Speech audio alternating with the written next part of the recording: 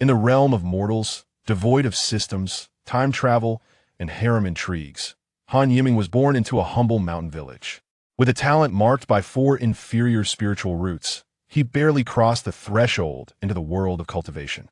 By a twist of fate, he passed the trials set by his master, and armed with this opportunity, along with his determination and caution, he ventured further down the path of immortality. Chapter 1. Han Family Village. In the tranquil Ningguang Kingdom, within Taizhou, lies on Yuan Town, home to Han Family Village. On a summer morning, the air was perhaps at its most refreshing. At an indeterminate moment, it felt as though the switch to slumber had been abruptly turned off, awakening Han Yiming from his dreams. Though his eyes remained tightly shut, the sounds of his parents preparing breakfast, clattering pots, and gentle murmurs softly caressed his ears. Everything felt so familiar and natural that it almost lured him back into the embrace of slumber. Fortunately, the resonant snoring of his elder brother, Han Yifei, dispelled any lingering desire to doze further. The early risers reaped their rewards. He had made plans with Heir Lungzi and others to venture into the mountains to gather firewood. The earlier they set out, the more they could collect. With sufficient time and a stroke of luck, he might even gather the beloved red berries for his little sister. As he slowly opened his eyes, he was greeted by the sight of a modest room, its walls constructed of stone and mud. Within this confined space, he and his brother lay beneath a slightly discolored, thin blanket that emanated a faint, peculiar odor. From the adjoining room came the playful sounds of his 2 sisters and their only little sister, indicating the bustling nature of the family, which, though numerous, was not affluent. The Han family comprised 7 members in total. Han Yiming was the 4th among his siblings, with 1 elder brother, 2 older sisters, and a younger sister. The family perpetually hovered near the brink of sustenance. His eldest brother, Han Yifei, had reached the age of marriage, yet their impoverished circumstances delayed his union with a girl from the same village. Among his siblings, Han Yiming held a particular fondness for his youngest sister, who had just turned 5 and would invariably trail behind him, calling out to her brother with innocent affection.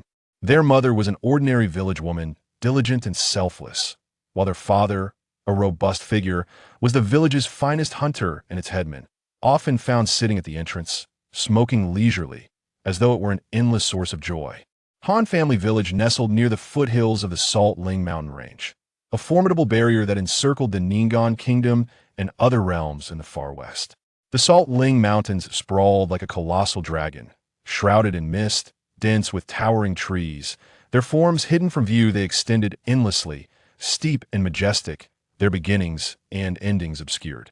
Ningguang Kingdom stood as the most powerful nation within this enclosure, yet even it lacked the means to traverse the Salt Ling Mountains, for deep within lurked numerous ferocious beasts, formidable in strength and skill.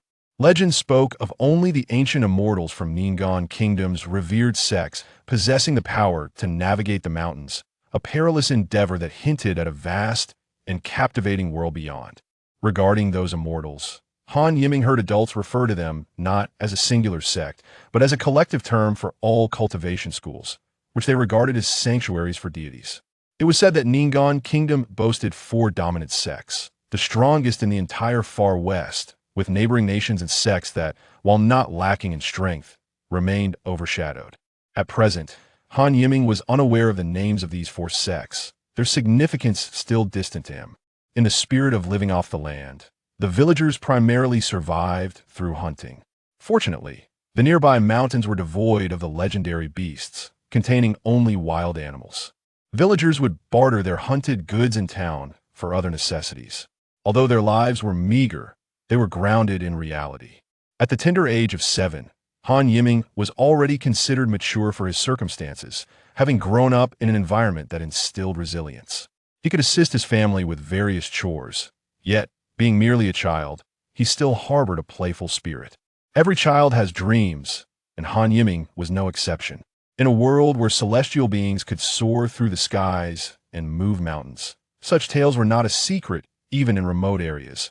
Legends of such wonders persisted. Han Yiming believed these legends to be true, for despite the village's isolation, the quinquennial cultivation selection was a nationwide spectacle, prompting villagers to travel great distances to participate. It was rumored that those who caught the eye of the immortals during this election would be deemed worthy of cultivation. Thus, Han Yiming's aspiration was to be chosen in the upcoming selection, as it was said that selected individuals would be rewarded with considerable wealth, potentially securing his brother's marriage. I wonder if those immortals must also eat and relieve themselves. Do they need to earn a living? What does it feel like to soar through the heavens? Lying in bed, Han Yiming's thoughts wandered aimlessly.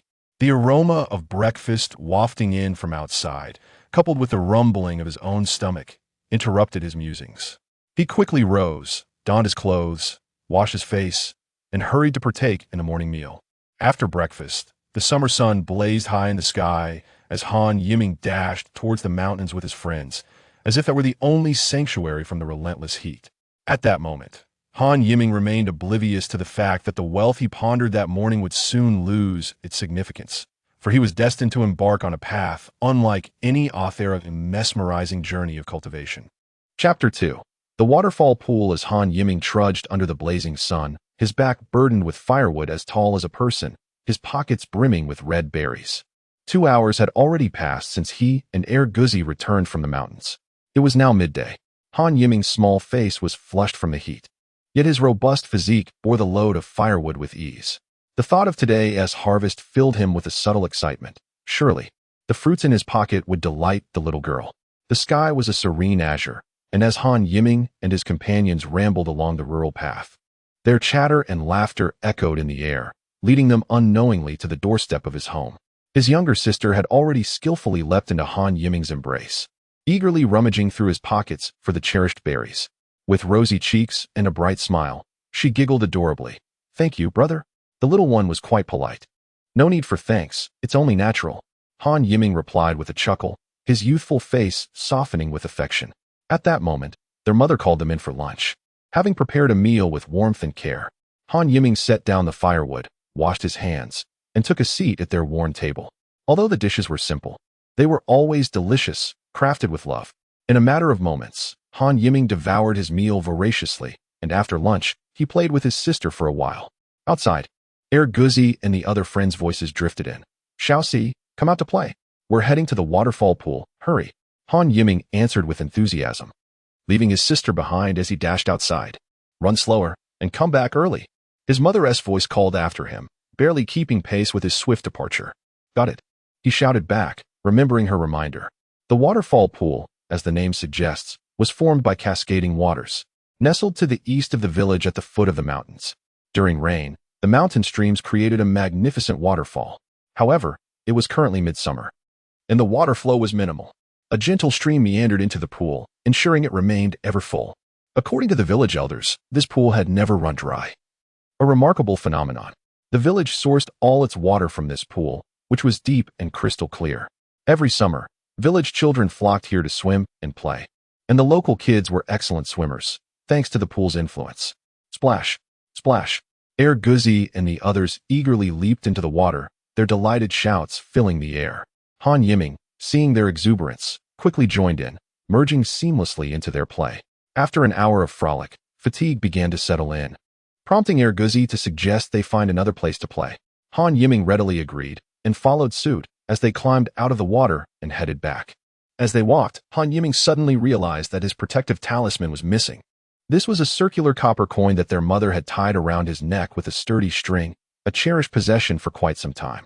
It was likely lost during their playful splashing in the water, despite knowing his mother wouldn't scold him.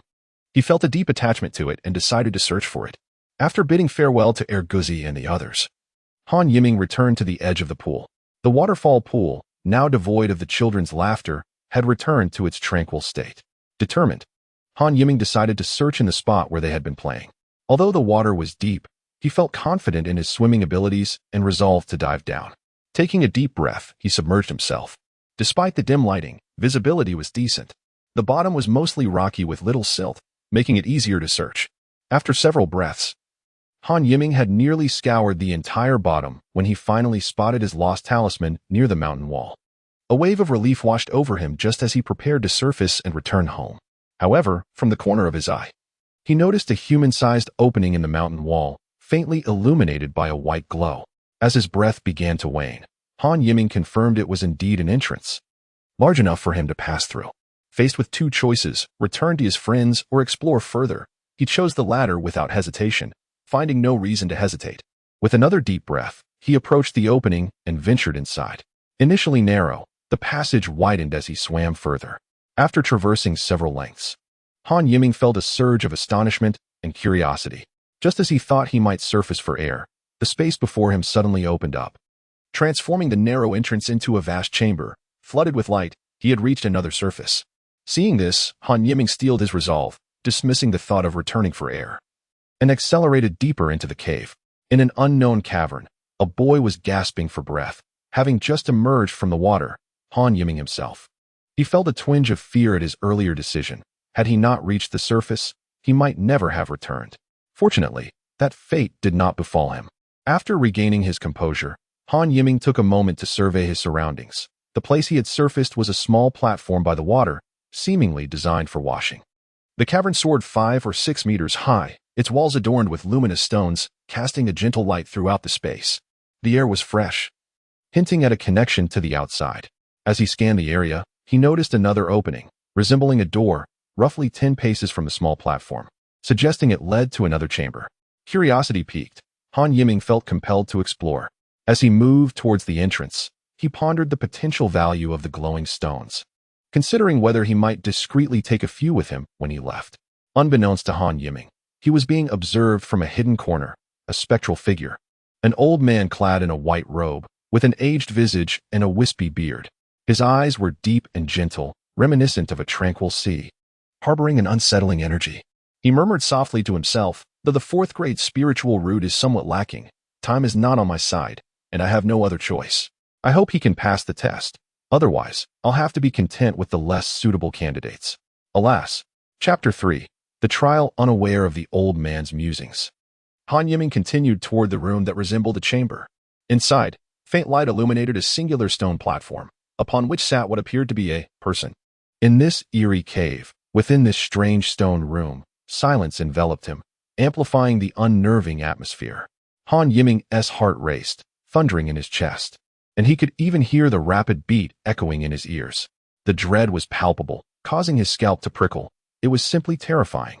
Whether it was fear or some other reason, he fainted, leaving him to ponder the nature of this place just before losing consciousness. Uncertain how much time had passed, Han Yiming finally regained consciousness, remnants of his previous thoughts lingering in his mind. The figure on the stone platform. Upon this realization, he abruptly sprang to his feet, casting his gaze around, only to find himself in a place far removed from where he had been moments earlier. Before him stretched an interminable staircase, soaring higher than the tallest peak near his village, while the surrounding mist enveloped everything in an indistinct haze, leaving only this singular path visible to him.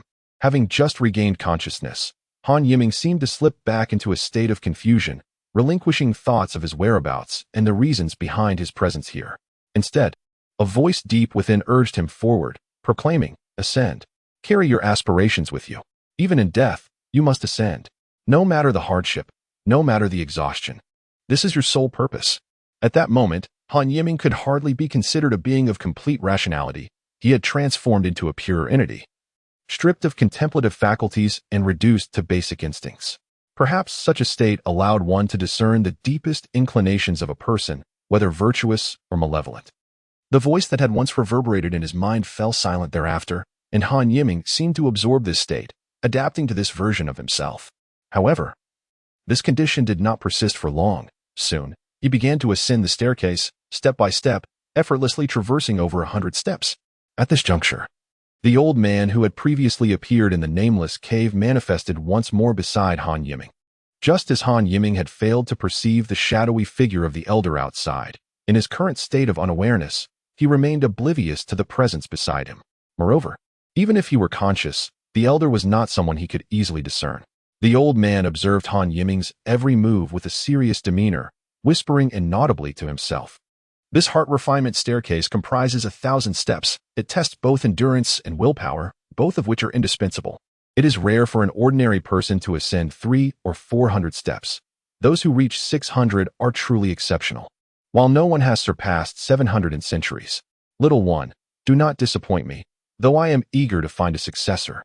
I would prefer to depart this world than to accept someone who does not meet my standards. As the elder muttered these words, Han Yiming's feet never faltered. Unbeknownst to him, he had already reached the 300th step. At this moment, signs of injury began to manifest upon him, though no blood flowed. The pain was evident in his furrowed brow and clenched fists. With each step, a new wound appeared on his body, initially superficial but deepening with each upward motion. It felt as though an unseen force sought to impede his ascent, whispering temptations in his ear. Stop. Continuing will only intensify your suffering. Is your dream truly that significant? The elder recognized that no one was present to utter such words, yet he understood the inherent laziness of human nature, which was akin to being persuaded by a voice, often with even greater allure. This temptation arose from within, for his body acknowledged the truth of those words, knowing that halting would spare him further harm. Although Han Yiming's steps persisted, his pace noticeably slowed. Just moments ago, he had reached the 400th step. Now, each step exacted a toll far beyond what he had previously endured, as if he were carving through flesh with each laborious movement, the pain threatening to fracture his resolve. The elder, who continuously scrutinized Han Yiming's every action, found his previously furrowed brow easing, unwittingly releasing a sigh of relief. Curiosity piqued. He began to wonder just how high this young lad from a remote village could ascend. 450, 451, 452, 453.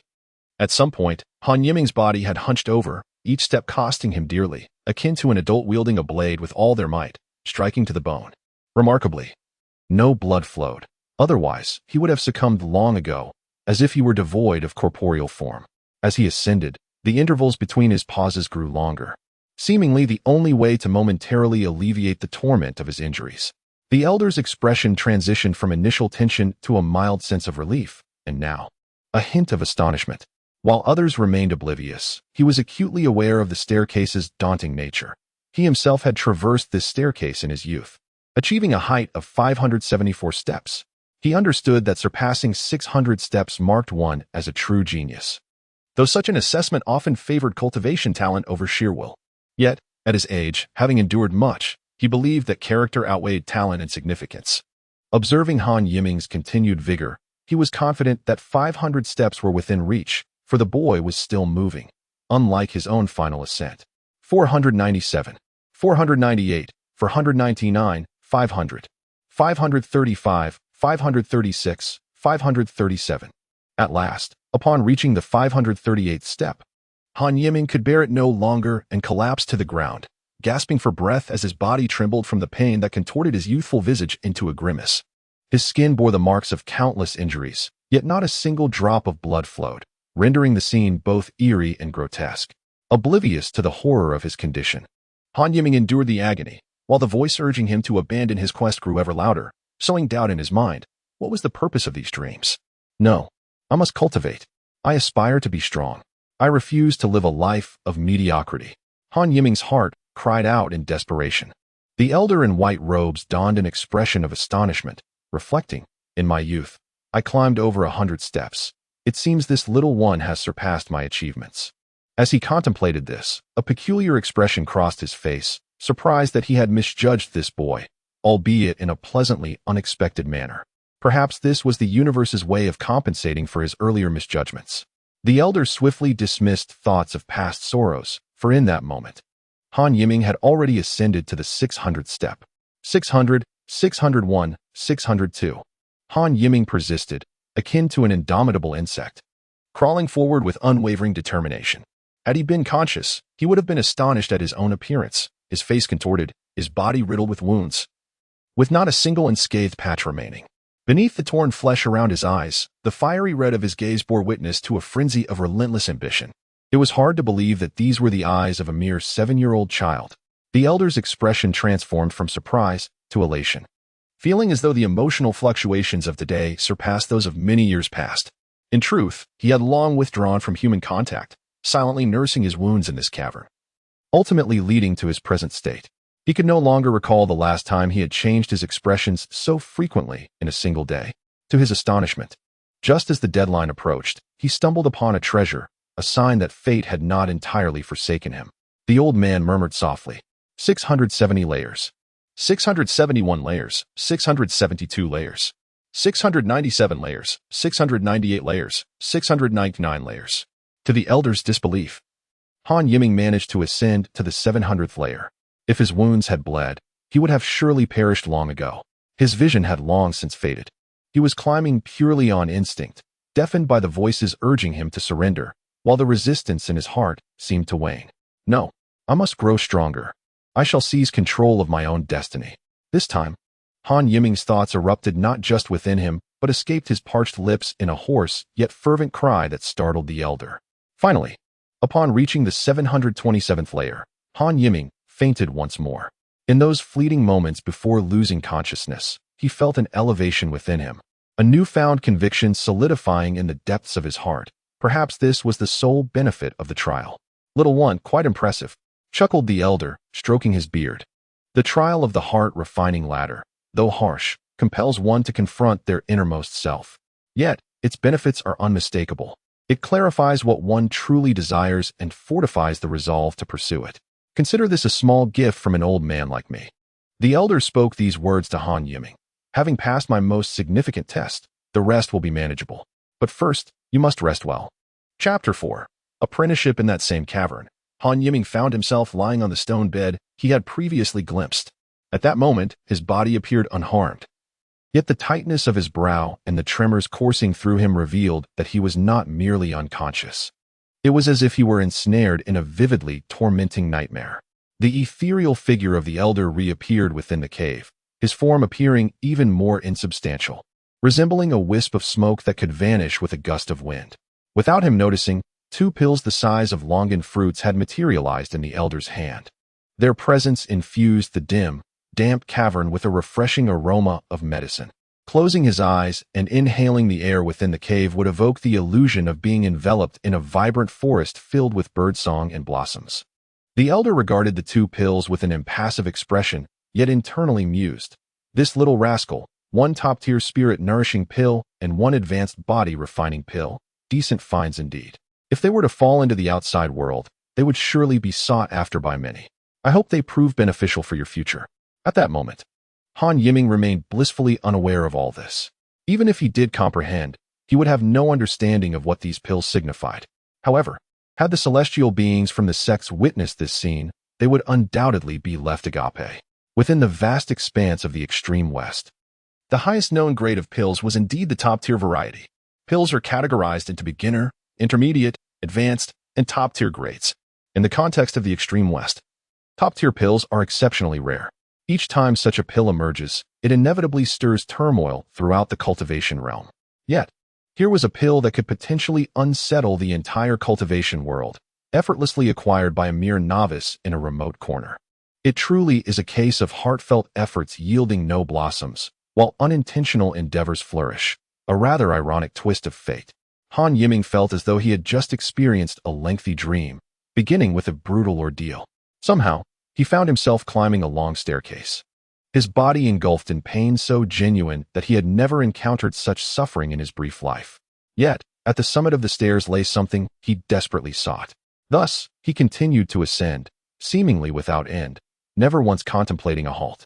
This dreadful dream eventually came to a close, giving way to a new one. Having endured the previous torment, his body and nerves now felt relaxed, akin to the tranquility found in a mother's embrace.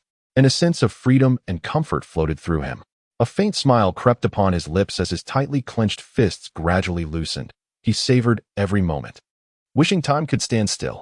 Observing Han Yiming's transformation, the elder recognized the effects of the pills and couldn't help but nod in approval. The spirit-nourishing pill primarily nurtures one's spiritual consciousness, which is the essence of one's soul. Though invisible and intangible, it is indispensable for cultivators. The strength of their consciousness often correlates directly with their overall power. The applications of this consciousness are vast, influencing comprehension in cultivation and aiding in battle, among other things. At this very moment, within Han Yiming's mind, an unseen energy was steadily growing, transforming from a mere wisp into a multitude of strands, a stark contrast to its former state. In truth, Han Yiming's consciousness had already reached a level comparable to that of a novice cultivator, if not surpassing it. The properties of the spirit-nourishing pill were gentle, exerting no adverse effects, akin to a spring rain nourishing the earth, silently and profoundly beneficial. The second pill, the body-refining pill, while slightly inferior in grade, was nonetheless a remarkable rarity. This pill primarily targets the physical body, enhancing stamina and providing a slight boost to one's aptitude. Its most significant effect lies in refining the body before embarking on the path of cultivation, a crucial aspect for Han Yiming's future. Otherwise, with his innate talent, he would find himself lagging behind from the very start. Dreams must eventually yield to wakefulness. After an indeterminate period, Han Yiming finally roused from his slumber. He slowly opened his eyes to behold the softly glowing stone embedded in the cavern's ceiling. Relieved, he realized he had not fallen back into a dream.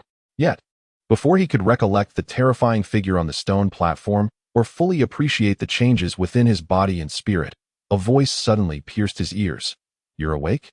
"Yes, I'm awake," Han Yiming instinctively replied, but upon uttering those words, he sensed something amiss. His beautiful eyes widened in surprise, fully alert now, as he leapt from the stone bed. To his astonishment, he found himself merely a foot away from the mysterious figure. Who just spoke?" Han Yiming distinctly felt his voice quaver, yet he was certain he had not misheard. "It is I." At that moment, an apparition gradually solidified before Han Yiming's eyes. Who are you? Are you human or a ghost?" Han Yiming felt tears brimming in his eyes, bewildered as to why he had ventured into this cave. "Little one, do not be afraid. I am not a ghost, and I harbor no ill intentions. Explaining my current state would be somewhat complex, but you will come to understand in due time." The elder, witnessing Han Yiming's reaction, felt an overwhelming urge to facepalm in exasperation. Yet he endeavored to maintain a calm demeanor and a gentle expression. "I suppose I am what you might refer to as a celestial being, with his abilities."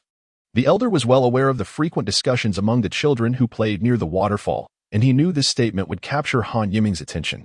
Indeed. Upon hearing the elder's words, Han Yiming swiftly concealed his earlier expression of fright, pondering whether celestial beings often bore such a countenance. A thought struck him. If this individual were to accept him as a disciple, he could fulfill his aspirations of becoming an immortal. It is worth noting that opportunities to be selected by those esteemed sects were exceedingly rare. In all these years, no one from his village had ever been chosen. "May I become your disciple?" Han Yiming inquired, his large, twinkling eyes reflecting a mix of hope and disbelief, surprising the elder clad in white. The elder, after a moment's contemplation, recognized that the children from mountain villages likely all yearned to become immortals. Without making Han Yiming wait long or showing any hesitation, the elder replied, "Certainly. Although your innate talent may not be exceptional, you possess spiritual roots, which will certainly allow you to enter Tongqing Valley as an outer disciple. Have you made your decision? Do you still wish to become my disciple?" Upon hearing the elder's affirmation, Han Yiming was filled with excitement. Perceiving the elder as less intimidating than before, despite his confusion regarding the mention of spiritual roots. As for Tongqing Valley, he was unaware of its significance. Yet an instinctive feeling told him that choosing this elder as a mentor was undoubtedly the right path. This sentiment stemmed not only from his impression of the elder's formidable nature, but also from an inexplicable sense of familiarity and trust. Although Han Yiming was oblivious to the formalities required for becoming a disciple, he possessed enough common sense to know what to do. He promptly descended from his bed and knelt before the white-robed elder, declaring, "I am willing. Please accept me as your disciple." Without waiting for a response, he bowed 3 times with resounding sincerity. Initially, the elder intended to prevent Han Yiming from doing so, yet upon witnessing the child's earnestness, he accepted graciously, a hint of fondness and pride gracing his features. "Yiming, rise. Since you have chosen me as your master, there are a few matters I must discuss with you. At the very least, you should know who your master truly is." Listening to these words, Han Yiming slowly rose from the ground. He was not surprised that his master knew his name. Celestial beings possessed unfathomable abilities and undoubtedly had their own means of acquiring knowledge. Observing Han Yiming's obedience, the elder gestured for him to sit on the bed, gathered his thoughts, and began to speak. Han Yiming was unaware that what he was about to hear would profoundly impact his worldview. Chapter 5, Instruction. My name is Wang Yuanzhu, and I was once the supreme elder of the Zhendan sect. As Han Yiming awaited with bated breath, the elder finally revealed his identity. Han Yiming did not outright dismiss this claim. However, had any member of a sect outside heard this proclamation, they would surely have been taken aback. For they knew that although Zhendan sect was once one of the major sects of the Ningen kingdom, it had perished many years ago. This event had remained a topic of discussion for many, as the tales surrounding the sect's demise were still recounted with intrigue and fervor. Numerous narratives had emerged regarding the downfall of Zhendan's sect. Some claimed it was due to the other four major sects conspiring against it, while others suggested that the demonic factions, wary of Zhendan's sect's ascendance to the righteous path, had meticulously plotted its ruin over decades. Still, others argued that the sect had gradually declined, allowing petty individuals to erode its foundation. The truth resided with a select few, and this elder was undoubtedly among them. Before Han Yiming could inquire further about the nature of Zhendan's sect, the elder continued, "There are three crucial matters I wish to impart to you, and you must remember them well. The first is that I shall bestow upon you a cultivation technique known as the refining spirit method. This technique is of great significance, and I implore you to practice diligently while safeguarding the secret of your training. Do not even whisper its name to anyone, not even to your closest friends or family." Wang Yunju's serious demeanor conveyed the gravity of his words, for he understood that the revelation of this technique could endanger his new disciple's life. Observing his master's earnestness, Han Yiming responded with solemnity, "Rest assured, Master, I shall keep this secret." Such a resolute promise from a child appeared endearing. Wang Yuanzhu noticed the sincerity in Han Yiming's expression, which softened his own serious demeanor slightly. "But do not agree so readily. I must emphasize that you are required to practice this technique diligently. I must also inform you that the process will entail considerable suffering. Are you afraid? Do you still wish to learn?" Wang Yuanzhu, seemingly concerned, sought confirmation once more. "Fear not, Master. I can endure hardship. I wish to learn," Han Yiming replied, fully aware that his dream was to become an immortal. In that moment, he silently vowed to persevere in his training and not disappoint his master. Very well. Wang Yuanzhu recalled Han Yiming's earlier performance on the refining heart ladder, which eased his concerns. "Now, let us proceed to the second matter. I shall present you with a storage ring, which you must handle with care." As he spoke, a deep brown ring, exquisitely crafted and ancient in appearance, materialized in Wang Yuanzhu's hand and gently floated into Han Yiming's grasp. The child received it with wide-eyed wonder, captivated by its apparent value. Regarding its use, simply remember that it is a storage ring. You will learn how to utilize it in due course, Wang Yuanzhu continued. Observing Han Yiming slipping the ring onto his finger, he noted that it was slightly oversized, fitting loosely. "Remove the talisman from around your neck for now, and wear the ring there. It will remain concealed and less likely to be lost." Wang Yuanzhu provided this solution, and Han Yiming complied without hesitation. Soon, he found himself adorned with two items, his mother's protective talisman and the ancient ring. He silently vowed to safeguard the ring and never misplace it again. As I mentioned earlier, you will undoubtedly learn to use the storage ring, so I shall not elaborate further. One thing to note is that the ring possesses 3 tiers, each with strength limitations for usage. It contains items that will prove useful to you in the future, so I hope you will exercise caution and use them wisely. At this point, Wang Yuanzhu seemed to withhold further explanation regarding the contents of the ring, believing his disciple would discover them in time. Though Han Yiming felt somewhat bewildered, he nodded in acknowledgement. "I know you have many questions, but some matters are not for you to know. Knowledge of them may be detrimental. You may not fully grasp everything you hear today, but be patient. Understanding will come in time. For now, I will clarify any trivial and common knowledge you may have. Now, let me address the third matter." As he spoke, a trace of sadness appeared on Wang Yuanzhu's wrinkled face. He stroked his beard thoughtfully before continuing. "What I previously mentioned regarding Zhendan's sect, it is likely that it has indeed been extinguished. Thus, my third request is that when you possess the strength, you assist in avenging Zhendan's sect." Wang Yuanzhu refrained from disclosing the identity of the adversaries, recognizing that revealing such information to a disciple lacking the means to confront them would only serve to put him at risk. "The third matter. I do not require you to accomplish it without considering your own capabilities. Do you understand?" Wang Yuanzhu fixed his gaze on Han Yiming for confirmation. "Yes, I understand. I will certainly act within my means, and I shall never put myself in peril," Han Yiming assured his master. "Next, feel free to voice any questions you may have. I shall impart to you all that I am able." Wang Yuanzhu was quite pleased with his disciple's response and encouraged him to inquire further. Let me think." Han Yiming prepared to organize his thoughts upon hearing his master's words. Not long after, he slowly began to articulate some of his uncertainties. "Master, first and foremost, I wish to comprehend the meaning of spiritual roots and what kind of spiritual root I possess. Furthermore, could you elucidate on Tongqing Valley and the Zhendan sect to which you belong?" Han Yiming scratched his head. "Well, I will start with these questions. I have not yet thought of others. The inquiries Han Yiming posed were, in fact, the most fundamental knowledge within the realm of cultivation. However, for a child completely unaware of such matters, it was entirely reasonable to harbor these questions. There was nothing inappropriate about discussing such topics, and thus, Wang Yuanzhu meticulously began to explain, spiritual roots are of utmost importance. They are the fundamental qualifications of cultivators and the prerequisite for practicing cultivation. A person's spiritual root is determined at birth, irrespective of its quality. The mere presence of a spiritual root signifies the potential for cultivation. For mortals, the probability of possessing a spiritual root is exceedingly low, estimated at only 1 in 10,000. However, if one is a descendant of cultivators, the likelihood of possessing a spiritual root increases significantly. This is also why cultivators and mortals have gradually diverged into two distinct groups. What I have mentioned pertains to probability. There is also the matter of the quality of spiritual roots, which are classified into 5 levels based on the elements of metal, wood, water, fire, and earth. If a spiritual root encompasses multiple attributes, its quality diminishes accordingly. For instance, if a person possesses all 5 elemental attributes, they would be classified as having the lowest tier, a 5th-grade spiritual root. Conversely, the optimal spiritual root is one that contains only a single attribute, classified as a 1st-grade root. Beyond this, there exists a category of extraordinary spiritual roots, such as wind or thunder roots. Thus one might say there are actually 6 levels of spiritual roots. As for you, you possess a 4th-grade spiritual root. However, it is important to note that the level of one's spiritual root does not definitively dictate future growth. One must maintain confidence in oneself. Nevertheless, the quality of spiritual roots does have considerable influence during the initial stages of cultivation.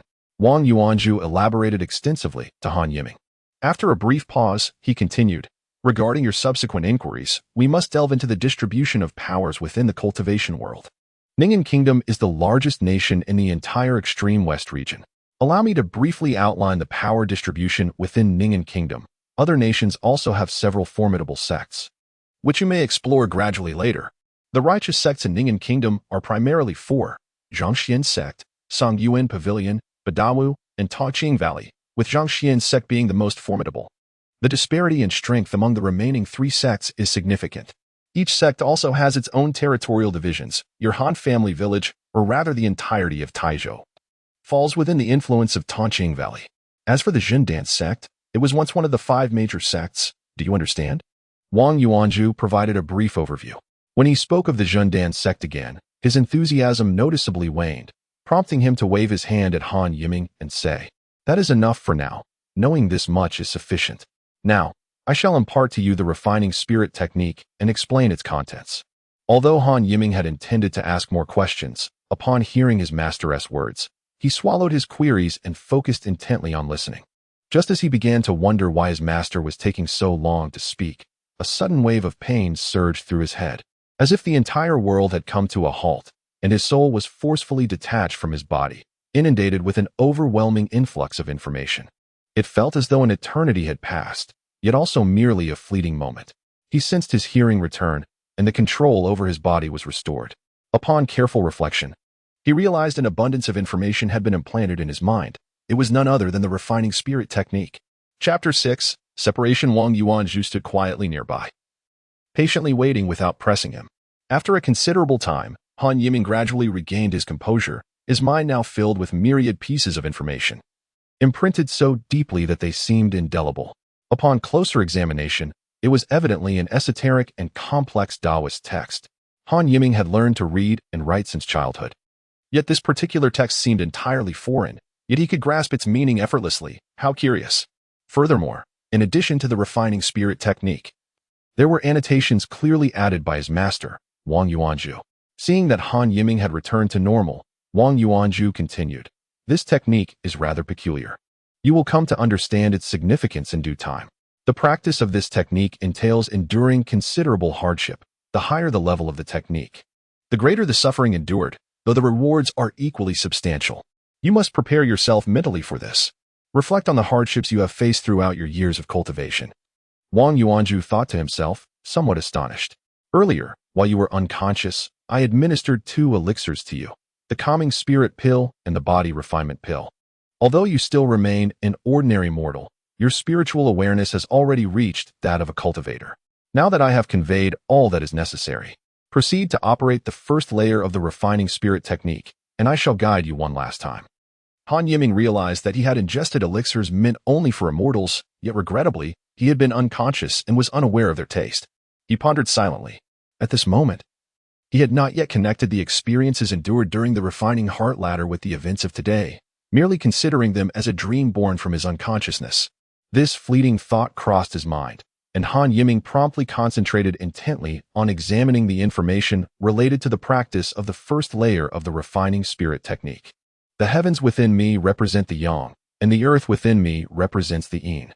The interplay of yin and yang is termed spirit, drawing from the yin to invoke the yang, and vice versa, treating the right with the left and the left with the right, knowing myself to know others, understanding the external to comprehend the internal, receiving without fail. Han Yiming's mind gradually immersed itself in this practice, ultimately becoming oblivious to the existence of his own body. As he delved deeper into the practice, he began to perspire profusely, his complexion growing increasingly pale, as though he were teetering on the brink of losing control. Meanwhile, Wang Yuanzhu observed calmly, entirely unfazed, whispering in a voice inaudible to Han Yiming, refining the spirit. Refining the spirit, reborn through fire. Yet not everyone can withstand the anguish of refining the spirit. Those who can endure suffering can attain divinity. The way of heaven. Han Yiming felt as though he were enduring immense torment, alternating between cold and heat, as if he were being subjected to 1,000 cuts. The sensation was so vivid that the more he suffered, the more exhilarated his mind became, leaving him with no inclination to faint. Several times, Han Yiming considered halting, as if the choices faced during the refining heart ladder were re-emerging. Without hesitation, Han Yiming resolved to persevere. Time passed, though he could not ascertain how long, until he felt he could scarcely endure any longer, only to find that he had reached his destination as if he had arrived unexpectedly. The technique had finally completed a full cycle. He felt as though he had been revitalized, surprisingly elated without any action on his part, while simultaneously sensing a slight enhancement in his spiritual awareness. Wang Yuanzhu observed Han Yiming successfully completing a full cycle of practice for the first time, nodding approvingly in satisfaction. That is all I wish to convey.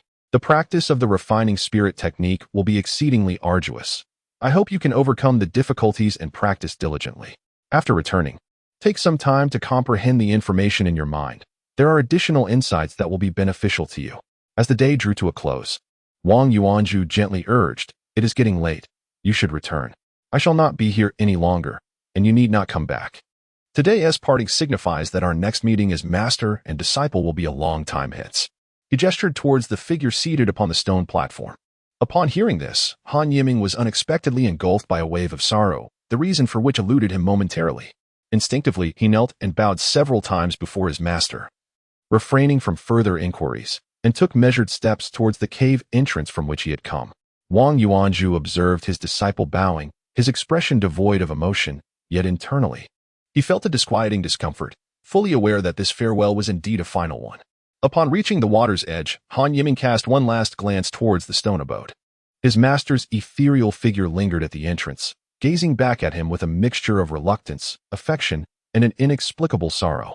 Without allowing his thoughts to linger, Han Yiming inhaled deeply and leapt into the water, swimming away with urgency.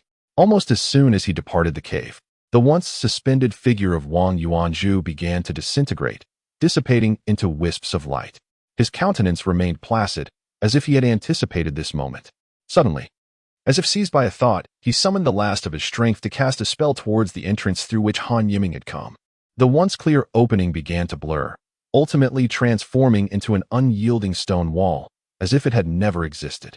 Having accomplished this, he appeared to be free of regrets. His figure grew fainter until it vanished completely, leaving no trace behind.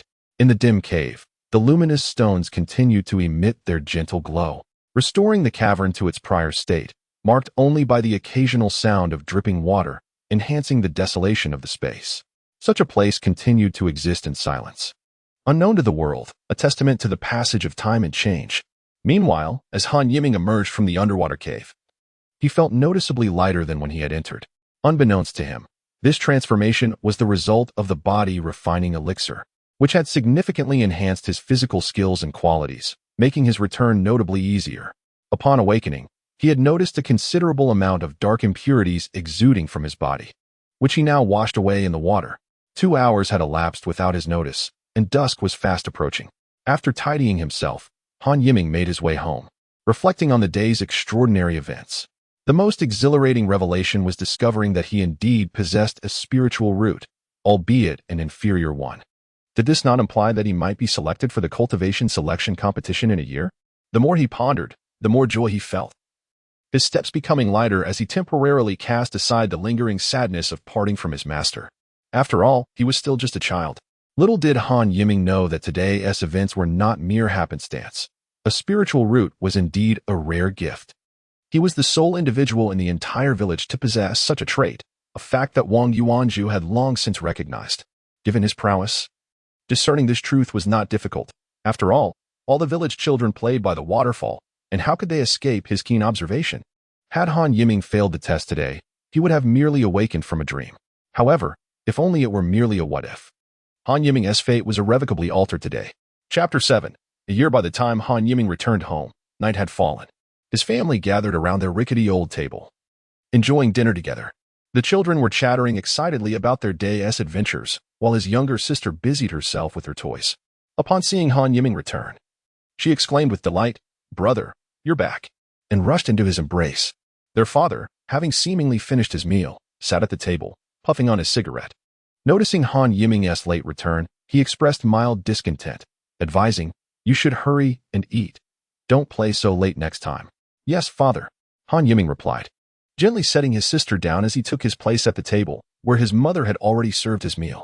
Compared to his mother, their father was relatively stern, which made Han Yiming somewhat apprehensive of him. Yet, he understood that this was merely his father's way of expressing care for his children. Once again, Han Yiming devoured his food with remarkable appetite, astonishing even himself as he polished off 3 bowls, a rare feat indeed. His father raised an eyebrow in surprise, but preferred this over his son eating too little. Typically, after dinner, Han Yiming would play with his little sister, Han Xiaoni. But today he felt disinclined and retreated to his room instead. This caused the little one to sob for quite a while, only calming down with the gentle reassurances of her 2 older sisters. Lying in bed, Han Yiming reflected on the day's happenings, still finding them hard to believe.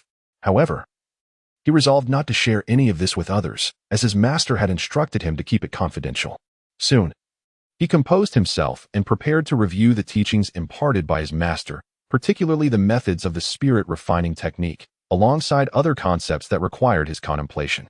As he pondered, much of the information began to settle into his mind, including the knowledge about spiritual roots and the distribution of power among the sects in the Ningen kingdom, which he had previously misunderstood.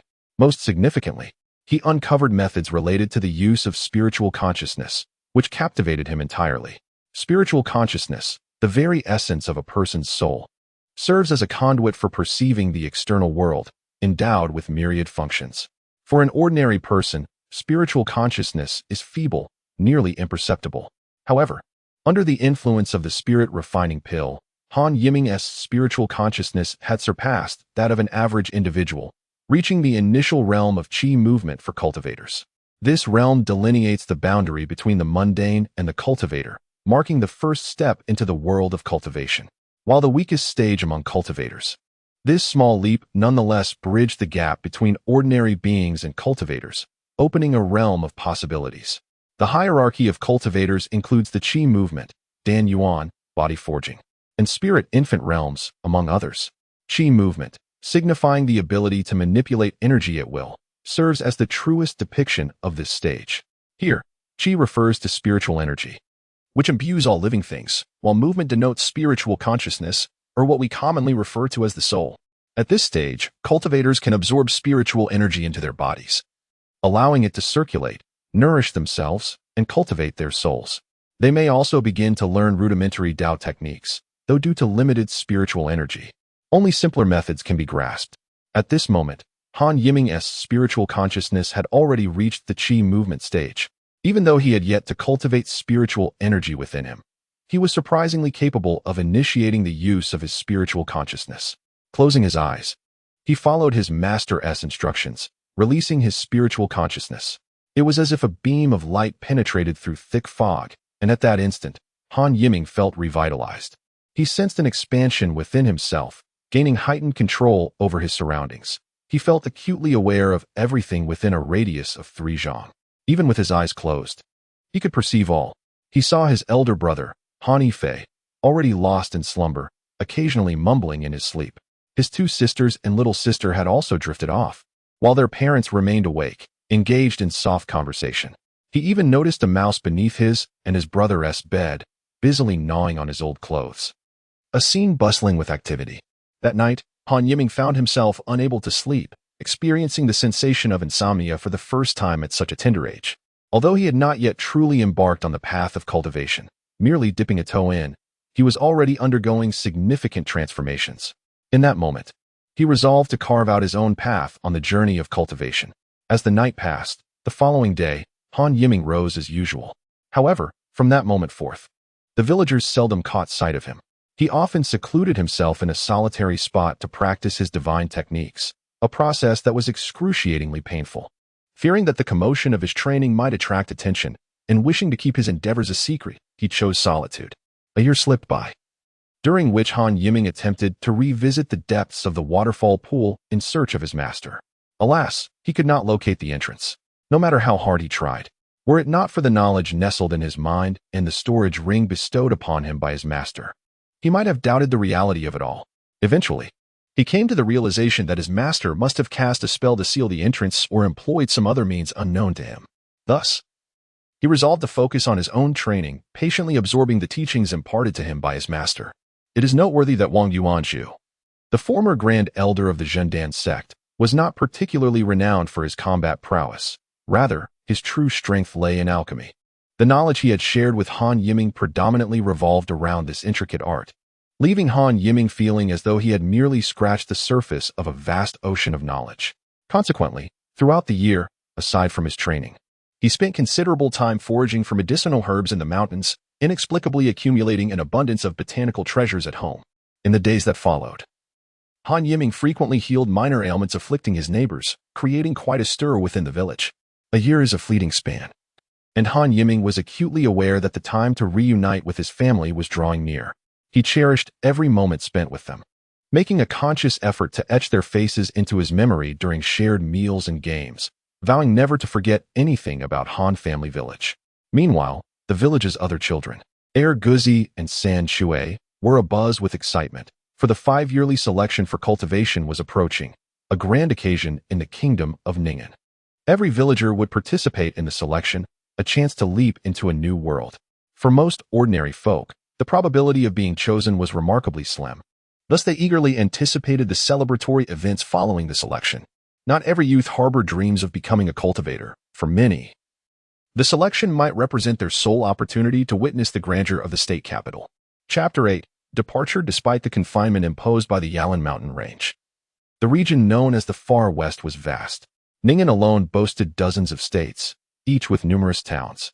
Other nations such as Dongdan, Debei, and Ningkong were only marginally smaller, not to mention the many smaller realms. Tongqing Valley, one of Ning'an's 4 major sects, wielded influence over several states, including Taizhou, Qingzhou, Xinzhou, and Nanzhou. The cultivation selection held every 5 years could more accurately be described as a celebratory event organized by each state. The selection itself constituted only a small portion of the festivities, which were largely filled with performances and rituals, creating a lively atmosphere. On August 5th, the Taizhou cultivation celebration was set to commence. On July 20th, the eligible children from Han Family Village gathered and set off for Anyuan Town. As they were to depart as a unit for the selection, there were not many children of eligible age from Han Family Village, including Han Yiming, Guzi, and San Shui. There were only 5, accompanied by Han's father to Anyuan Town. Han Yiming would never forget the tears silently shed by his mother, nor the distress of his younger sister upon learning of his departure. Despite their doubts regarding his chances of success, their concern was palpable. The journey to Anyuan Town was marked by silence, and upon arrival, Han Yiming faced the sorrow of parting from his father, especially at the tender age of 8. Anyuan Town organized a detachment of soldiers to escort hundreds of children towards Taizhou.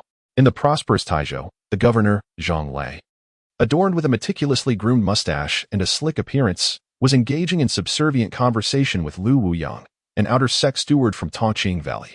Lu, slightly plump, bore resemblance to Zhang but maintained an air of superiority. His demeanor, though amiable, carried an unmistakable hint of arrogance, a trait befitting one of his rank. Governor Zhang. This selection is of great significance, and Tongqing Valley is keenly watching. We trust you will handle this celebration with utmost care to avoid any missteps, Lu remarked, his tone a blend of cordiality and condescension. Yes, yes. I assure you, I will oversee the preparations diligently. The towns are already en route, and we will be ready on time, Zhang replied, eager to appease. Lu nodded in satisfaction, dismissing Zhang with a wave of his hand, signaling the end of their discourse. As Zhang exited, he exhaled in relief. Dealing with cultivators was indeed a nerve-wracking endeavor.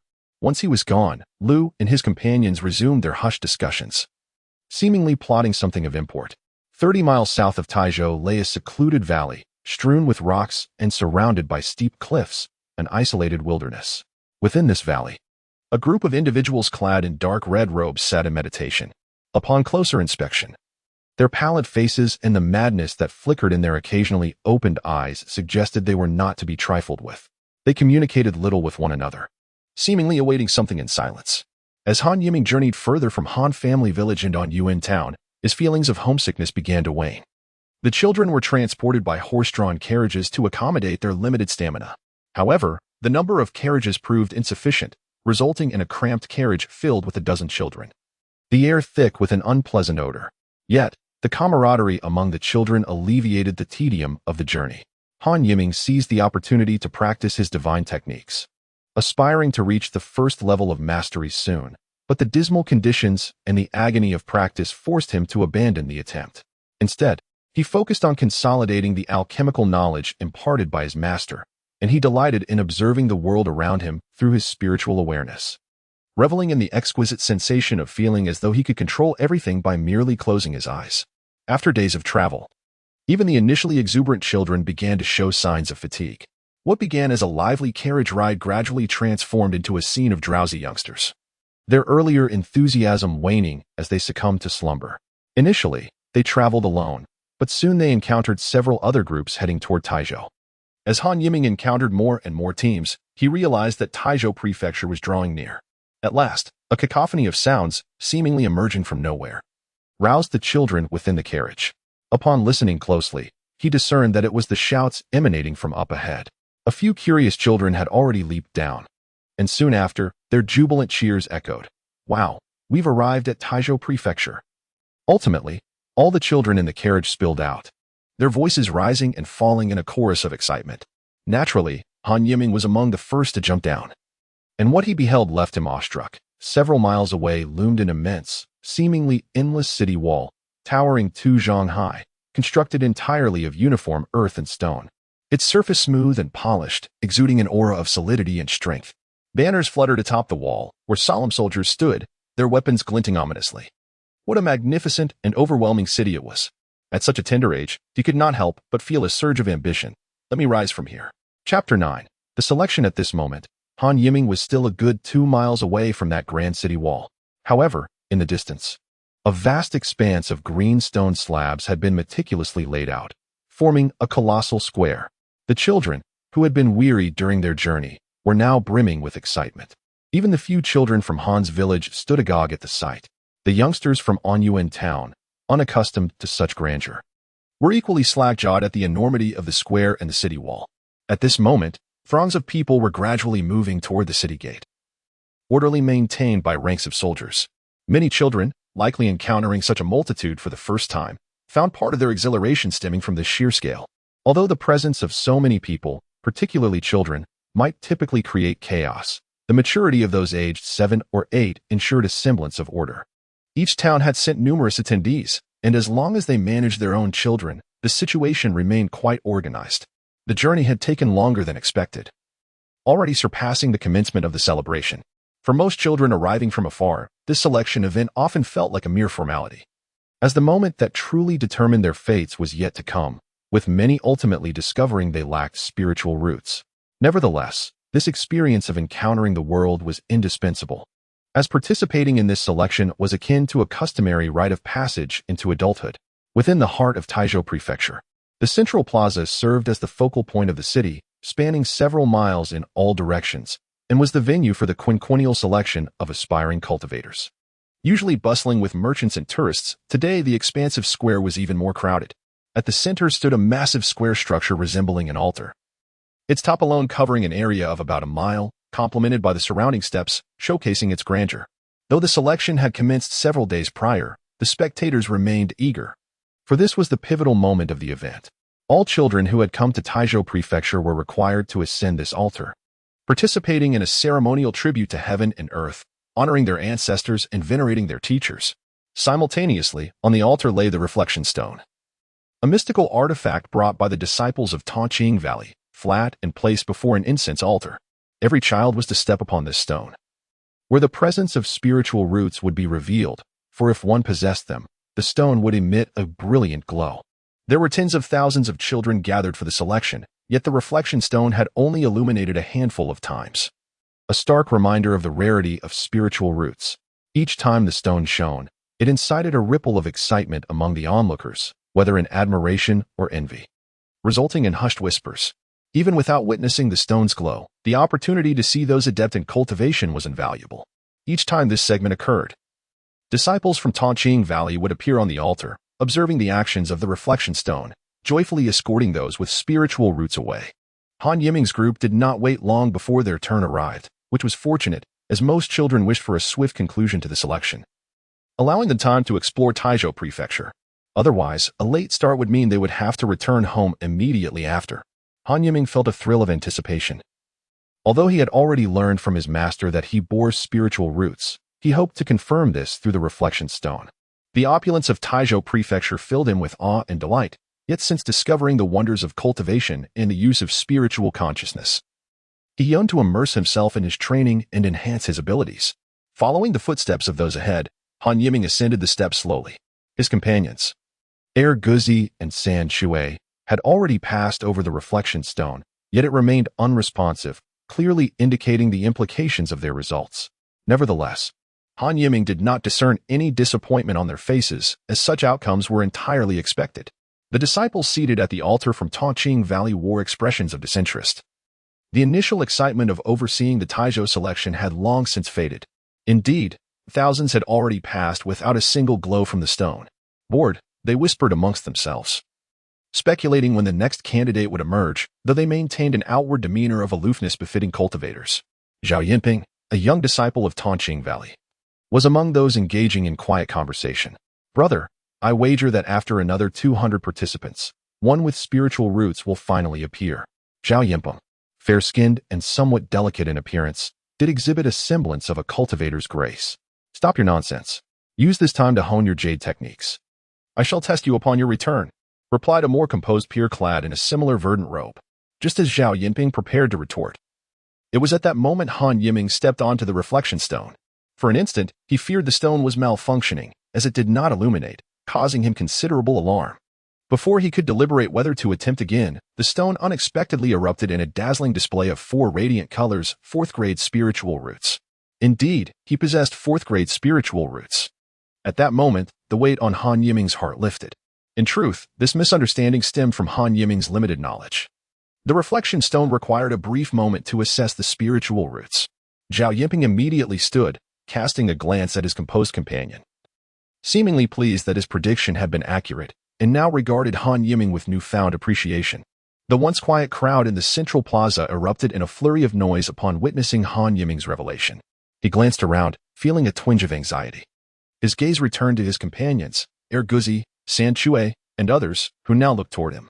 Upon realizing Han Yiming possessed spiritual roots, the expressions on their faces shifted from indifference to a mixture of jealousy, joy, and even a hint of reverence. In that moment, Han Yiming felt a profound distance between himself and his childhood friends, as if they had become worlds apart. Having risen, Zhao Yinping approached Han Yiming, intending to guide him away. Come with me, he said in a relatively gentle tone, devoid of the usual disdain reserved for mere mortals. Assuming Han Yiming was unaware, he continued, you possess 4th-grade spiritual roots. While this is not the most remarkable, with diligent practice, a great destiny awaits you. Thus, Han Yiming departed from the group he had arrived with, accompanying Zhao Yinping as they ventured forth, while Guzi and the others took a different path. Chapter 10. waiting as Han Yiming followed the disciple of Tongqing Valley, Zhao Yinping, down the steps. Individuals at the altar had already begun to record Han Yiming's name and background information. Once the selection ceremony concluded, a sum of money, unimaginable to Han Yiming's family, would be delivered to their home, sufficient to ensure a prosperous life for them. As long as Han Yiming remained in Tongqing Valley, this privilege would be sustained, reflecting a form of respect from mortals towards the families of cultivators. His elder brother would finally be able to take a wife, and his younger sister would enjoy a comfortable life. With these thoughts in mind, Han Yiming felt a sense of relief, realizing that his family would thrive, allowing him to wholeheartedly pursue his dreams and tread his path of cultivation. Zhao Yinping, leading the way, exchanged a few words with Han Yiming. But the throngs of people soon silenced their conversation as they navigated through the crowd, heading northward. This was Han Yiming's second encounter with the bustling splendor of the city, where shops lined the streets, and the air was filled with the lively cries of vendors. However, he understood that this was not the moment to indulge in distractions. So he focused on keeping pace with Zhao Yinpeng, wary of lagging behind. After traversing several streets and covering a distance of about 2 miles, just as curiosity about their destination began to stir within Han Yiming, Zhao Yinpeng halted before an imposing edifice. Before them stood a grand estate with vermilion roofs and azure tiles, adorned with a large plaque inscribed with the gilded characters Taizhou Prefecture.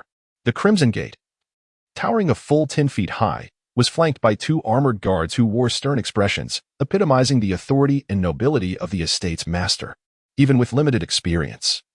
Han Yiming recognized this as the residence of the governor of Taizhou Prefecture.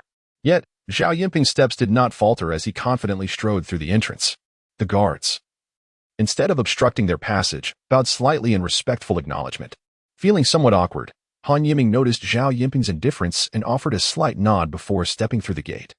Upon entering the Taizhou estate, Han Yiming's eyes widened at the exquisite scenery within, pavilions and towers, intricately carved beams and painted rafters, exuding an allure that rivaled the exterior. Following Zhao Yinping, he effortlessly found his way into a grand hall, where 2 or 3 individuals clad in similar aquamarine robes, evidently fellow cultivators from Tongqing Valley, were already present. Zhao Yinpeng slightly bowed and clasped his hands in salute towards a portly middle-aged man seated at the head of the table, saying, respectfully reporting to Steward Lu, "The imprint stone has illuminated once more, revealing a 4th-grade spiritual root." Lu Wuyang, the steward, maintained a neutral expression upon hearing this. Casting a brief glance at Han Yiming before nodding slightly, 4th grade is acceptable. Take him below to join the others. Yes, I shall do so, Zhao Yinping replied respectfully. After a slight bow, he motioned for Han Yiming to follow him. Han Yiming mimicked the gesture, and without exchanging a word, he was led away by Zhao Yinping. This time, as they traversed the estate, the atmosphere was considerably quieter. Zhao Yinpeng slowed his pace, matching strides with Han Yiming, allowing for conversation. By the way, I didn't catch your name earlier. I'm Zhao Yinping, an outer disciple of Tongqing Valley. What about you? Zhao Yinping's friendly demeanor eased Han Yiming's initial apprehension. I am Han Yiming. Greetings, senior brother, he replied politely. Good, good. Once you enter, you will be a registered disciple. Only upon reaching the Qi movement stage will you officially become an outer disciple of Tongqing Valley. Make sure to cultivate diligently, Zhao Yinping encouraged with a serious expression. Clearly pleased by Han Yiming's respectful address. Observing Zhao Yinping's demeanor, Han Yiming couldn't help but find amusement in the fact that this senior brother seemed less mature than himself. However, he maintained a humble facade, acknowledging Zhao Yinping's kindness. By the way, the individual seated at the head of the table earlier was Lu Wuyang, our outer steward. Don't be fooled by his amiable appearance. He can be quite strict, so be mindful. The other 2 present are also stewards of Tongqing Valley.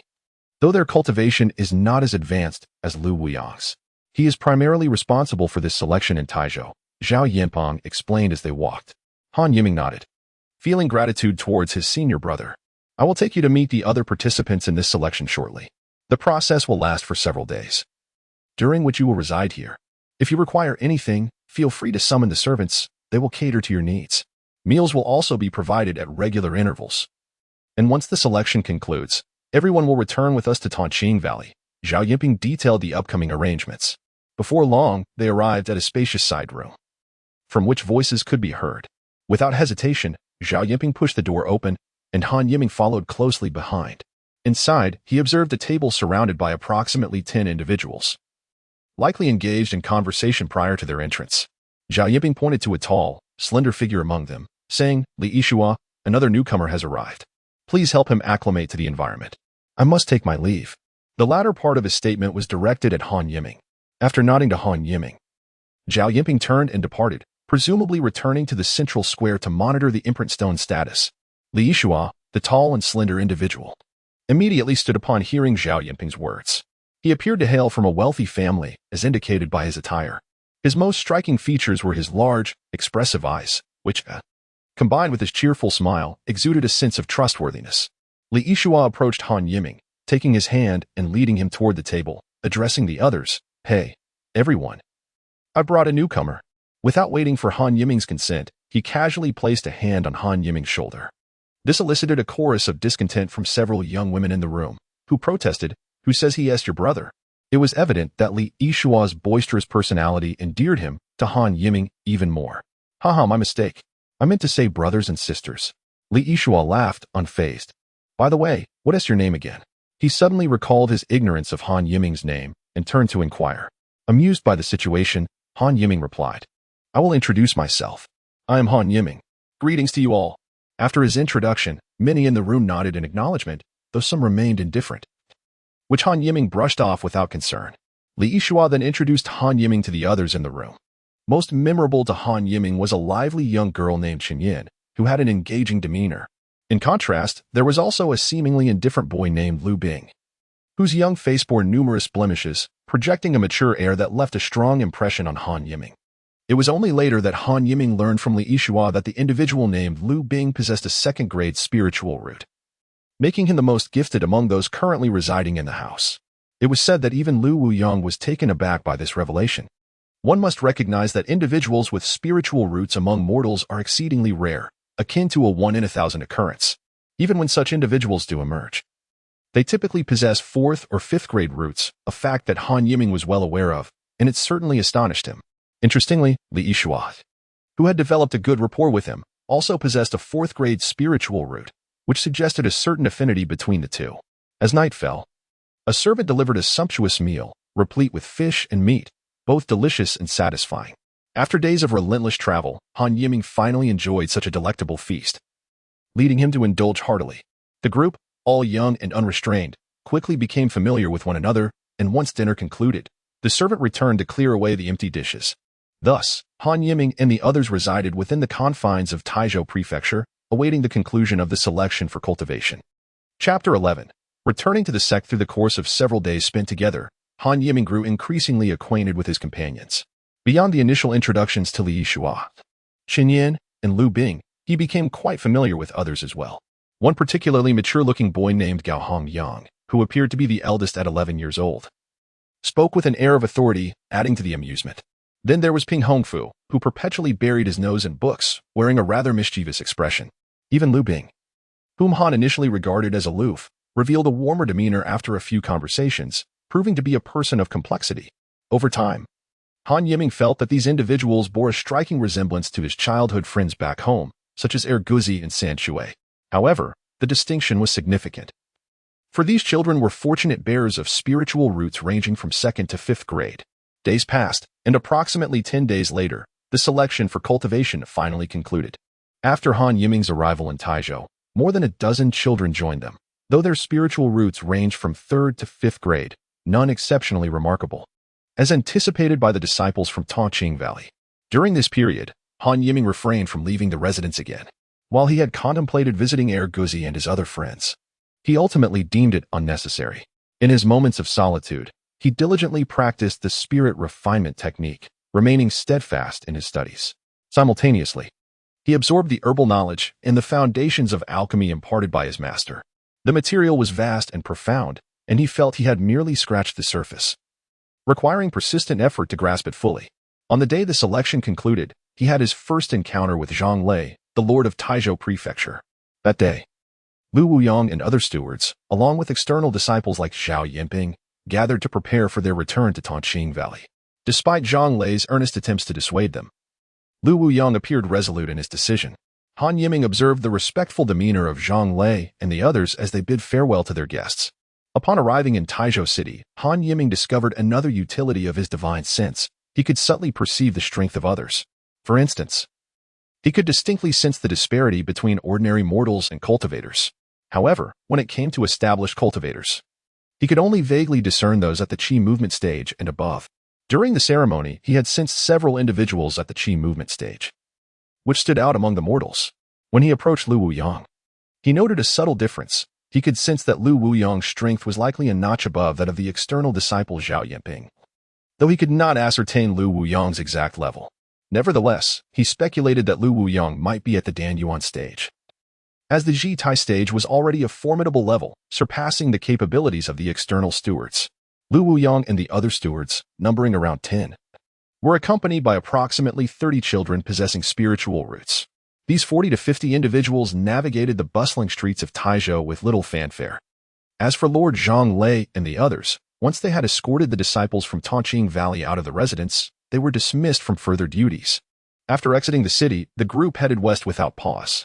20 li from the city, as they traversed a desolate mountain, Lu Wuyang's sharp whistle pierced the air, soon followed by the rapid thudding sound of hooves, reminiscent of raindrops.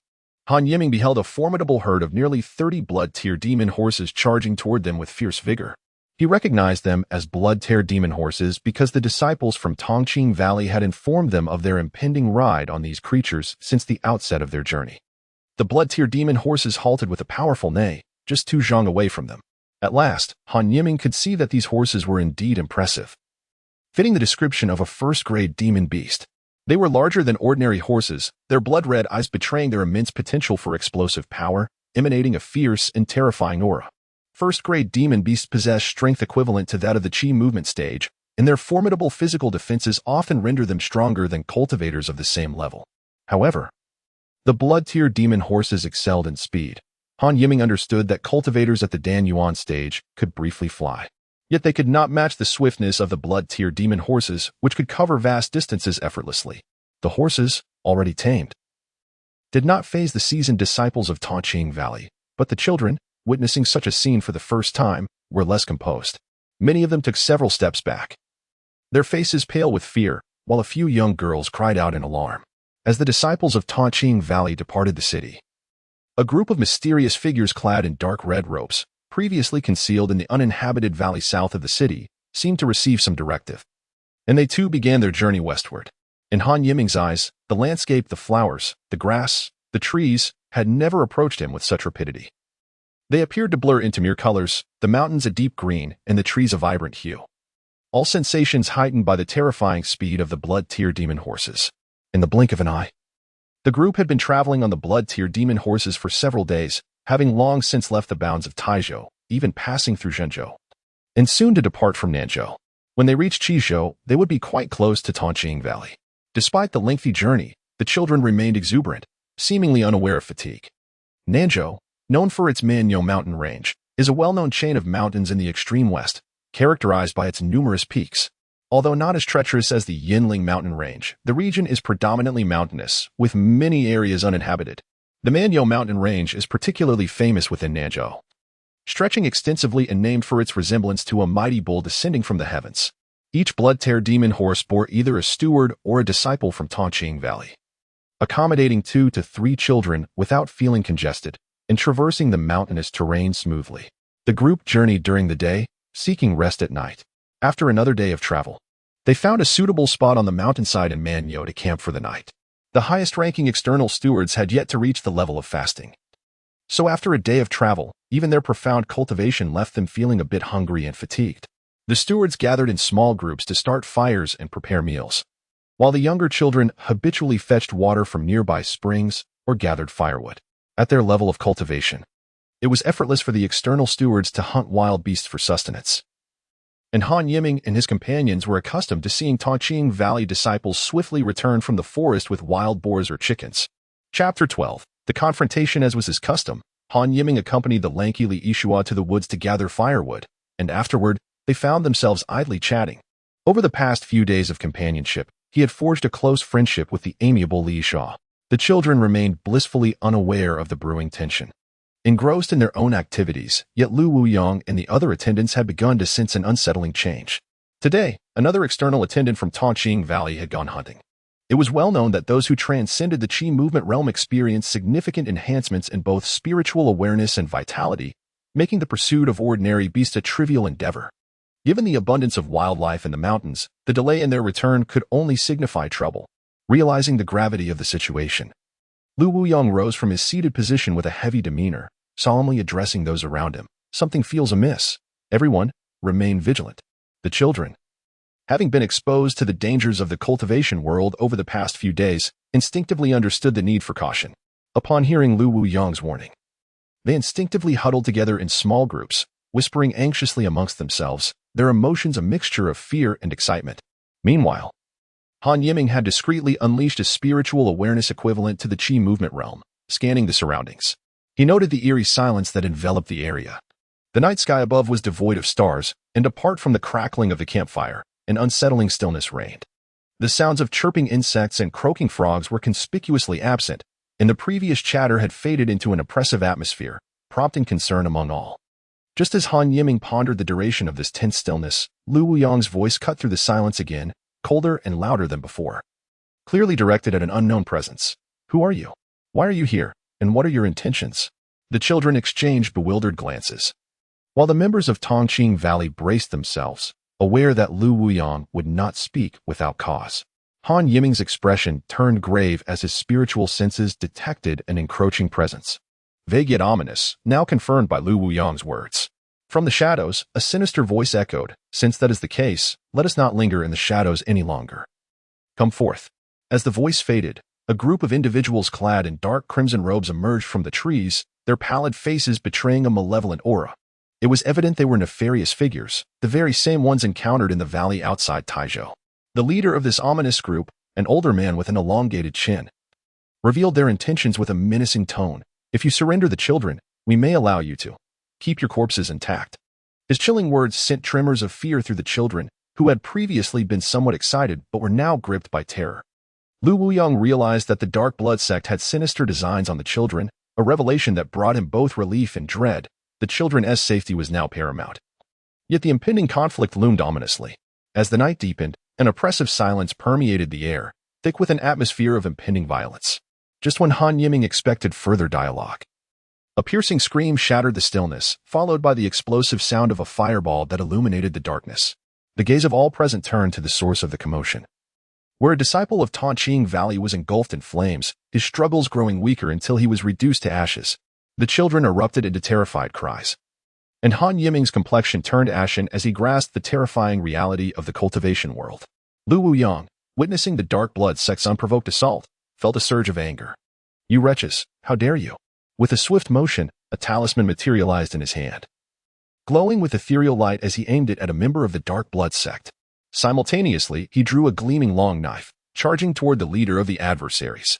The Longchen man, having anticipated Lu Wuyong's actions, conjured a talisman that raced towards Lu Wuyong's, detonating in a cacophony of sound and flame, signaling the onset of battle.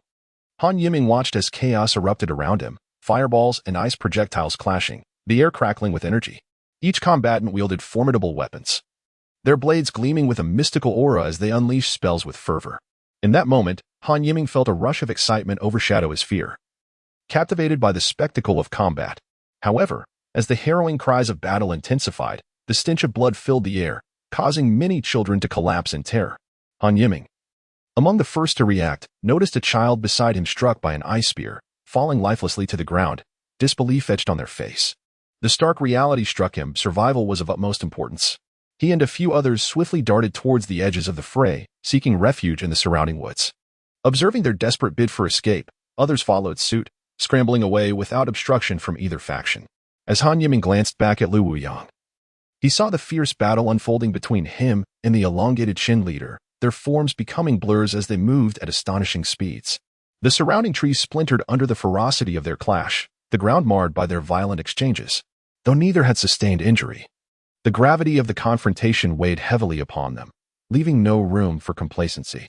As Han Yiming ran, he cast a glance at the situation of the children around him. All had escaped the confines of the circle they once occupied.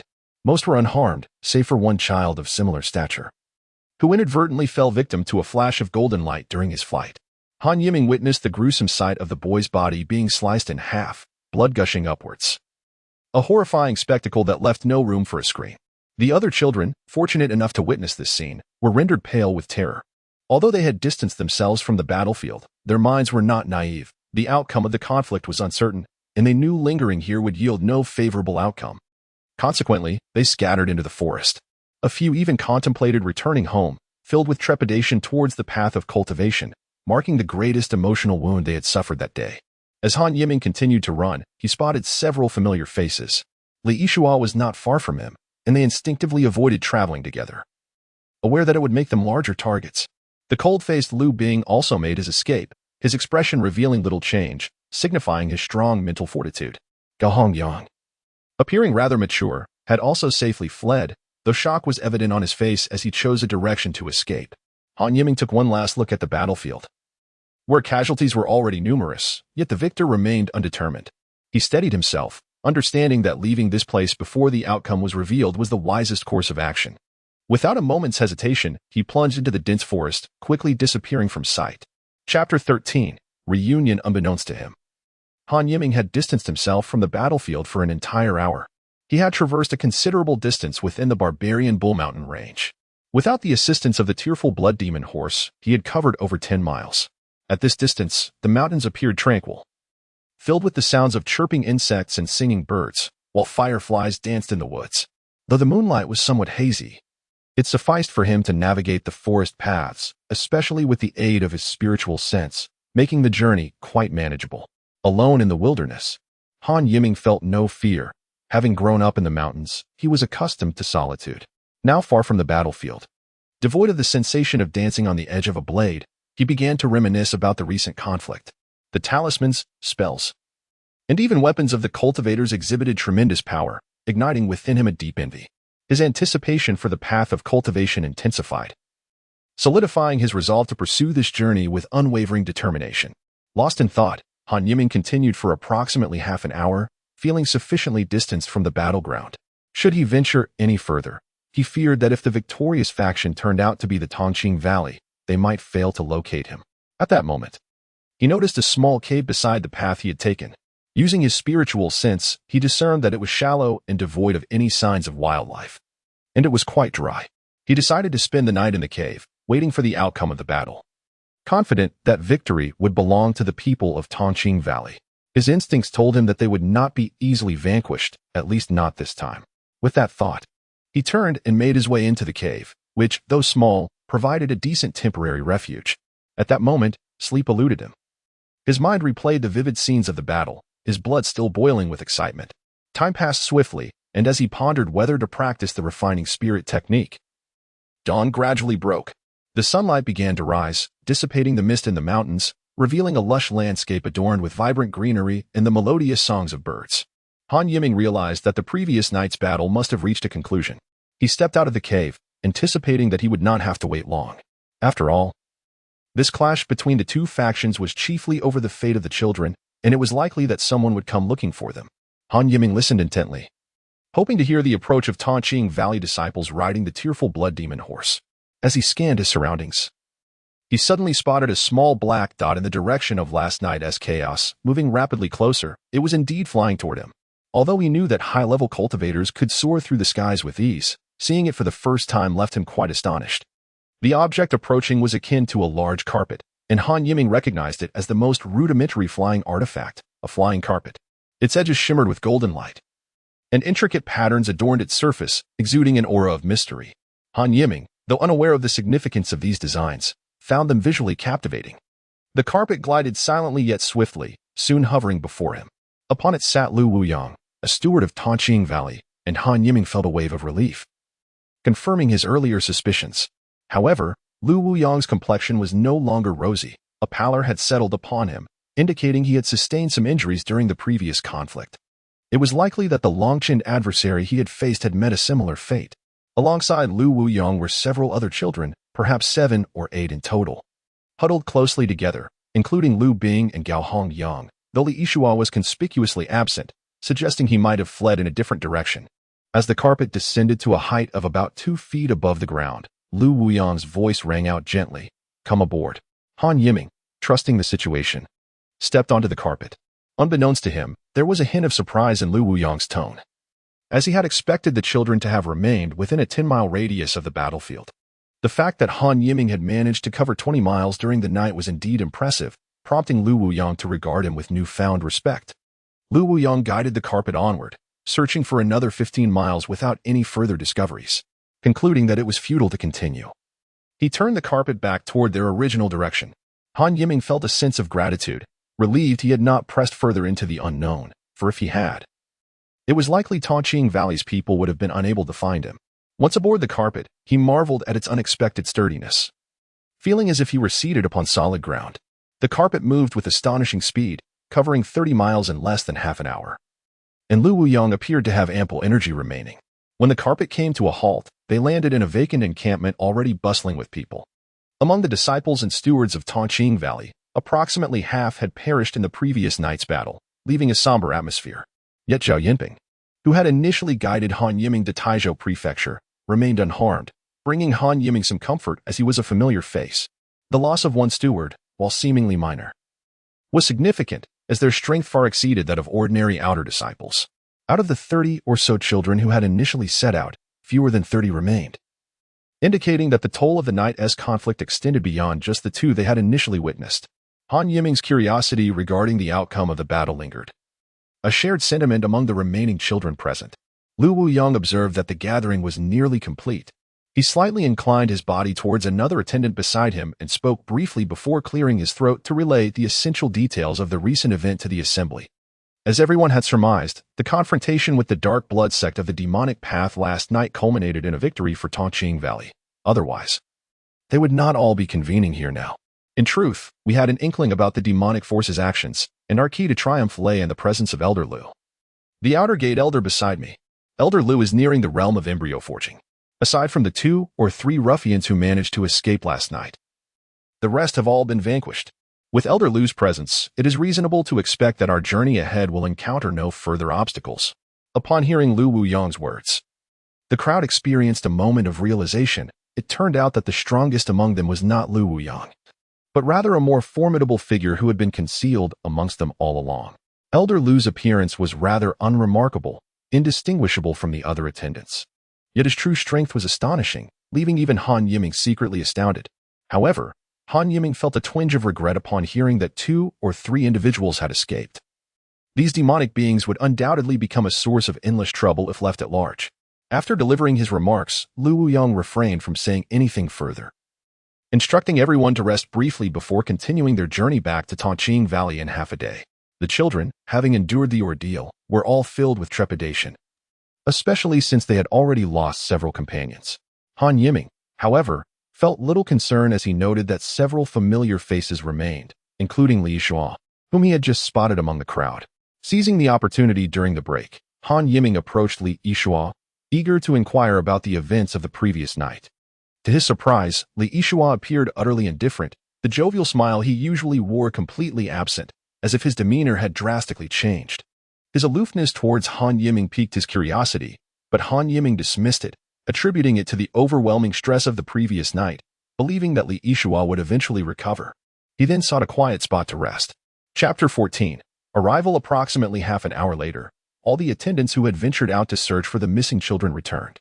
They did not dispatch disciples to search for the lost children, as their abilities were insufficient for navigating the flying carpet, despite it being the most rudimentary of flying artifacts. Ultimately, the most powerful Elder Lu undertook the search himself, but after a thorough sweep, he found no further leads, indicating that all had returned safely. The people of Tongqing Valley decided to set off immediately for their home.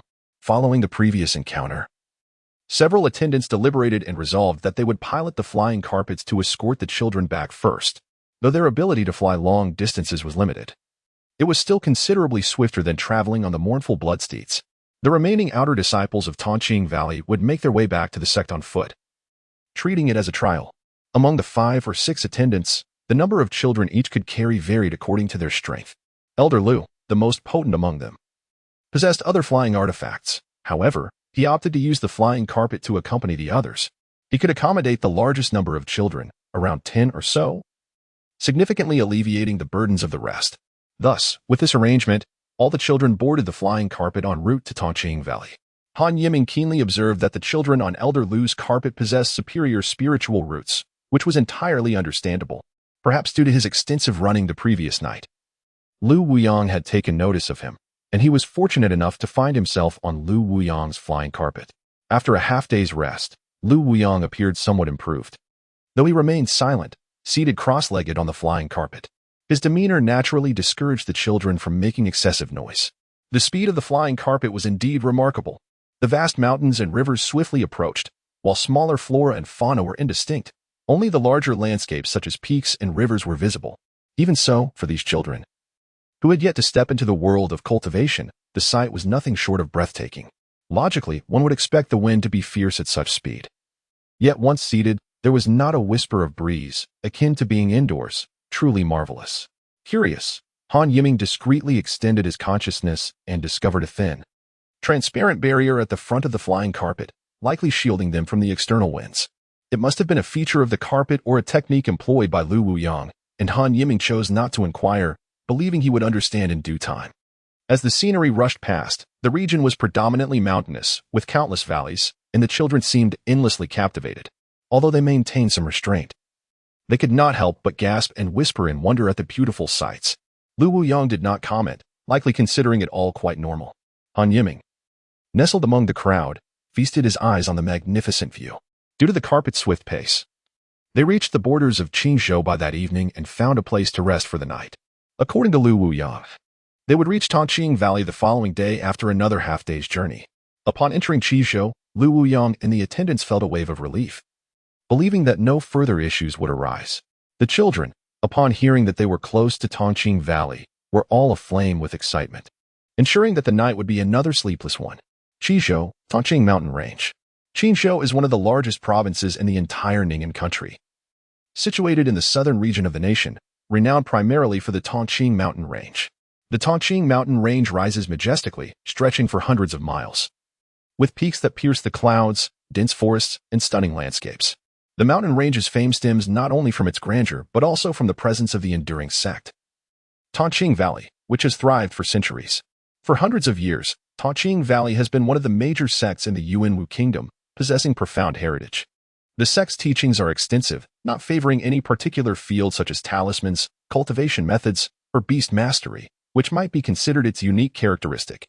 The core of the Tongqing Mountain Range comprises several of the highest peaks, each towering into the clouds, adorned with peculiar rocks, cascading waterfalls, and exotic beasts that appear far from ordinary. The flora blooms in vibrant splendor, exuding beauty and sanctity, with the air on the mountains offering a refreshing sensation akin to floating among immortals. As the children entered the Tongqing Mountain Range, their hushed whispers filled the air, for the entire range exuded an extraordinary aura. Approaching its center, the speed of the flying carpet began to slow. Upon reaching the southernmost peak of the central mountain range, all the flying carpets came to an unison halt, as though something unseen obstructed their path ahead. Han Yiming noticed Elder Lu, at the forefront, raise his hand and release a talisman, which appeared to strike an unseen barrier, erupting into a brilliant light. The children then witnessed what seemed like rippling water waves, as the circular light gradually expanded into a great circle with a diameter of 2 zhang, like a gate. At that moment, Han Yiming heard Lu Wuyang's voice resonating above the carpet, addressing the assembly. This is the sect's protective barrier. Without a specific talisman, entry is impossible. The mountains within are the very core of Tongqing Valley, essentially our inner sanctum. Of course, the entire Tongqing mountain range falls under our jurisdiction, monitored by hidden sentinels. We occupy only a fraction of the central peaks and a portion of the surrounding mountains, which is relatively modest compared to the entire range. As the elder spoke, the children displayed expressions of realization. After days of interaction with the cultivators, they were fervently eager to embark on their own paths of cultivation. Upon the emergence of the grand entrance, Elder Lu was the first to command the flying carpet, soaring into the threshold. The other attendants, unwilling to lag behind, followed suit. Shortly after their entry, the luminous barrier gradually contracted until it vanished into a mere point, restoring the space to its original state. Once inside, the children were inevitably awestruck, as if they had entered a realm beyond imagination. The scenery within was even more breathtaking than that outside, imbued with an ethereal aura. Han Yiming discerned that this was likely due to the dense spiritual energy present. Indeed, this locale was exceptional, with Tongqing Valley possessing such a place. The prosperity of their sect was assured. Unbeknownst to them, a distant group was approaching, having identified the identity of the newcomers and thus refraining from inquiry. These individuals were disciples of Tongqing Valley, indicating that the interior was under strict vigilance. The carpet whisked the group to the southern peak, halting before a vast platform that spanned several miles, impressively massive. This platform appeared as though half of the mountain had been cleaved away, revealing a majestic waterfall cascading from above, its thunderous roar both exhilarating and overwhelming. Upon arrival, all disembarked onto the platform, which was named Lingxiantai, situated on the grand peak known as Danan Peak. Standing atop Lingxiantai, they beheld swirling clouds, an expansive sky, and the relentless thundering of the waterfall behind them. An awe-inspiring spectacle that stirred even the most reticent souls to a sense of grandeur. At this moment, the once youthful children stood with heads held high, exuding an air of confidence. Han Yiming noted that even the usually aloof Lu Bing wore a countenance of ambition. As he experienced all of this, Han Yiming's resolve to pursue cultivation solidified further.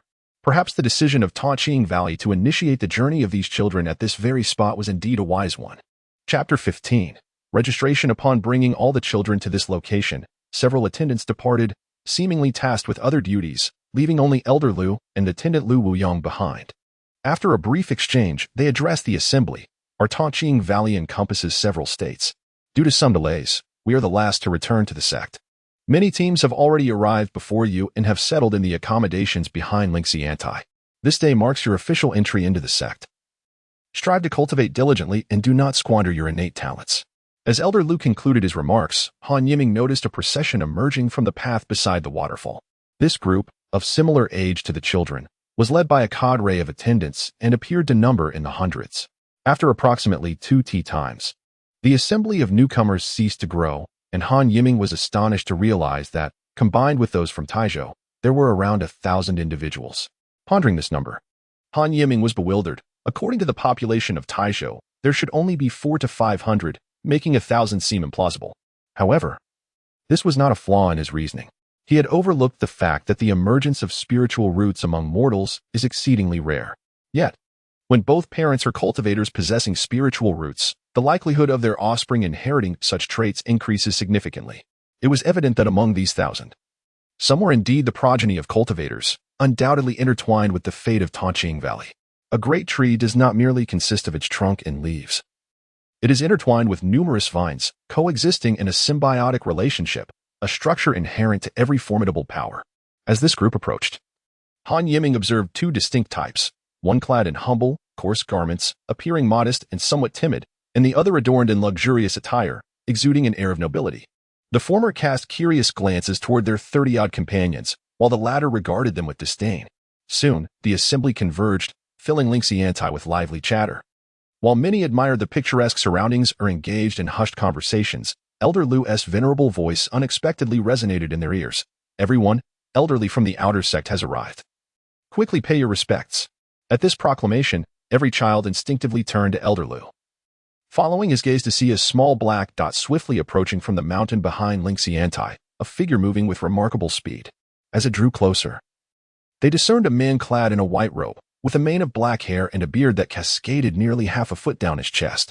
His complexion was ruddy yet bore the marks of age, indicating formidable strength. This man was not riding a flying carpet but rather standing upon a 3-foot-long sword, which gleamed like platinum, accentuating his ethereal demeanor and formidable prowess. As Elder Lu hovered above them, he surveyed the gathered crowd, while Elder Lu whispered to him about the children's circumstances. After listening, Elder Lu nodded slightly, cleared his throat, and addressed the assembly. I am Li Tian, honored to serve as an elder of Tongqing Valley's outer sect. You are all commendable. Tongqing Valley welcomes you. As he scanned the crowd, a faint smile graced his lips, instilling a sense of pride among the children, many of whom stood tall with excitement. Every nation has its laws, every family its rules. And naturally, every sect has its own regulations. Today, I shall outline a few key principles. First, there are rewards and punishments. Merit and demerit shall be distinctly recognized. Second, the sect comes first. Betrayal will not be tolerated. Those who betray will be pursued to the ends of the earth. Third, mutual harm among fellow disciples is forbidden. Violators will face dire consequences. The crowd found no fault in Elder Lu's words. After a brief pause, he continued, I shall not dwell on other matters. An attendant will soon inform you of your next steps. In closing, remember this, the path of cultivation is paved with diligence, and the sea of the Tao is boundless. Let hard work be your vessel. Cultivate earnestly. With those final words, Elderly nodded to those beside him, and without a discernible gesture, the sword beneath him erupted in light, propelling him swiftly away until he vanished before the waterfall. The spectators, having witnessed such a miraculous display of flight, felt a twinge of envy as they watched Elderly's figure fade from view. Shortly after Elderly's departure, Lu Wuyang perceived the opportune moment and brandished a scroll, waddling to the forefront of the assembly. "Listen closely to my forthcoming words. They are of utmost importance," he declared. Noticing the attentive gazes of the crowd, he proceeded, "In the next 3 days, you will gather together, where attendants will impart essential knowledge regarding cultivation, elucidate the sect's regulations, detail your future affiliations, and outline your training plans. Let me first elucidate the division of our Tongqing Valley's halls. The composition of Tongqing Valley is categorized into various halls: the Dan Hall, the Shi Hall, the Qi Hall, the Gong Hall, the Bao Hall, the Xing Hall, the Zhan Hall, the Shou Hall, the Qing Hall, and the Elder Hall, among others. In the future, you will be assigned to these halls, becoming members of them. Each hall differentiates between registered disciples, outer disciples, inner disciples, and core disciples. Your presence here today signifies that you are all recognized as registered disciples, a privilege granted by your innate cultivation potential, though you currently lack the strength to determine your status. Once you reach the Qi movement realm, you will naturally ascend to the status of outer disciples, at which point your treatment and responsibilities will differ significantly. Lu Wuyang elaborated extensively, captivating the attention of all present. He continued with an important point. You are all aware of the material wealth, such as gold and silver, in the mundane world. As cultivators, we, of course, do not require such currency. What I wish to convey is that within the sect, your wealth will be represented by sect points. These points are your currency within the sect, earned through your contributions, which you may exchange for any cultivation resources, provided you have sufficient points. Feeling he had conveyed enough, Lu Wuyang concluded, stating that in the coming days, you should diligently learn from the attendants. Atop Danan Peak, there were approximately 1,000 children, all possessing spiritual roots, each exceptionally bright and precocious. Upon hearing these words, they understood that their journey into the realm of cultivation was truly about to commence. In this ethereal setting, coupled with the innocence of the children, a sense of harmony permeated the atmosphere. Chapter 16. Dan Hall. After Lu Wuyang finished speaking, the sky had grown dim. Several attendants, donned in formal attire, addressed the crowd. "Everyone, follow me. You will reside atop Danan Peak for the next 3 days, absorbing the knowledge imparted by Elder Lu." With that, they turned and led the way back to the area where the children had gathered, familiar to them, while the 30 newcomers from Taizhou followed suit. Near the immense Linstin platform, adjacent to a waterfall, there remained a significant portion of the mountain. As Han Yiming traversed this half of the mountain, he realized its vastness. They were guided down a broad mountain path for approximately 2 miles, encountering numerous buildings along the way. These structures varied from grandiose, resplendent edifices to modest, unpretentious cottages. Yet to Han Yiming, each appeared extraordinary. The newcomers from Taizhou were assigned to a quaint, independent cottage where they would reside for 3 days. Although Li Yixuo had exhibited a notable change in demeanor, transitioning from the previously jovial and lanky figure to a more serious disposition, Han Yiming chose to share a room with him, an arrangement Li Yixuo accepted without objection. A servant brought dinner for everyone, which Han Yiming found quite delectable, marking the end of a fulfilling day. The following 2 days unfolded as Lu Wuyang had described, with various attendants elaborating on the fundamental knowledge of the cultivation world, the sect's regulations, and the system of sect points. Han Yiming listened intently, understanding the significance of adhering to regulations was crucial, while the foundational knowledge captivated him. It was only at this juncture that he began to grasp the essence of cultivation. Of course, the attendants only covered the most elementary concepts. The vastness of the world of cultivation and the myriad sects and spells rendered it impossible for anyone to claim complete knowledge. On the final day, 2 paramount matters remained: the impartation of the entry mantra and the allocation of halls. All disciples would learn the same cultivation technique, known as the Qingyang Sutra, a fundamental practice in Tongqing Valley. Almost every disciple embarked on their path to cultivation through this method. While its level may not be high, it is ideally suited for beginners. Typically, disciples transition to other techniques upon reaching the Qi movement realm. Its simplicity reflects the principle that the greatest truths are often the simplest, perhaps explaining why it serves as the foundational practice. This technique remains applicable even after entering the Qi movement realm, though one may only cultivate up to the Dan Yuan realm. It is said that further advanced techniques exist for deeper cultivation, yet Tongqing Valley lacks them. On this final day, Lu Wuyang provided guidance on the first layer of this technique and instructed on the methods of cultivation. Achieving the Qi movement realm signifies the true commencement of one's journey in cultivation. Without it, even the finest spiritual roots render one merely immortal. The time required to enter the Qi movement realm varies among individuals, primarily influenced by two factors: innate talent and diligence. Talent pertains to the level of spiritual roots, while diligence encompasses the relentless pursuit of cultivation. Under identical effort, a first-grade spiritual root may achieve the Qi movement realm in merely a year, while a second grade might require 2 years, and so forth. Cultivation is indeed arduous and monotonous, making diligence all the more vital. Although those with the purest spiritual roots might eventually attain the Qi movement realm with time, many fail to succeed in their lifetime, or the duration becomes so extensive that it loses significance. Han Yiming committed these lessons to memory, silently pledging to himself that despite his modest talent, he would not lag in diligence and would strive to make it his strength. Finally, the allocation of halls remained. After days of observation, everyone understood the importance of this distribution. Some halls offer tranquility, allowing for focused cultivation and better opportunities to earn sect points, while others impose stringent tasks, risking deductions for unmet obligations. The Gong Hall is arguably the most favorable, primarily tasked with collecting and safeguarding the sect's techniques and facilitating exchanges among disciples, making it ideal for newcomers. Conversely, the Sure Hall is less desirable, handling mundane sect affairs, which are often tedious and burdensome. The Qing Hall represents the core of the sect. Typically, newly initiated disciples lack the opportunity to enter unless they possess first-grade spiritual roots. The Elder Hall is inaccessible to registered disciples until they achieve notable strength or contributions. Other halls, such as the Zhan Hall and Xing Hall, also hold promise, while those like the Qi Hall and Dan Hall are somewhat less favorable, as they involve more mundane tasks that may impede cultivation. Nonetheless, as long as one cultivates diligently and progresses swiftly in strength, the specific hall matters less. The distinction lies in the areas of expertise developed later. Furthermore, with sufficient sect points, one may exchange for techniques and unique methods from other halls. Given the diversity in hall quality, the allocation is not a matter of personal choice but predetermined by the attendants. The final matter remained, the announcement of each individual's assigned hall. Like the others, Han Yiming was unaware of which hall he would join. Naturally, he aspired to be placed in the esteemed Gong Hall, though he recognized that, given his capabilities, such an outcome was unlikely.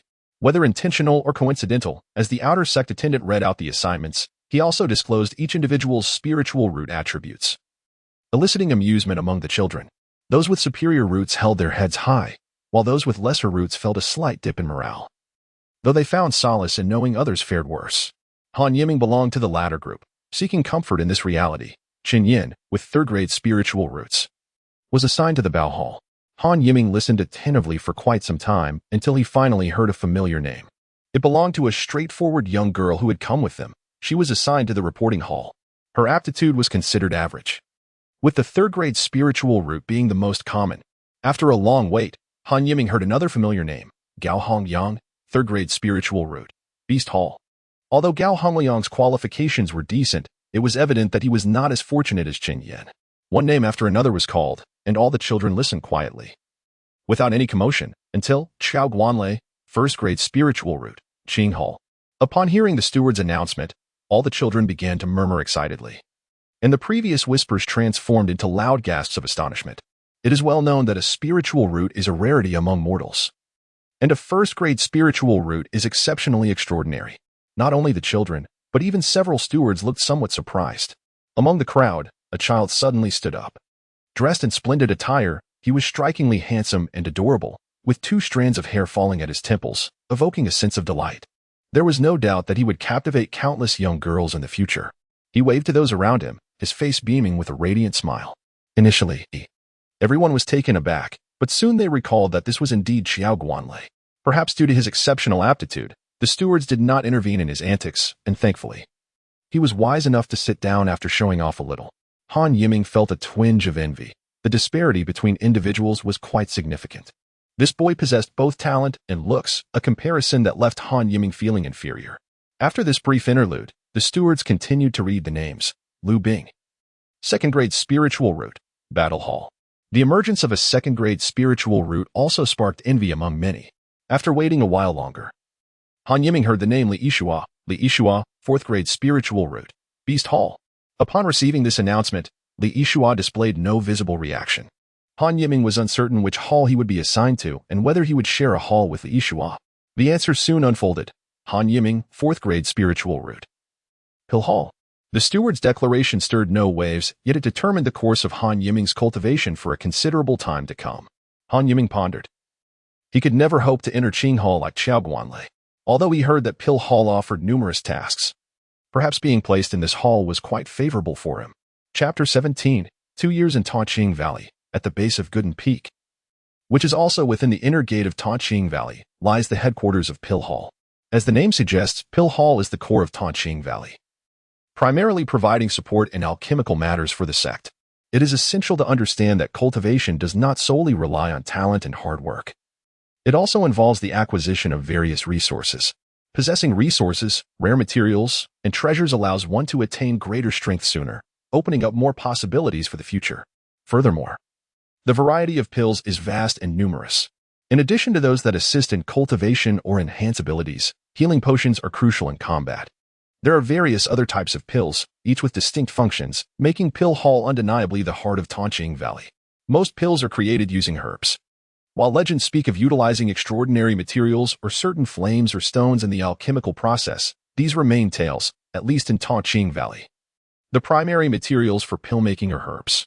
At the summit of Gooden Peak, there are numerous grand buildings, which serve as residences for various alchemists and their places of practice in pill making.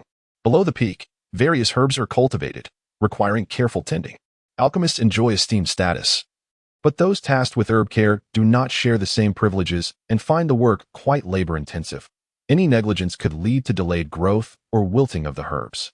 Given the countless varieties of herbs, their characteristics also vary widely, which is why Pill Hall is not a favored place for registered disciples. Somewhere at the foot of Gooden Peak, in front of a small house at the edge of a cliff, Han Yiming was organizing the items before him. These were the possessions he had received as a registered disciple after being assigned to Pill Hall, located midway up Gooden Peak. First, he received 2 sets of outer disciple garments from Tongqing Valley, which were light blue robes made of soft fabric, embroidered with a small pill cauldron emblem on the chest, marking them as standard attire for outer disciples of Pill Hall. According to a senior brother, these robes were said to be fire and water resistant, though only against ordinary flames.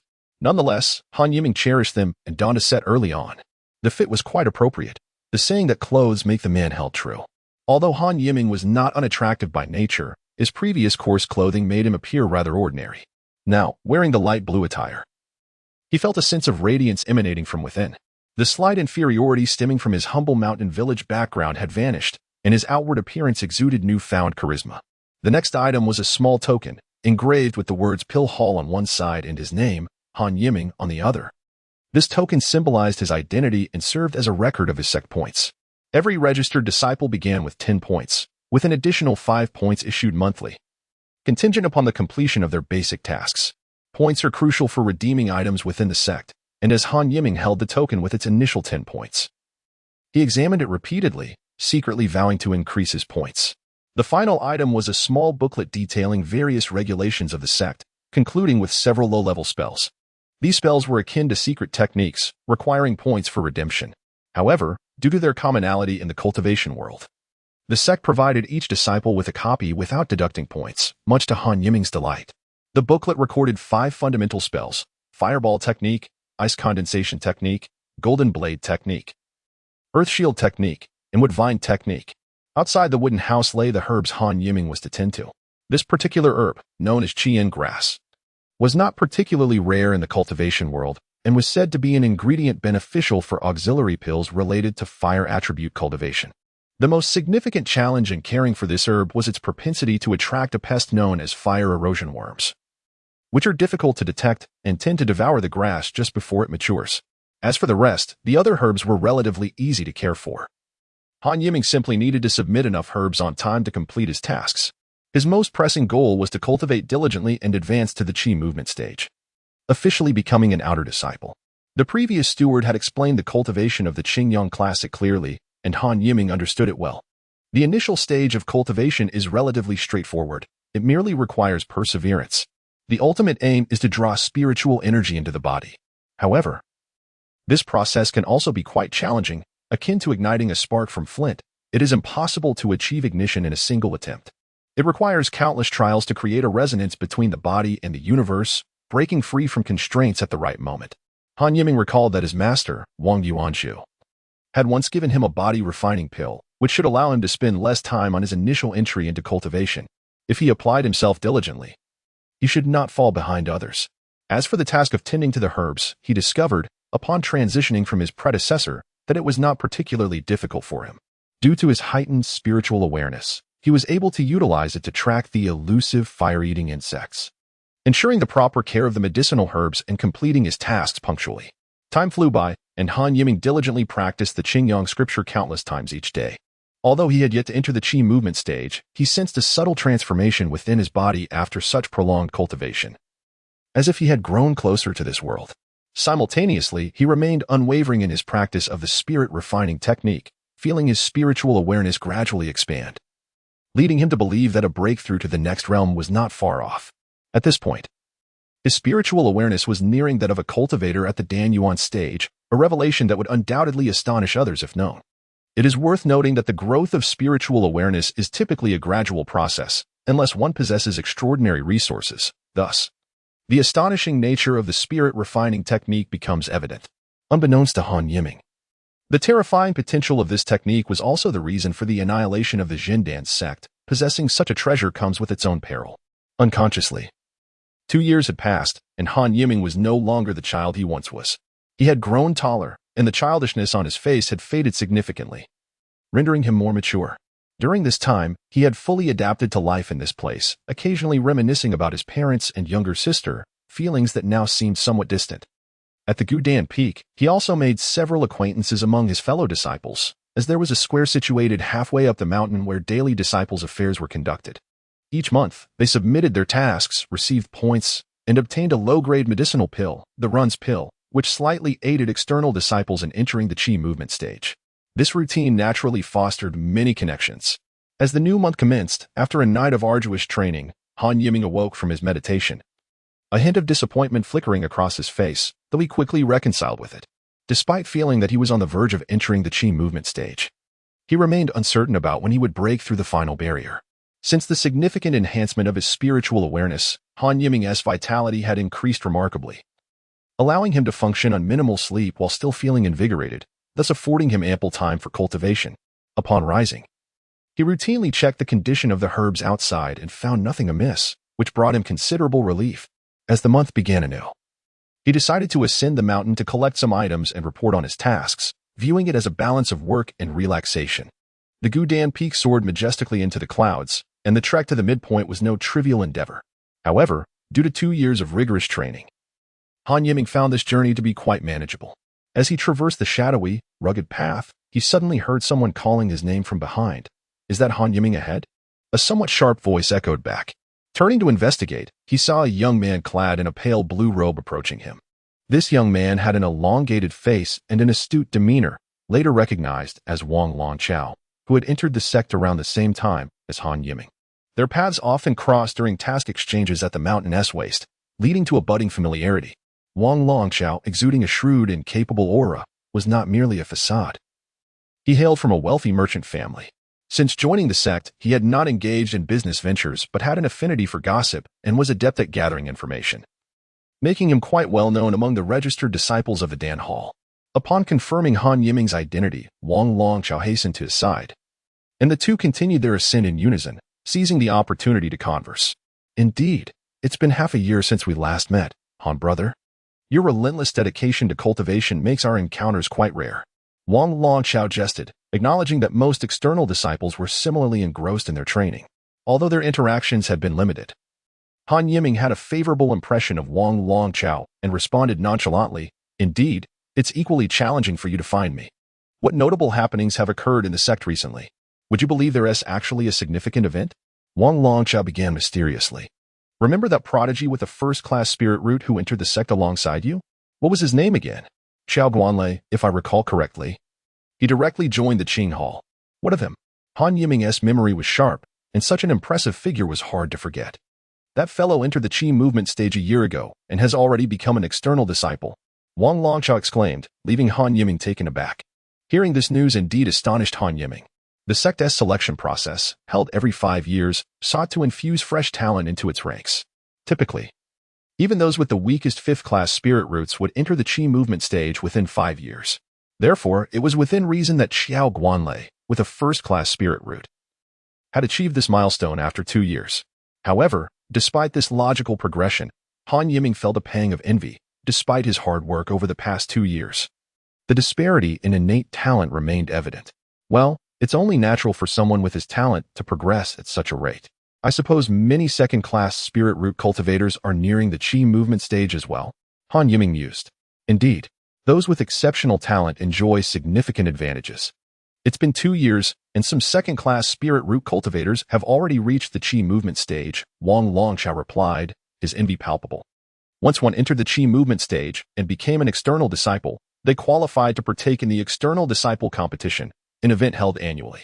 It began with the selection of the top 10 disciples from each hall, who would then compete for the top 10 positions within the entire sect, each prestigious position accompanied by generous rewards. Even if one did not secure a top rank, they could still gain recognition within the sect, potentially catching the eye of a senior who might take them on as a disciple. An opportunity that could elevate one's status exponentially. Though Han Yiming was not well versed in the details, he was aware of the external disciple competition, rumored to occur in 6 months, marking a significant event for the sect. With Wang Longchao accompanying him, the journey became considerably more engaging, allowing Han Yiming to glean insights about the sect rather than traversing the path alone. In truth, the trek to the Dan Hall Square was somewhat cumbersome for registered disciples like them. Once they advanced in their cultivation, such distances would become trivial. Moreover, if they reached the Dan Yuan stage, navigating with a flying carpet would be even more effortless. Upon arriving at the square halfway up the Gudan Peak, the two exchanged their monthly tasks and each received 5 points. At this juncture, Han Yiming had accumulated over 100 points on his token.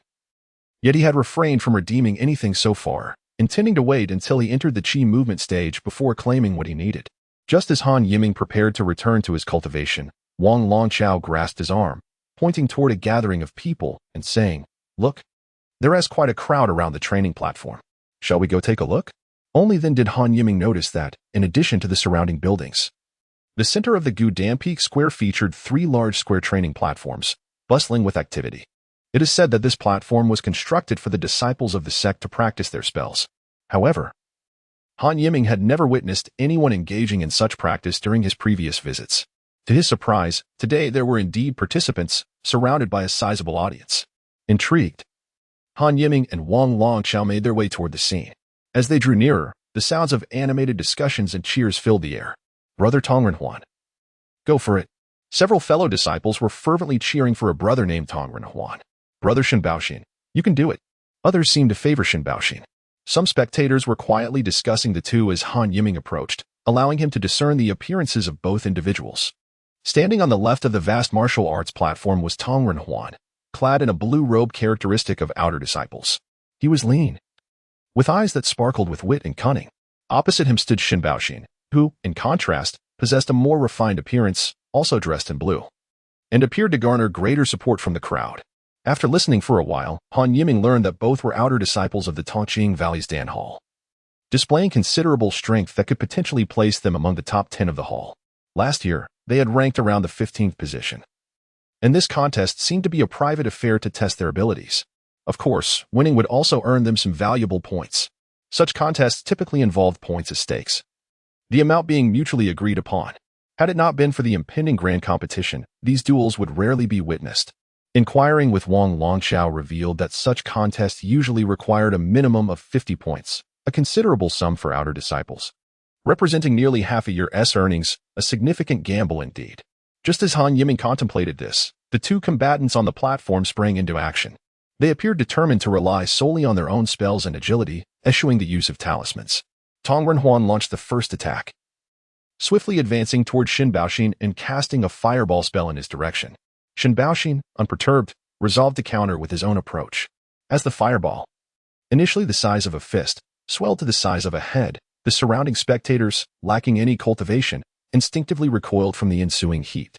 Shinbaoxin responded with an ice spell, neutralizing the fireball with a sizzling collision. Clearly, Tong Renhuan did not intend to rely solely on such low-tier spells for victory. A gleaming long knife appeared in his hand, and he swung it towards Shun Baoxin, unleashing a blade of light that darted through the air. The crowd, well-versed in the art of combat, held their breath, realizing the gravity of the situation. Shun Baoxin was well aware that this blade of light exceeded what they could withstand at their current level. Instead of confronting it head-on, he executed a swift sidestep, transforming into a fleeting shadow and evading the strike. "That is the ghost shadow step," exclaimed a nearby outer disciple, recognizing Shun Baoxin's renowned movement technique. Witnessing Shun Baoxin's evasion, Tong Renhuan's eyes narrowed, realizing the formidable nature of his opponent.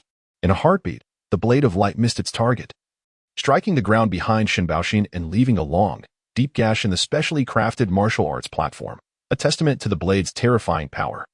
Han Yiming marveled at the transformation and strength that accompanied the path of cultivation. Even among the most novice practitioners, there was a significant leap in capability. It was no wonder the disparity between mortals and immortals was often likened to that between mud and clouds. As the spectators remained riveted to the duel, Shun Baoxin, having evaded the attack, did not choose to remain passive. Utilizing his agile footwork, he circled Tong Renhuan and mounted a counteroffensive. His weapon, a sword, unleashed a flurry of silver light, striking with incredible speed. Tong Renhuan appeared somewhat overwhelmed by the relentless assault, yet he managed to evade defeat at every turn. The two exchanged dozens of blows, neither gaining the upper hand. However, astute observers noted that their movements and the frequency of their attacks had noticeably slowed, their faces paling, clearly indicating they were exhausting their spiritual energy. The Qi movement stage allowed for only a limited store of spiritual energy. Once depleted, it could not be sustained indefinitely. Although it was possible to prolong the battle with certain pills that drained one's vitality, such measures were deemed unnecessary in this contest. As both combatants understood the futility of such a strategy, Han Yiming sensed that the outcome would soon be revealed. Indeed, after another clash of weapons, Shun Baoxin took a step back, while Tong Renhuan, overcoming the instinct to retreat, charged forward with a fierce determination. He raised his hand and swung his knife, followed by a blade of light trailing behind. Upon seeing this, Shun Baoxin's expression changed dramatically. Tong Renhuan had concealed a surge of spiritual energy. The onlookers gasped in astonishment, having believed both combatants were at their limits, only to realize Tong Renhuan had reserved a hidden strength. After executing that strike, Tong Renhuan's face turned ashen, indicating he had indeed depleted his spiritual energy. He had gambled on the accuracy of his calculations, having hovered on the brink of defeat multiple times while preparing for this final blow. Shun Baoxin, recognizing that Tong Renhuan could still unleash a blade of light, felt a pang of regret for underestimating his opponent. At that moment, he lacked the strength to retaliate. Tong Renhuan had wagered correctly. Just as the blade of light was about to make contact with Shun Baoxin, an elderly figure sitting beside the platform suddenly opened his eyes. Without any visible movement, a protective shield materialized in front of Shun Baoxin, shimmering with an earthy glow. After absorbing the blow, the shield dissipated, leaving Shun Baoxin unharmed. The elder, as though nothing had transpired, addressed the two combatants, declaring, "In this battle, Tong Renhuan emerges victorious. Proceed to the hall to settle the points." With that, the elder stepped onto a magically conjured flying carpet and swiftly departed the platform, leaving the audience in awe. Han Yiming, witnessing this spectacle, felt a surge of admiration. Meanwhile, Tong Renhuan and Shun Baoxin reacted quite differently to the elder's announcement. Tong Renhuan wore a triumphant expression, as if the spiritual energy he had exhausted had been partially replenished. He lifted his chin, gazing down at Shun Baoxin with a sense of pride, knowing that the result was final and undisputed. In stark contrast, Shun Baoxin's expression was one of utter dismay. The loss of points weighed heavily on him, even for an outer disciple. As the excitement dwindled, the crowd began to disperse, unwilling to remain and witness Shun Baoxin's humiliation. None among the onlookers wished to offend such a powerful brother, and even the outer disciples soon followed suit. Retreating into the distance, Han Yiming and Wang Longqiao walked together along the path they had taken before. After witnessing the lively event, Wang Longqiao was quite exhilarated. He appeared to have much to express, yet he understood that it was not the appropriate moment for conversation, so he restrained himself and walked alongside Han Yiming. Once they reached the deserted road down the mountain, Wang Longqiao began to speak. "Today has indeed been fortuitous. You may not be aware, Brother Han, but such contests are rare occurrences. Everyone is typically engrossed in their cultivation. It's only with the impending external disciple competition that they have emerged from their seclusion. Everyone aspires to enhance their strength and accumulate points to exchange for resources that will bolster their abilities, significantly increasing the likelihood of standing out in the external disciple competition. This competition is truly the place for soaring to great heights. Wang Longqiao spoke at length, and although Han Yiming was somewhat uninformed, he grasped the significance of the external disciple competition. The rewards for this event were substantial, but more importantly, it presented an opportunity to be noticed by influential figures. Having a patron in the realm of cultivation was immensely valuable. Seizing the moment, Han Yiming inquired about other common knowledge related to the external disciple competition. Wang Longqiao, in high spirits, gladly shared. The two competitors from today were ranked around 14th or 15th in the pill hall during last year's competition, demonstrating that even a humble pill hall is a place of hidden talents. Han Yiming also asked for the names of several senior brothers and sisters who ranked highly in the pill hall last year. He heard that one particularly powerful senior sister was extraordinarily beautiful and was rumored to be named Lin Wanchue. Thus, Han Yiming and Wang Longqiao engaged in discussion as they descended the mountain, with Han Yiming predominantly asking questions while Wang Longqiao provided answers. Upon returning to his residence, Han Yiming sat in meditation, reflecting on the vivid scenes he had witnessed earlier, still savoring the experience. Whether it was the duel between Shen Baoxin and Tong Renhuan, or the composed manner in which the elderly judge diffused the attacks, all left Han Yiming yearning for more. Grasping the nourishing pill he had just acquired, he swallowed it without hesitation. Overthinking would yield no benefit. He resolved to continue his cultivation.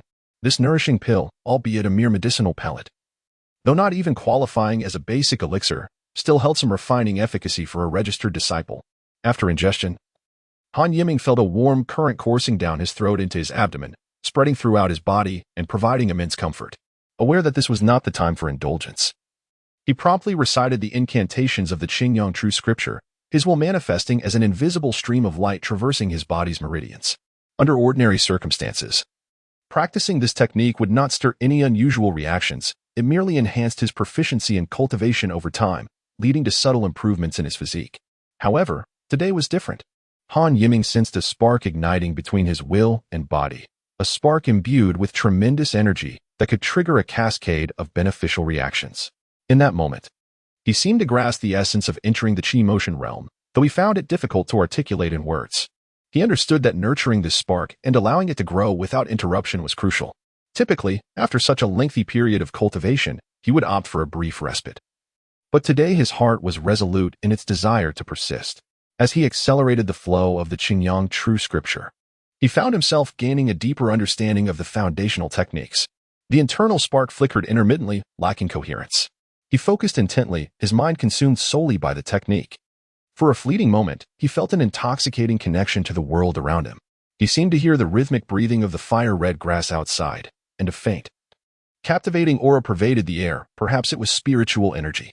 Suddenly, within the unseen depths of his body, the will shaped by the technique erupted into a brilliant radiance. This brilliance was dazzling, generating an immense pull that consumed all the spiritual energy within a 5-zhang radius around Han Yiming.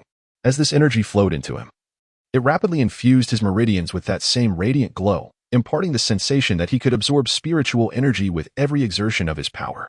Unbeknownst to him, Han Yiming's technique gradually came to a halt, not by deliberate effort, but through a serene sense of accomplishment. He opened his eyes, a smile gracing his handsome features, for he believed he had indeed entered the Qi motion realm. Stretching his limbs, he felt an unparalleled vitality surging through him. His sensitivity to his surroundings had heightened, and coupled with his innate spiritual awareness, it was a marvelous experience. In this solitude, Han Yiming celebrated his achievement for a while until he finally regained his composure. There were numerous tasks ahead of him, and the road stretched long before him. Logically, given his talents, reaching the Qi motion realm would typically require at least 4 years unless extraordinary diligence or unique circumstances intervened. Han Yiming understood that this rapid progress was likely linked to the body-refining pills administered to him by his master, Wang Yuanqiu.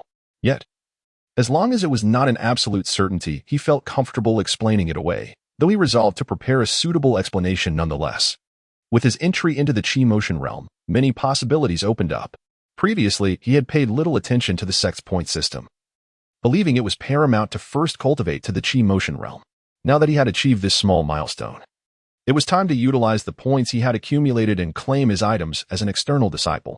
Moreover, he was now permitted to formally cultivate secret techniques and spells, all of which required attention and training. It seemed his spirit-refining technique had also reached a critical juncture, necessitating careful consideration. With his cultivation enhanced, the opportunities before him multiplied, filling Han Yiming with anticipation. Since he no longer felt inclined to continue his cultivation, he decided to venture outside to inspect the growth of the fire-red grass.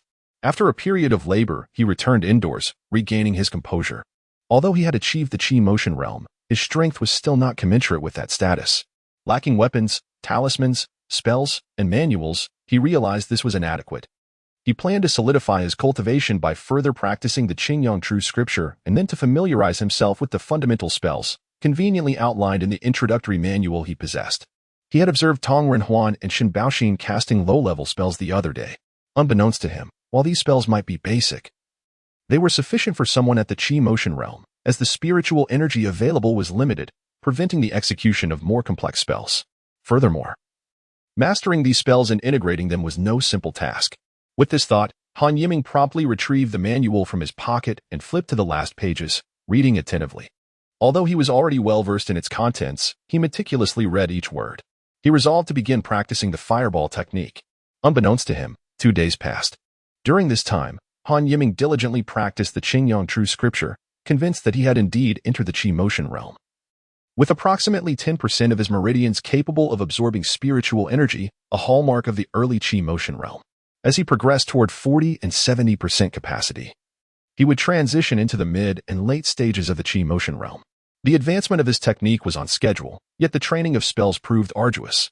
As Han Yiming executed the spell incantation, observing a flicker of flame emanating from his fingertips, a wry smile crossed his face.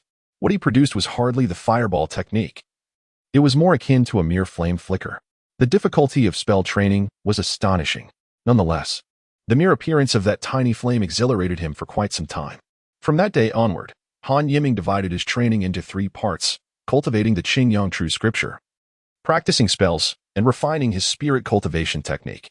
From beginning to end, Han Yiming remained unwavering in his cultivation of the divine refinement technique. Although the process was fraught with suffering, he was aware that his consciousness was gradually expanding, which motivated him to persist through the hardships. Recently, sensing an impending breakthrough in his awareness, he intensified his training schedule. Chapter 21. Outer Sect, Tongqing Valley, Gooden Peak, at the foot of the mountain. In a dwelling adjacent to a field of crimson flame herbs, Han Yiming found his refuge, the place where he had resided the longest since arriving at Tongqing Valley. The herb cultivation area was not limited to Gooden Peak. There were other locations as well. However, the responsibility for tending to these ordinary herbs primarily fell to registered disciples. During his leisure time, Han Yiming had strolled through his assigned area and encountered several other registered disciples overseeing their own plots. The expanse at the foot of Gooden Peak was indeed vast. After wandering for a considerable duration without discovering anything new, he decided against further exploration. At this moment, in Han Yiming's abode, a young man clad in light blue outer sect disciple attire was pacing thoughtfully.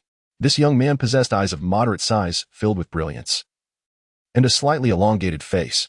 Although not exceptionally handsome, he had a striking appeal. This was Han Yiming, who had matured considerably over the past 2 years, and it had been over half a month since he entered the Qi motion realm. His furrowed brow and contemplative demeanor stemmed from the palpable sense that a breakthrough in the divine refinement technique was imminent. However, after several days of training, he had yet to achieve it, which left him feeling quite frustrated. After much contemplation, Han Yiming resolved to abandon his plan of waiting for the breakthrough before becoming an outer sect disciple, opting instead to ascend the mountain now to attain this status. The sooner he became an outer sect disciple, the better the treatment he would receive. With his decision made, Han Yiming hesitated no longer, gathered his belongings, and set off towards the headquarters of the Dan Hall located halfway up the mountain. This time, he did not encounter Wang Longqiao on the way. Since entering the Qi motion realm, Han Yiming had experienced significant improvement in his physical abilities. The feats of agility that mere mortals spoke of were no longer a challenge for him, making his journey up the mountain quite effortless. He even found himself looking forward to when he would enter the Dan Yuan realm and be able to ride a flying carpet, thus liberating himself from the toils of running. Lost in such thoughts, Han Yiming arrived at the plaza of the Dan Hall. In this expansive square, besides the martial arts platform, there were 9 bronze cauldrons arranged in 3 rows, each containing wisps of light smoke that carried a refreshing aroma. The square appeared vast, with its ground paved in deep blue stone, exuding a sense of solidity and weight. At the far end of the square, against the mountainside, stood several imposing buildings. Han Yiming had not taken the time to examine them closely before, but upon closer inspection today, he noticed their resplendent architecture, with some structures wreathed in clouds, evoking a sense of reverence. The central building, the most magnificent of all, served as the heart of the complex. From a distance, Han Yiming could see the words Dan Hall inscribed in ancient, powerful characters at the entrance. This was the headquarters of the Dan Hall, where he intended to handle his admission as an outer sect disciple and resolve matters related to point exchanges. He frequently observed disciples in various attire entering and exiting the building, with many being registered disciples, though outer sect disciples were also common.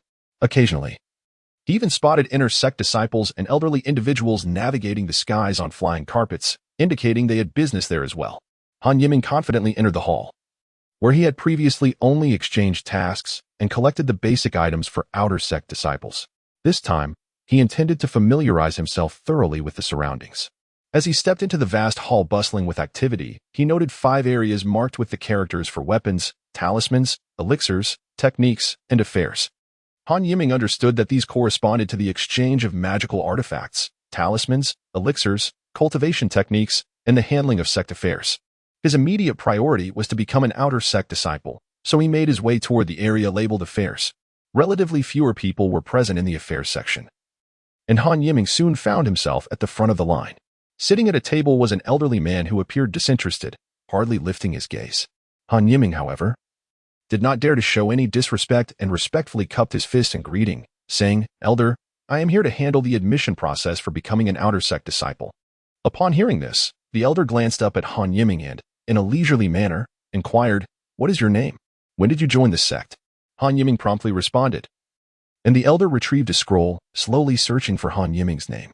After a while, he seemed to find it, and upon confirming the details, he looked up with a hint of surprise, asking, "You possess a 4th-grade spirit root? You joined the sect 2 years ago?" Han Yiming detected the elder's astonishment and replied, "Yes, I possess a 4th-grade spirit root and have been in the sect for just over 2 years."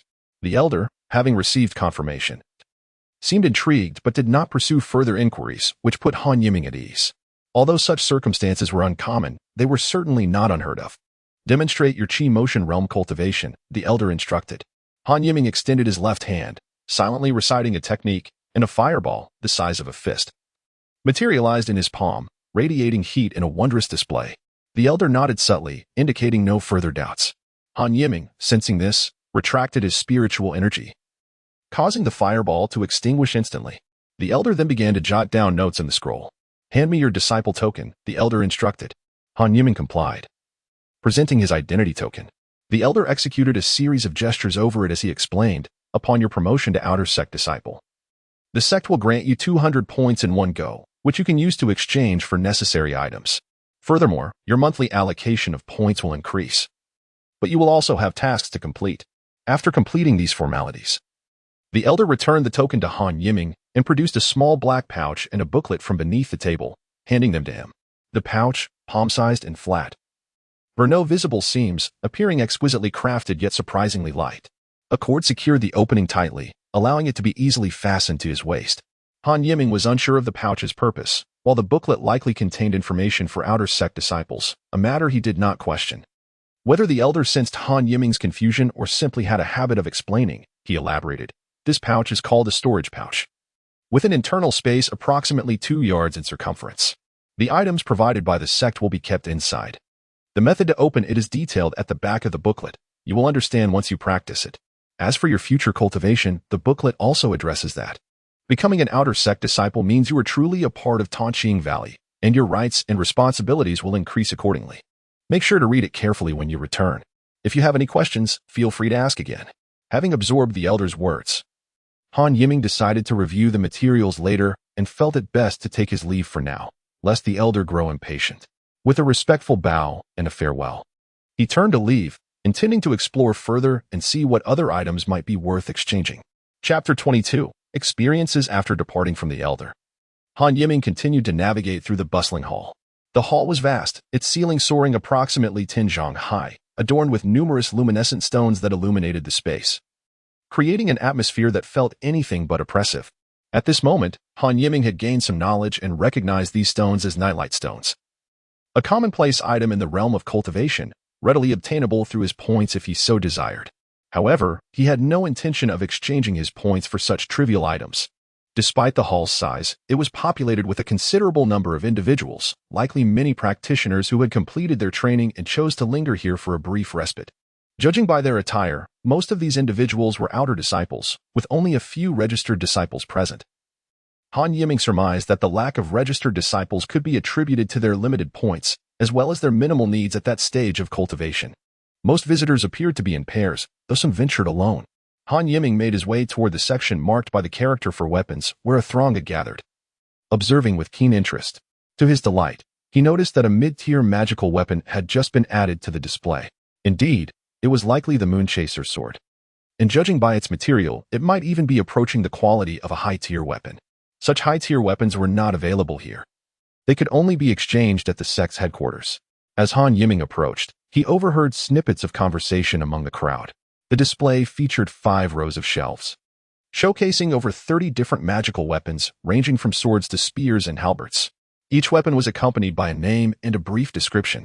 The standard green sword, too, was of a slightly superior grade compared to the standard green sword I distributed to outer disciples. Classified as a mid-tier weapon with a price of 400 points.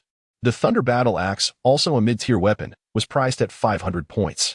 Strolling further, Han Yiming observed various magical weapons, all of commendable quality, albeit categorized into numerous tiers. Upon reaching the spot where the earlier conversation had taken place, he beheld several evidently higher-tier weapons, totaling 5 distinct types, each radiating an extraordinary aura. The Moonchaser sword, a mid-tier mid-grade weapon, was priced at 6,000 points, while the Sun Blade, a mid-tier low-grade weapon, cost 4,500 points. Calculating his own points, Han Yiming realized he possessed just over 300 points, rendering the mid-grade weapons far beyond his reach. His immediate priority was to find a secret technique for cultivation. The weapons provided by the sect were likely the lowest tier, yet sufficient for his current needs. Although he did not plan to exchange for weapons, he still took the opportunity to examine all available options, considering it a valuable experience. He discovered that he had a particular fondness for swords and vowed to acquire a fine sword as his weapon in the future. While many were observing, the actual transactions were few, and a middle-aged man presided over the area, seemingly unfazed by the situation, as he sat calmly at a table. Eyes closed in meditation, perhaps engaged in cultivation or contemplating some secret technique. After perusing the weapons section, Han Yiming slowly made his way to the area marked with the character for pills, which, as he realized, referred to medicinal elixirs. This area piqued his interest the most, as he had already made some inroads into alchemy due to his master, Wang Yuanxiu, but had yet to have the opportunity to truly practice it himself. The shelves in the pill section were as numerous as those in the weapon area, but due to the smaller size of the elixirs, it seemed as though many were displayed here.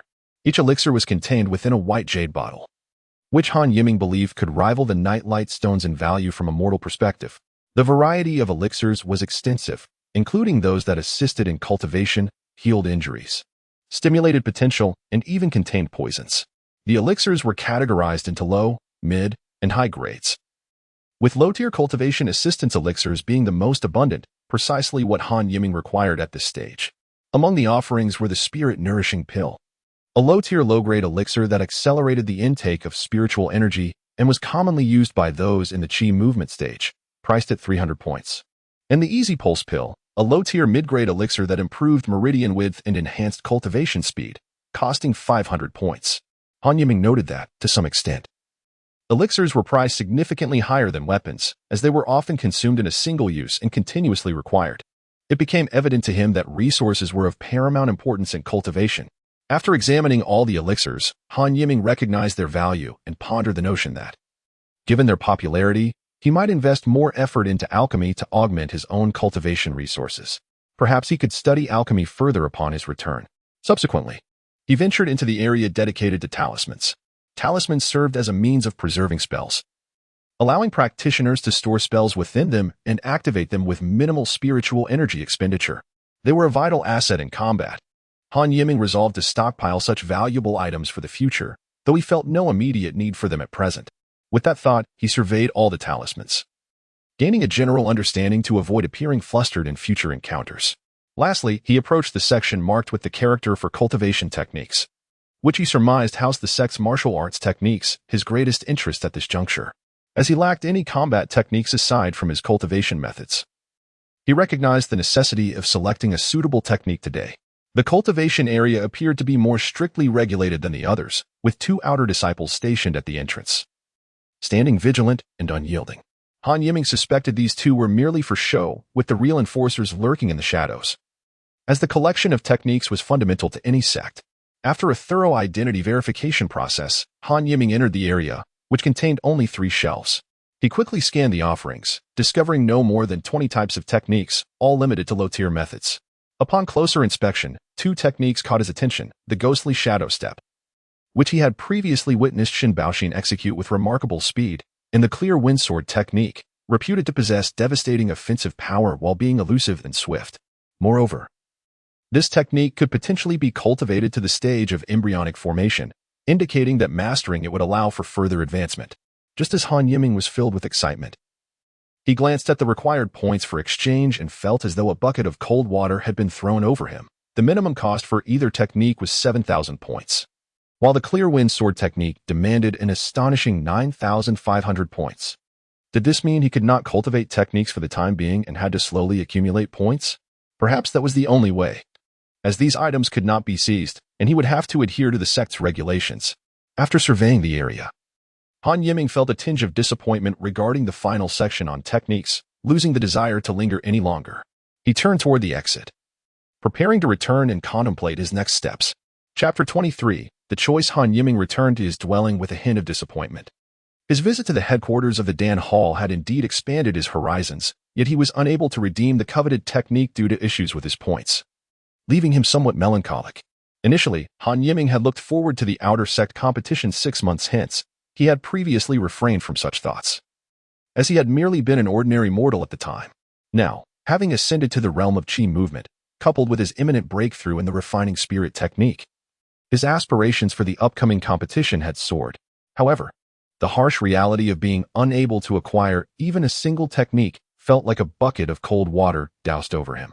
After brooding alone for a while, Han Yiming managed to lift his spirits. He was not one to dwell excessively on trivial matters. He recognized that his immediate priority was to gradually accumulate points, which would be a daunting task to amass several thousand points in a short span. As he paced back and forth, Han Yiming suddenly noticed the storage bag and the booklet on the table, nearly forgetting about them. He thought to himself that perhaps there might be some surprises within. He first picked up the booklet and began to peruse its contents. As this was his first encounter with a storage bag, he was unsure how to utilize it. Surely the booklet would provide instructions. Han Yiming flipped through the pages at a leisurely pace, occasionally nodding in understanding. The information contained within seemed quite detailed, and it should also include instructions for using the storage bag. After years of experience, Han Yiming had gradually transformed from a mischievous youth into a composed adult. Though he still retained the essence of youth, living alone had taught him the value of steadiness. Suddenly, he leapt up, exclaiming a phrase he had not uttered in ages. A curse from his hometown. If Wang Longqiao, who had accompanied him to the Dan Hall days prior, were to witness this moment, he would surely be astounded to see the refined Han Yiming uttering profanities. I can actually learn the clear windsword technique? While astonishment gripped him, there was an unmistakable joy in his tone.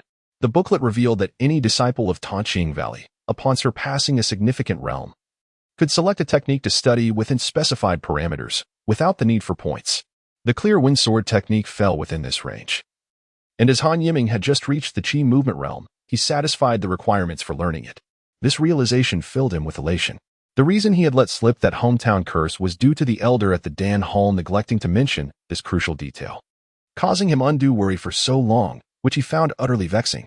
Although he refrained from vocalizing his grievances, he could not help but mutter a few words in his mind, having wrongfully accused the elder of concealing such common knowledge, something he felt unnecessary to mention.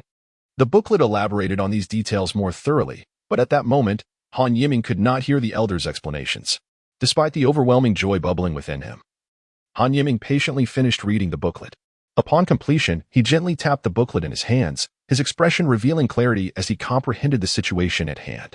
The usage of the storage bag was quite simple. One merely needed to infuse a drop of their own blood into it. Trusting the instructions, Han Yiming promptly employed the newly learned golden blade technique. A faint golden gleam emanated from the tip of his left index finger, delicate yet sharp. With a gentle flick towards his right thumb, a small incision appeared, and blood flowed forth. Han Yiming ceased the golden blade technique and propelled the droplet of blood onto the storage bag. The previously dull bag erupted with a crimson glow upon contact, only to revert to its original state in the blink of an eye. Simultaneously, Han Yiming sensed an inexplicable connection with the bag. His formidable spiritual consciousness entered its confines, revealing an approximate 2-meter space within, where several items lay quietly. His consciousness brushed against a white jade bottle, which immediately materialized in his hand. Recognizing it as a bottle of moistening elixir issued by the sect, he knew it would be beneficial for those newly entering the Qi movement realm, aiding them in stabilizing their newfound level. With a gentle motion of his consciousness connecting the elixir bottle and the storage bag, the bottle vanished from his hand, only to reappear within the bag. Han Yiming reveled in the enchanting game of storing and retrieving items until he felt a bit dizzy, realizing he had overexerted his spiritual consciousness. While storage bags were indeed precious to mortals, they were considered the most basic form of storage artifact among cultivators due to their limited space and susceptibility to damage. Typically, any cultivator reaching the late stages of Qi movement could easily destroy a storage bag, resulting in the obliteration of its contents. Consequently, higher-level cultivators often dismiss storage bags as inconsequential. Reflecting on this, Han Yiming touched the storage ring around his neck, which he had placed alongside the peace talisman. The brown ring was clearly not an ordinary item. Earlier, he had also tested it with his blood, but while it emitted a faint glow, attempting to sense it with his consciousness proved futile. It seemed his master had left some form of trial upon it, and Han Yiming resolved to wait until his spiritual consciousness had advanced before attempting again. He carefully stored his initial set of clothing and daily necessities within the storage bag, securing it at his waist. In that moment, he felt a sense of accomplishment, realizing he had amassed a modest fortune.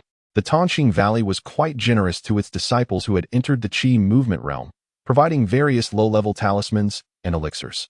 Among them were 2 translucent stones, which Han Yiming recognized from the booklet as spirit stones. Though they were the most inferior low-grade spirit stones, he was no longer an ignorant mortal. These were the currency of the cultivation world. He cherished the 2 small low-grade spirit stones, playing with them until they nearly developed a sheen from his handling, before reluctantly placing them into the storage bag. At that moment, he felt a surge of wealth. After inventorying all his belongings, Han Yiming set forth once more towards the Dan Hall headquarters, this time with a clear purpose, to exchange for the clear windsword technique. Upon arriving at the Grand Hall of the Dan Hall headquarters, he made his way directly to the exchange counter and explained his situation to the attendant. The attendant did not hinder him, merely reminding him to return the technique within a day. With the technique in hand, Han Yiming rushed back to his dwelling as if he had discovered a treasure, eagerly unfolding the technique to study. The clear windsword technique was indeed remarkable. On his first read, he struggled to comprehend it fully, merely memorizing it. To avoid mistakes, he chose to copy it down, and after a thorough comparison, he felt reassured. It was time to embark on the training of this offensive technique. Only 6 months remained until the outer sect competition, and time was of the essence. Han Yiming silently resolved that his emergence would commence from this upcoming competition. 6 months could be neither long nor short. Anything was still possible.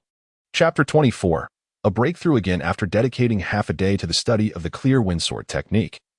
Han Yiming found himself genuinely engaged for the first time with a cultivation technique, feeling a refreshing novelty. Prior to this, he had encountered techniques, but they could only be classified as martial arts. These were gifts from the Tongqing Valley to its registered disciples, available to all, consisting of a few sets of boxing and sword techniques from the mortal realm. Because Han Yiming was diligent, he had practiced these boxing and sword techniques proficiently over the past 2 years. Even if Han Yiming had not yet entered the realm of aerodynamics a few days prior, had he returned to Hanjia village at that time, he could have secured an official position in Taizhou Prefecture, for he could undoubtedly be regarded as a formidable martial artist. His only shortcoming lay in his lack of combat experience. All his knowledge was merely theoretical, and the martial arts he practiced were self-taught, untested in the crucible of actual battle. This explains why he felt such exhilaration upon witnessing his 2 senior brothers sparring at the Dan Hall headquarters. He realized his deep yearning for combat and the desire to hone his skills.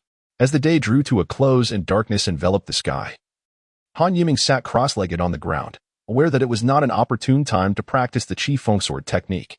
Instead, he began to cultivate the Qingyang True Scripture, as this foundational practice determined one's cultivation level, whereas the techniques merely dictated the combat capabilities of practitioners at the same level. He sensed the flow of spiritual energy coursing through his meridians, feeling a profound sense of comfort, as though this energy had grown slightly stronger after circulating through 2 cycles. Suddenly, Han Yiming comprehended that his future cultivation would be divided into 3 essential components: the foundational practice, techniques, and the divine refinement method, each holding significant importance. Completing the cycle of the Qingyang True Scripture without incident, he prepared to embark on the cultivation of the divine refinement method. His hesitation stemmed from the excruciating nature of this practice, which subjected him to relentless torment. Although his spirit remained undeterred, a lingering apprehension towards this particular technique persisted.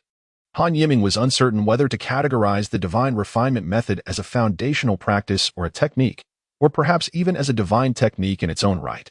The cultivation primarily took place within the realm of the mind, where one's consciousness resided. However, despite this mental focus, the pain he endured during the process permeated his entire being. As he practiced the divine refinement method, the misty essence of his consciousness churned violently within his mind. Reminiscent of water droplets striking hot oil, suggesting that if this mist were a sentient being, it would be writhing in agony. Each time Han Yiming engaged in this practice, he was compelled to persevere, never once allowing himself to abandon his efforts. This self-imposed rule stemmed from his understanding that a single failure to persist would lead to further failures, rendering the subsequent cultivation increasingly arduous.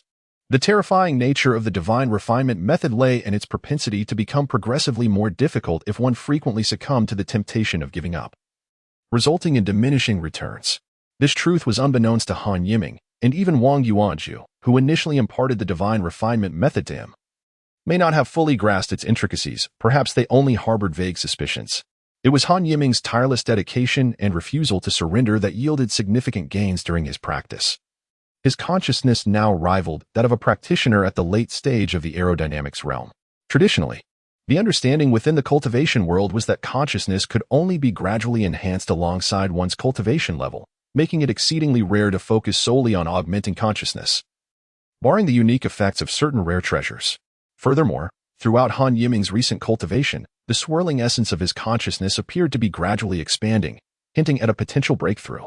Unlike the discomfort he had previously experienced, today, he found the practice of the divine refinement method surprisingly bearable, perhaps even a touch effortless. Uncertain of the cause, he resolved to continue his practice without delay. Time slipped by, perhaps a brief moment or a span equivalent to a cup of tea. Suddenly, Han Yiming felt an ethereal sensation enveloping him, his consciousness extending outward to encompass an area of approximately 3 yards. Despite the overwhelming comfort, he understood that he had achieved a breakthrough. After countless nights of relentless practice, he had finally encountered a qualitative transformation, filling him with joy and gratitude. However, as he prepared to initiate another cycle, the familiar sensation of pain returned, and he endured it as he completed another round. His entire body trembled under the intensity of the discomfort, which seemed to heighten. It appeared that the previous fortunate experience was fleeting, only to be fully realized when crossing significant thresholds. For now, he must remain grounded in his cultivation. Thus, Han Yiming painstakingly completed a full cycle of the divine refinement method, wiping the genuine sweat from his brow and stretching his limbs. Although his master had emphasized the importance of this technique and urged him to practice diligently, he found no corresponding technique to accompany it. The increase in his consciousness had only enhanced his perception of the surrounding environment, seemingly yielding no other benefits. Han Yiming pondered this dilemma, yet found no one to provide an answer. Suddenly, he recalled that he had been unable to open the storage ring given to him by his master. Now that he had experienced a breakthrough, perhaps it was time to attempt it. Without hesitation, he focused his consciousness toward the storage ring. Before the enhancement of his consciousness, he could only sense a layer of obstruction preventing access. However, now the sensation was different. He perceived that the barrier surrounding the storage ring was also a form of consciousness, slightly stronger than his own. Yet, this consciousness was lifeless, while his was vibrant. This realization instilled Han Yiming with confidence. It seemed he would be able to unlock the storage ring his master had bestowed upon him tonight. Curious about its contents, he had always possessed a rather rudimentary understanding of consciousness, and this would be his first attempt to breach another's consciousness. Lacking alternative methods, he resorted to the most brute force approach, charging forward. After several excruciating attempts that left him with a splitting headache, Han Yiming learned to concentrate his consciousness, uniting it like a fist to strike against the storage ring. This method proved far more effective, as the impact was significantly lessened when his consciousness was focused. Tirelessly, he continued to assault the storage ring, and the barrier of consciousness gradually began to yield, igniting a spark of hope within him. After approximately an hour of relentless effort, a sound akin to a non-existent crack echoed, followed by the dispersal of the consciousness surrounding the storage ring. Han Yiming suddenly felt a connection forming between himself and the ring, reminiscent of the bond he shared with his storage pouch, yet seemingly more intimate. It became evident that his earlier act of dripping his blood onto the ring had not been in vain. Rather, it had merely been obstructed by the layer of consciousness. In that moment, Han Yiming truly became the master of the storage ring. Eagerly, he extended his consciousness into the storage ring, and the sight before him caused him to gasp in astonishment. The volume of items was staggering, albeit their variety was somewhat limited. Through years of exposure to the cultivation world, he had developed a discerning eye. He observed numerous neatly arranged pills within the storage ring, recognizing several such as the Jinwu pill, Xianling pill, and Honglin pill, all of which were known to be exceptionally useful for practitioners in the aerodynamics realm. The Jinwu pill was intended for healing. Although classified as a low-grade pill, it could be considered a mid-grade pill due to its efficacy. For those at the aerodynamics level, its effects were notably pronounced, and even practitioners at the Dan Yuan level would find it beneficial. The Xianling pill was utilized to aid in cultivation. While such supportive pills were typically not highly valued, their frequent use rendered them rather costly, making them inaccessible to many. As for the Honglin pill, he had only glimpsed it at the Dan Hall headquarters and was unfamiliar with its precise effects. In addition to several other elixirs, which are plentiful in number, Han Yiming felt that unless he truly was a lost cause, these elixirs were certainly sufficient to elevate him to the Dan Yuan realm. Setting aside the elixirs, what made Han Yiming's breath quicken was the serene presence of several hundred low-tier spirit stones nestled in a corner of his storage ring. By now, he had come to understand the immense value of spirit stones. A single low-tier spirit stone, if one were to exchange it for sect points, would undoubtedly fetch over 100 points, and often, there is a market but no goods available. Han Yiming sensed a layer of prohibition in another corner of the storage ring, likely a test left behind by his master. He attempted to probe it, only to find his consciousness dwarfed by the obstacle before him, indicating that now was not the time to attempt to unlock it. As he surveyed the surroundings, his gaze finally settled on a book in the corner. The book appeared rather ordinary. Han Yiming felt that even a simple fireball spell could easily reduce it to ashes. Unbeknownst to him, this book was the most significant item within that layer of the storage ring. With a mere thought, the book appeared in his hands, prominently inscribed with the title Spirit Induction Technique. Upon seeing this, Han Yiming's expression changed dramatically, finally comprehending why the book's material was so mundane and easily destructible. Chapter 25. The plan. Han Yiming meticulously read through the Spirit Induction Technique, silently committing its contents to memory. Once he was certain he had fully absorbed all the knowledge within, he conjured a fireball spell, and the unremarkable tome was gradually reduced to ashes. Given his current knowledge, he had never encountered a technique related to consciousness before, thus recognizing its rarity. The Spirit Induction Technique, as its name implies, allows one to manipulate another's consciousness, quietly interfering with their awareness, a precious auxiliary technique concerning spiritual awareness. At the foot of the Gudan Peak, Han Yiming stood silently before a small wooden cottage for 2 breaths, seemingly trying to memorize every detail of the place he had inhabited for the past 2 years. Today, he was to venture to the residence of the Outer Sect disciples. As an Outer Sect disciple of Tanqing Valley, he was not obligated to perform menial tasks such as guarding herbs. In fact, Outer Sect disciples could forego sect tasks altogether, provided they did not lack sect points. They had designated living quarters, each disciple enjoying their own independent courtyard. There were no hindrances at the Dan Hall's headquarters. Under the guidance of a registered disciple, Han Yiming arrived at his small courtyard, a place he had lived alone for 2 years, and he found himself somewhat unaccustomed to the communal living. As he gazed around, he estimated there were at least a few hundred courtyards, and he was astonished by the sheer number of Outer Sect disciples in Tanqing Valley. However, he did not linger, for only about half a year remained until the Outer Sect competition, and Han Yiming had already devised a plan for this upcoming period, to spend his points challenging the Battle King Tower at the Battle Hall. During a previous visit to the Dan Hall with Wang Longchao, he had heard about this tower, which was a significant asset of the sect, and where Outer Sect disciples honed their combat skills. The Battle King Tower consisted of 30 levels and was an impressive intermediate auxiliary magical artifact, embedded with numerous arrays that would randomly generate monsters or practitioners to battle those challenging the tower. Unless the challenger conceded defeat or vanquished the generated enemies, the foes would persist. Each 10 levels corresponded to a minor realm of chi movement, and it was said that regardless of whether one was in the early, mid, or late stages of Qi movement, successfully conquering the final level of the corresponding tier was a rare feat following the direction he had previously inquired about. Han Yiming arrived at the location of the Battle King Tower, situated at the base of the Dozhan Peak at the Battle Hall headquarters. Having been a disciple for 2 years, this was Han Yiming's first time moving about the sect. Previously, he had been compelled to undertake sect tasks as a registered disciple, leaving little time for exploration. Moreover, he had devoted himself diligently to cultivation, rarely enjoying leisure. Now, as he traversed the sect, he discovered its varied landscapes, each either picturesque or grand, evoking a sense of aesthetic pleasure. As an outer sect disciple, he had more leisure time, allowing him to encounter many individuals, most of whom were also outer sect disciples. After ascending to outer sect status, the boundaries between halls became less distinct, often requiring him to traverse the sect for various tasks or resources. Reaching the foot of Dozhan Peak, Han Yiming gazed at the imposing mountain before him, feeling a wave of awe. This peak exuded a starkly different aura compared to Gudan Peak, radiating a bold and audacious presence that stirred the blood. At the base of Dozhan Peak lay a vast plaza, which Han Yiming believed rivaled the size of any square in Taizhou City. In the center stood a magnificent pagoda, presumably the Battle King Tower, occupying a large area and appearing exquisitely crafted. Truly, it was a treasured asset of the sect.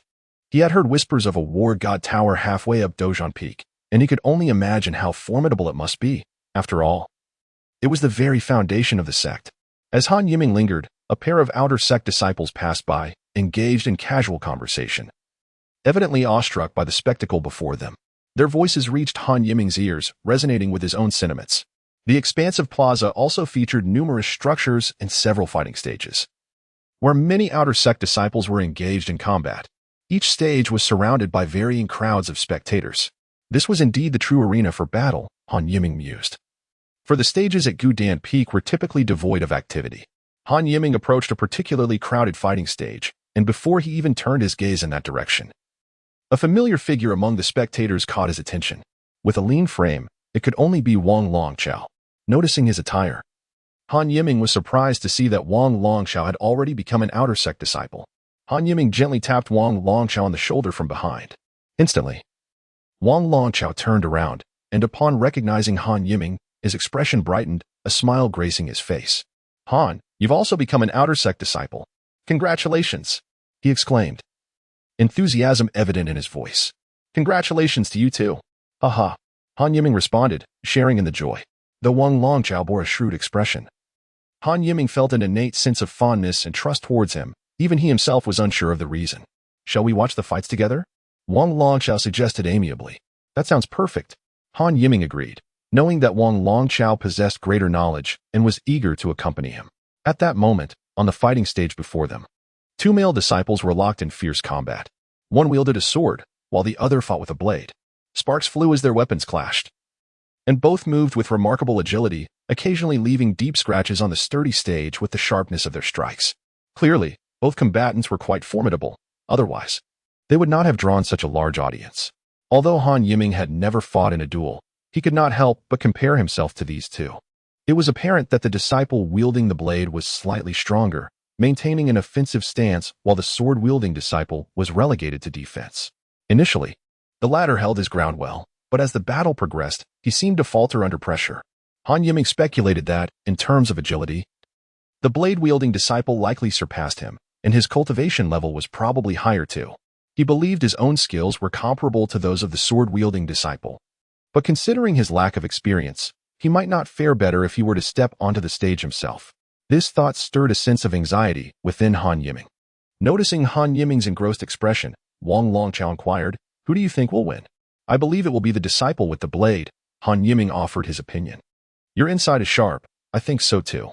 "The sword-wielding disciple won't last much longer," Wang Longqiao concurred. Indeed.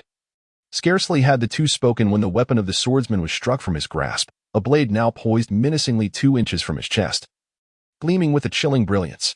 The man, displaying remarkable composure, uttered no further words, instead clasping his fists in acknowledgement of defeat. He retrieved his sect identity token from his pocket and transferred a portion of his points to the knife-wielding disciple before departing. Han Yiming and Wang Longqiao then proceeded towards the next arena, with Han Yiming reflecting on the recent contest. feeling enriched by the experience and affirming the worthiness of their journey. Chapter 26, Observing the Battle as Han Yiming and Wang Longqiao walked side by side. Engaging in casual conversation, Wang Longqiao suddenly produced a talisman from his hand. "Brother Han, let us imprint our contact talismans. This way, we shall be able to communicate frequently." Is that possible? How do we go about it?" Han Yiming, initially indifferent during his initiation as an outer disciple, was intrigued to learn from Wang Longqiao that this was indeed a contact talisman. "It's quite simple. Allow me to demonstrate." Following a brief and clear explanation from Wang Longqiao, Han Yiming quickly grasped that it merely required channeling a strand of spiritual power into the talisman. Although he was familiar with the concept of contact talismans, using one for the first time was rather novel. He exchanged a few messages with Wang Longqiao, finding the process remarkably convenient. A sudden thought struck Han Yiming. The world of cultivators was truly captivating. The two friends navigated towards a densely populated area, eager to witness more of the ongoing contests. The vast square hosted numerous arenas, yet few attracted such large crowds. The arena before them was among those most heavily attended. As they squeezed through the throng, Han Yiming's gaze fell upon two figures in the arena, one of whom struck him as extraordinarily familiar. Clad in white, with a commendable countenance, was none other than Xiao Guanlei, a prodigy with first-rate spiritual roots who had entered the sect alongside Han Yiming. Wang Longqiao, recognizing the individual as well, leaned closer and whispered, "The one in white to the left appears to be Xiao Guanlei, a first-rate spiritual root genius who became an outer disciple as early as last year. His strength is formidable. It is said that while Xiao Guanlei possesses great power, his character is distinctly self-assured and flamboyant. Indeed, he is quite handsome." Han Yiming nodded in agreement. If even Wang Longqiao acknowledged Xiao Guanlei, it was evident that he was more than just a dashing figure. His prowess must be substantial. On the stage, Xiao Guanlei surveyed the crowd with a gentle smile, nodding in greeting, which elicited adoring glances from several female disciples, much to his delight. Meanwhile, some male disciples regarded him with disdain. Han Yiming observed Xiao Guanlei's antics with a mix of exasperation and resignation. While he found it distasteful, he could not muster a strong dislike, as he knew he could never behave in such a manner. Across from Han Yiming, a male disciple, visibly irked by Xiao Guanlei's display, launched an attack against him. The adversary, known as Li Jiahui, was also a talented individual and a favorite in the outer disciple competition. Wang Longqiao, seemingly omniscient, provided insights about the two combatants. Han Yiming noted that Li Jiahui had a square jaw and an austere demeanor, indicating he was not one to be trifled with. As Xiao Guanlei prepared for the onslaught, he swiftly drew his weapon, a whip of approximately 1 inch in length, glimmering ominously, hinting at its lethal potential. Li Jiahui wielded a long sword, and within mere moments, the two engaged in a fierce exchange, each displaying both offensive and defensive capabilities, rendering it unclear who would emerge victorious. According to Wang Longqiao, Xiao Guanlei's parents were elders within the sect, which had afforded him extensive training from a young age, including the whip, a gift from his family. His prowess lay in a whip technique known as soul-snatching whip, reputed to be a formidable skill. Li Jiahui, too, was no novice. He had entered the sect early and possessed profound strength, reportedly reaching the mid-stage of the Qi movement realm. Before long, the duel intensified, with Xiao Guanlei losing the composure he had initially exhibited, while Li Jiahui's responses became increasingly frantic. As both combatants expended their spiritual energy, it became apparent that their stamina was waning. Just as Li Jiahui's sword narrowly missed Xiao Guanlei, the whip struck unexpectedly from behind, catching Li Jiahui off guard. The impact left a crimson mark across his blue robe. Despite the pain, Li Jiahui managed to fend off Xiao Guanlei and retreated to staunch the bleeding. His expression contorted with agony. Although Xiao Guanlei held the upper hand, he remained vigilant. They both drew deep breaths and resumed their fierce exchange. With a resounding sound, Li Jiahui's sword sliced through Xiao Guanlei's left arm, blood streaming down his sleeve. Both fighters were nearing exhaustion. Perhaps influenced by his injuries, Li Jiahui struck again, this time severing a strand of Xiao Guanlei's hair, which decisively tipped the scales of victory. Xiao Guanlei, seemingly incredulous at his defeat, wore a look of disappointment but promptly acknowledged his loss. Although Li Jiahui emerged victorious, his earlier status as an established disciple made it difficult for him to revel in his success, despite the fierce contest they had just endured. The skirmish concluded, seemingly with no definitive victor, yet the spectators each derived their own interpretations of the outcome. Han Yiming, witnessing the prowess of Xiao Guanlei, felt a renewed urgency to elevate his own strength. In the ensuing time, Han Yiming and Wang Longqiao observed several more contests, each enriching Han Yiming's understanding, affirming that Tongqing Valley was indeed a hidden gem of talent. At one arena, Han Yiming spotted another familiar face, Liu Bing, also from Taizhou. Han Yiming recalled him as a genius with second-rate spiritual roots, now having advanced to the Qi movement realm. Their encounter on the arena underscored Liu Bing's remarkable growth, leaving Han Yiming astounded. Beyond Xiao Guanlei and Liu Bing, the most surprising reunion was with Li Yixua, a close companion from Taizhou, who, like Han Yiming, boasted four-rate spiritual roots but had also ascended to the Qi movement realm. Han Yiming was taken aback by this revelation, pondering whether Li Yixua's diligence surpassed his own or if fortune had favored him in ways similar to Han Yiming's. Though Li Yixua's demeanor seemed altered, their exchange was brief, merely sharing contact talismans before parting, leaving Han Yiming curious and contemplative. Chapter 27. The initial battle. After spending approximately half an hour observing various contests that provided him with profound insights, Han Yiming remained resolute in his mission, the Battle King Tower. Parting ways with Wang Longqiao, Han Yiming made his way towards the tower, where throngs of people were entering and exiting, indicating its popularity. Upon entering, he was struck by the sheer magnitude of the hall, towering at least 4 to 5 zhang, adorned with antiquated yet exquisite decor that spoke of its extraordinary nature. When Han Yiming arrived, he had already gathered information about the challenges of the Battle King Tower, which required 10 sec points for each attempt. For outer disciples, this amount was substantial, as creating an opponent of the Qi motion realm through the formation was not a significant drain on the tower's resources. However, the sect's regulations were inflexible, leaving no room for dissent. As Han Yiming was processing his trial, a sudden commotion erupted behind him. Turning around, he was captivated by the sight of a female disciple emerging from the tower. Her disheveled attire suggested she had just completed a challenge. This young woman appeared slightly older than him, possessing remarkable beauty. Her fair complexion seemed delicate, and her slightly arched brows lent her an air of elegance, complemented by her 2 watery eyes, which exuded a sense of fragility. Though Han Yiming had encountered many beautiful women before, having 2 elder sisters and a younger sister at home, he now felt like a frog in a well. It was Lin Wanque, the senior sister, once again attempting the Battle King Tower. He had heard she was striving to conquer the 20th level. He wondered if she had succeeded. Given his own mid-stage Qi motion cultivation, if she had indeed triumphed, her name would surely be etched on the Battle King monument.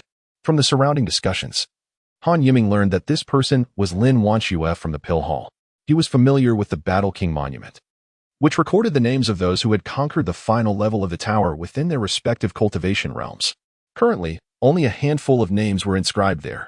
Approaching the monument, he scrutinized the names, finding none he recognized, except for one, Jia Shuanglong. If his memory served him correctly, that was the esteemed name of the current leader of Tongqing Valley. Clearly, those inscribed were prodigies of prodigies, likely possessing profound cultivation at this moment. With around 300 points in his possession, Han Yiming resolved to expend them all here. The procedure was handled by a middle-aged man clad in the attire of a steward, who swiftly deducted 10 points from Han Yiming's sect identity token and handed him a new token, briefly reiterating the rules that Han Yiming was already aware of. As he followed the numbers on the token to find the corresponding room, he felt a surge of excitement. Perhaps opening this door would mark the true commencement of his journey through the tumultuous path of cultivation. Taking a deep breath, he pressed the token against the door. With a soft beep, he pushed it open without hesitation, entering the first level of the Battle King Tower. The room was vast and seemingly devoid of furnishings. Han Yiming's gaze focused intently on the center, knowing that the tower would generate his opponent there. Sure enough, shortly after he entered, a vague silhouette materialized in the middle of the room, its nature yet indiscernible. The opponents generated by the tower, whether human or beast, were utterly unpredictable. After all, luck was a component of strength. As the figure solidified, a menacing beast emerged, a bloodthirsty demon wolf, its crimson eyes gleaming with a hunger for blood. Momentarily still as it acclimated to its surroundings, Han Yiming recognized it immediately. This was a first-level demon beast, the bloodthirsty demon wolf. While familiar with wolves as beasts, this was his first encounter with a demon beast, which differed greatly as they possessed the ability to cultivate, containing spiritual energy within them and wielding innate techniques. However, lower-level demon beasts lacked developed intellect, relying instead on primal instincts, which rendered them inferior to even low-tier human cultivators. The bloodthirsty demon wolf was among the weakest of its kind, mirroring Han Yiming's own situation. Moments later, the demon wolf fully materialized, its sharp claws impatiently scraping the ground. Han Yiming had already drawn his weapon, the standard longsword issued by the sect.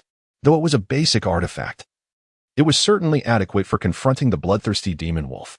With a sudden lunge, the wolf sprang towards Han Yiming, its powerful body propelling it forward with astonishing speed. Anticipating its movement, Han Yiming swiftly leaped to the left, swinging his sword in a calculated arc.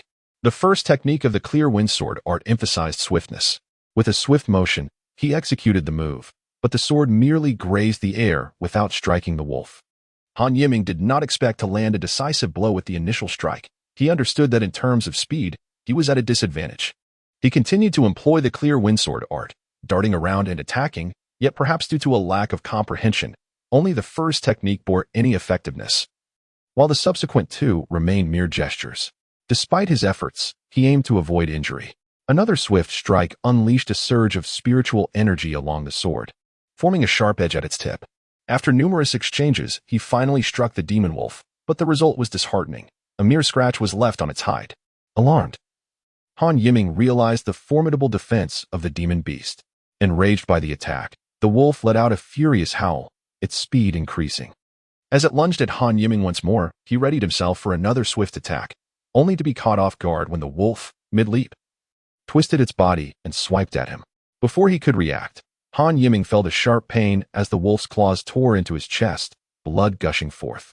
In that moment of realization, he recognized that he had underestimated his adversary. The innate combat skills of the demon beast far surpassed his own novice abilities, despite its lack of intellect. Thus, in the expansive room, man and beast engaged in a relentless dance of pursuit and attack, and as time passed, Han Yiming grew increasingly uncertain of the outcome of this inaugural battle. Chapter 28. Strategy within the depths of Tongqing Valley. In the first level of the Battle King Tower, Han Yiming had been entangled with the bloodthirsty demon wolf for nearly half an hour. Exhausted and drenched in sweat, his physical and spiritual energy had dwindled significantly. In contrast, the wolf, though its speed had diminished, still retained considerable stamina. Han Yiming contemplated conceding, yet stubbornness gripped him. This was his first battle in life, and he must not lose. With unwavering focus, he dodged the wolf's attacks while contemplating strategies for victory. However, no solution seemed forthcoming. Surrender appeared to be the only viable option. Just then, as he evaded a strike, another wound opened on his arm, igniting a surge of frustration within him. Though he managed to contain his irritation, in his frantic movements, Han Yiming's attention was drawn to the wolf's blood-red eyes, brimming with savagery and bloodlust. Devoid of any semblance of intelligence, a sudden thought struck him. Despite the lack of intellect, the wolf surely possessed spiritual awareness. He chided himself for forgetting the other technique he had mastered, the spirit summoning technique. With no one else around, it was the perfect opportunity to test its efficacy. Having endured Han Yiming's assaults, the bloodthirsty demon wolf had grown increasingly frantic, its attacks becoming more erratic. As the wolf lunged and missed once more, Han Yiming seized the moment to unleash the spirit summoning technique. In that instant, a powerful wave of spiritual awareness erupted from the depths of his eyes, igniting a fierce tempest of spiritual energy within a 3-meter radius around him.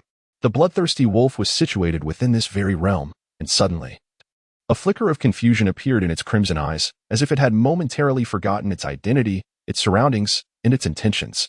In simpler terms, for a brief moment, the bloodthirsty wolf was in a state of stupor. If Han Yiming could not seize such an opportunity, he might as well abandon his pursuit of immortality and return to farming.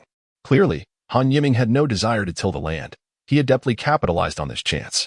Channeling the last remnants of his spiritual energy, he thrust his sword into the wolf's abdomen, piercing through to its heart without hindrance. As a low-tier demonic beast, damage to its heart was sufficient to ensure its demise. Indeed, before Han Yiming could withdraw his sword, he felt the bloodthirsty wolf go limp, and soon after, it began to dissolve into nothingness. Breathing heavily, Han Yiming collapsed onto the ground, his body weary and injured, and the immense drain on his consciousness left him on the brink of fainting.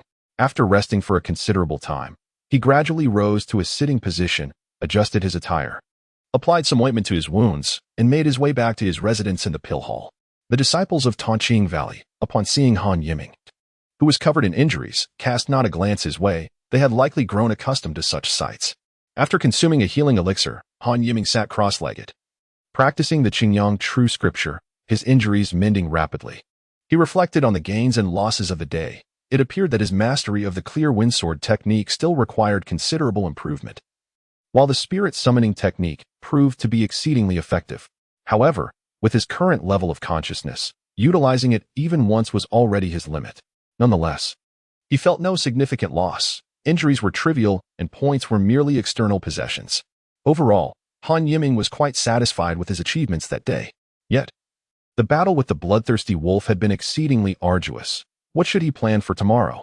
Furrowing his brow, Han Yiming pondered.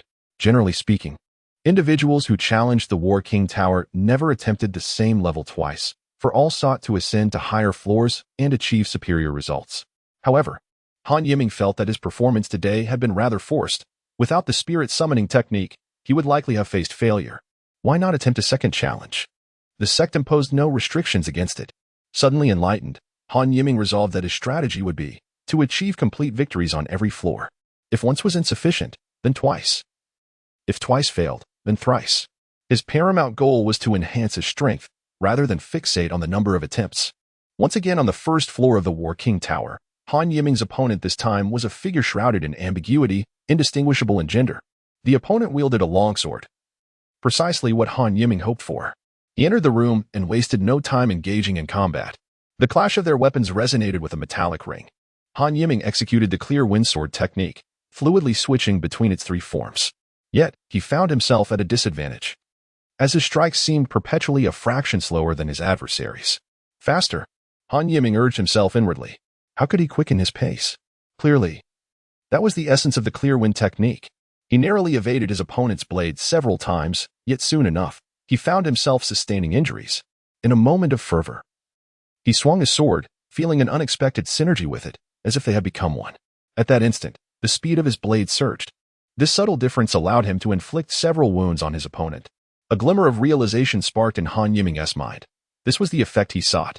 He felt his understanding of the first move of the clear wind sword technique elevate to 80%, a significant leap from the previous 50.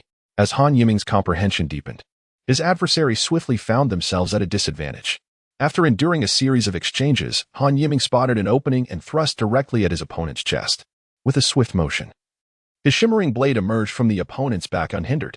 Much like the defeated bloodthirsty wolf before, the vanquished foe quickly dissipated into nothingness. This time, Han Yiming's state was markedly improved. He no longer appeared as disheveled as before. He chose not to challenge the tower twice in one day, recognizing the need to adequately absorb the lessons from this battle.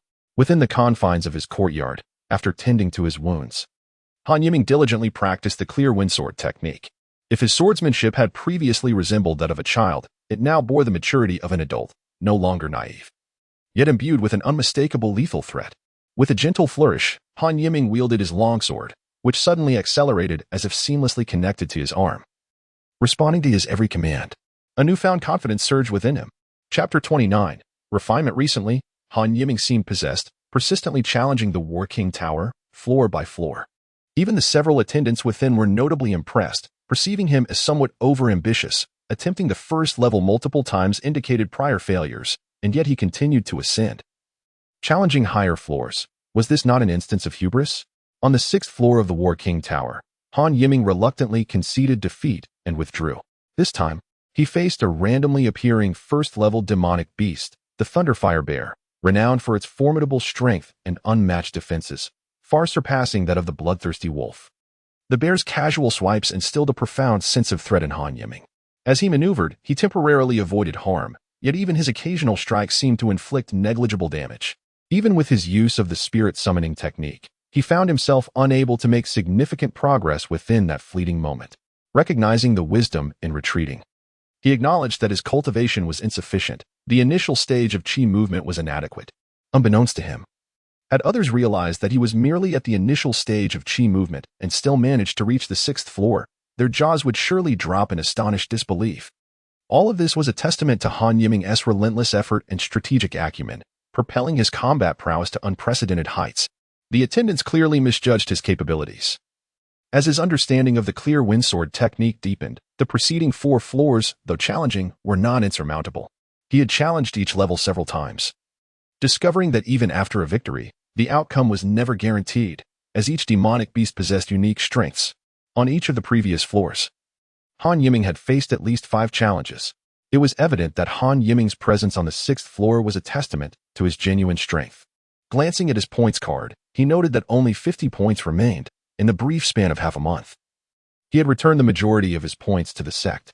Yet, the rewards were substantial, and Han Yiming held no regrets. Points were merely external assets, while strength was intrinsic. Although he still possessed several low-tier spirit stones to exchange for points, he was disinclined to do so, recognizing it as an unwise trade. Given that the returns from the War King Tower had dwindled to negligible levels, it was time to seek out a true opponent for a challenge. Perhaps to regain some points. With a plan forming in his mind, Han Yiming wasted no time in retrieving a communication talisman, inquiring of Wang Longqiao, Brother Wang. I wish to seek a challenger. How should I proceed? Could you provide some guidance? Just as Han Yiming was about to pocket the talisman, a response from Wang Longqiao arrived. It seems Brother Han has made significant strides recently. Congratulations. Han Xiong wished to engage in a contest of skills with others. And it was indeed quite simple. All he had to do was register at the nearby plaza. The pairs of outer disciples you see competing are often not acquainted with one another. Most have simply chosen their opponents after signing up. Wang Longqiao, in the presence of Han Yiming, seemed particularly enthusiastic, elaborating incessantly. Han Yiming patiently endured Wang Longqiao's chatter, shook his head, and responded that they would connect later. Stowing the talisman into his storage pouch. Brother Wang is a good person, but a bit verbose. At the Battle Peak Plaza, there were several buildings lining the edges. And before a rather inconspicuous structure, a long queue had formed. As Han Yiming approached, he spotted a sign reading registration, confirming he had found the right place. He took his place at the end of the line, and to his surprise, the efficiency of the service was commendable. It wasn't long before it was his turn. Your cultivation level? Early stage of Qi movement. Han Yiming replied. Do you have any specific requirements for your opponent? None. The attendant mechanically recorded his details and handed Han Yiming a numbered token, which bore the number 1063. Proceed to platform 10 and wait. You will be called shortly. The attendant said without looking up. Han Yiming then noticed that each platform had a number, and after a brief search, he found that platform 10 was at the far edge, surrounded by few onlookers. This suited Han Yiming perfectly, allowing him to wait in relative calm. He resolved not to use the spirit drawing technique on the platform, as it was a secretive method he preferred to keep in reserve.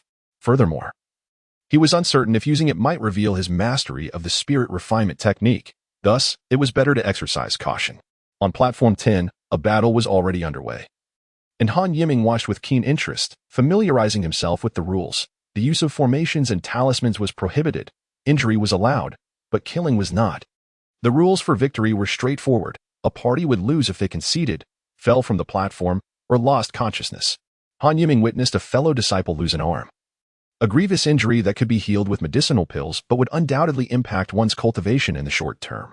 This sight made Han Yiming more serious. After observing several matches, he heard the attendant call out the numbers 63 and 64.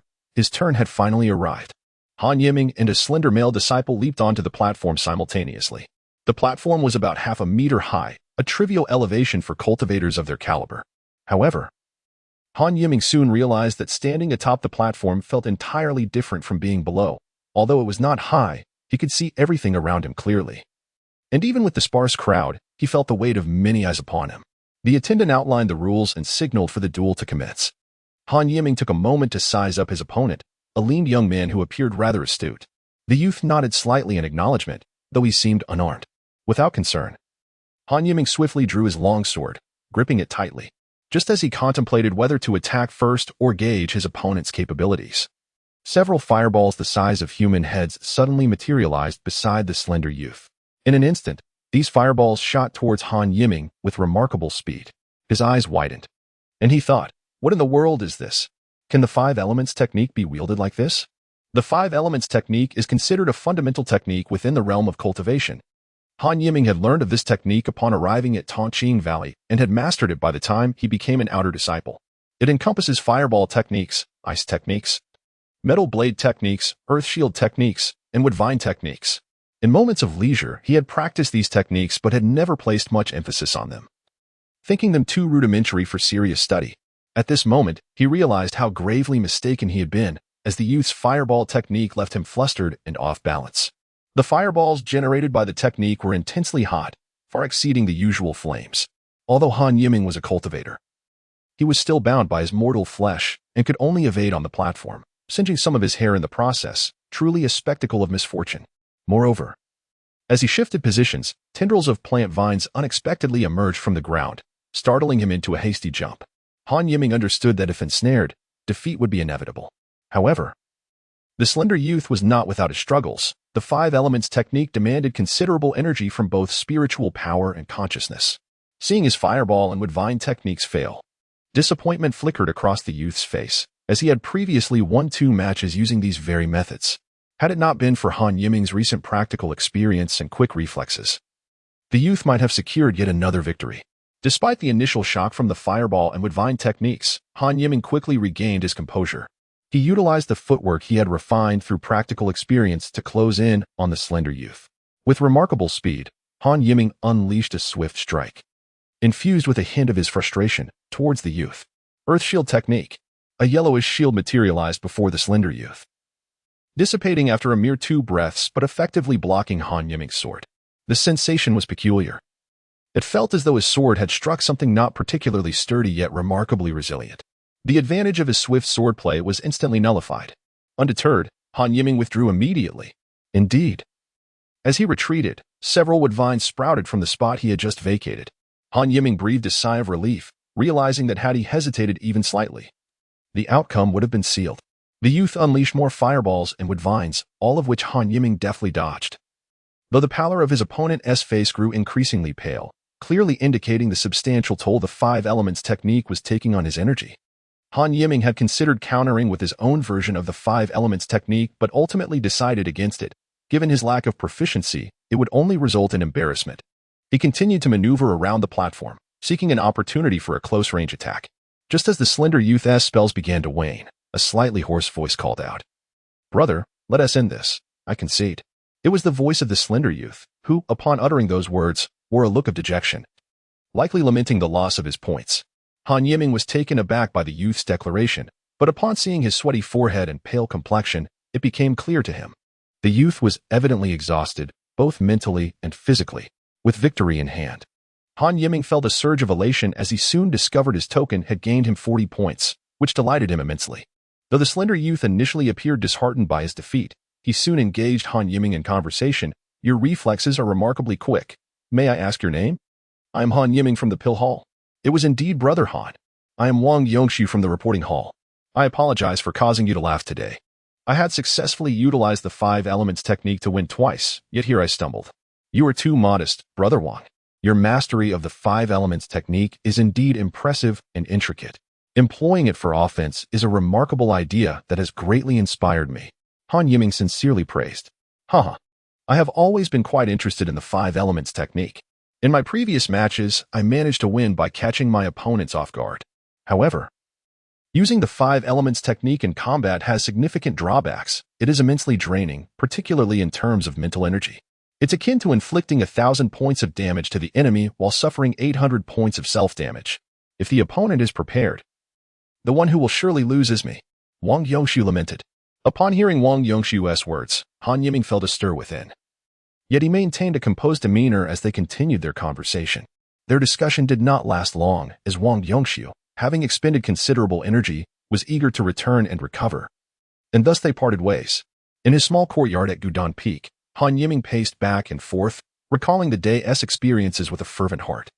The five elements technique indeed demanded a tremendous amount of mental energy, thus few dared to employ it in combat. Nevertheless, the advantages of effectively using it were quite evident. In his early days as a registered disciple, Han Yiming had witnessed Tong Renhuan and Shen Baoxin from the Pill Hall utilize the five elements technique against each other, albeit only superficially. Their execution was slow and lacked potency, clearly not intending to rely on it for inflicting harm. The five elements technique encompasses 5 methods: ice condensation technique, fireball technique, and metal blade technique for offense, earth shield technique for defense, and divine technique to ensnare the enemy. Suddenly, Han Yiming realized that the five elements technique was a perfectly cohesive system. As for its disadvantages in combat, he paid them no heed, confident that his mental acuity was his strength. Against an assault like Wang Yongshu's, he believed he could endure even longer. For the next 2 days, Han Yiming diligently practiced the five elements technique in his small courtyard, experimenting and delving deeper. He discovered that perhaps due to the propulsion of fire, the fireball technique exhibited commendable speed. while the metal blade technique and ice condensation technique, powered by similar spiritual energy, were significantly slower. The Divine technique and earth shield technique, focused on trapping and defense, had fewer limitations and largely depended on one's comprehension of the techniques. As he continued his research over the days, Han Yiming's understanding of these rudimentary techniques deepened, and the speed at which he generated the techniques increased remarkably. In just a few short days, his comprehension matched that of Wang Yongxiu. Yet, Han Yiming remained unsatisfied and continued his devoted practice. Unbeknownst to Wang Yongxiu, the five elements technique he had chosen to abandon was gradually being reclaimed by Han Yiming and would soon become a vital component of his future offensive strategies, allowing the technique to shine brightly in the realm of cultivation. Chapter 31. A modest reputation in Han Yiming's small courtyard at Gudan Peak. He unleashed the fireball technique once more. A modest fireball swiftly formed before him and, with a swift shout, propelled forward. The fireball soared at great speed, leaving a fleeting shadow in the air. Boom! With another fierce shout from Han Yiming, the distant fireball erupted, sending waves of heat even from afar. Fortunately, many outer disciples frequently practiced their techniques at their residences, which meant the commotion caused by Han Yiming went largely unnoticed. Observing the power of the fireball technique, Han Yiming nodded slightly, finally feeling satisfied with his improved version. He had spent the past few days meticulously studying and refining it, significantly enhancing both its potency and speed. Next, he practiced the Divine technique and earth shield technique, both of which he had become quite adept at, allowing him to deploy them almost instantaneously within a 3-zhang radius. The delay was around 3 breaths, which was his limit. He felt achieving a completely instantaneous execution was nearly impossible, yet he was content with the results. Pushing his limits, Han Yiming continuously employed the 5 elements technique until, after a brief tea time, he sensed a severe depletion of his mental energy and could no longer persist. It was noteworthy that his battle with Wang Yongxiu had lasted merely half a tea time, during which his mental stamina clearly outlasted Wang Yongxiu's. In the future, I shall limit my use of this technique to no more than half a tea time to avoid arousing suspicion, Han Yiming secretly resolved. The 5 elements technique did not significantly deplete his spiritual energy, at least in Han Yiming's view. It consumed far less than the Qingfeng sword technique, which reassured him. After half a tea time of sustained assault using the 5 elements technique, his combat effectiveness did not noticeably diminish, which was his greatest source of confidence and highlighted the disparity between him and Wang Yongxiu.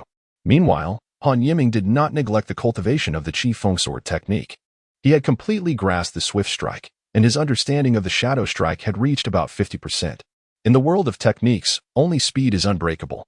When speed reaches a certain level, it can become an ephemeral shadow, greatly enhancing its lethality. If the enemy cannot see the sword but only its shadow, how can they defend against it? As for the final move, Qifeng, Han Yiming had yet to gain insight. The sword manual mentioned, let the enemy feel as if embraced by a gentle breeze, a concept he struggled to comprehend fully. Han Yiming felt quite confident in his understanding of techniques. He had observed several battles, and, although he might not be familiar with every technique, he sensed that many practitioners lacked profound comprehension of their own techniques. He attributed this to his strong mental acuity, which in various respects indicated his capacity for insight. A strong comprehension directly correlates with the potency of the techniques. At this moment, Han Yiming finally felt a glimmer of confidence regarding the outer sect competition. However, he was not without shortcomings. His cultivation remained at the initial stage of the Qi movement realm, leaving him feeling somewhat powerless. The primary indicator of the Qi movement realm is the presence of natural spiritual energy within one's meridians, where the extent of spiritual energy coverage signifies one's cultivation level. 4/10 and 7/10 represent the thresholds for the mid and late stages, respectively. The slow progression in cultivation might be an inevitable result of possessing a low-grade spiritual root. Since opening his master's storage ring, Han Yiming had been consuming the pills provided by his master to enhance his cultivation.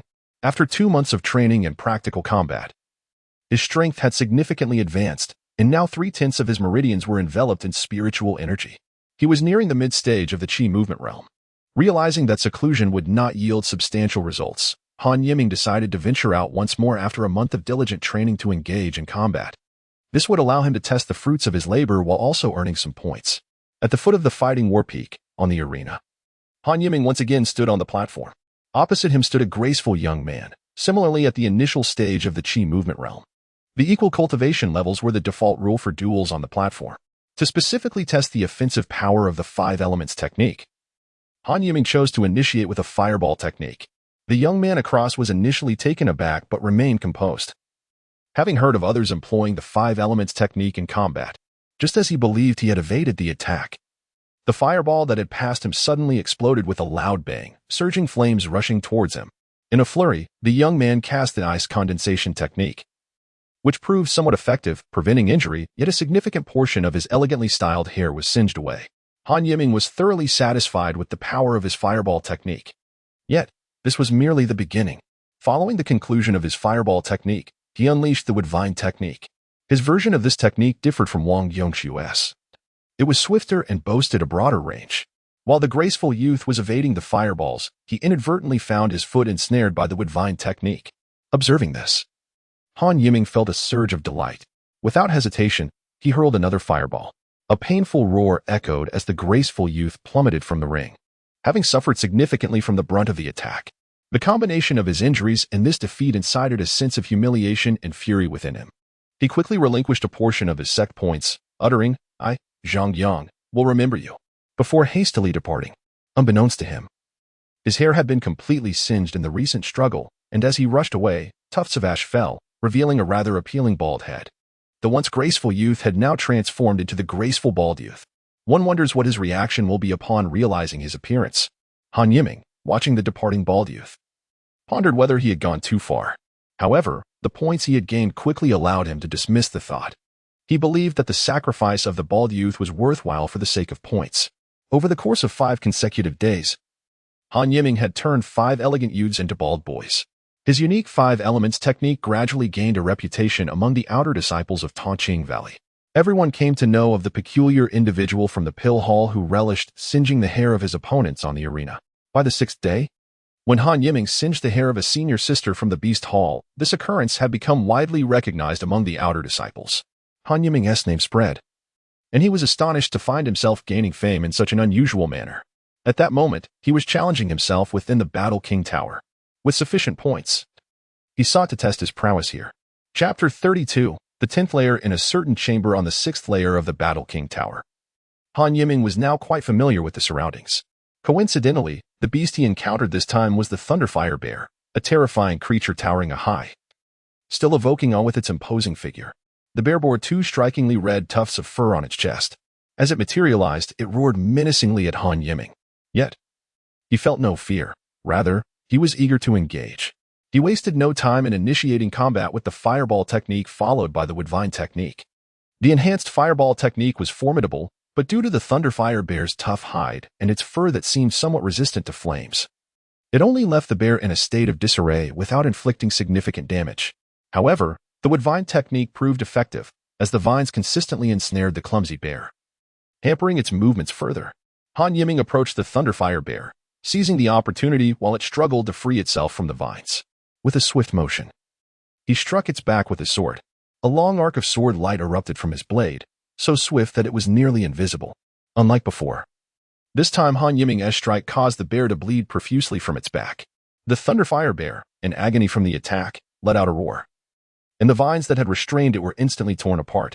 It pivoted sharply, bringing its massive paw crashing down toward Han Yiming. Despite his enhanced strength, Han Yiming chose to evade the blow, nimbly sidestepping the attack.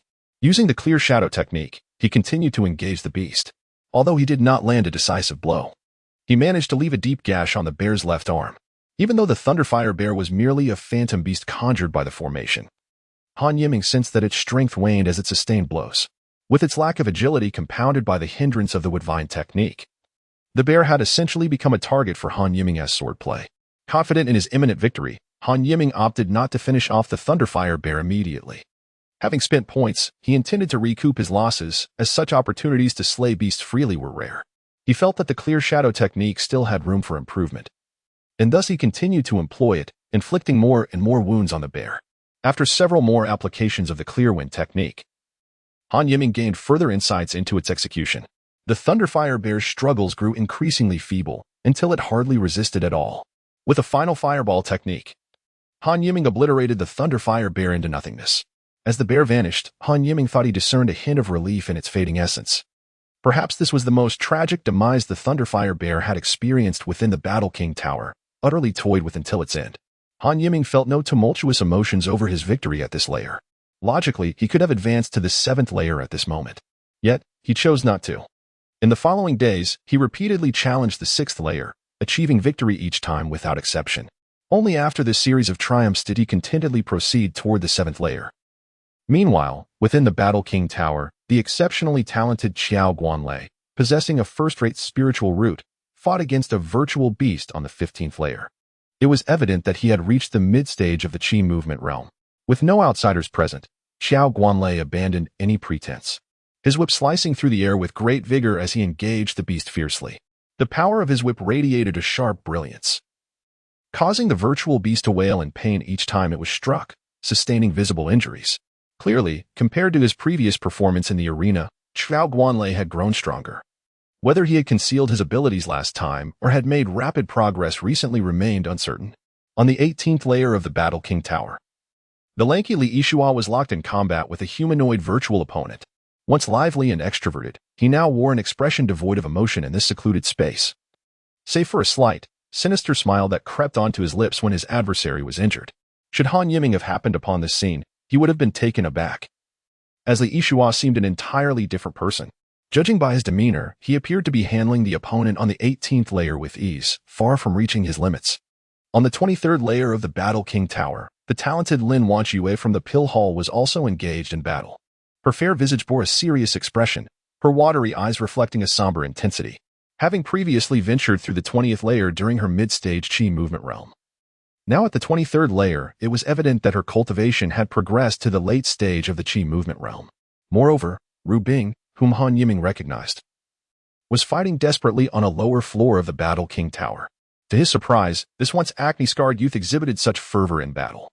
Everyone was embroiled in combat, striving to distinguish themselves in the outer sect competition, while the outer disciples of Tongqing Valley collectively sensed an impending storm. At the summit of Fudan Peak, lush vegetation flourished, likely due to the dense spiritual energy, endowing the flora with a vibrant, dripping beauty. Towering into the clouds, it resembled a realm of immortals. A middle-aged man clad in an ornate dark green robe appeared abruptly at the mountain's pinnacle, moving purposefully toward a cave. His pace was unhurried, yet his speed was astonishing. Within just 3 breaths, he arrived before the cave.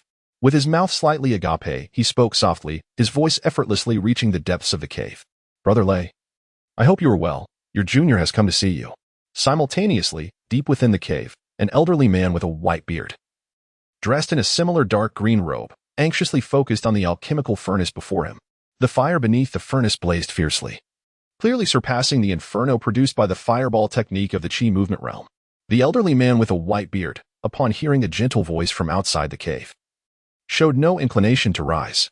Without uttering a word, a message wafted into the ear of the elegantly dressed middle-aged man outside. "Apologies, junior brother, for my alchemical endeavor is nearing completion and cannot be delayed. Please, make yourself at home." As soon as the words fell, the stone door of the cave swung open of its own accord. The middle-aged man, undeterred, stepped inside. After a couple of hours, once they were seated, the two finally had the opportunity to converse. "What brings you here, junior brother?" inquired the white-bearded elder, his tone lacking in reverence. "I have been immersed in my practice, and today, in a moment of stillness, I felt compelled to visit you, senior brother." Had any inner disciples witnessed this encounter, they would have been astonished to recognize the 2 illustrious figures, Jia Xuanglong, the head of Tongqing Valley, and Elder Lei Zhongsong of the Alchemy Hall. "It's nothing urgent. The outer sect competition is about to commence. Will you not grace us with your presence, senior brother?" The elder was about to decline when a thought crossed his mind. "Very well, the event is approaching. I shall also take the opportunity to scout for potential successors to inherit my legacy." In the 10th level of the War King Tower, Han Yiming had faced 2 consecutive defeats.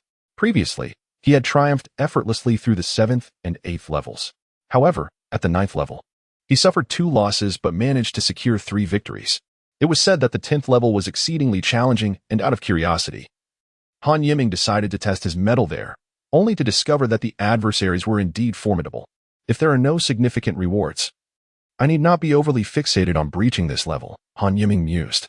Chapter 33, Gentle Breeze and Shifting Stars. Having faced 2 failures at the 10th level, Han Yiming resolved to take a break and refine his skills further.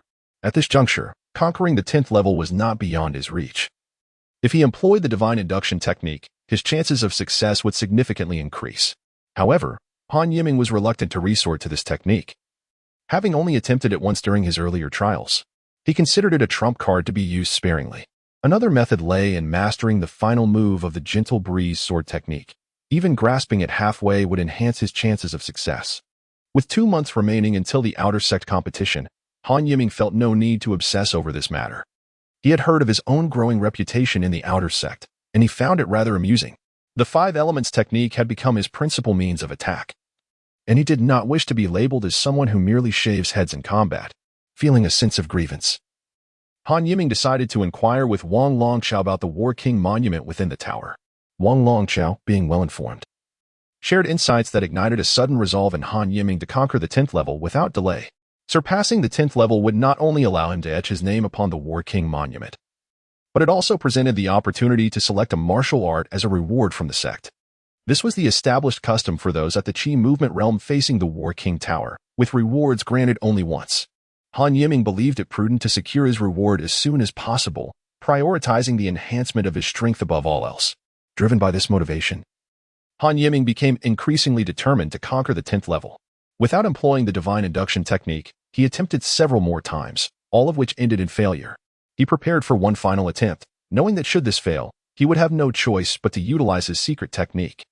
At the 10th level of the War King Tower, a figure clad in white robes, bearing a long sword, materialized before Han Yiming. The man's features appeared somewhat indistinct, yet he stood upright, exuding an undeniable aura of expertise in swordplay. Han Yiming, not one to underestimate his opponent, recalled the terror he had faced in previous challenges. The adversaries here were either powerful beasts or humans at the pinnacle of the early Qi movement realm, possessing profound understanding of the techniques.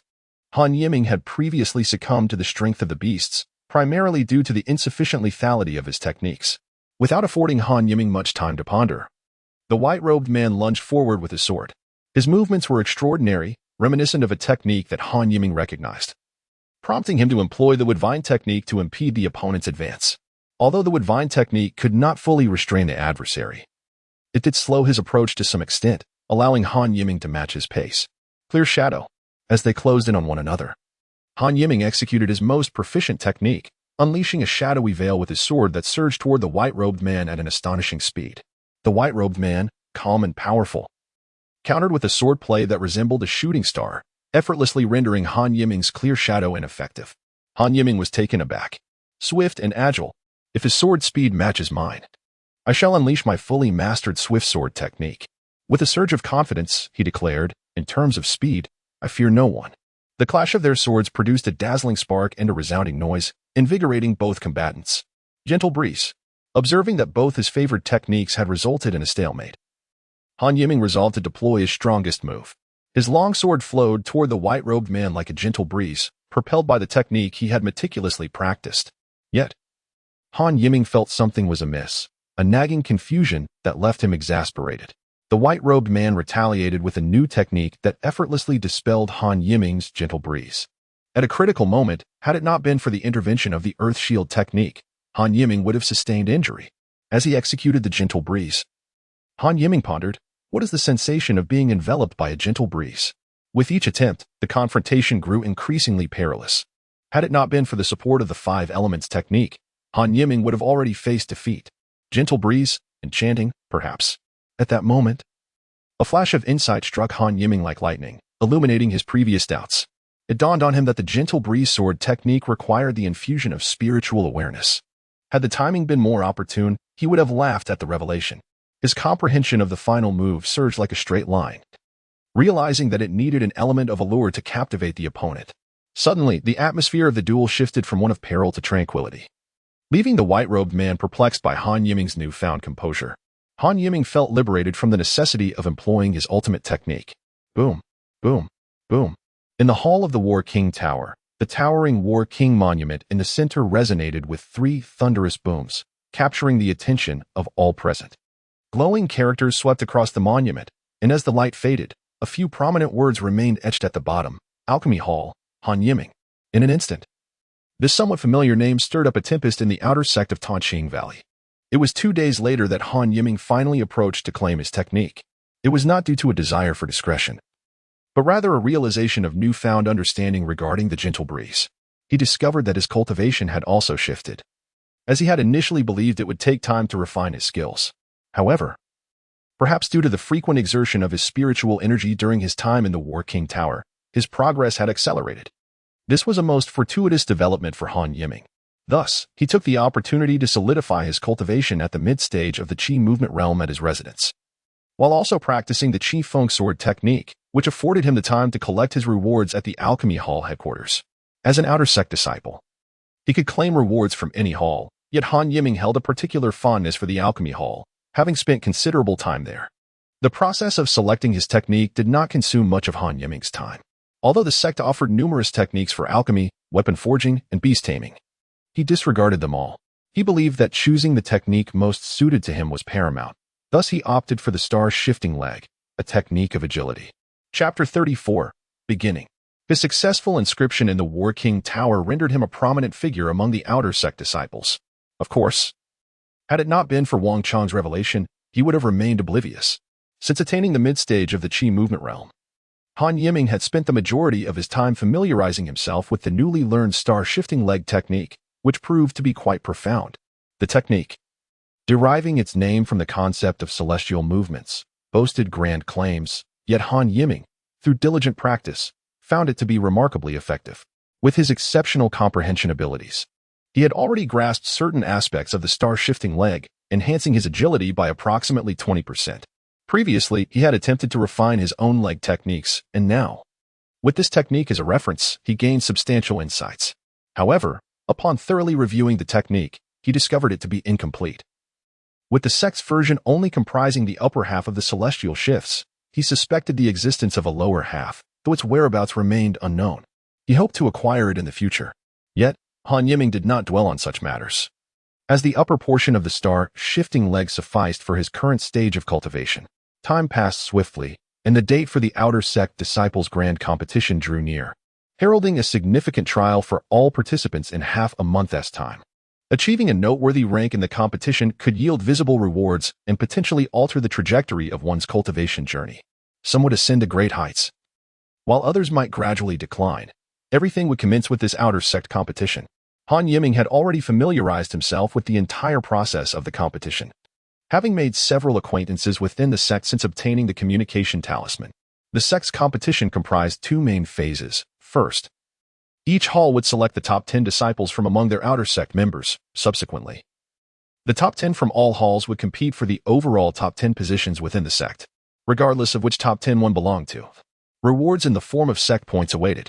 Those who achieved a place among the sect's top 10 could satisfy their cultivation needs with various techniques, weapons, and elixirs in a short time.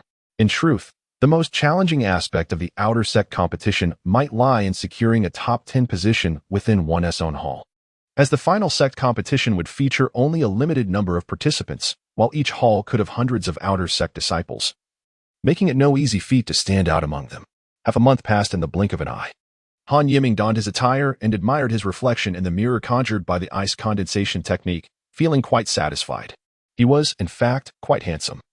His face was elongated yet did not appear gaunt, fitting the category of being quite pleasant to behold. Unbeknownst to him, since his last encounter with Lin Wanchue, he had begun to pay more attention to his appearance. Upon arriving at the Alchemy Hall headquarters, he observed several hundred individuals clad in outer sect disciple garb awaiting him in the expansive square.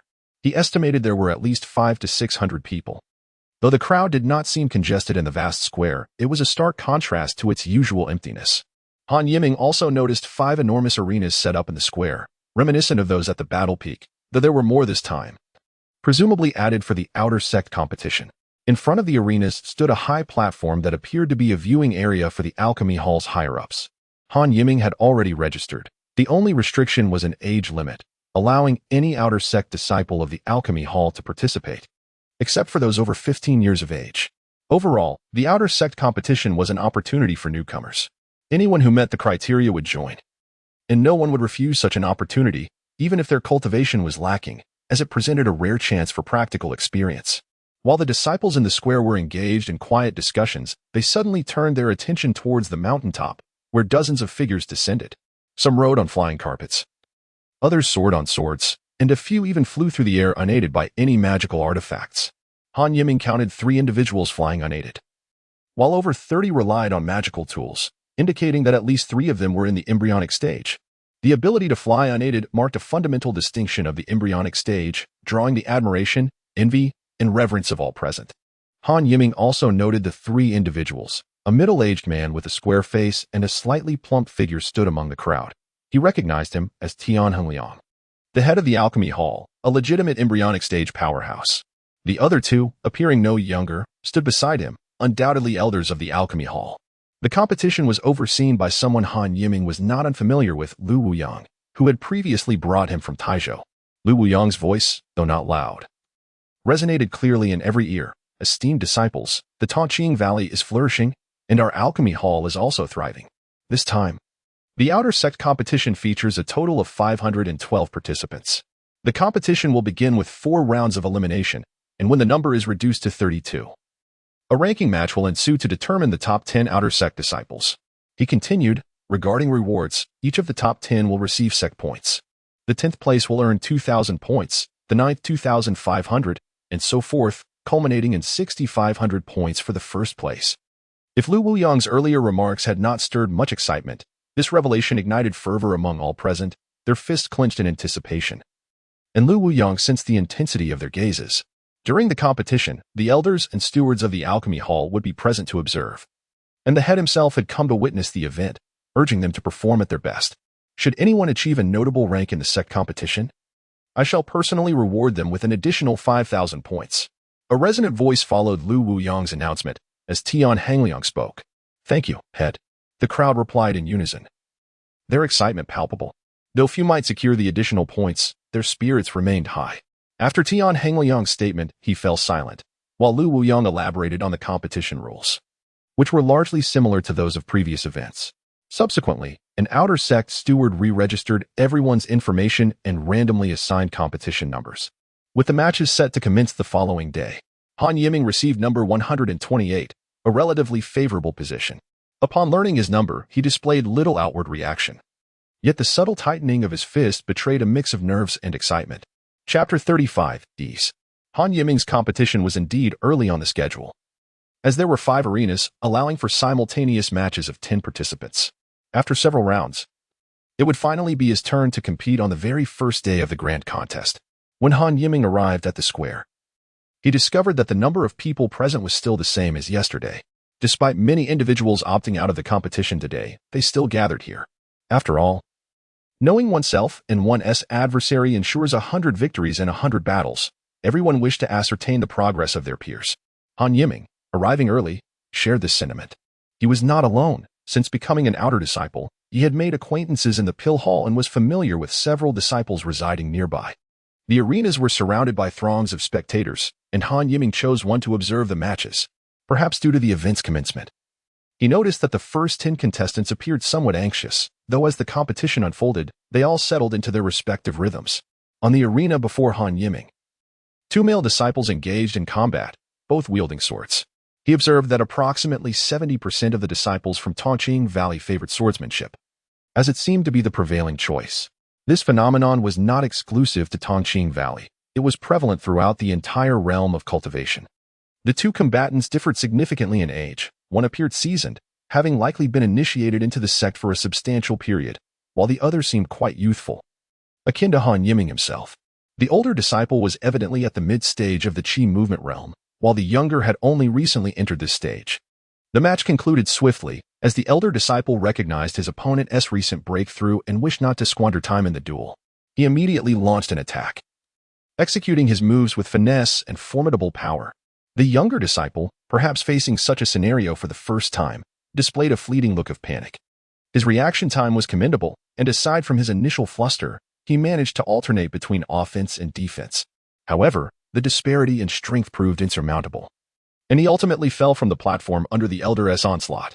The older disciple claimed victory with ease, while the younger, unperturbed, bowed respectfully toward the stage, displaying commendable grace. Han Yiming glanced around at the other arenas. Aside from one still in contest, all others had concluded their matches. This was a deliberate measure by the sect, During the initial allocation of numbers, they were assigned based on seniority, odd numbers for the older, more seasoned disciples, and even numbers for the younger ones. The sect aimed to prevent stronger disciples from clashing in the elimination rounds, though this subtlety went unnoticed by most. Thus, the rounds of competition progressed with remarkable swiftness, often due to the significant disparity in the contestants' abilities.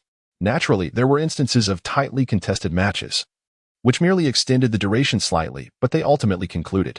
At the beginning of each bout, a steward recorded the outcomes while reminding the corresponding contestants to prepare for their matches. Soon, the 11 rounds of competition came to a close, and it was now Han Yiming's turn. He stood quietly beside the fourth arena, awaiting the conclusion of the fierce contest currently underway. He noted that the two combatants this time were also of differing ages. However, the younger disciple displayed commendable strength, and the elder could not easily dominate, resulting in a closely fought match. The outcome surprised Han Yiming, as the younger disciple emerged victorious. He recognized this individual, having crossed paths with him a few times. He lived next door and was named Wang Qin. Their bout's conclusion signaled the commencement of Han Yiming's own competition, contestants 127 and 128. The steward's announcement was succinct. Han Yiming was prepared and leaped onto the arena. After a brief interval, his opponent, a dark-skinned male, stood before him. Although he was reasonably good-looking, his expression bore an air of arrogance that was off-putting. Perhaps he had discerned the sect's patterns and believed defeating Han Yiming would be effortless. Feeling a twinge of annoyance, Han Yiming dismissed the thought and, upon the judge's signal to begin, launched into action. Fireball technique. He conjured a fireball that sped toward the dark-skinned disciple with newfound swiftness. Han Yiming noted a flicker of surprise on his opponent's face, which quickly morphed into fear. The dark-skinned disciple instinctively sidestepped, but it was too late, and the arena's limited space hampered his escape. Boom! Han Yiming exulted internally. With a resounding explosion, the fireball detonated within a yard of him, leaving the dark-skinned disciple in disarray despite his attempts to prepare. As he attempted to advance, Han Yiming seized the moment to employ the divine technique, further hampering his opponent's movements as he sought to evade the entangling vines. While dodging, Han Yiming unleashed several more fireballs, barely missing the dark-skinned disciple. I concede, the dark-skinned disciple exclaimed in frustration. This unexpected surrender caught Han Yiming off guard. He had anticipated a battle to the last breath. It seemed he had underestimated the average individual's attachment to their pride. "Are you Han Yiming?" came the question. "Indeed," Han Yiming replied. "Your name is renowned. I did not expect to encounter you." The dark-skinned disciple appeared somewhat unsettled. Han Yiming felt a twinge of awkwardness in response. "Haha. I wish you well in the remainder of the competition. I have high hopes for you." The dark-skinned disciple offered a sincere farewell, and Han Yiming expressed his gratitude. Thus, Han Yiming achieved a comfortable victory in his first bout, his performance on the platform leaving a lasting impression on many spectators. Whispers circulated among the crowd. So this is the prodigy everyone speaks of.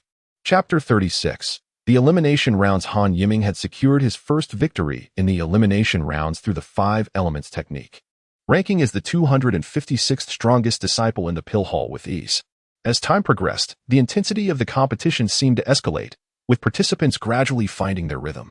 The first round of elimination matches comprised a total of 256 bouts, which spanned 2 full days. Throughout this time, Han Yiming remained at the square, observing the matches of others and gleaning valuable insights. He noted that the majority of contestants were in the early stages of the Qi movement realm, followed by those in the mid and late stages. Given the age restrictions of the competition, many individuals had limited opportunities for advancement. Internally, Han Yiming compared himself to the other disciples, concluding that, unless they were concealing their true abilities, few posed a genuine threat to him. Nevertheless, he remained vigilant, for any stronger opponent could spell his downfall and lead to immediate elimination.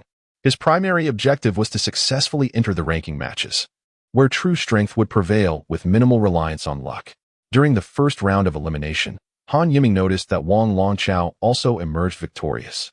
Although he appeared as a meticulous and calculating merchant, his strength was commendable.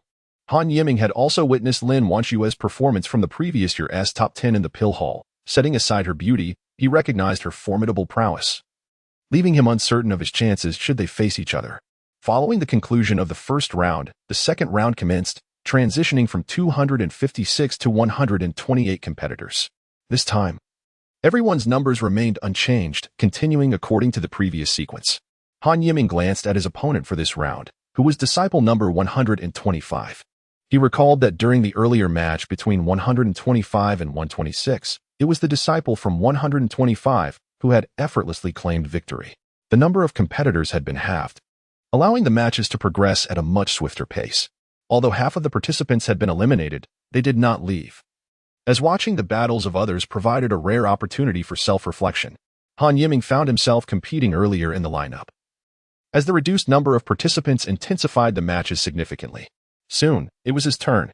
125, 128. Called the steward at the fourth ring. Han Yiming leapt onto the platform as before, and his opponent promptly stood across from him. Disciple number 125 was of average build, with thick brows and bright eyes, exuding a spirited demeanor. Upon stepping onto the stage, he chose a position at a distance from Han Yiming, displaying an expression of wariness. It seemed he had heard of Han Yiming's capabilities. Is he wary? My five elements technique is not so easily countered. Han Yiming mused inwardly, deciding to rely solely on his five elements technique whenever possible. Since everyone is aware of my mastery in it, I shall endeavor to use only that. Han Yiming launched several fireballs towards disciple 125, while simultaneously casting the Divine technique along the path his opponent was advancing.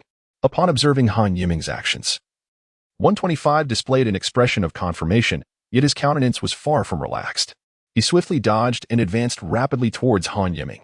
The opponent's speed surprised Han Yiming. This was likely the most adept contender he had faced against his five elements technique thus far.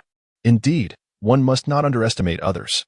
Or perhaps my five elements technique still requires enhancement, thoughts raced through Han Yiming's mind. As 125 drew closer, Han Yiming unleashed a few more fireballs, which could hardly be deemed mere fireballs anymore. Perhaps fire projectiles would be a more fitting term. Unexpectedly, the opponent displayed remarkable agility, evading not only the fireballs but also the Divine technique with ease. Typically, Han Yiming refrained from detonating fireballs that posed no threat to his adversary, as it would squander his spiritual energy and mental focus. With his opponent now quite close, Han Yiming prepared to engage with his sword. The clash of Han Yiming's sword against that of disciple 125 resonated with a series of sharp sounds, indicating the remarkable speed of both combatants. Han Yiming and 125 engaged in a fierce duel, alternating between swift strikes and evasive maneuvers, without resorting to the clear wind technique. At that moment, the spectators below began to genuinely recognize the prowess of both Han Yiming and his opponent. Han Yiming sensed that 125 was exceptionally resilient, although his swordsmanship seemed slightly inferior. He found it challenging to defeat 125 quickly. After exchanging dozens of blows, a collective gasp arose from the audience below, due to 125's prolonged defense. He finally sustained an injury as Han Yiming's sword light struck his left arm. This wound appeared to serve as a turning point. Following the injury, 125's reflexes diminished significantly, granting Han Yiming an opportunity. Clear Shadow. Han Yiming exerted all his strength to unleash the second form of the clear wind sword technique. A veil of sword light, akin to an ethereal shadow, enveloped disciple 125. The sight possessed an unexpected aesthetic quality, prompting a slight nod from Tian Hengliang, the master seated on the high podium. Some lively disciples in the audience applauded Han Yiming's technique enthusiastically. However, for disciple 125, this move proved formidable, as his expression grew increasingly grave. Profound void sword technique. Disciple 125 bellowed, perhaps due to insufficient comprehension of this technique. 125's swordplay began to falter upon encountering the clear shadow. With a sudden thrust, although he evaded the blade's edge, a surge of Han Yiming's spiritual energy penetrated his body, causing him to spit blood. Seizing this moment, he sheathed his sword and clasped his hands in salute, saying, "Brother Han, your swordsmanship is impressive, I concede." Han Yiming's rising popularity was unmistakable. It was clear that disciple 125 recognized his name. "Brother, I humbly accept your concession. May I ask your name?" "I am Fu Bo." Han Yiming quietly noted the name, while many in the audience gasped, suggesting Fu Bo held considerable renown himself. Thus, Han Yiming emerged victorious in the second round of elimination, though it had not come easily, and he anticipated that the subsequent rounds would be even more challenging. Chapter 37. Top 32. Following the conclusion of the second elimination round, only 128 disciples remained. 2 more elimination rounds awaited, culminating in a final showdown among 32 disciples for ranking, where the competition would truly intensify. During the ranking matches, all participants would engage in numerous battles over several days. resulting in considerable strain. After the 2 rounds of eliminations, Han Yiming's number ranked significantly higher, with only 31 disciples remaining ahead of him. The second round took an entire day, and it was expected that the third round would consume even less time. Han Yiming had not anticipated that the upcoming 2 rounds would prove less daunting than the second. In the third round, Han Yiming's opponent was a female disciple. For reasons unknown, he perceived that the number of female disciples within the sect was rather limited, perhaps comprising only about 40% of the total. Although he had befriended some female disciples, he did not recognize the one before him. She bore an oval face, appearing somewhat delicate, and her number was 121. Though Han Yiming was unfamiliar with her, she seemed not to share the same sentiment. "Greetings, Brother Han. I have a humble request. Could we engage without your 5 elements technique?" The female disciple's voice lacked confidence, as if she sensed her words were somewhat inappropriate. Han Yiming was uncertain how to respond. Casting a pleading glance at the referee beside him, "You may refuse." The referee replied with an expressionless countenance. "I'm sorry, sister, but I wish to win." Han Yiming replied honestly. The audience rolled their eyes in unison, expressing disdain for his response. The female disciple felt embarrassed by the rejection, her face flushed, which made Han Yiming feel a bit awkward. "Please forgive my presumption, brother." She quickly regained her composure. The ensuing match between Han Yiming and this disciple did not require much effort on his part. After witnessing his fireball technique, the female disciple seemed visibly shaken, hampering her performance. After ensnaring her with the Divine technique, Han Yiming approached to confront her with the clear windsword technique. The female disciple wielded a slender longsword, likely one she had purchased with her hard-earned points. Her swordsmanship exhibited notable qualities, continuous, intricate, and at sharp angles, justifying her progression to the third round of elimination. Nevertheless, none of this posed any significant challenge to Han Yiming. After exchanging more than 20 strikes, he managed to score a hit on her arm. To his surprise, she promptly conceded, perhaps believing that after sustaining an injury, she would no longer be agile enough to evade the fireballs. Although the sect's attire was designed to withstand fire and water, direct hits from fireballs could still cause damage, especially since her hair received no protection. This was crucial. Han Yiming secured a comfortable victory in the third elimination round, drawing mixed reactions from the spectators below. Some felt he lacked compassion, while others argued that competition should transcend gender considerations. Han Yiming heard everything, yet he paid little heed to it, feeling no remorse for his actions. Soon, they arrived at the 4th round of competition, where only a mere 64 participants remained. Victory was within reach, but this final hurdle was of utmost significance.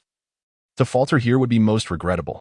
The remaining disciples were solemn expressions, with only 7 disciples left before him.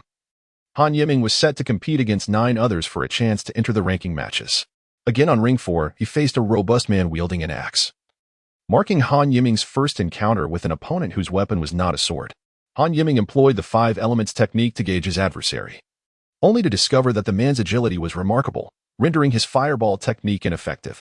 Although the fireball posed no threat to the burly man, Divine technique proved somewhat effective.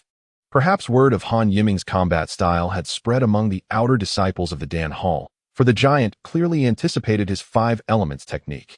The fireball, after all, traversed the air for a brief period, leaving a trace, unlike the Divine technique, which was executed in accordance with Han Yiming's consciousness. Although the brawny man possessed immense strength, he could still break free from the vines, yet his speed was undeniably hampered. Without employing the star-shifting leg, Han Yiming found his speed matched that of his opponent. In this final match, Han Yiming chose to forego the fireball technique, dedicating himself entirely to the contest. The man's axe delivered tremendous power, and each clash with Han Yiming's sword sent tingles through his arm, prompting him to internally caution against the axe's potential harm. The burly man was increasingly frustrated. Despite his abundant strength and spiritual energy, Han Yiming evaded him like a slippery fish, often turning back to nip at him, adding to his vexation. Han Yiming recognized that this strategy seemed effective and resolved to endure the contest, as the man's brute force would undoubtedly deplete more of his spiritual energy than his own. Perhaps sensing Han Yiming's intent, the man intensified his axe attacks, but Han Yiming remained unfazed. Onlookers among the disciples began to grasp the situation. Many felt sympathy for the burly man, while others gazed at Han Yiming with admiration, cheering for him. It was evident that Han Yiming's approach resonated with their sense of justice.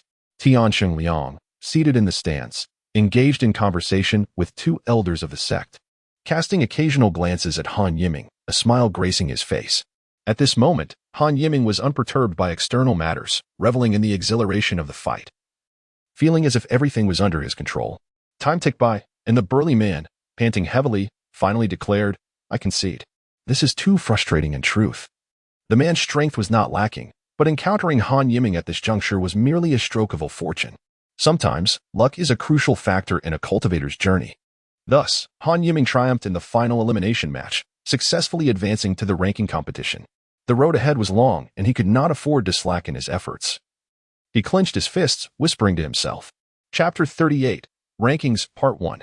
As the elimination rounds progressed, the pace quickened, with the preceding rounds having eliminated most participants.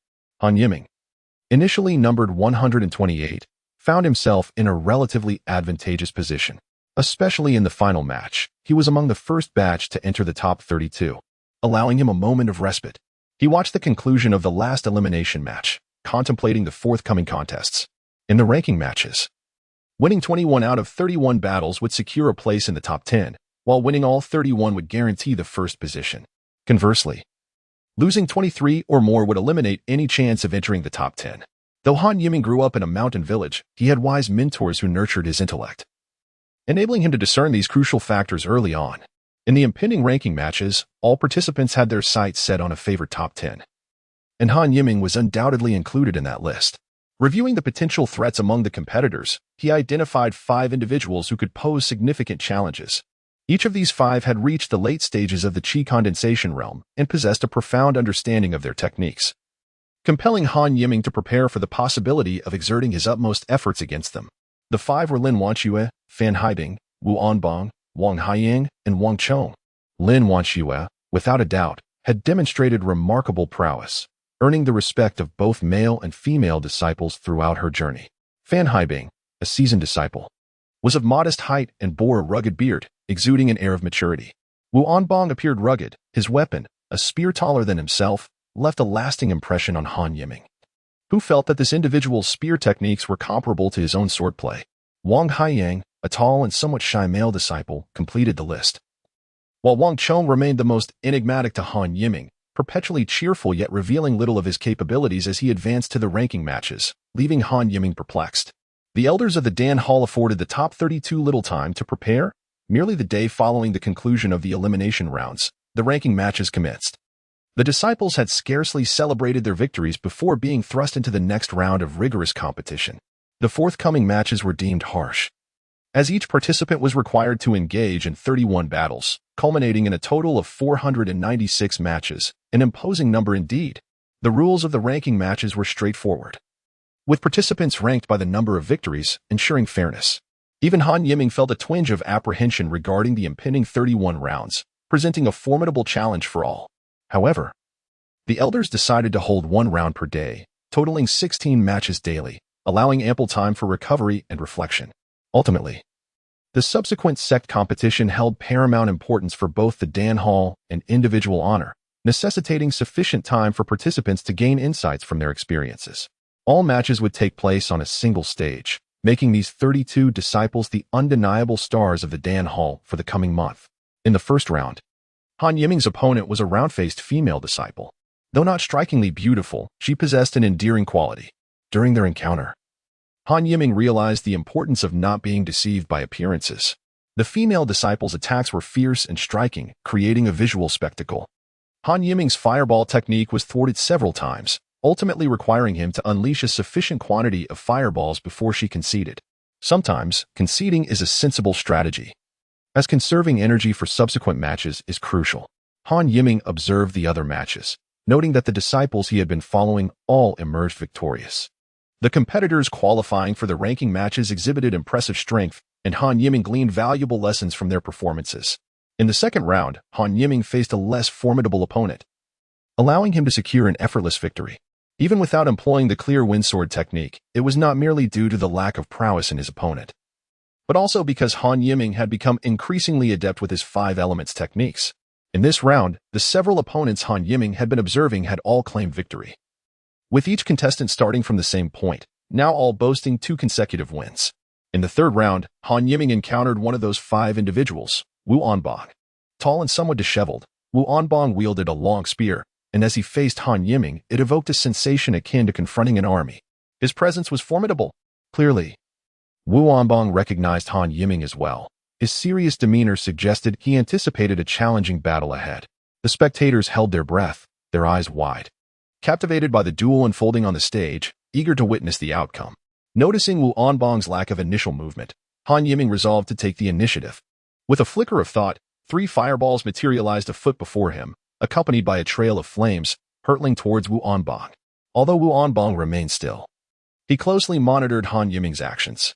As the fireballs approached, he remained composed, stepping back as he swung his spear in a graceful arc, effortlessly cutting through or deflecting Han Yiming's fireballs, rendering them ineffective. Unperturbed, Han Yiming abandoned the fireball technique, grasped his sword, and advanced. At this moment, Han Yiming had mastered the technique to an extraordinary degree, amplifying its potency significantly. Though the clear windsword technique comprised merely 3 forms, its execution unfolded into countless variations, each distinct. While there may be a limit to the comprehension of a technique, its application requires an unending exploration. A sound, indescribably pleasant or jarring, emanated from the clash of spear and sword. Among the audience, some appeared tranquil, relishing the sound, while others furrowed their brows, finding it somewhat grating. From this initial exchange, Han Yiming discerned that this battle would not be straightforward. Yet, he felt no trepidation. All his prior preparations had led to this moment. Come, what have I to fear? Chapter 39. Ranking, Part 2. At the Dan Peak Plaza, hundreds of outer disciples from the Dan Hall were silently observing the contest between Han Yiming and Wu Anbang. Even Tian Hengliang and Elder Tong Qinggu, who had previously engaged in hushed conversations, now turned their full attention to the stage. Han Yiming was entirely focused. Aware that securing victory was within his grasp, yet he was reluctant to employ any underhanded tactics, wishing instead to measure his skill solely through swordplay. Clear shadow. Tai spear. Wu Anbang shouted, revealing a new technique. Han Yiming's eyes brightened at the display. Clear wind. Wu Anbang sensed a gentle breeze emanating from Han Yiming's position, inducing a desire to relax. Alarmed, he quickly steeled his resolve against the approaching gust. With a swift motion, despite his best efforts to evade, Han Yiming's sword energy grazed his shoulder, drawing blood. Wu Anbang swiftly activated the Qingyang True Scripture to staunch the wound, his expression remaining untroubled. What remarkable composure! Han Yiming mused, acknowledging that such a minor injury would likely not impede his performance, yet he felt a disparity when compared to Wu Anbang's calm demeanor. Perhaps buoyed by his initial advantage, Han Yiming's guard momentarily faltered, resulting in Wu Anbang's spear shattering the sleeve of his left arm with a thunderous impact. This startled Han Yiming, who thought he had narrowly escaped disaster. As the two engaged in a fierce exchange, a few onlookers among the disciples wore grave expressions. These were the individuals Han Yiming had previously noted with interest. There seemed to be a magnetic pull between the strong, enabling them to sense one another. The clear windsword technique, a profound skill capable of being cultivated to the embryonic stage, revealed its depth as Han Yiming employed it more frequently. While some outer disciples might opt for simpler techniques for rapid advancement during the Qi movement stage due to their ease of comprehension, the benefits of advanced techniques became increasingly apparent at higher levels of cultivation. Han Yiming's formidable spiritual awareness granted him a profound understanding of techniques. Although Wu Anbang lacked a similarly potent awareness, his grasp of techniques was only slightly inferior to Han Yiming's. Han Yiming felt a twinge of respect for Wu Anbang. Yet, even a slight difference in understanding could yield vastly different results when applied in practice. As the battle progressed, Wu Anbang sustained increasingly visible injuries, and the outcome became increasingly evident. With a horizontal sweep of his spear, Wu Anbang capitalized on a momentary lull in Han Yiming's offense, stepping back and conceding. Junior brother Han, your swordplay is exceptional. I admit defeat. Wu Anbang's admission bore no shame. His aim was to rank among the top 10, not necessarily to claim first place. Brother Wu, I am honored. Han Yiming replied sincerely, expressing admiration for Wu Anbang's spear technique. Thus, Han Yiming achieved a flawless record of 3 consecutive victories. However, the competition continued, and such an accomplishment did not guarantee ultimate success. In the subsequent rounds, Han Yiming did not encounter any of the individuals he had been observing. In the 7th round, Wu Anbang faced Wang Haiyang, piquing Han Yiming's interest. Wang Haiyang wielded a long knife and appeared to possess a unique form of agility. Despite the injuries Wu Anbang had sustained in his previous bout with Han Yiming, he showed no signs of being hampered. The two engaged in a fierce contest for a considerable time. with Wang Haiyang's speed seeming to sway the balance of victory in his favor. Yet Han Yiming remained unconvinced. Recognizing that Wu Anbang's steadfastness allowed him to adapt without sustaining significant damage. As anticipated, in a moment of vulnerability, Wu Anbang launched a decisive thrust, piercing Wang Haiyang's shoulder and creating a bloody wound. This shift in momentum marked the beginning of Wu Anbang's counterattack, leading Wang Haiyang to concede defeat after enduring several more exchanges, recognizing that further resistance would only exacerbate his injuries. By the conclusion of the 7th round, Han Yiming remained undefeated, joined in this achievement by Fan Haiyang, Wang Chong, and Lin Wanxue, while Wu Anbang and Wang Haiyang each faced one defeat. Additionally, Han Yiming recognized Shen Baoxin and Tong Renhuan, who had previously competed here but were now struggling in the rankings. Likely due to the formidable nature of this year's disciples, Wang Longxiao had been eliminated in the 3rd round of the knockout stage, yet he appeared undeterred, frequently accompanying Han Yiming to observe the matches, sharing various tidbits of information. It seemed he held high hopes for Han Yiming's future and sought to cultivate a friendship with him. Han Yiming understood Wang Longxiao's intentions and did not oppose them. As the matches continued, aside from the slight challenge posed by Wu Anbang, Han Yiming's subsequent bouts proceeded smoothly, culminating in an impressive record of 15 consecutive victories, drawing him ever closer to the top 10. In the 15th round, an intriguing clash unfolded ahead of schedule as Wu Anbang faced Fan Haibing. Han Yiming felt a sense of gratitude toward Wu Anbang, seeing him as a stepping stone in his journey. Fan Haibing, possessing a scruffy beard and a modest stature, stood before the spear-wielding Wu Anbang, creating a striking visual contrast. The contest commenced swiftly. Despite his shorter stature, Fan Haibing exhibited remarkable agility, brandishing 2 short blades as his weapon of choice. His attack speed was exceedingly swift. He often struck with one dagger while pinning his opponent's weapon with another. At that moment, Wu Anbang found it quite challenging to cope with the situation using his spear. After Fan Haibing inflicted 2 wounds upon Wu Anbang with his dagger, Wu Anbang wisely chose to concede. This victory added to Fan Haibing's flawless record, mirroring that of Han Yiming up to this point. Perhaps it was mere coincidence. But soon after his hard-fought win, Fan Haibing faced Lin Wanxue in the next round, a formidable opponent whom Han Yiming had long kept an eye on. It is often said that every creature has its nemesis, and Lin Wanxue practiced a sword-related technique that Han Yiming believed rivaled his own understanding. With her cultivation at the late stage of Qi movement, she exerted considerable pressure on Fan Haibing, who had only recently entered the same stage. Ultimately, Lin Wanxue emerged victorious, providing Han Yiming with a deeper insight into her strength. By the end of the 16th round, the rankings had progressed significantly, with only 3 undefeated contestants remaining: Han Yiming, Lin Wanxue, and Wang Chong. The consecutive days of competition had left all 32 top disciples feeling a touch fatigued, yet they had also gained much from the experience. Han Yiming found himself becoming increasingly adept in battle, not merely in terms of technique, but in a more ineffable state of mind.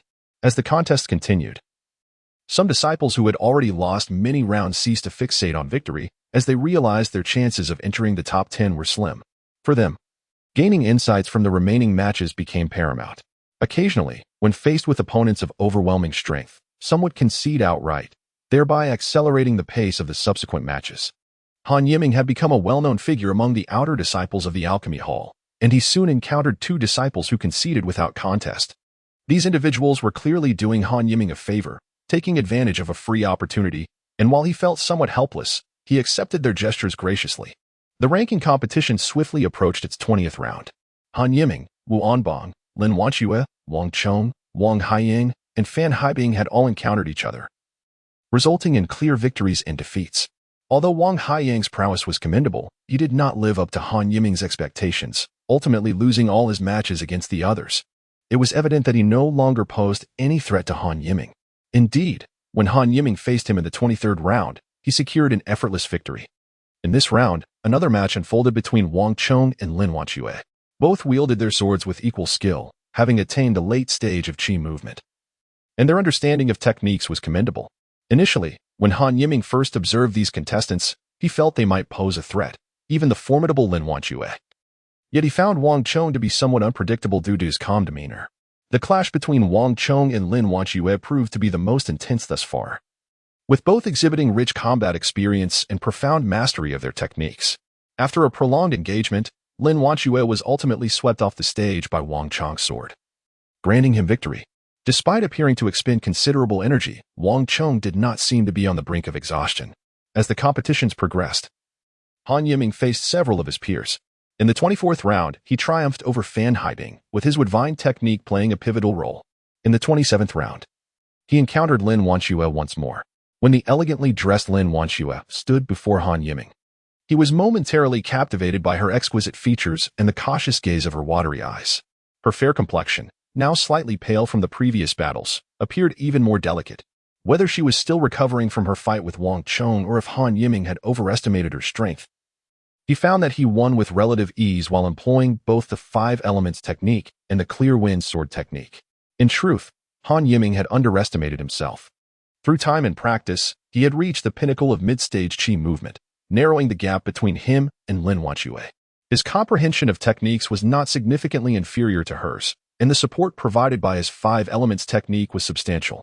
It could only be said that Han Yiming had transformed considerably since the beginning of the tournament. As the 31st and final round approached, the results of the top 10 were nearly determined, yet the first place remained uncertain, with both Han Yiming and Wang Chong still undefeated. Their paths were destined to cross in this decisive round. 2 figures stood poised on the stage, locked in a tense standoff, as anticipation filled the air among the onlookers. Han Yiming had already drawn his standard longsword, which remained pristine despite being issued by the sect, perhaps not as inferior as it seemed. Wang Chong, serious in demeanor, brandished a long sword that differed from Han Yiming's. Without waiting for his opponent to make the first move, Han Yiming launched a volley of fireballs toward Wang Chong. An all-out effort on his part. To Han Yiming's surprise, Wang Chong showed no signs of panic. Instead, a translucent, spherical barrier materialized around him, though delicate in appearance. This barrier effectively absorbed the explosions of the fireballs. Han Yiming's pupils dilated in shock. He had not anticipated Wang Chong's use of the Spirit Light Shield, a technique he recognized as a more advanced one. Rarely practiced by disciples at the Qi movement stage due to the high spiritual and mental demands it imposed. This technique was not freely available. Acquiring it required considerable points within the sect, something Han Yiming had not yet considered. The presence of such a technique in Wang Chong's arsenal was unexpected. Among the spectators, some knowledgeable disciples quietly praised Wang Chong's execution of the Spirit Light Shield, though the Spirit Light Shield initially held firm. The residual force from Han Yiming's fireballs began to weaken it. After enduring approximately 5 or 6 fireballs, the barrier finally shattered. As the shield disintegrated, Wang Chong had already repositioned himself, wielding his sword deftly to evade the remaining fireballs with ease. Undeterred, Han Yiming resorted to his Divine technique. But Wang Chong deftly eluded all of his efforts. It appeared that Wang Chong had also mastered a technique for agile movement. This battle was proving to be a formidable challenge for Han Yiming, yet rather than fear, he felt an exhilarating eagerness to engage. Han Yiming did not intend to rely solely on the 5 elements technique for victory. He temporarily set it aside, planning to utilize it opportunely later. Meanwhile, as Wang Chong dispelled the fireball spell, he rapidly approached Han Yiming. Han Yiming did not flinch but instead met him head-on with his sword. The clash of metal echoed throughout the vast square, a cacophony of sound. Not only that, but sparks flew when their swords collided. With a sweeping motion, Han Yiming wielded his sword, creating a dazzling display intended to overwhelm Wang Chong. However, Wang Chong's swordsmanship exuded a chilling precision, tearing through Han Yiming's sword illusions like a blinding light. Han Yiming then unleashed his most cherished sword technique to date. Perhaps it was a matter of temperament, for Wang Chong found this somewhat enchanting maneuver to be quite distasteful. As Han Yiming sensed a surge of murderous intent rushing towards him, he felt as if he were amidst a chaotic battlefield, surrounded by a relentless onslaught of spears and blades. He quickly steadied his mind, retracting all his awareness, which alleviated his anxiety. The emptiness he sensed in his consciousness made him realize the peril he had just faced. It was a close call. Had it been anyone else in his position, they would have already succumbed. Unbeknownst to Han Yiming, Wang Chong was equally astonished, his expression betraying confusion. What Han Yiming did not realize was that Wang Chong had also employed a form of mental attack, albeit one far less sophisticated than Han Yiming's techniques. Every technique related to spiritual awareness was a treasure in its own right. One wondered what fortunate circumstances had bestowed Wang Chong such abilities. Tian Hengliang, observing from the stands, sensed a massive wave of spiritual awareness pass between the 2 young men, leaving him somewhat astonished. However, since mental attacks were intangible, he could not be certain. The disciples watching from below merely felt the overwhelming power of the techniques exchanged, oblivious to the underlying danger. The swords of both combatants had already clashed thousands of times, and Han Yiming's arms were beginning to numb, yet he persisted through gritted teeth. Wang Chong, having failed to execute his ultimate technique, appeared increasingly distressed. It seemed that he would have to resort to using some of his hidden cards early. Han Yiming devised a plan. Suddenly, Han Yiming's form seemed to vanish from the stage, transforming into a fleeting shadow. After employing his movement technique, he felt his speed reach unprecedented heights. And even the potency of his swordplay seemed to surge. With a flurry of movements, he practiced the clear windsword technique from various angles, fully absorbed in the moment. Forgetting that he stood on the arena, facing Wang Chong, a disciple from Tongqing Valley, rather than a mere construct from the Battle King Tower. As the gentle breeze brushed against him, Han Yiming suddenly felt a deeper understanding of the clear wind sword technique wash over him. Concurrently, a deep gash appeared on Wang Chong's body, revealing bone beneath, a gruesome sight. Even Wang Chong's typically indifferent demeanor was marred by a furrowed brow. Han Yiming seemed unperturbed by his own accomplishments, his attacks growing ever more fierce and elusive. Thus, Wang Chong's injuries multiplied, though he wished to retaliate. His swordplay seemed unable to keep pace, resulting in an increasing number of wounds. "I concede," Wang Chong exclaimed in exasperation. Upon hearing this, Han Yiming was momentarily taken aback, but soon grasped the situation. He felt a tinge of regret. He had just begun to appreciate the nuances of the clear windsword technique and wished Wang Chong could have held out a bit longer.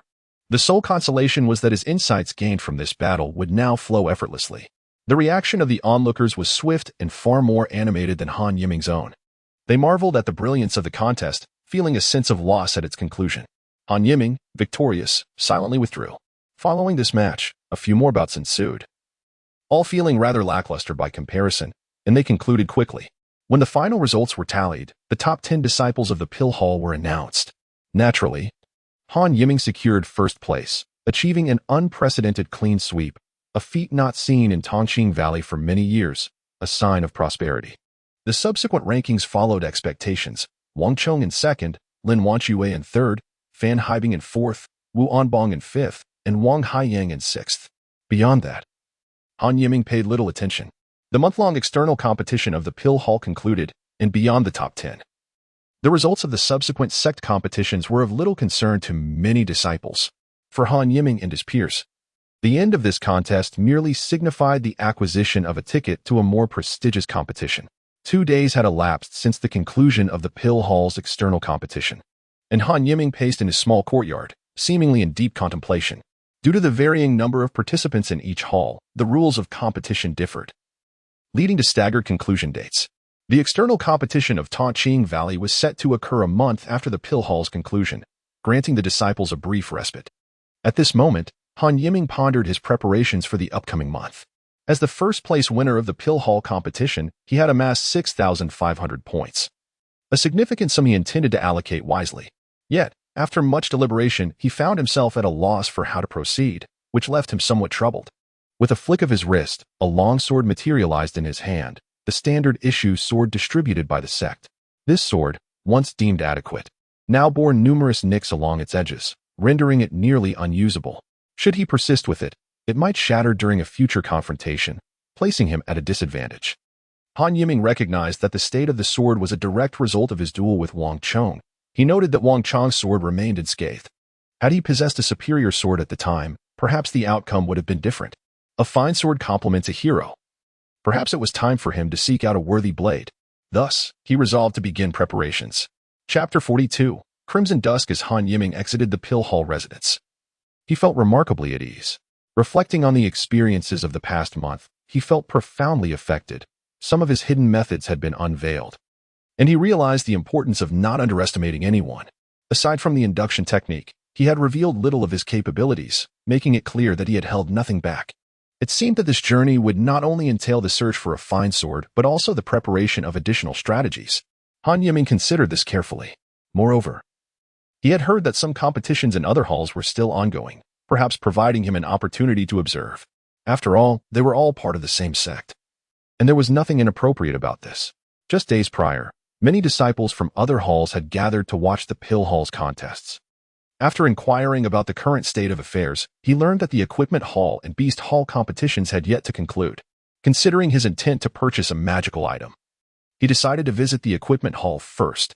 In Tongqing Valley, atop Fong Ding Peak, a stout mountain loomed in the southwestern corner, resembling an enormous cauldron from afar. This towering peak, reaching into the clouds, featured a flat expanse about 10 miles long at its center, flanked on either side by twin peaks that pierced the heavens. Earning it the moniker Twin Peaks. Employing his movement technique, Han Yiming hastened toward Fong Ding Peak, marveling at its grandeur as he stood at its base. After reaching the mid to late stages of the Qi movement realm, one can indeed master the art of flying with instruments. However, at present, he lacks a suitable magical tool, which serves as another purpose for his journey, to seek a fine sword and experience the fleeting sensation of flight. The venue for the disciples' competition is set in the expansive square at the heart of Fong Ding Peak. Upon his arrival, Han Yiming is once again awestruck by the sight. This vast rectangular square appears as a bridge connecting two mountain peaks, elevated to such a height that one can gaze far into the distance, filling the spirit with grandeur. Here lies the headquarters of the instrument hall, adorned with numerous buildings of varying sizes. The open square boasts several imposing cauldrons, within which unknown substances burn, releasing wisps of azure smoke that add to the air of mystery surrounding the place. Yet, this profound atmosphere is presently eclipsed by the clamor of the square. Hundreds of disciples gather around 5 distinct platforms, suggesting that the competition is already well underway. Han Yiming quietly muses that he has arrived at a fortuitous moment and seeks a vantage point to observe the proceedings. The competition rules of the instrument hall appear to differ from those of the Dan Hall. Their elimination rounds seem to follow a platform-style format. After watching for a while, Han Yiming grasps the essence of the rules. They must first select 20 individuals to form the top 20 disciples. A task that seems straightforward. One merely needs to defeat 20 opponents. It is evident that the elimination rounds are far from easy in the Dan Hall. One could advance from elimination to ranking rounds after merely 4 matches, whereas here it entails 20. Whether defending a position or challenging others, victories accumulate towards one's total. And the first to achieve 20 victories earns the right to enter the final top 20. However, slots are limited and awarded on a first-come, first-served basis. This ruthless rule instills a sense of dread even in Han Yiming. Upon reflection, it becomes clear that such regulations offer a chance for the powerful disciples, while making it exceedingly difficult for the weaker ones to slip through unnoticed. Han Yiming also notices an intriguing aspect. The disciples of the instrument hall wield an array of weapons, swords, spears, halberds, and more, all of commendable quality. At least of low-grade mid-tier magical tools, far superior to the long swords dispensed within the sect. Just as cultivation levels are stratified, so too are weapons. The lowest tier consists of low-grade initial magical tools, followed by mid-tier and high-tier tools. Beyond these lies the realm of magical treasures, which remain a distant aspiration for Han Yiming. Generally speaking, low-grade magical tools suffice for those in the Qi movement realm, while mid-tier tools are aptly suited for those in the Dan Yuan realm. Nonetheless, there are individuals of extraordinary combat prowess whose standards for weapons are significantly elevated. The sect's offerings can barely be considered low-grade magical tools, yet even these seldom suffer damage in battles among those at the Qi movement level. And Han Yiming is indeed one such individual, with an urgent desire to acquire a new weapon. His attention is irresistibly drawn to the instruments wielded by the disciples engaged in combat. Wow, senior brother Du Chen is remarkable. The first to enter the top 20. Of course, Du Chen had previously ranked among the top 10 in the instrument hall's grand competition. The surrounding noise finally draws Han Yiming's focus back to the contest. Following the gaze of the crowd, he observes a robust disciple from the instrument hall forcefully sending his opponent off the platform with a single strike. Han Yiming is somewhat astonished, not merely by Du Chen's strength, but by the weapon he wields, a long staff, which he has never encountered before. From that distant blow, Han Yiming can sense an overwhelming force, confirming that Du Chen's prowess is indeed commendable. After watching for a while longer, Han Yiming concludes that this competition lacks the formidable opponents he had anticipated, leaving him feeling somewhat disinterested. It is time to attend to business and secure a weapon. Han Yiming makes his way toward a door leading to the instrument hall's building, perhaps due to the fact that nearly everyone is occupied with the outer sect competition. The vast expanse of the instrument hall is nearly deserted. He strides directly into the area housing an array of weapons, the largest section within the hall. 7-star Ancient Bronze Blade, low-grade mid-tier magical tool, for 100 points. Giant Blade Sword, low-grade premium magical tool, 500 points. Pear Blossom Spear, low-grade mid-tier magical tool, for 500 points. Rhino Treasure Armor, low-grade mid-tier magical tool, 6,000 points. Han Yiming peruses at his leisure, occasionally picking up a weapon to gauge its feel. A lackadaisical steward seated nearby Engrossed in an ancient text, casts a glance in his direction but does not intervene. Crimson Cloud Sword, low-grade premium magical tool, 6,000 points. Han Yiming's eyes fall upon a sword of similar length to his standard long sword, its dark red hue captivating him. As he grasps it, he feels a sense of certainty. This is the one, Crimson Cloud. Chapter 43, The Secret Realm of Yuan Spirits for Cultivators. Their magical tools often represent an extension of their own power. Initial-grade magical tools are suitable for practitioners of the Qi movement realm, as their physical and spiritual energy is limited, aligning perfectly with the capabilities of initial-grade tools. Should a Dan Yuan practitioner attempt to wield an initial-grade tool, they might very well destroy it upon first use. This is because the physical and spiritual prowess of those at the Dan Yuan level has undergone a qualitative transformation, far surpassing that of the Qi movement realm. Initial-grade, premium magical tools closely approach the quality of mid-tier tools, and their lethality is naturally unmatched by initial-grade tools. Most importantly, tools of this caliber enable practitioners of the Qi movement realm to achieve brief moments of flight. This desire for the sensation of flight propels Han Yiming to leave the instrument hall with great eagerness, as it has been a dream of his since childhood. After devoting 2 days to practicing the art of sword flight and achieving the ability to soar briefly through the air, Han Yiming feels an overwhelming sense of fulfillment, realizing that all his efforts in cultivation have been worthwhile. How could a mere mortal experience such a thing, such as soaring through the skies? When he advances in strength to the Dan Yuan realm, he will be able to wield specialized flying tools, and even in the exalted realm of forging, he could traverse the void unaided. What a sensation that would be! Han Yiming finds himself lost in these dreams. The reward points for becoming the top disciple of the Dan Hall have swiftly been spent, and seeing only a little over 1,000 points remaining on his token, Han Yiming resolves to explore further opportunities for expenditure. He makes another visit to the Dan Hall, this time to review spell techniques, ultimately exchanging them for some common yet undeniably useful techniques within the cultivation realm. Techniques such as the Spirit Light Shield, Object Manipulation, Thousand-Mile Eye, Wind-Listening Ear, and Breath Concealment. While these spells are ordinary, they prove valuable, typically mastered by those who have reached the Dan Yuan realm. Han Yiming believes that with his profound spiritual awareness, he might even grasp some of them ahead of time. As Han Yiming immerses himself in studying the newly acquired techniques in his quarters, a month slips by unnoticed, and the outer sect competition across all halls has long since concluded. The true outer sect competition is about to commence. Han Yiming adjusts his robes, retrieves the Crimson Cloud Sword, and leisurely departs toward the southern peak. Meanwhile, disciples from other halls, whether alone or in small groups, also hurry toward the southern peak. The Lingxian platform on Southern Peak is the site where all registered disciples first arrive. Now, it hosts the outer sect competition, seemingly preordained by fate. Han Yiming arrives not too early, yet certainly not late. The vast expanse of the Lingxian platform, shrouded in mist, is already populated with numerous individuals awaiting the event. Han Yiming locates his fellow Dan Hall disciples, who stand together not only with the top 10 but also with other eliminated members from the Dan Hall. Han Yiming was surprised to see Wang Longqiao among the crowd.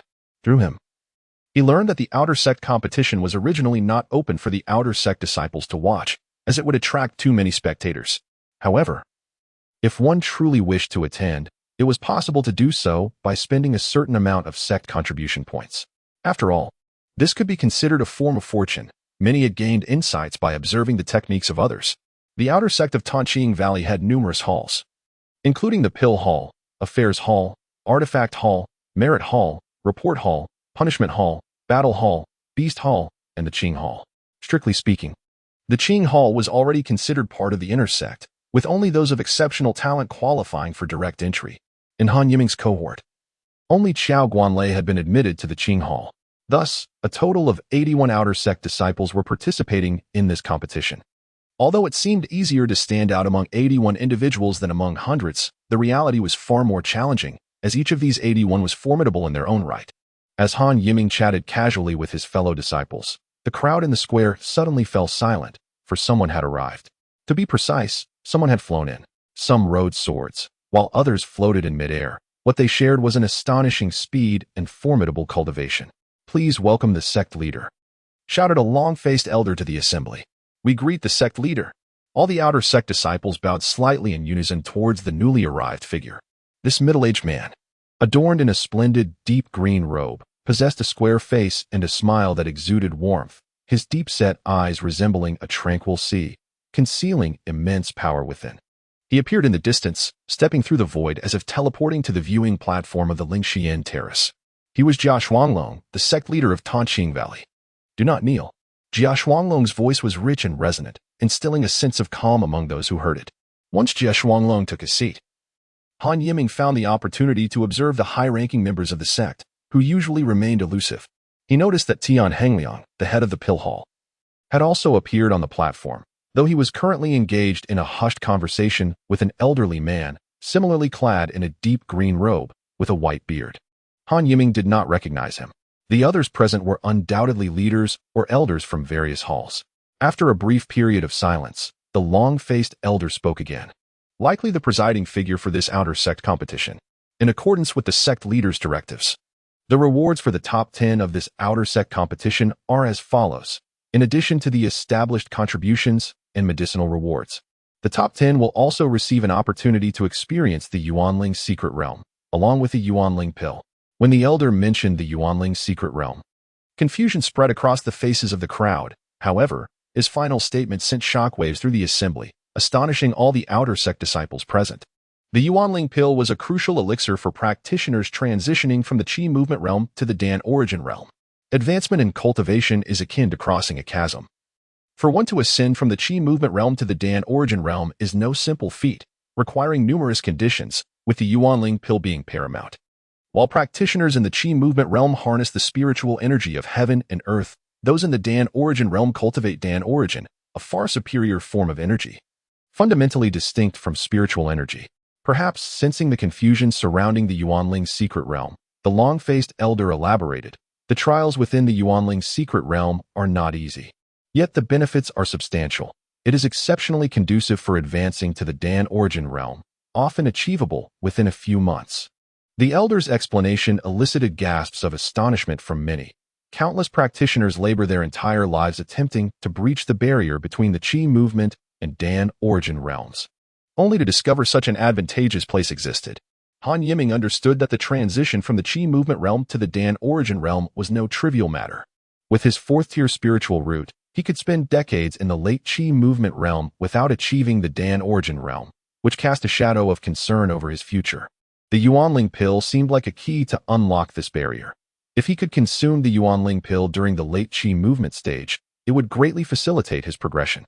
However, the rarity of the Yuanling pill posed a significant challenge. Han Yiming once saw that a Yuanling pill cost a staggering 200,000 contribution points on the exchange list, with other stringent restrictions, such as requiring a minimum of 10 years in the sect and a spiritual root of Tier 4 or above. The conditions were exceedingly harsh. Given his fourth-tier spiritual root, even one Yuanling pill might not suffice for his advancement.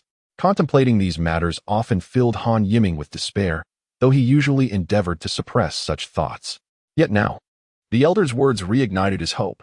I am determined to secure a place among the top 10. Han Yiming's eyes gleamed with fervor, his fists clenched in resolution.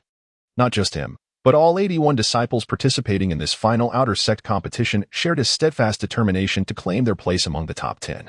The truly disheartened were those who had already been eliminated yet chose to watch. The competition held no relevance for them, and they could only pin their hopes on the next outer sect competition.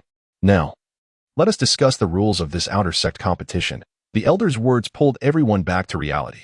A total of 81 outer sect disciples would be participating, and the goal was to identify the 10 strongest among them. We will employ a straightforward method. The 81 will be divided into 9 groups, with 9 participants in each group, and each group will conduct ranking matches to determine the first place, thereby producing the 9 strongest disciples. There will be one final spot, chosen from the 72 temporarily eliminated disciples, through a defense challenge. The first to achieve 20 victories will claim it. Once the long-faced elder concluded, silence fell over the assembly. Those who had cultivated to this level were not fools. They understood that while this method was simple, it heavily relied on luck, particularly regarding the other 8 disciples in their group. As for the grouping, there was no need for concern. It would be entirely fair, with disciples allocated to different groups based on their rankings. Anticipating the crowd's thoughts, the elder continued, therefore, if we consider the disciple from the Qing Hall as a first from their respective hall, then in the 9 groups formed, each will contain a first-place member, and so forth. Hearing this, the crowd's hopes of luck dissipated. Even the previous hall leaders would not find it easy. Previously, everyone aimed merely to enter the top 10 of their halls, but now, in this ultimate sect competition, all would fight with fervor. Being eliminated in the group stage would make it nearly impossible to stand out from the remaining 70. The matches would commence once the groups were finalized. Han Yiming scanned the assembly of 81 disciples from various halls and was taken aback to recognize several familiar faces. He was already acquainted with Qiao Guanlei, which was not surprising, but he was astonished to see Liu Bing and Li Yixua, who had been selected alongside him from Taizhou Prefecture to join Tongqing Valley, had also become top 10 outer sect disciples in their respective halls. Liu Bing was somewhat expected, as he had a second-tier spiritual root, but Li Yixua, like Han Yiming, possessed a fourth-tier spiritual root, suggesting he must have encountered some fortuitous opportunity as well. Before long, the groups were finalized. Han Yiming found himself placed in the first group, which comprised 2 disciples from the Pill Hall, with the rest being from various other halls whom he did not recognize. While he observed, the others were also scrutinizing him. The disciples from the Pill Hall, whom he had once held in high regard, had been allocated to different groups. Qiao Guanlei was in the 9th group, while Li Yixua was in the 8th group. In the 9th group, there is also a Wu Wanbong, while Wang Haiyang has been assigned to the 8th group. Paired with Li Yixua, Lin Wanque has been placed in the 3rd group, where apart from her, Han Yiming is unfamiliar with anyone else. As for Fan Haibing and Wang Chong, they are in the 5th and 6th groups, respectively.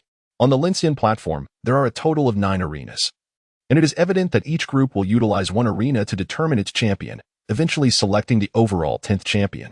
Surrounding the first arena, all 9 disciples from the first group have gathered.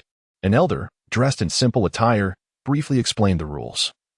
Presumably as the person in charge of this group, Yunnan will engage in a round-robin competition, with each person competing against the other 8, totaling 8 matches. Each of these matches is crucial, and the individual with the most victories will be declared the champion of this group. Han Yiming surveyed the remaining 8 individuals, comprised of 5 men and 3 women. Apart from one disciple from the Dan Hall, who previously ranked 10th and was somewhat familiar, he did not recognize the others. However, the elder had provided a brief introduction, so he was now aware of their identities. The matches commenced swiftly, with all participants unaware of their opponent's strengths, relying on intuition to navigate the bouts. The first duel featured the disciple from the Dan Hall, named Efa, who faced off against one of the 3 women, a disciple named Ping Zhu from the External Affairs Hall. The External Affairs Hall primarily focuses on handling the sect's daily matters, and their techniques are not particularly unique. Not only Han Yiming, but the other members of the first group also watched the duel intently. Although Efa was ranked 10th in the Dan Hall, his strength was formidable. The female disciple, Ping Zhu, also displayed significant prowess, wielding a slender Western sword that appeared remarkably agile. Efa seemed to possess an impressive movement technique, his figure darting swiftly, while his comprehension of swordsmanship was profound. The 2 combatants showcased contrasting styles, one with rapid movements that left only a blur, and the other, light-footed, wielding her delicate sword with precision. The sounds of their weapons clashing were subtle yet resonated with power. The observers below furrowed their brows, and even Han Yiming felt that overcoming either of these opponents would require considerable effort, suggesting that Efa had perhaps held back during the previous external competition. Given the current situation, every match was vital, leaving no room for subpar performances. Not only the first group, but also the remaining 8 groups were fervently engaged in their competitions, marking the beginning of an exhilarating spectacle. Chapter 45, Battle Hall. The audience observing the matches was not limited to those about to compete. Many external disciples were eager to spend points to learn from the event, resulting in a considerable crowd. These spectators needed only to cheer for acquaintances, inadvertently enhancing the atmosphere of the external competition and heightening the tension among the participants. After a brief period of exchanges, several arenas began to yield results, and the match between the 2 contestants from the first group concluded swiftly. To Han Yiming's surprise, Efa ultimately lost to Peng Zhu from the External Affairs Hall. Observing the final moments, Han Yiming surmised that her strength was likely comparable to that of Lin Wanque. In the second match, Han Yiming was unexpectedly called to compete. He felt a tinge of regret for not being among the first round of participants who had a bye, as he believed they held a slight advantage due to not having expended energy in prior matches. Nevertheless, he dismissed such thoughts and confidently ascended the arena. His opponent was a disciple from the reporting hall named Chuyu, who appeared honest and amiable. However, the arena was not a place for camaraderie, and both stood ready without exchanging pleasantries. Han Yiming had developed a certain strategy for combat, beginning with the 5 elements technique to gauge his opponent's strengths and weaknesses. This approach was not commonly employed, drawing attention to the first arena. Chu Yu quickly reacted, dodging Han Yiming's fireball technique and skillfully slicing through his vine technique with his longsword. Realizing Chu Yu's swordsmanship was formidable, Han Yiming abandoned the fireball technique, opting to engage directly. Their short-range combat commenced smoothly. Swift Heart Sword, Chu Yu murmured, unsure if it was the name of a technique or a spell. During the exchanges, Han Yiming did not neglect his vine technique, managing to launch a dual assault on Chu Yu, a subtlety that many spectators failed to notice. However, those in the audience, especially an elderly man with a white beard seated beside Tian Hongliang, the head of the Dan Hall, recognized it immediately. This young man is quite impressive. I seldom see such an attacking style. It requires a high level of mental acuity, the elder remarked. Indeed, he is the champion of the Dan Hall competition. His 5 elements technique has become his signature move. Tian Hongliang responded with a hint of respect.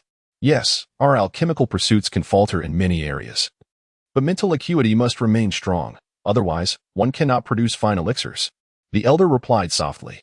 Indeed, Brother Lei's observations are astute. This young disciple warrants careful observation and cultivation. Tian Hongliang concurred. Brother Lei has made swift progress. Congratulations, interjected Jiao Shuanglong, the leader of the Tongqing Valley. Progress remains uncertain. Further observation is necessary. The elder named Lei replied, clearly holding a significant position. Not only Han Yiming, but also other remarkable performers across the arenas were noted by the audience, their conversations revealing delight and satisfaction. Star Shift. Han Yiming began employing his movement technique, swiftly gaining the upper hand. Driven by the desire for a quick victory and to minimize energy expenditure, he decided to utilize any means necessary aside from the spirit drawing technique. With a powerful kick, Han Yiming forced Chu Yu to the edge of the arena, ultimately sending him flying out. This kick was a technique from the Star Shift leg technique, which, while primarily a movement technique, did not lack offensive capabilities. Han Yiming achieved victory in this round, eliciting cheers from some spectators while others scoffed. He remained impassive, recognizing that it was too early to celebrate. The time taken for Han Yiming to conclude this round was brief, and as he stepped down to recuperate, he finally had the chance to observe the other arenas. Several disciples from the Dan Hall had also completed their matches. Lin Wanchue had expended considerable effort to triumph over her opponent, while Wu Anbong endured the longest struggle against his adversary but ultimately faced defeat. Han Yiming quickly refocused on the arena before him, where he noticed an exceptionally formidable opponent. In the brief moment he had stepped down, this individual had already defeated his opponent and secured victory. Li Na from the battle hall presented himself as a significant obstacle for Han Yiming in this competition. After watching Li Na's recent battle, Han Yiming discerned that this individual possessed an impressive level of combat experience, far superior to his own. Furthermore, Li Na's spear techniques appeared to surpass even Wu Anbong's finesse. Patiently, Han Yiming continued to observe the matches, contemplating his strategy. After witnessing the next 2 contests, he noted that the top 10 disciples from other halls were indeed exceptional, yet he remained confident that Li Na was the only variable to consider. The matches progressed in succession, and subsequently, Han Yiming secured 2 additional victories while also benefiting from a bye, resulting in an impressive record of 3 consecutive wins. Only 2 individuals share the same record as him, Lina and Pingshu. As the competition progressed, it became evident that the top rank was now a contest among these 3. The chances for the others had dwindled, though the remaining competitors harbored reluctance. They found themselves powerless. In this pre-battle atmosphere, where the momentum was already somewhat diminished, the spirits of Han Yiming, Lina, and Pingshu only grew stronger, and their victories appeared increasingly effortless. In the subsequent 2 rounds, all 3 emerged victorious, achieving a flawless record of 5 wins. In the 7th round, Lina faced off against Pingshu. Both radiated formidable confidence. Despite Pingshu being a woman, she exuded an indomitable spirit on the stage. However, Lina was not intimidated by this aura. With a spear firmly in hand, he stood resolute. Han Yiming felt fortunate that these 2 had clashed first, sparing him from facing either of them initially. As an audience member, he was exhilarated by the match, realizing the strength of both competitors. He reconsidered his earlier assessment that Pingshu was inferior to Lin Wanchue, recognizing her exceptional prowess. Chapter 46. Unleashing the hidden card. This contest would undoubtedly conclude with a victor, never resulting in a draw. Ultimately, Lina triumphed over Pingshu, as his mastery of spear techniques surpassed hers. Though Pingju's cultivation and techniques were top tier, she failed to significantly outpace her opponent, which became her disadvantage. The 7th round concluded swiftly, with Han Yiming securing an effortless victory as his opponent lacked the resolve to win. In the 8th round, he encountered Pingju. Perhaps due to her prior defeat or the toll of the last match, Han Yiming sensed that Pingju was not exerting her full strength. Nevertheless, he would not show her any leniency. He was determined to seize victory. Thus, after the 8th round, Han Yiming achieved an impressive record of 7 wins. With only Lina matching his feat among the 9 participants in the first group, the elder overseeing the first Group S matches promptly decided to cancel the remaining contests, directly pitting Han Yiming against Lina, as this bout would determine the champion of the first group. As the competition unfolded, many groups mirrored the situation of the first. When Han Yiming ascended the stage, he caught a glimpse of Qiao Guanlei gracefully leaping onto the platform, while Li Yixuo was engaged in a fierce battle with another disciple. It seemed they too were nearing their final match. Among the others from the Dan Hall, he only spotted Lin Wanchue still in combat, likely the only one left with a chance. When Han Yiming looked at Lina, he noticed a hint of nervousness akin to his own. However, at that moment, he suddenly felt his own tension dissipate. Both were exceptional individuals, and soon their focus narrowed solely to each other as opponents. As a disciple of the Battle Hall, Lina had likely gained considerable experience in competitions. His spear technique was formidable, complemented by his extensive experience. Yet, Han Yiming was undaunted. He had one final strategy. And this was indeed the last battle, thus he was prepared to unveil it if necessary. The standoff between the two did not linger long in mere moments. They moved in unison. Lina raised his spear with a rapid thrust towards Han Yiming, who stood his ground, wielding his sword with one hand while forming incantations with the other, conjuring dozens of fireballs that swiftly materialized before him. These fireballs traced bright arcs of red as they hurtled toward Lina. Unfazed by this display, Lina deftly maneuvered, his fingers twitching to summon a thin barrier that enveloped him, taking on a streamlined shape due to his incredible speed. The fireballs collided with this protective barrier with resounding impacts, while others zipped by him, indicating that Han Yiming's current mastery of fireball techniques still needed refinement when targeting such a fast-moving adversary. As Lina approached, Han Yiming momentarily abandoned his plan to employ the wood vine technique, gripping his long sword and charging forward. The clash of their weapons produced a shrill sound that echoed in the ears of all watching. The disciples of Tongqing Valley, perhaps anticipating the imminent confrontation, were utterly captivated, all holding their breath as they acknowledged the strength displayed. As Han Yiming's Qixia sword met Lina's spear, sparks flew, illuminating the scene. The mid-tier superior magical artifact bent slightly under the force of Lina's assault. Han Yiming furrowed his brow, yet the pressure remained manageable. He exerted force through his arm, deflecting Lina's spear while simultaneously aiming a strike at his left shoulder. The clear wind Battle King spear, which Han Yiming had previously encountered, was akin in profundity to the clear wind sword technique.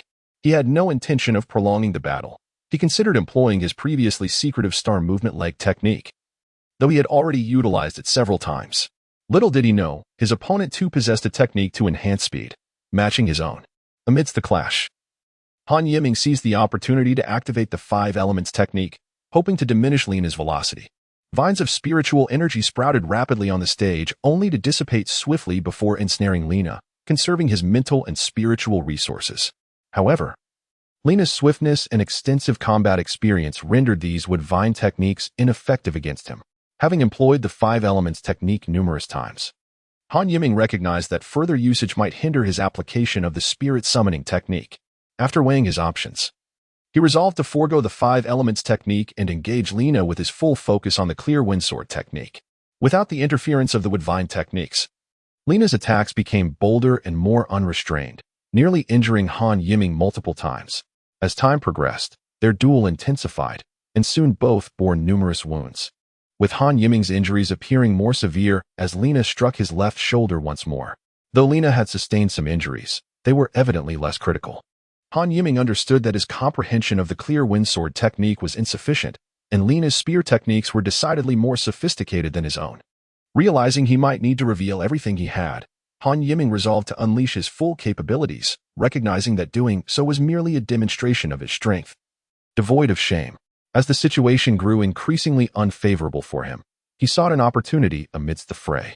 Surrounding the first Group S platform stood hundreds of disciples, all transfixed by the match. As the two exchanged blows with breathtaking agility, the air thick with tension, punctuated only by the sounds of clashing weapons. Once more, as Han Yiming observed Lina's spear thrusting toward him, he recalled having been wounded by this very maneuver moments ago. Spirit summoning technique. A wave of unseen spiritual energy emanated from Han Yiming's consciousness, penetrating into Lina's mind without obstruction. This wave gradually dissipated around 3 zhang away from Han Yiming, as if nothing had transpired. Yet, as Lina's spear continued its advance, Han Yiming's gaze met Lina's, and he noticed the light had vanished from her eyes, rendering her akin to a puppet. This marked Han Yiming's inaugural application of the spirit summoning technique on a living opponent, and he was pleasantly surprised by its remarkable efficacy. Chapter 47. The final curtain. This is the foundation upon which they can employ various tactics and techniques in their assaults. Han Yiming's divine summoning technique proves effective even against these virtual manifestations, and he is confident it would also work against real adversaries. However, Han Yiming never anticipated such an outcome. Lina's bewilderment has persisted for 3 breaths of time, a duration ample enough in the realm of cultivators to yield hundreds of results. Han Yiming refrains from attacking with his sword, understanding that doing so would easily claim his opponent's life, a violation of sect rules and contrary to his intentions. With a swift turn, he positions himself behind Lina, who remains unaware, and delivers a powerful kick to his rear. Off you go. This strike, though unrestrained, would only result in minor injuries. A stunned gasp resonates from the first group's arena, leaving not only Lina, who is airborne, perplexed, but also the surrounding spectators, who are utterly confounded by the unfolding events. With this battle, Han Yiming of the Dan Hall emerges victorious. After a brief moment of shock, the elder responsible for the first group announces the outcome. Upon hearing his words, a weight lifts from Han Yiming's heart, and as his nerves relax, he finds himself slightly unsteady. As Lina descends, he is caught by fellow disciples of the battle hall. In truth, he had already adjusted his posture mid-air, ensuring that even without assistance, he would not fall, though he might appear somewhat disheveled. Feeling a touch dizzy and uncertain about the previous events, he grapples with the inexplicable nature of his defeat, a sensation of dissatisfaction lingering within him. However, with the elder's declaration of results and the presence of high-ranking sect members, including the sect leader, he realizes that there may be aspects beyond his understanding at play. Naturally open-minded, Lina soon relinquishes his fixation on the matter. Brother Han, your swordsmanship is truly exceptional. I admire it greatly. As Han Yiming descends from the arena with the support of a Dan Hall Jr., Lina speaks to him in a perfectly normal manner. Brotherly, your spear technique is like a dragon. My victory was merely by chance. I yield to you. Han Yiming's words are sincere, acknowledging that his swordsmanship indeed pales in comparison to Lina's spear skills. While the first group has concluded, one figure in the audience remains in a state of uncertainty, the white-bearded elder beside Tian Hengliang. This elder, surnamed Lei, had sensed something during Han Yiming's use of the divine summoning technique, though he could not pinpoint its exact nature. While not the most powerful here, his spiritual awareness might be the keenest, a distinct advantage for an alchemist. Yet even with his enhanced perception, he could only faintly detect an invisible ripple of spiritual energy emanating from the first group, unable to ascertain its source. He contemplates that perhaps the victorious disciple from the Dan Hall could be the one responsible, but chooses not to pursue the matter further. With the first group's competition concluded, the remaining groups gradually wrap up their final battles, culminating in the selection of the top 10 for the outer sect competition. This particular outer sect competition is unusual, as the top 10 bear no individual names, all being identical.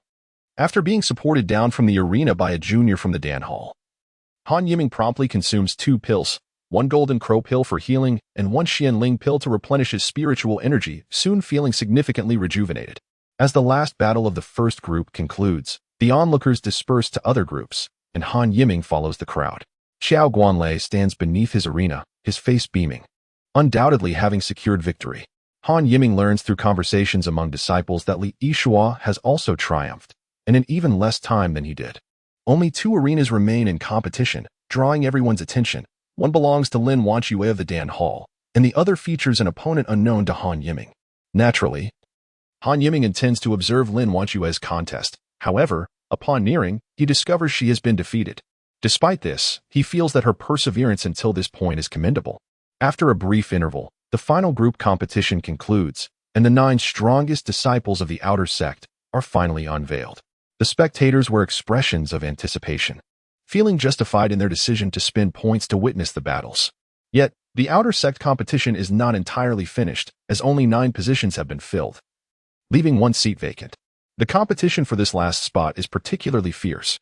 To date, the outer sect competition has one final step, selecting the 10th disciple among the top 10, a process whose rules have been previously outlined. That will be all for today. The competition will resume tomorrow at this time, announces the long-faced elder, granting a momentary respite to those who previously faced defeat, having healed significantly after a night's rest. Han Yiming returns to the Lingxian platform, prepared to observe the upcoming battles. Now that he is among the top 10, his perspective has shifted entirely. Yet he can imagine the pressure today's victors must endure. The matches unfold sequentially. Those who win advance, while those who lose must step down, awaiting their next opportunity. The remaining 72 participants, having already spared no effort in previous matches, now unleash their full prowess. Han Yiming observes Lin Wanchue, Liu Bing, his former opponent Li Na, and others from the Dan Hall, including Wu Anbang and Fan Haibing, all exerting their utmost strength. Victories are gained while others remain without success. As the matches progress, Han Yiming seizes the opportunity to watch closely, unburdened by the need to compete himself. The divisions assigned to the named disciples merely dictate the daily tasks of the disciples. Yet many who become outer sect disciples ultimately choose to specialize in the strengths of their assigned divisions. Most outer sect disciples from the Dan Hall later pursue careers as alchemists, while those from the Weapon Hall often become weapon makers. And the Battle Hall disciples are predominantly combative and formidable. Han Yiming witnesses a disciple from the Beast Hall, who has captured a mystical beast to aid him in battle, a sight he has never encountered before. The brutal contest eventually concludes with a victory claimed by a disciple he does not recognize, a beast master named Xiazhua. Having narrowly lost to the top contender during the group stages, his triumph in this match is well-deserved. Thus, the outer sect competition of Tanqing Valley, which has persisted for several months, finally reaches its conclusion. Han Yiming has achieved his modest goal, making his mark in Tanqing Valley. Chapter 48. The efficiency of Tanqing Valley is remarkable. Merely 3 days after the conclusion of the outer sect competition, a steward arrives to present Han Yiming with his rewards. The steward treats him with great courtesy, acknowledging that being among the top 10 disciples in the outer sect portends a boundless future, an almost certain outcome. Over the years, Han Yiming has learned the art of cultivating relationships, no longer the naive village boy of the past. Thus, he reciprocates the steward's politeness. Before departing, the steward has added a substantial sum of 1,000 points to Han Yiming's token, a notable reward from the outer sect competition. However, curiosity lingers regarding the additional rewards from this grand contest. Once the steward has left, Han Yiming eagerly opens the parcel he received. Although he had mentally prepared himself, the sight within fills him with elation. Several neatly arranged bottles of elixirs await him. In the realm of cultivation, elixirs are considered a form of currency, second only to spiritual stones, cherished by all. Han Yiming glanced through the items, noting that they were all medicinal pills for cultivation and healing, nothing particularly extraordinary, yet still quite valuable. Next, he spotted a shimmering longsword. Although Han Yiming had not extensively studied magical artifacts, he could discern that this sword was exceptional, albeit inferior to his own initial-grade Crimson Cloud sword. It was noteworthy that the Crimson Cloud was already an initial-grade magical weapon, suggesting that this sword could very well be a mid-grade artifact, a weapon suitable for those at the Dan Yuan realm. Indeed, a small wooden plaque nearby provided a brief introduction. Mid-grade initial quality artifact, the 7 Absolute Sword. Upon reading this, Han Yiming's face lit up with joy. Such treasures were rare and could often not even be exchanged for points, making them far more precious. Lastly, there remained a stack of talismans in his pouch. Though he had never used them, he was not unfamiliar with their purpose. Talismans were prohibited during sect competitions, yet they were quite common outside the sect. A practitioner could easily unleash a talisman representing a power level higher than their own, inflicting damage equivalent to that higher tier, a truly formidable capability. Most of these talismans were of basic quality, primarily corresponding to the 5 element spells, along with a few others like the Sound Transmission Talisman and the Concealment Talisman, which indeed had their uses. Just as Han Yiming was contemplating the modest utility of these talismans, his attention was drawn to a particularly radiant gold talisman at the bottom of the stack. This was unmistakably a mid-grade talisman, the Golden Silk Talisman. It represented the power of a strike from a Dan Yuan expert, and he could use it right away, showcasing the terrifying potential of talismans.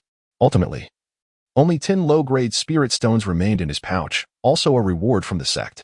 Han Yiming gathered all these items into his storage bag, feeling thoroughly satisfied.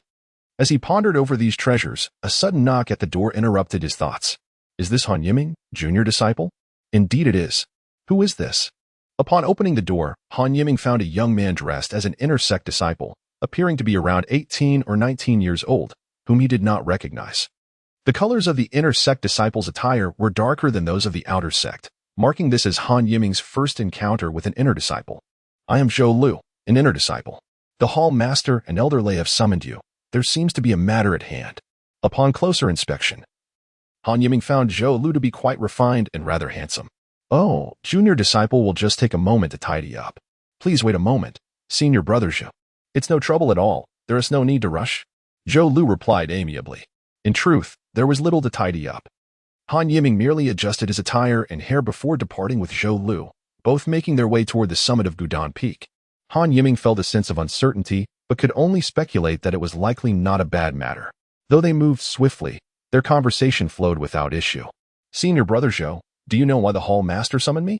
And who is Elder Lei? I would appreciate your clarification.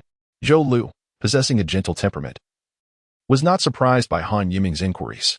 After a brief moment of contemplation, he replied, the Hall Master's intent for summoning you is indeed unclear to me. But it likely bodes well. Regarding Elder Lei, he is a highly respected elder within the sect, said to be a senior brother to the sect leader. Although he is not among the highest in cultivation within the sect, his alchemical skills are unparalleled in Tongqing Valley, which earns him great respect from both the sect leader and our Hall Master. It is said that Elder Lei is also the Hall Master's mentor. Today's summons likely involves both the Hall Master and Elder Lei, so junior disciple must be well prepared. At this, Zhou Lu offered a reminder to Han Yiming. Thank you, senior brother Zhou. Han Yiming replied earnestly, clasping his hands in gratitude. The alchemy hall was situated at the hillside of Gudan Peak, and this was the highest point Han Yiming had reached on the peak. As Zhou Lu led him past the alchemy hall headquarters, they did not pause, continuing their ascent. Gudan Peak was vast, lush with vegetation, but predominantly cultivated with various medicinal herbs, as though the entire mountain was conducive to their growth. Since passing the headquarters square, Han Yiming had been attentively observing his surroundings and noted that the herbs growing higher up were clearly of superior quality compared to those lower down, likely due to the denser spiritual energy in this area. It was reasonable given the elevation of Gudan Peak. After walking for a quarter of an hour, they finally reached their destination, a slightly smaller square with few surrounding buildings. Zhou Lu brought Han Yiming to a structure prominently labeled with the words Alchemy Hall, which stood majestically against the azure sky, emanating an air of mystery. Reporting to the Hall Master and Elder Lei, the outer disciple Han Yiming has arrived. Zhou Lu declared with a respectful bow toward the interior. Come in, came a robust voice from within. Han Junior disciple, you may enter. I shall not accompany you, Zhou Lu said to Han Yiming, offering another respectful bow before departing. Despite feeling anxious, Han Yiming composed himself, smoothing his sleeves, and without hesitation, he pushed the door open and stepped inside. Upon entering, Han Yiming first noticed the absence of lavish decorations. Everything appeared quite ordinary, reminiscent of the hall in Taizhou Prefecture. At that moment, two figures occupied the main seats, one of whom Han Yiming recognized as Tian Hangliang, the Hall Master, while the other, an elderly man with a white beard, could only be Elder Lei. Outer disciple Han Yiming, greetings to the Hall Master and Elder Lei. Han Yiming bowed, his posture respectful yet confident. After his greeting, the two seated figures did not immediately respond. Han Yiming felt that maintaining his bow for too long appeared excessively stiff, yet standing straight seemed somewhat inappropriate. How long have you been in the sect? After a brief pause, Han Yiming recognized the voice of Hall Master Tian Hangliang. In response to the Hall Master, the disciple has been in the sect for over 2 years. Taking advantage of the question, Han Yiming straightened slightly, though he still did not dare meet their gazes directly. What level is your spiritual root?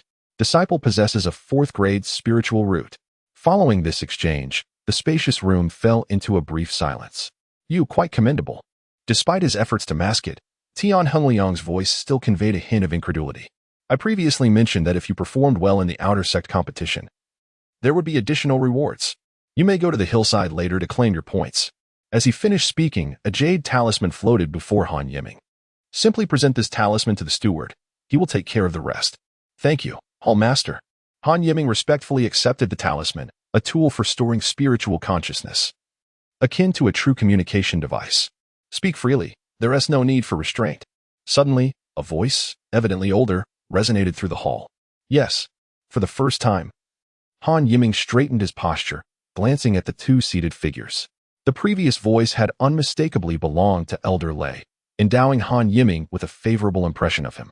Are you interested in alchemy? Would you like to learn? Elder Lei inquired. A surge of excitement coursed through Han Yiming as he recognized the gravity of the moment. I am very interested and wish to learn. Han Yiming responded with sincerity. Though he possessed considerable theoretical knowledge of alchemy, he had no practical experience. If someone were willing to teach him, he would progress rapidly. Excellent. Would you be willing to become my registered disciple? I must clarify that after 3 years. If I believe you possess talent in alchemy and sufficient cultivation, I will accept you as a formal disciple. I am willing. I pay my respects to my master. Han Yiming bowed respectfully. This was the customary gesture for registered disciples, while only formal disciples required a more profound bow. Very well. Elder Lei's tone softened significantly upon hearing Han Yiming's response. Unbeknownst to the world, the art of alchemy bears little relation to one's cultivation level. Yet it is directly tied to the strength of one's spiritual awareness. Observing your repeated employment of the 5 elements techniques during your previous battle, I perceive that you possess remarkable potential. Do not squander your innate talents. Seemingly having opened a floodgate of conversation, Master Lei continued to speak. The opening of the Yuanling secret realm is still 3 years away, so do not rush. For now, focus on diligently learning the art of alchemy with me. Yes, Master. I will comply with your instructions. Now, I shall impart to you 2 foundational texts on alchemy. Take them back and study them thoroughly. I grant you 6 months to fully comprehend them. You may also attempt to practice alchemy on your own. Consider this a test.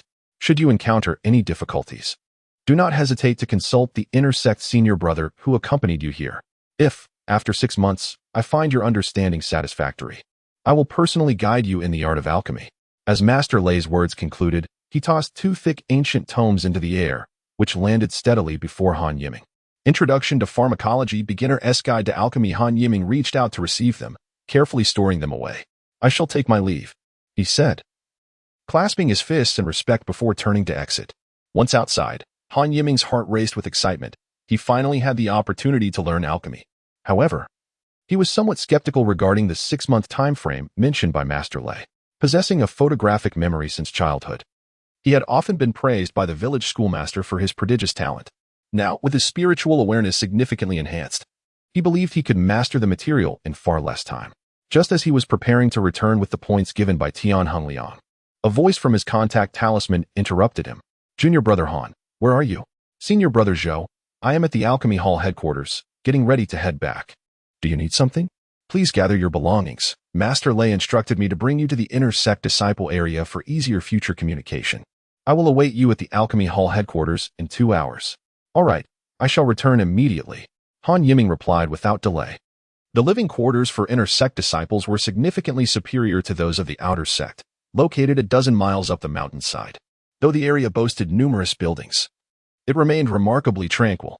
Junior brother, it is indeed enviable that you, as an outer sect disciple, can reside here. Zhou Lu remarked casually as he guided Han Yiming to his new residence. Just fortunate, I suppose. This is your courtyard token. The living quarters for inner sect disciples are protected by a simple formation. Everything that occurs within remains private, accessible only through this token, thus ensuring your peace. Han Yiming accepted the small yet exquisite token, storing it carefully. If you have any questions in the future, feel free to come to me. My residence is not far from yours, just over there. Zhou Lu indicated a direction that was indeed quite close. Thank you, senior brother. I shall familiarize myself with my surroundings. I will not keep you. Very well, take care. Han Yiming gently clasped his fists, bidding Zhou Lu farewell. After acclimatizing to the layout of his new abode, Han Yiming paced within, still astonished that he had moved into the inner sect disciple area ahead of schedule. The conditions were indeed excellent, equipped with a dedicated meditation room, a small training ground, and an alchemy chamber. Since hearing about the Yuanling secret realm, Han Yiming had resolved to master alchemy beforehand, aiming to gather materials for crafting Yuanling pills himself. Having previously received teachings from Wang Yuanzhu, he felt confident he could swiftly grasp the 2 texts provided by Master Lei. However, upon opening the tomes, he realized he had underestimated the complexity of the material. The introduction to pharmacology was filled with intricate and extensive information, cataloging a multitude of commonly encountered herbs in the cultivation world, analyzing their effects and properties. After merely a page, he felt dizzy and overwhelmed. The beginner's guide to alchemy delved even deeper, leaving Han Yiming utterly perplexed, lost in a fog of confusion. Finally, he set aside his earlier arrogance and immersed himself in the study of the foundational texts. The alchemy hall itself was abundant with medicinal herbs. And during his practice and study, he wandered around the solid alchemy peak, observing various herbs in their natural state. This experiential learning proved far more effective than mere rote memorization. The main hall of the alchemy hall was also a frequent destination for him, filled with herbs. He visited not to exchange items but purely for learning. As months passed, the stewards began to take notice of his dedication. Chapter 50. Practice. Over the course of 3 months, aside from basic cultivation, Han Yiming devoted the majority of his time to studying the fundamentals of alchemy, yielding remarkable results. He had nearly mastered the introduction to pharmacology, and aside from a few herbs he had not encountered in person, he had seen most of them within the alchemy hall. The beginner's guide to alchemy was more profound, and while Han Yiming had developed his own understanding of it, he still struggled without practical experience, leaving many of his hypotheses unverified. Continuing on this path was untenable, although he felt confident about Master Lei's assessment in 3 months. He did not wish to waste any time. Thus, he resolved to commence practicing alchemy himself, starting with the most basic pills. The simplest and most common pill was the low-grade Wenling pill, designed for mortals with spiritual roots, thus possessing mild effects. It could gradually nourish the meridians, fostering a closer affinity between spiritual energy and the human body, thereby accelerating the process of mortals attaining the Qi movement realm.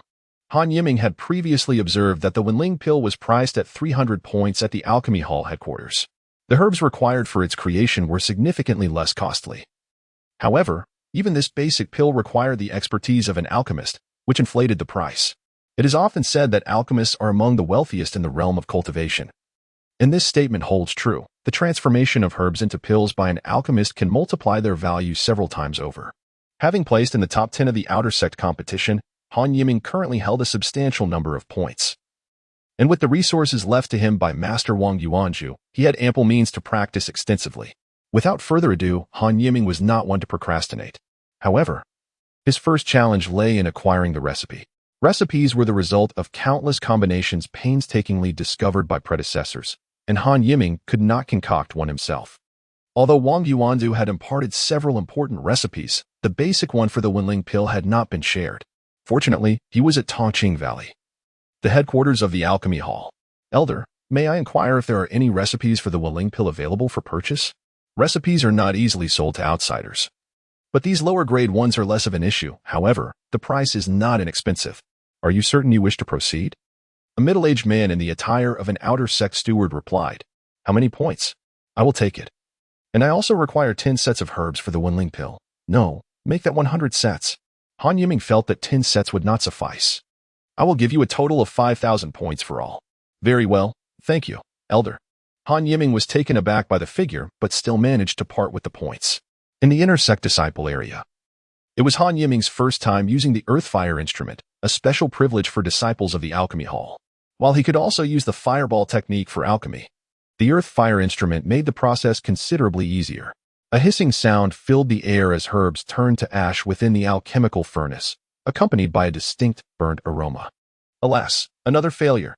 Han Yiming sighed, feeling both dejected and pained, for this batch of herbs alone had cost him at least several dozen points. This was already his 20th failure.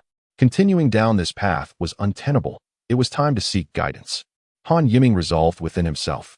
Brother Zhou, I find myself somewhat perplexed regarding alchemy and wish to seek your guidance, if it is convenient for you. This was the message conveyed in the talisman by Han Yiming. Han, come over to my place. I have just completed a batch of elixirs and have some time to spare. Zhou Lu's voice quickly replied. All right. I shall come at once. Han Yiming stored the talisman and made his way to Zhou Lu's residence. After expressing his confusions to Zhou Lu, he was taken aback by Zhou Lu's astonishment. Han, have you already mastered the 2 books given to you by Elder Lei? Almost. Though I still need to validate some theoretical aspects, which is why I am eager to refine elixirs, Han Yiming explained. You are truly a prodigy. During my time as an outer disciple, it took me a whole year to comprehend those 2 books, yet you have achieved this in merely 3 months. Zhou Lu remarked with surprise. I happen to know how to refine the spirit-warming pill as well.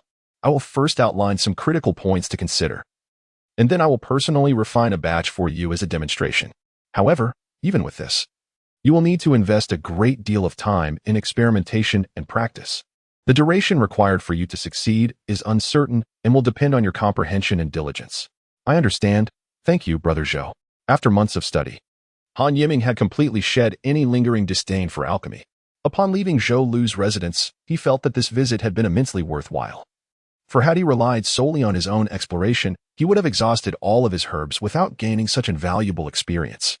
Although he still lacked confidence in his alchemical skills, he had certainly avoided many detours, which he considered a significant gain. Cough, cough. Han Yiming was violently coughing in his alchemical chamber. For the past few days, he had only dedicated half a day to studying alchemy, as the air here was rather peculiar and required time to ventilate. Just moments ago, a burnt smell had wafted from his furnace, yet wisps of smoke now rose gently from it. He hurriedly opened the furnace to find several small, black orbs resting quietly at the bottom. At the very least, I have made some progress. Han Yiming consoled himself. As days passed, he had long since depleted his 100 herbs and subsequently purchased several hundred more, spending a significant portion of the points awarded by the sect, just days before the half-year deadline set by Elder Lei.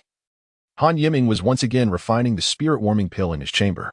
The arduous research over the past 6 months had transformed him into a wild-looking figure with a scruffy beard.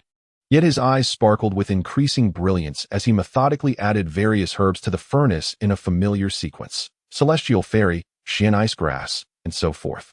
His entire consciousness was focused around the furnace, regulating the intensity of the ground fire and observing the furnace's condition. The herbs had successfully transformed into liquid. And now came the most crucial step: condensing the elixir. Success or failure hinged on this moment. Feeling a surge of determination, Han Yiming shouted, "Condense for me."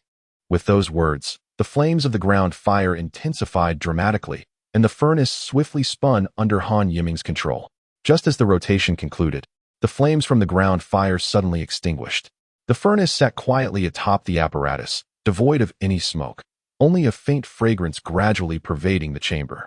A sense of inexplicable confidence washed over Han Yiming, leading him to believe that this time he had certainly succeeded. Chapter 51. 2 more years as if struck by divine inspiration, Han Yiming was convinced that he had successfully refined the spirit-warming pill. However, he knew he must verify this. He approached the furnace slowly and opened the lid without hesitation. Inside, 3 pill-sized orbs lay quietly, their color a creamy white. Han Yiming picked one up and brought it to his nose, inhaling its aroma, which mirrored that of the spirit-warming pills displayed in the alchemical hall. Though these pills were somewhat small and lacked purity in appearance, they were indeed authentic low-grade beginner elixirs, spirit-warming pills. He had finally succeeded in his refinement. For the first time in half a year, Han Yiming felt elated. Atop the summit of Gudan Peak, within Elder Lei's cave, the elder inquired, "Have you mastered both books?" Perhaps due to the absence of any errors in the elixir he had just refined, Elder Lei's tone was notably relaxed. "Yes, I have essentially mastered them." Elder Lei appeared somewhat skeptical upon hearing Han Yiming's response, subsequently posing a series of intricate questions regarding pharmacology. To his surprise, Han Yiming answered each one after a moment of contemplation. Elder Lei was astonished. For an outer disciple, mastering such knowledge within a year and a half was absolutely impossible, unless one had prior experience in alchemy or was an exceptionally gifted genius. To Elder Lei, Han Yiming clearly belonged to the latter category. "Master, I was fortunate enough to refine the spirit-warming pill a few days ago." Han Yiming hesitated before stating this. "Oh, excellent. For the time being, you may assist me in my alchemical endeavors. When I require assistance, I will have you by my side." "Thank you, Master."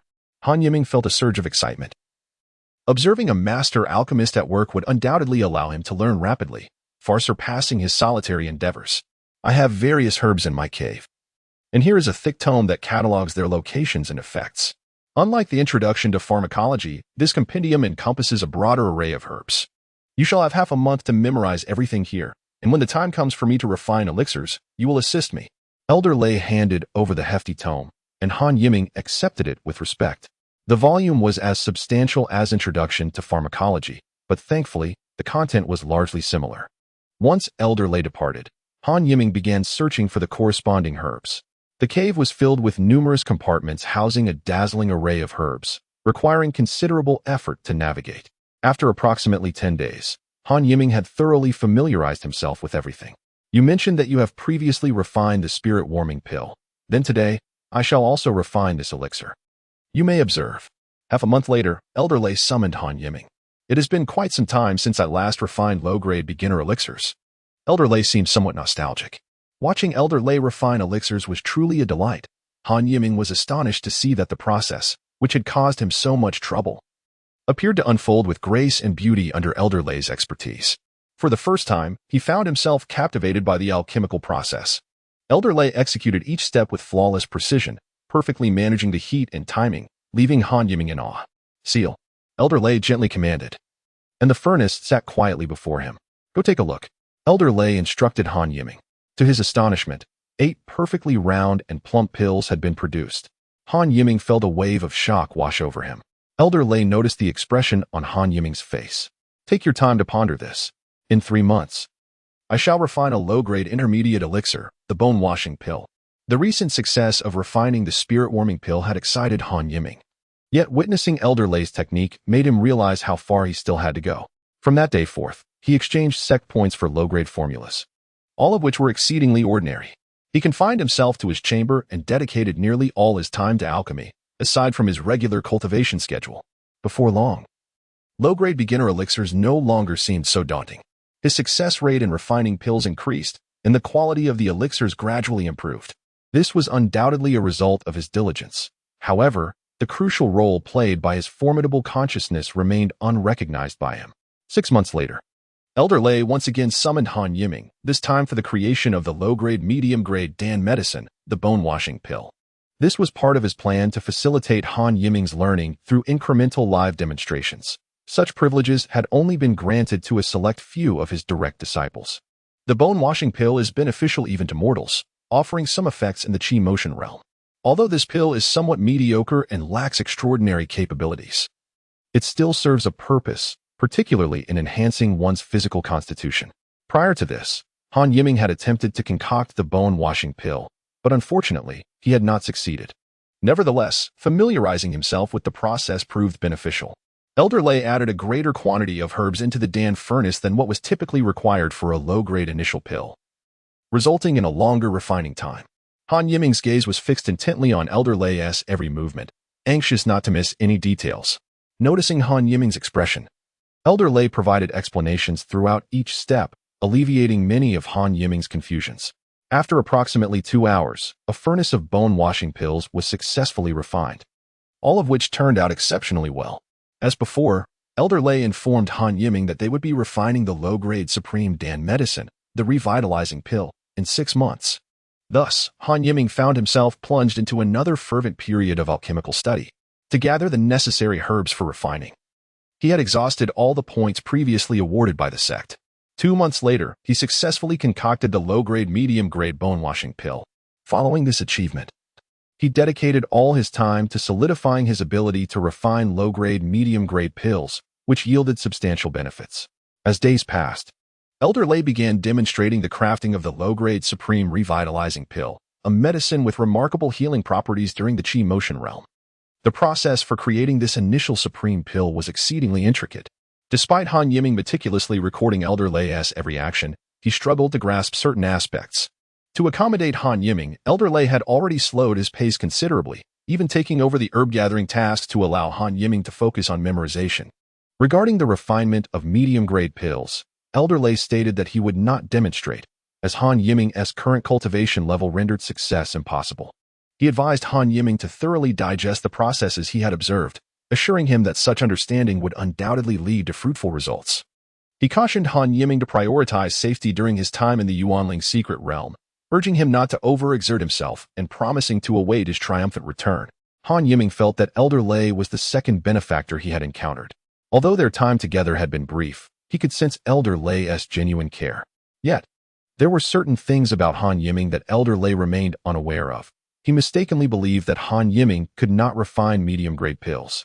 In reality, Han Yiming's spiritual awareness had already reached the Dan Yuan realm, making refinement possible, and it was imperative for him to succeed, as he also intended to create Yuanling pills. However, considerable effort was necessary, and thus, 2 years swiftly passed. Chapter 52. Experience. Han Yiming devoted 3 months to refining the low-grade medium-grade pill and an additional 6 months to the low-grade supreme pill.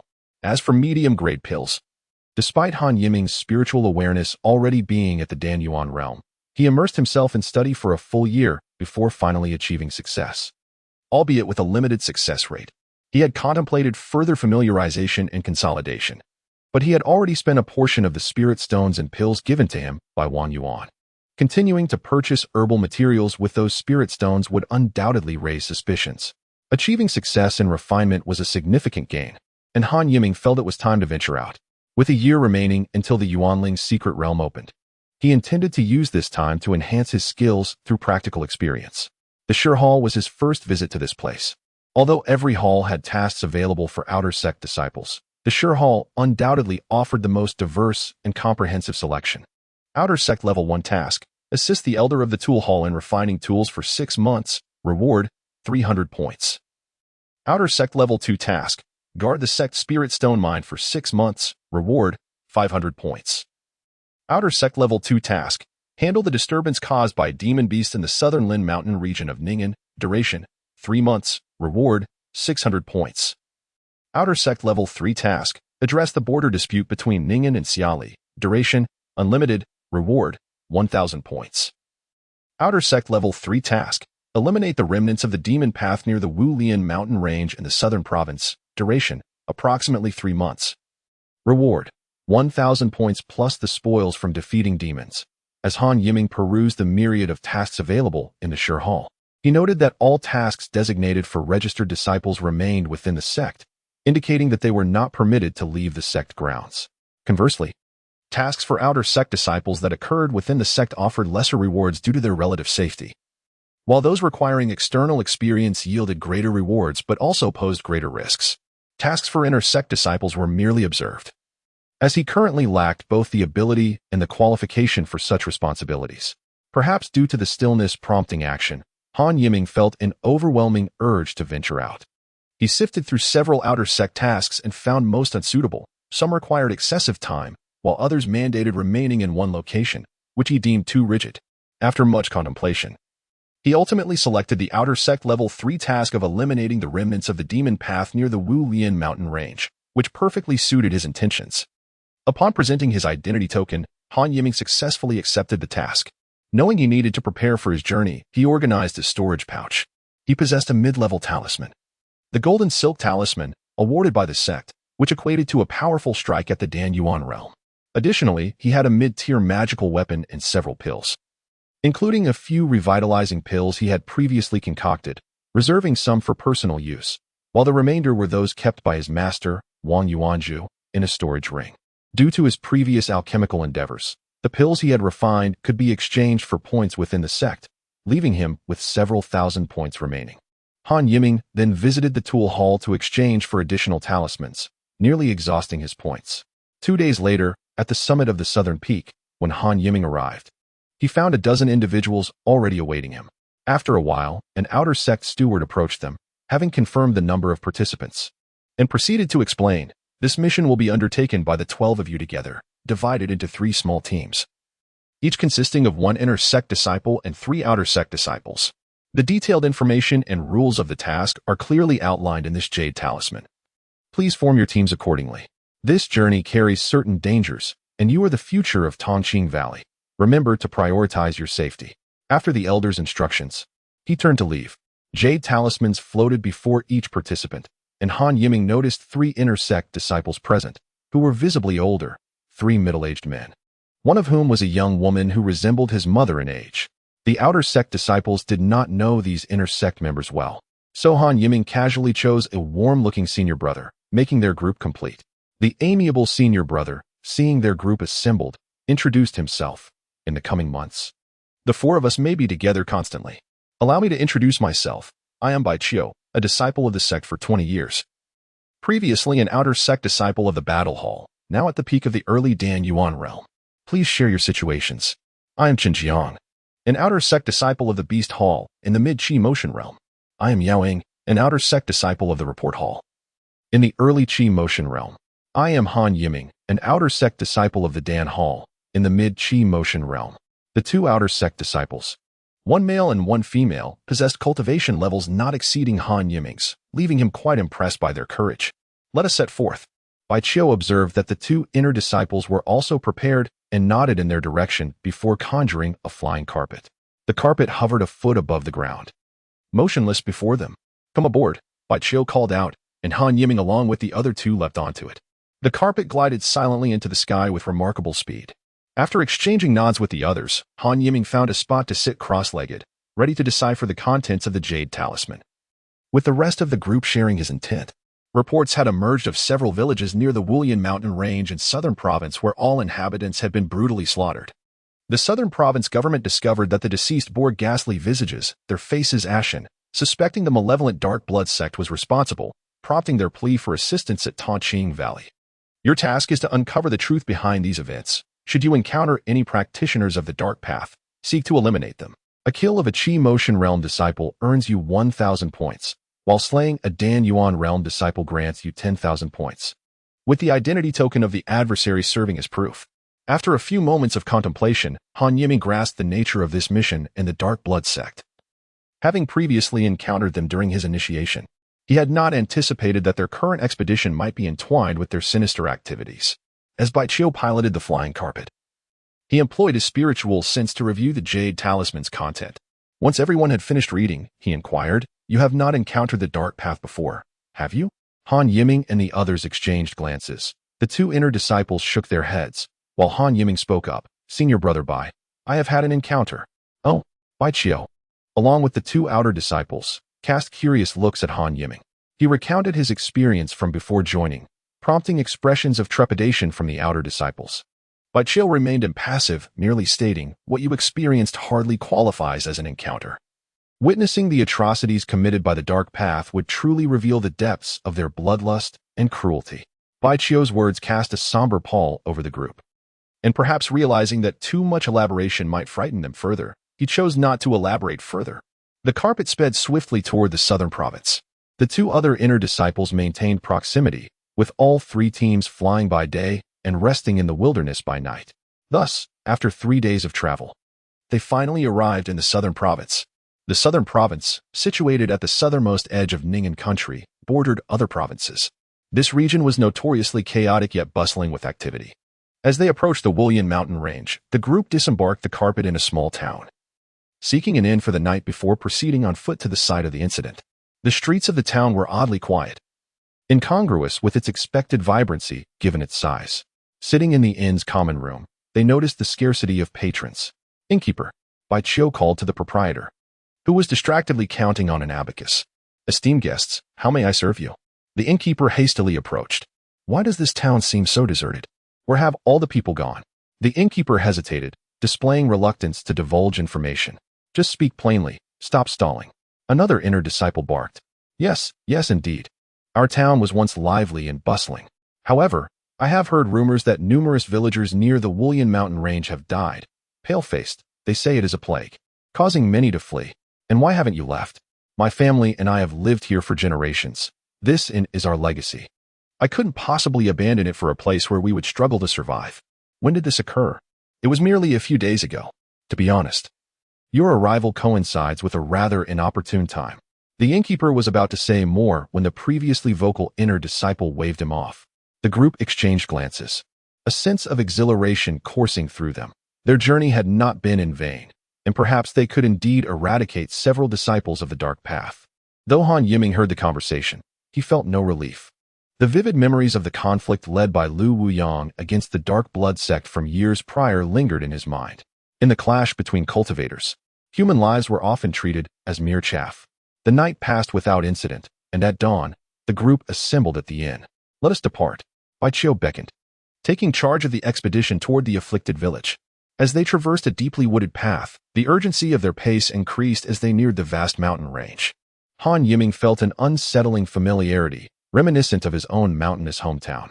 Gradually distancing themselves from the town, an eerie silence enveloped the forest, broken only by the sound of their footsteps. In the distance, a lowly dwelling appeared, announcing the presence of another household. "Let us investigate," Bai Qiu urged. As they cautiously approached, the house exuding an ominous aura, Han Yiming felt a disquieting resemblance to his own ancestral home. As they neared, an exclamation from the front, "There's a corpse," startled everyone, including Han Yiming. He turned to see a man of moderate build, dressed in simple clothing, lying face down, devoid of visible injuries. Baiqiu utilized his spiritual energy to turn the body over. A collective gasp resonated as they beheld the man's face, devoid of color, taking on a peculiar dark yellow hue that sent shivers down their spines. A small wound marred his neck, with traces of blood lingering at its edges. Indeed, it is the Dark Blood Sect. Cursed be them, Baiqiu muttered, explaining to the group that the Dark Blood Sect was known for extracting blood from mortals using their artifacts to cultivate, employing exceedingly cruel methods as one of the malevolent sections. Han Yiming, sensing the presence of several lifeless children within the house, felt a pang of sorrow.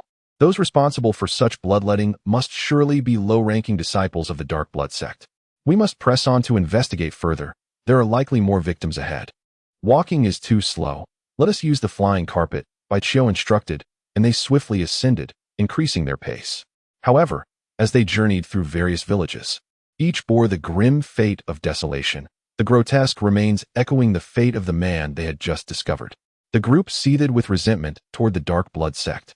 From the corpses we have encountered, it appears we are tracing the path of the Dark Blood Sect. That cannot be numerous given the volume of blood they have extracted. They will need to pause for cultivation, and the Wulian mountain range provides an ideal hiding place. Let us move. Han Yiming glanced up at the imposing mountain range, feeling a daunting sense of the challenge ahead in locating the hidden disciples of the Dark Sect. The others shared similar thoughts, yet they agreed that searching was imperative, and Han Yiming voiced no dissent.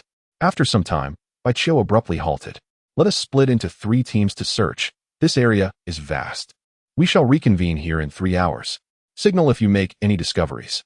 Baiqiu exchanged glances with the other 2 inner disciples, who nodded in agreement. Thus, Baiqiu led Han Yiming and the other 2 toward the left, while the other 2 teams set off in their respective directions. Han Yiming and 3 other disciples from Tongqing Valley traversed the Wulian mountain range.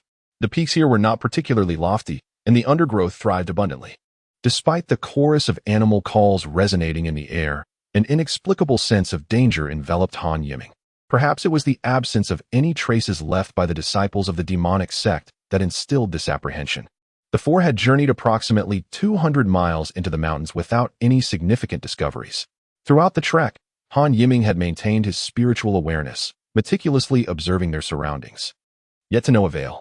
It's possible that these demonic sect disciples have already vacated this area. Let us proceed further. If we find nothing, we shall return, Baiqiu commanded. Naturally, Han Yiming and the others acquiesced. At this moment, not far from Han Yiming's group, within a cave, 4 individuals were seated in close proximity, 3 of them surrounding the 4th. Streams of fresh blood emanated from their magical artifacts, converging towards the central figure, a remarkably handsome man whose face bore an expression of profound gloom. Although he absorbed the blood, traces of pain were evident on his visage. The wretches of the Magic Hand Society, just wait. How dare you ambush me? If it weren't for my swift escape, I would have met my end at your hands. Once I recover, I shall make you pay dearly. The man's low curses echoed throughout the cave. Chapter 54. Encounter. Han Yiming dared not to relax his vigilance. His spiritual sense remained attuned to the slightest movements in the vicinity. Just as the group slowed their pace, contemplating a return, Han Yiming suddenly perceived a faint sound emanating from the nearby underbrush. Concealed beneath a small tree and the surrounding grass was a cave, perfectly hidden from view. Look over there, Han Yiming exclaimed, directing the other's gaze towards the sizable cave he had spotted. Who are you? Before Han Yiming and his companions could approach for a closer inspection, 3 individuals sprang forth from the cave, clad in dark red robes. One of them regarded them with a mix of suspicion and intrigue. Your lives are forfeit. The followers of the Dark Blood Sect deserve to die. Baiqiu's face radiated murderous intent, his words casting a chill across the valley. Trouble comes in waves. First, I was deceived by the Magic Hand Society. And now the little brats from Tongqing Valley dare to provoke me. A brazen voice emerged from behind the trio. A young man, also adorned in dark red robes but distinguished by gold trim, stepped forward from the cave, unmistakably of a higher status. Is there more? Han Yiming thought to himself, sensing an alarming pressure emanating from this individual that surpassed even Baiqiu's. However, the man appeared to be slightly injured. Who is this bloodhound? Have you never heard of him? Baiqiu's voice dripped with disdain, and Han Yiming felt that Baiqiu's arrogance was rather excessive. Such insolence! You dare claim ignorance of the illustrious Dark Blood Sect as young master? Bloodhound retorted with a grim tone. Prepare to die. As Bloodhound's words fell, A multicolored banner materialized in his hand, and with a swift motion, he unleashed a barrage of wind blades towards Bai Qiu. Han Yiming was taken aback as combat erupted unexpectedly. Damn it, meet your end. Bai Qiu drew forth a long sword, sending forth a golden beam toward Bloodhowl. Its cold radiance palpable. Qin Jiang and Yao Ying reacted swiftly, dodging Bloodhowl's initial attack, and engaged the three equally matched disciples of the Dark Blood sect. The pace of the skirmish escalated rapidly, and Han Yiming felt a surge of tension, realizing this was no mere sparring match. Only one would emerge alive from this encounter. Divine technique. Han Yiming executed the star's shifting leg, swiftly appearing before the Dark Blood sect disciple who had spoken earlier, and unleashed the wood vine technique. Vines erupted from thin air. The Dark Blood disciple, taken aback, drew a long knife and began slashing at the encroaching vines. With agility, Han Yiming's Qixia sword gleamed with a cold light as it lunged towards his opponent. Clang! The clash of blades rang out, and both combatants were forced to retreat a step. In a moment of panic, the foe hurled a talisman, which swiftly approached Han Yiming. Fireball technique. Han Yiming's eyes narrowed as he recognized the impending threat. There was no time to evade the talisman. His fireball struck true, resulting in an explosion that echoed through the air, revealing the talisman to be of a low grade. However, Han Yiming's response was unforeseen by the Dark Blood disciple, who had anticipated an adversary who wielded the fireball technique with such finesse. Fireball technique, he thought, sending 5 fireballs hurtling towards his opponent. The Dark Blood disciple swung his long knife, dispelling several fireballs, yet one managed to explode beside him, injuring his arm. Amidst the chaos, Han Yiming caught a glimpse of the battlefield. Xinjiang and Yao Ying were in dire straits, their situation perilous. The clash between Bai Qiu and Bloodhowl was the most intense. Bloodhowl's 5-colored banner was undoubtedly a formidable mid-tier magical artifact, granting him a significant advantage despite his apparent injuries. Gentle breeze. The Dark Blood disciple produced a red jade vial, but before he could cast his spell, Han Yiming's sword had already struck. Another resounding clash ensued. However, the Dark Blood disciple's long knife failed to thwart Han Yiming's advance, and the sword pierced his shoulder. Ah! The disciple cried out in pain, yet before the sound could fade, a chilling scream erupted nearby. Han Yiming turned to witness Yao Ying's head severed from her body, blood spraying up to 2 feet high. Not good. Han Yiming's heart sank. The Dark Blood disciple responsible for Yao Ying's demise produced a gourd-shaped artifact, deftly performing a spell to siphon every drop of her blood into the vessel. Such precious blood from a cultivator should not go to waste, he remarked cruelly. Qin Jiang, witnessing this atrocity, appeared shaken, further deteriorating his own predicament. Gentle breeze. Han Yiming, having witnessed Yao Ying's brutal slaying, closed the distance to his own adversary. He understood that eliminating this foe was essential to leveling the odds. Otherwise, he would find himself besieged, regardless of the outcome between Bai Qiu and Bloodhowl. The Dark Blood disciple, reveling in his recent victory over Yao Ying, wore a smug expression that quickly faded as Han Yiming's sword lunged forth with blinding speed. His previous shoulder wound had slowed his reaction, and with a swift thrust, Han Yiming's sword found its mark, piercing directly into the heart. The Dark Blood disciple's eyes widened in shock as he staggered backward, the vial slipping from his grasp. Han Yiming swiftly activated his storage pouch, hastily collecting the fallen item. This marked Han Yiming's first experience of taking a life, and he found himself grappling with an indescribable sensation. An unsettling blend of emotions surged within him. I suppose I am not the virtuous person I believed myself to be, he mused internally. Before Han Yiming could delve deeper into his thoughts, Qin Jiang's left leg was severed by his opponent, the agonizing cry drawing Han Yiming's attention. Dare you! The Dark Blood disciple, emboldened by his success, aimed his sword toward Qin Jiang's head. This scene ignited a fury in Han Yiming, yet his voice seemed powerless to intervene. Go! Han Yiming swiftly produced a talisman and hurled it towards the assailant.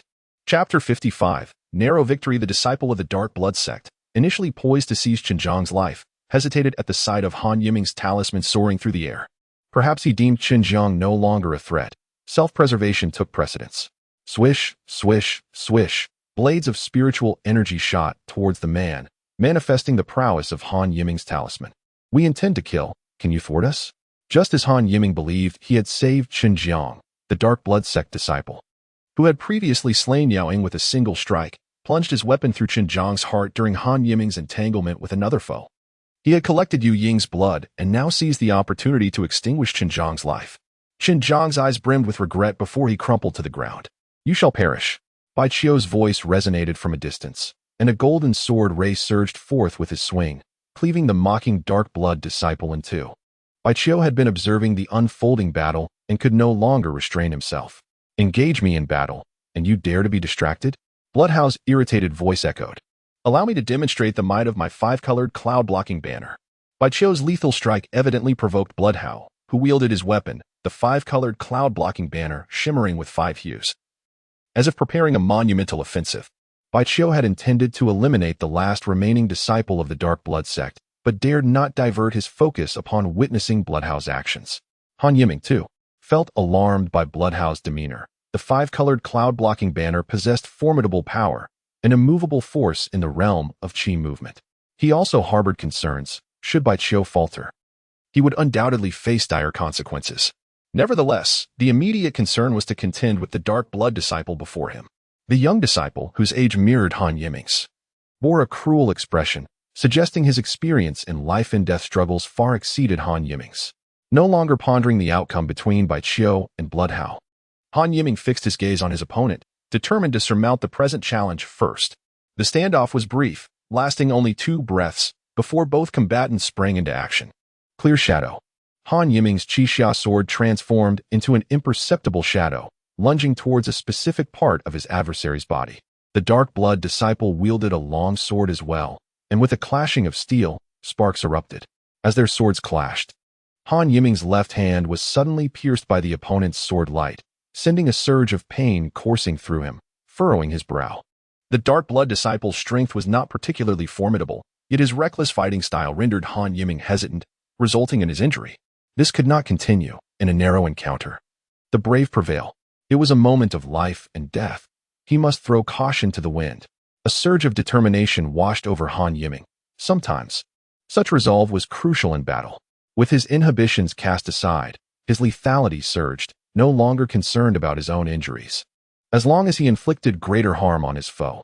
In the span of half a tea's time, both Han Yiming and the Dark Blood disciple bore several wounds, their garments soaked in blood. Clear breeze. At the moment their swords met again, Han Yiming's weapon suddenly accelerated, piercing through the opponent's armpit. This strike caused the adversary to falter, and Han Yiming's eyes gleamed with triumph as a wave of spiritual energy erupted from his sword, turning the Dark Blood disciple's internal organs into a slurry of blood. The disciple's eyes widened in disbelief as he succumbed to his fate. Although Han Yiming had successfully vanquished his enemy, he himself was not unscathed, adorned with numerous wounds.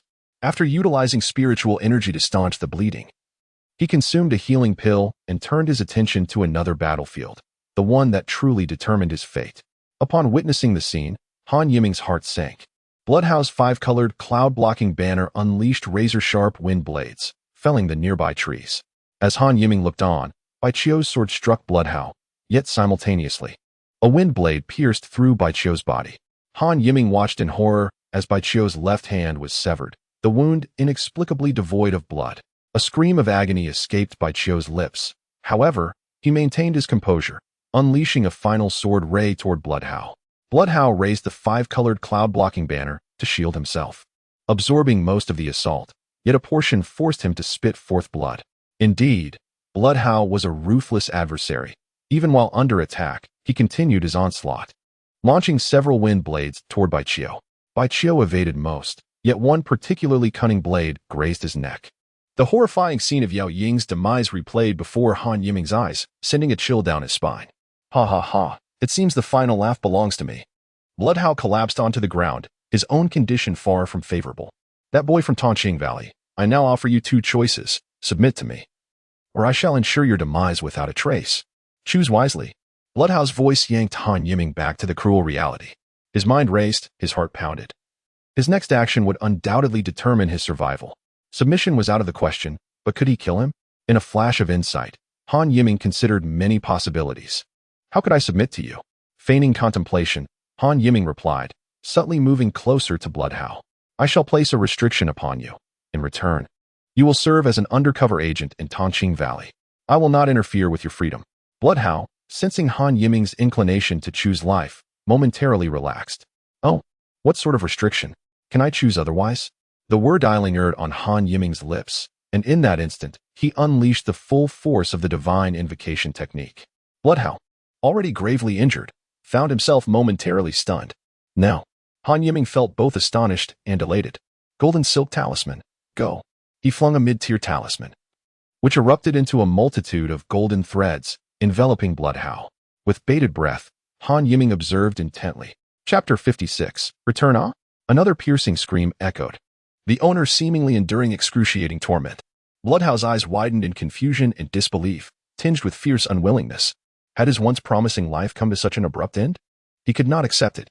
As Bloodhound fell silent beneath the golden silk talisman's influence, Han Yiming exhaled deeply, collapsing to the ground. The densely packed, razor-sharp golden threads seemed capable of slicing through anything. The sounds of trees crashing to the ground behind Bloodhound had not yet ceased, leaving Han Yiming astounded. Suddenly struck by a thought, Han Yiming sprang to his feet and approached Bloodhound. The five-colored cloud-blocking banner, having endured the golden silk talisman's assault, remained largely intact, though its colors had dimmed. Han Yiming promptly stowed the banner in his storage pouch. He reached for Bloodhound, searching for any storage items, yet found nothing. His gaze fell upon a ring on Bloodhound's hand, catching his interest. A storage ring. Storage rings are exceedingly rare, typically beyond the reach of most cultivators, indicating Bloodhound's significant standing within the Dark Blood sect. He swiftly removed the storage ring of Bloodhound, glancing back at the storage bag still hanging from the headless corpse of Baichio, but ultimately chose not to take it. Having completed this, he made his way to the spot where he had just battled the disciples of the Dark Blood sect. Sitting down there, he retrieved an item from his storage bag and gently pulled on the cord beneath it. With a resounding bang, an enormous firework soared into the sky, bursting in a dazzling display that signaled Han Yiming's current location. At that moment, Han Yiming truly exhaled in relief, though his mind remained alert, racing through the next steps he needed to take. Meanwhile, far away, beneath an unremarkable hill, an astonishing sight lay hidden, an expansive and magnificent palace, entirely hollowed out beneath the surface. A middle-aged man seated cross-legged within the palace suddenly opened his eyes. His thick eyebrows and opulent dark golden attire exuded an indescribable air of nobility, yet his features bore an unsettlingly malevolent expression that sent chills down one's spine. Something has happened to How. How could such a trivial matter go awry? Utterly useless. It would be better if that item fell into another's hands than into those of the Demon Hand sect. Regardless, Hauer is my flesh and blood. Should I discover who has taken his life, I shall ensure he is ground to dust. The middle-aged man murmured to himself, his voice tinged with sorrow by the end. And soon the chamber fell silent once more. In just a short while, a shadow appeared on the horizon, swiftly approaching. The first to arrive was the team led by the Intersect Sister, who, upon disembarking from their flying carpet, was taken aback by the sight of the lifeless bodies and the chaos strewn about. What has transpired here? They inquired, quickly noticing the sole survivor of the scene, Han Yiming. Struggling to rise from the ground, he clasped his fists and bowed to the Intersect Sister, slowly recounting the events. Han Yiming narrated their journey, framing Bloodhound's demise as a mutual destruction with Baichio, claiming he had only defeated his opponent at the last moment. The Intersect Sister listened intently to Han Yiming's account, showing little skepticism, seemingly convinced by most of his words, though some doubts lingered unspoken. Just as he finished speaking with her, the final group of reinforcements arrived, including a rather hot-headed Intersect brother. Their expressions mirrored those of the earlier arrivals, shock evident on their faces as the leading disciple reiterated the sister's earlier question. Han Yiming, patient, recounted the tale once more. To have cultivated to this level, none are fools. You claim this blood, how of the Dark Blood sect perished alongside Baichio? What weapon did he wield? The disciple pressed. I was too weary from the battle to discern clearly. It seemed as if blades sliced through the air, perhaps a form of his magical technique. Han Yiming tentatively responded. Oh, is that so? The hot-headed brother asked, his tone laden with implications, though he did not seek a reply. This matter ends here. Han Shidi is gravely injured, yet has accomplished much. Let us clear the scene and return to the sect to report, the Intersect Sister declared, her tone brooking no refusal. Another Intersect brother nodded in agreement, offering no dissent. Han Yiming resumed his seated position, tending to his wounds, which were indeed severe. The strain of standing and sitting had caused fresh blood to seep from several injuries, and the pain tormented him incessantly. The remaining Intersect disciples began to search the bodies of the fallen Dark Blood sect members, quickly collecting 4 identity tokens and 3 storage bags. Bloodhouse token was intentionally left behind by Han Yiming. Additionally, they found 3 more storage bags among the members of the Tongqing Valley. The corpses of the Dark Blood sect disciples were incinerated using fireball techniques, while the remains of Bai Qiu and the others were respectfully buried elsewhere. Once lively and formidable, these individuals were reduced to mere mounds of earth, prompting Han Yiming to once again confront the harsh realities of the cultivation world. After the team leader, Sister Li Lian, had handled the situation, she and the remaining disciples traveled to the southern prefecture, informing the authorities of the events that had transpired, ensuring the unclaimed village corpses would soon receive proper attention, thus fulfilling the purpose of their journey.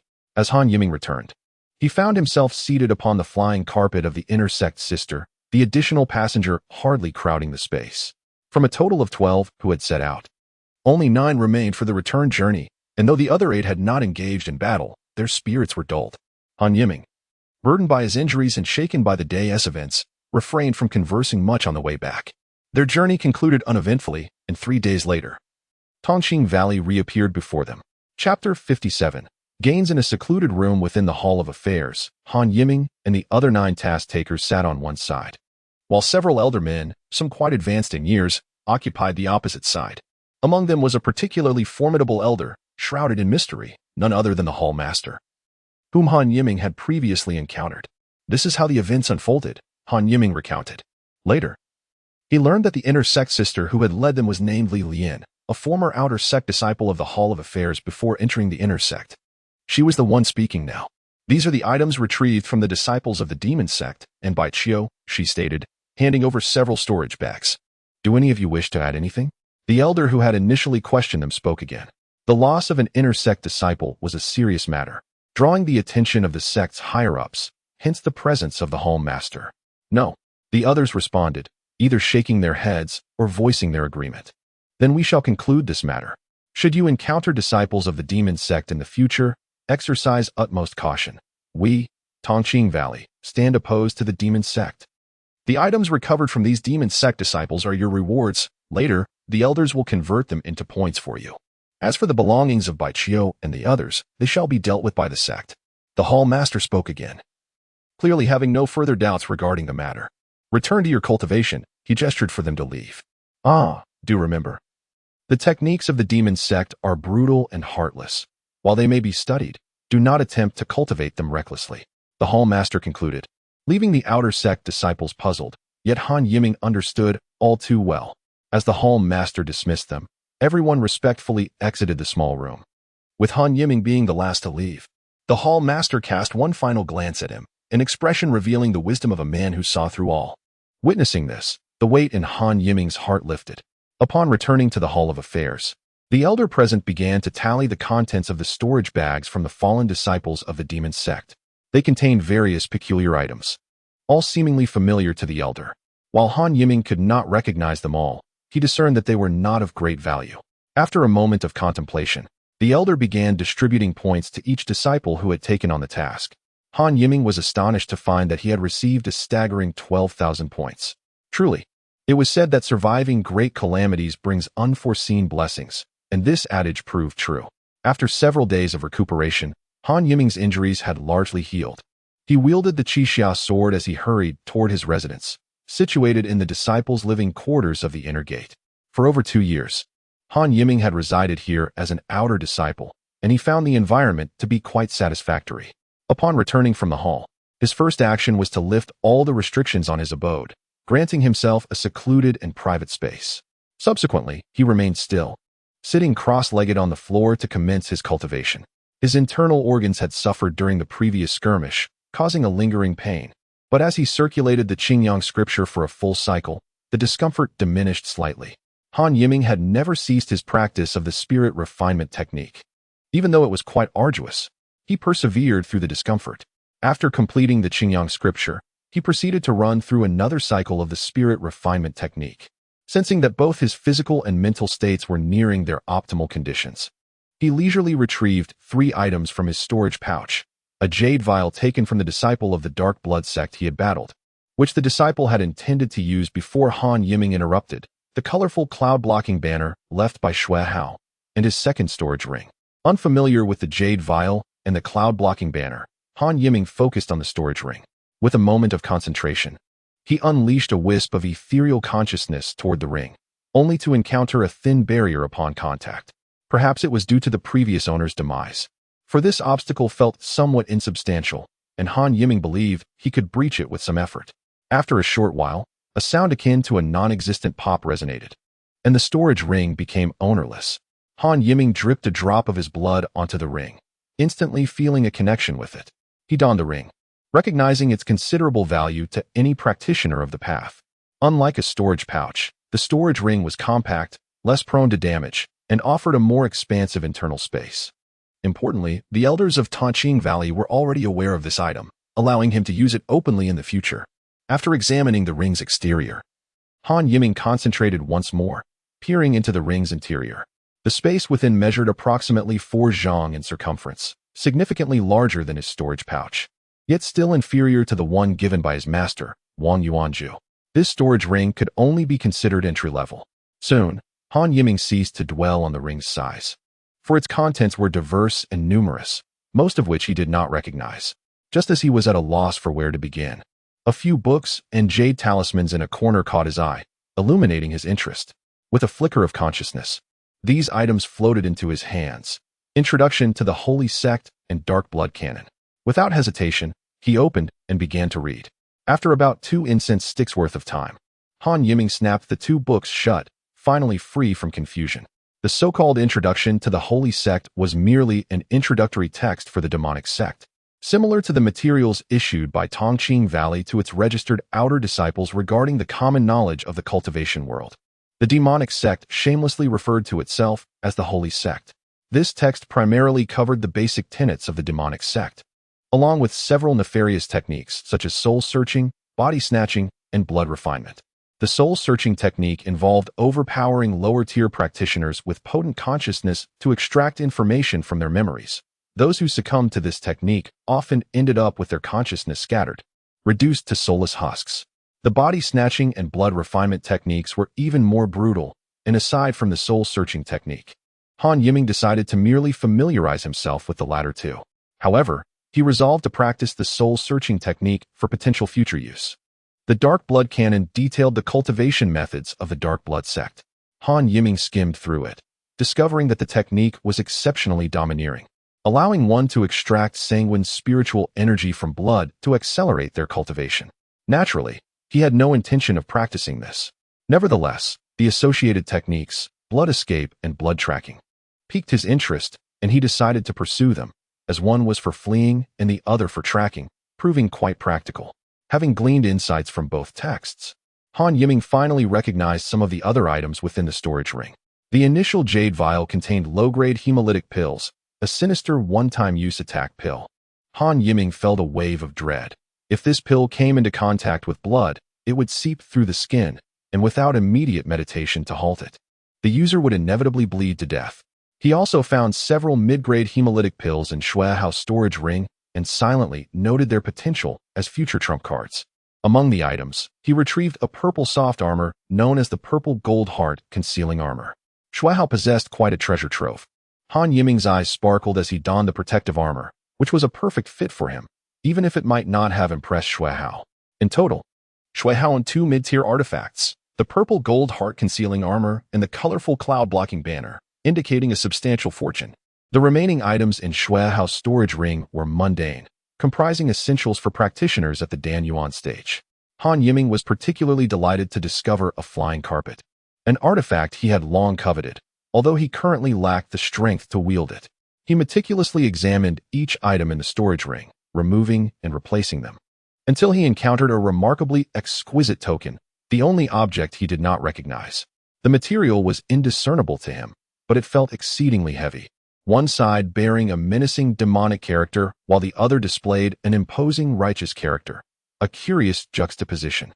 The process of rummaging through Shuehao's storage ring captivated him, as he found an abundance of items, occasionally uncovering delightful surprises. This experience was exhilarating for someone like him, who had grown up in relatively humble circumstances and was, by nature, a careful steward of wealth. After a while of studying the intricate token without any revelations, he decided to cast it aside into a corner of the storage ring.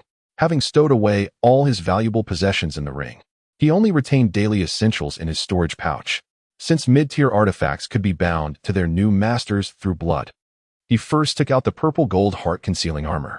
This defensive artifact had a relatively lower requirement for the wielder's strength. Indeed, after binding it with his blood, Han Yiming felt a wave of comfort as he donned the armor, which instantly connected him to his internal spiritual energy, enhancing the armor's defensive capabilities. The colorful cloud-blocking banner was also eligible for blood binding. To Han Yiming, it appeared to be at least a mid-tier, mid-grade artifact. However, when he attempted to channel his spiritual energy into it, the banner merely emitted a faint shimmer of colors and fell silent thereafter. This left him quite vexed, as it seemed that employing a Dan Yuan stage weapon in the Qi movement stage was indeed unfeasible, likely due to the inadequacy of his spiritual energy's purity. Curiously, Han Yiming also tested the flying carpet. To his surprise, he could manage it, albeit only able to lift a mere 3 feet off the ground, failing to unleash its true speed. After several unsuccessful attempts, he ultimately relinquished the effort. Once he had organized the spoils of his venture, Han Yiming calmed his mind and meticulously reflected on the events of the task. He concluded that he and his companions had perhaps been a tad too overconfident. Recklessly searching the mountains without knowledge of the enemy's strength was exceedingly unwise, and their failure to catch the adversary off guard was a regrettable oversight. Most crucially, however, was the realization that his own strength was far too weak. Han Yiming sighed deeply, recalling the tragic scenes of several fellow disciples meeting their demise. A wave of discomfort washed over him. Although the path of cultivating immortality appeared to be a route to greater strength, the harsh reality of survival of the fittest was starkly evident, necessitating utmost caution. Originally, Han Yiming intended to allocate some time for personal training, but he soon realized that the duration was not particularly lengthy, with approximately a year remaining until the opening of the Yuanling's secret realm. In addition to practicing some newly acquired techniques, he was poised to procure auxiliary spiritual herbs. Having amassed a considerable number of points, and with substantial spirit stones in the storage ring of Blood How, he was well equipped to purchase the herbs necessary for concocting Yuanling pills. The recipe for the Yuanling pill was among the crucial formulas imparted to him by Wang Yuanzhu, serving as a means for him to advance into the Yuanling realm. Furthermore, it was imperative that he reached the late stage of the Qidong realm within this year, as this was another prerequisite for becoming a powerful figure in the Danyuan realm. Han Yiming had already attained the pinnacle of the mid-Qidong stage, and his diligent practice, supplemented with various medicinal pills, had instilled confidence in him regarding this goal. In the subsequent weeks, he occasionally visited the alchemy hall and other branches of the sect, discreetly purchasing a small quantity of herbs to avoid drawing attention, even acquiring some herbs for the preparation of other pills. His alchemical abilities were known among many stewards in the sect, thus his actions did not raise any suspicion. After 2 months, Han Yiming finally gathered sufficient auxiliary herbs to successfully concoct an abundance of Yuanling pills, conditional on having enough Yuanling fruits. He did not neglect the training of several demonic sect techniques, becoming quite proficient in them. During this period, the annual Outer Sect Grand Competition commenced, unveiling several commendable disciples. Han Yiming attended a few matches while procuring herbs, yet he felt little threat, perceiving the battles as somewhat juvenile. After experiencing life-and-death confrontations with practitioners from the demonic sect, he found these competitions reminiscent of children's games. Nonetheless, he acknowledged their utility. Having been preoccupied with enhancing his alchemical skills over the past 2 years, he had not kept abreast of the Outer Sect Grand Competition. Upon inquiring, he learned that several of his former rivals had secured positions in the top 10 of the competition. Their rewards, akin to his own in the past, included qualifications to explore the Yuanling's secret realm. As time passed, it seemed the entire cultivation world of the extreme west was brewing a subtle storm. Chapter 59. The Briefing. Jinzhou, Ning'an Kingdom. Jinzhou is situated in the western part of Ning'an Kingdom, which itself lies at the heart of the extreme west. Thus, Jinzhou is not particularly remote in the broader context of the region. The national strength of Ning'an Kingdom ranks among the top in the extreme west, largely due to the formidable cultivation sects within its borders. For the realm of mortals, the distinctions among states may seem trivial, yet from the perspective of cultivation sects, Jinzhou is undeniably significant. This is intrinsically linked to the Yuanling's secret realm, For within the Yuanling mountain range of Jinzhou, a secret realm manifests every decade. To this day, it remains unknown whether the secret realm was named after the mountain range or vice versa, or if both derive their names from the Yuanling fruit. In the hierarchy of cultivators, the first realm is known as the Qidong realm, a stage where spiritual energy enters the body and moves at will. As one progresses to the later stages, all meridians become suffused with spiritual energy. Thus, how does one further enhance their cultivation? The transformation of spiritual energy into liquid, known as Danyuan, gives rise to the Danyuan realm, representing the future of the Qidong stage. The key to this transformation lies in the Yuanling fruit, a fruit that innately contains Yuanling energy, assisting cultivators in converting their spiritual energy into liquid.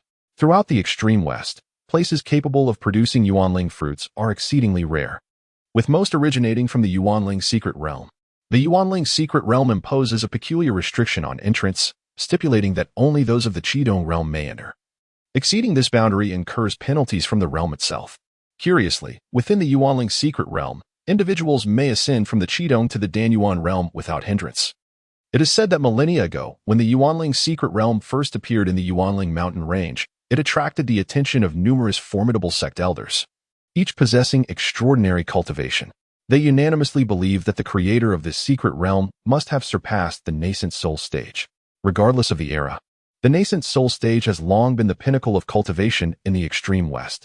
These venerable figures collaborated to construct a colossal formation with a singular purpose: to open portals outside the secret realm at the moment of its manifestation, allowing outsiders to delve into its mysteries.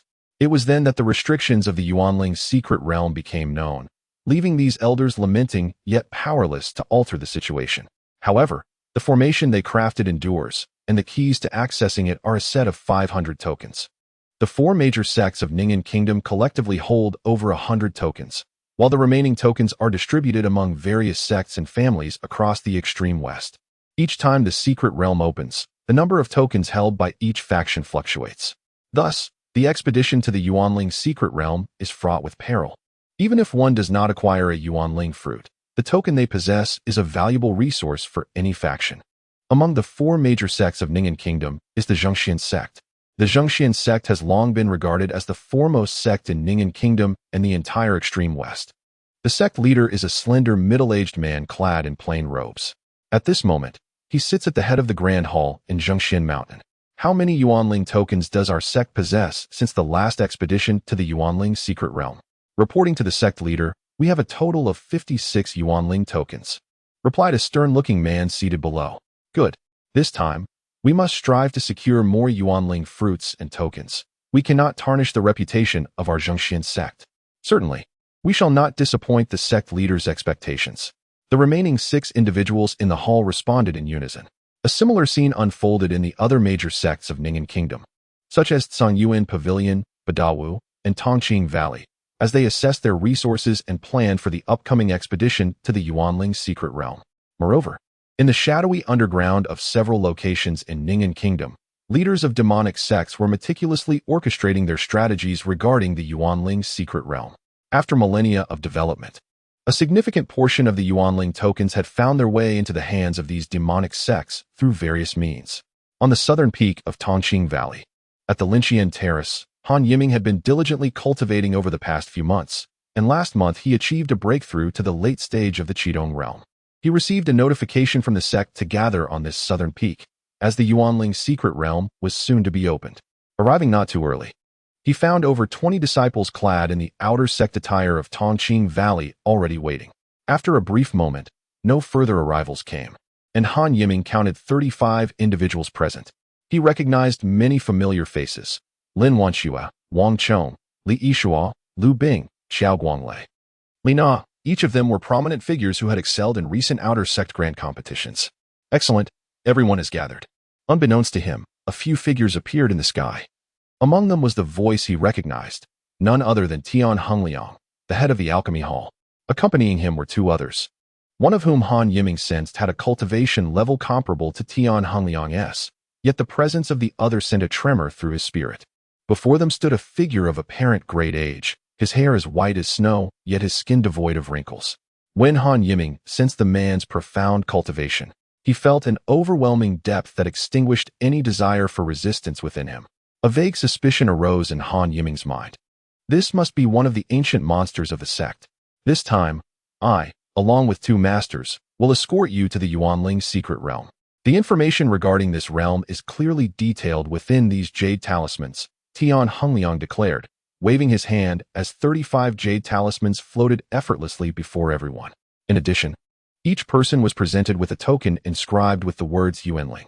The jade talismans contained all the information compiled by the sect about the Yuanling's secret realm over the years, and it was imperative that you safeguard these tokens, as they are essential for entering and exiting the realm. Upon entering the Yuanling's secret realm, remember that apart from your fellow disciples, all others are your enemies. If you encounter righteous sect disciples, avoid conflict if possible. As for the disciples of the demonic sect, if the opportunity arises, eliminate them without hesitation. The sect requires only your Yuanling fruits and the Yuanling tokens, based on the quantity you submit. Generous rewards will be bestowed upon you, while all other gains will belong to you. Of course, the most crucial matter is that you return alive. This final item is the Yuanling pill promised to you. Consume it only after you enter the Yuanling's secret realm. If you attempt to break through now, you will forfeit your chance to enter, Tian Hongliang elaborated. After a lengthy discourse, he distributed white jade vials containing a Yuanling pill to everyone present, igniting excitement among the crowd. Han Yiming opened his vial to inspect the pill, which was the size of a longan, exhibiting a faint green hue. Upon opening the vial, a fragrant aroma wafted forth, instantly bringing a sense of comfort. Though the pill was not of high grade, it possessed remarkable properties due to the Yuanling fruit. Handle these items with care, Han Yiming silently urged himself. The day has finally arrived. Chapter 60. The 4 sects, let us depart. Uncertain of how Tian Hongliang orchestrated it, a massive flying ship, measuring several dozen feet in length, suddenly floated above the square. The 2 elders from the sect promptly boarded the ship, and once Tian Hongliang followed suit, the outer disciples of Tongqing Valley eagerly leapt aboard.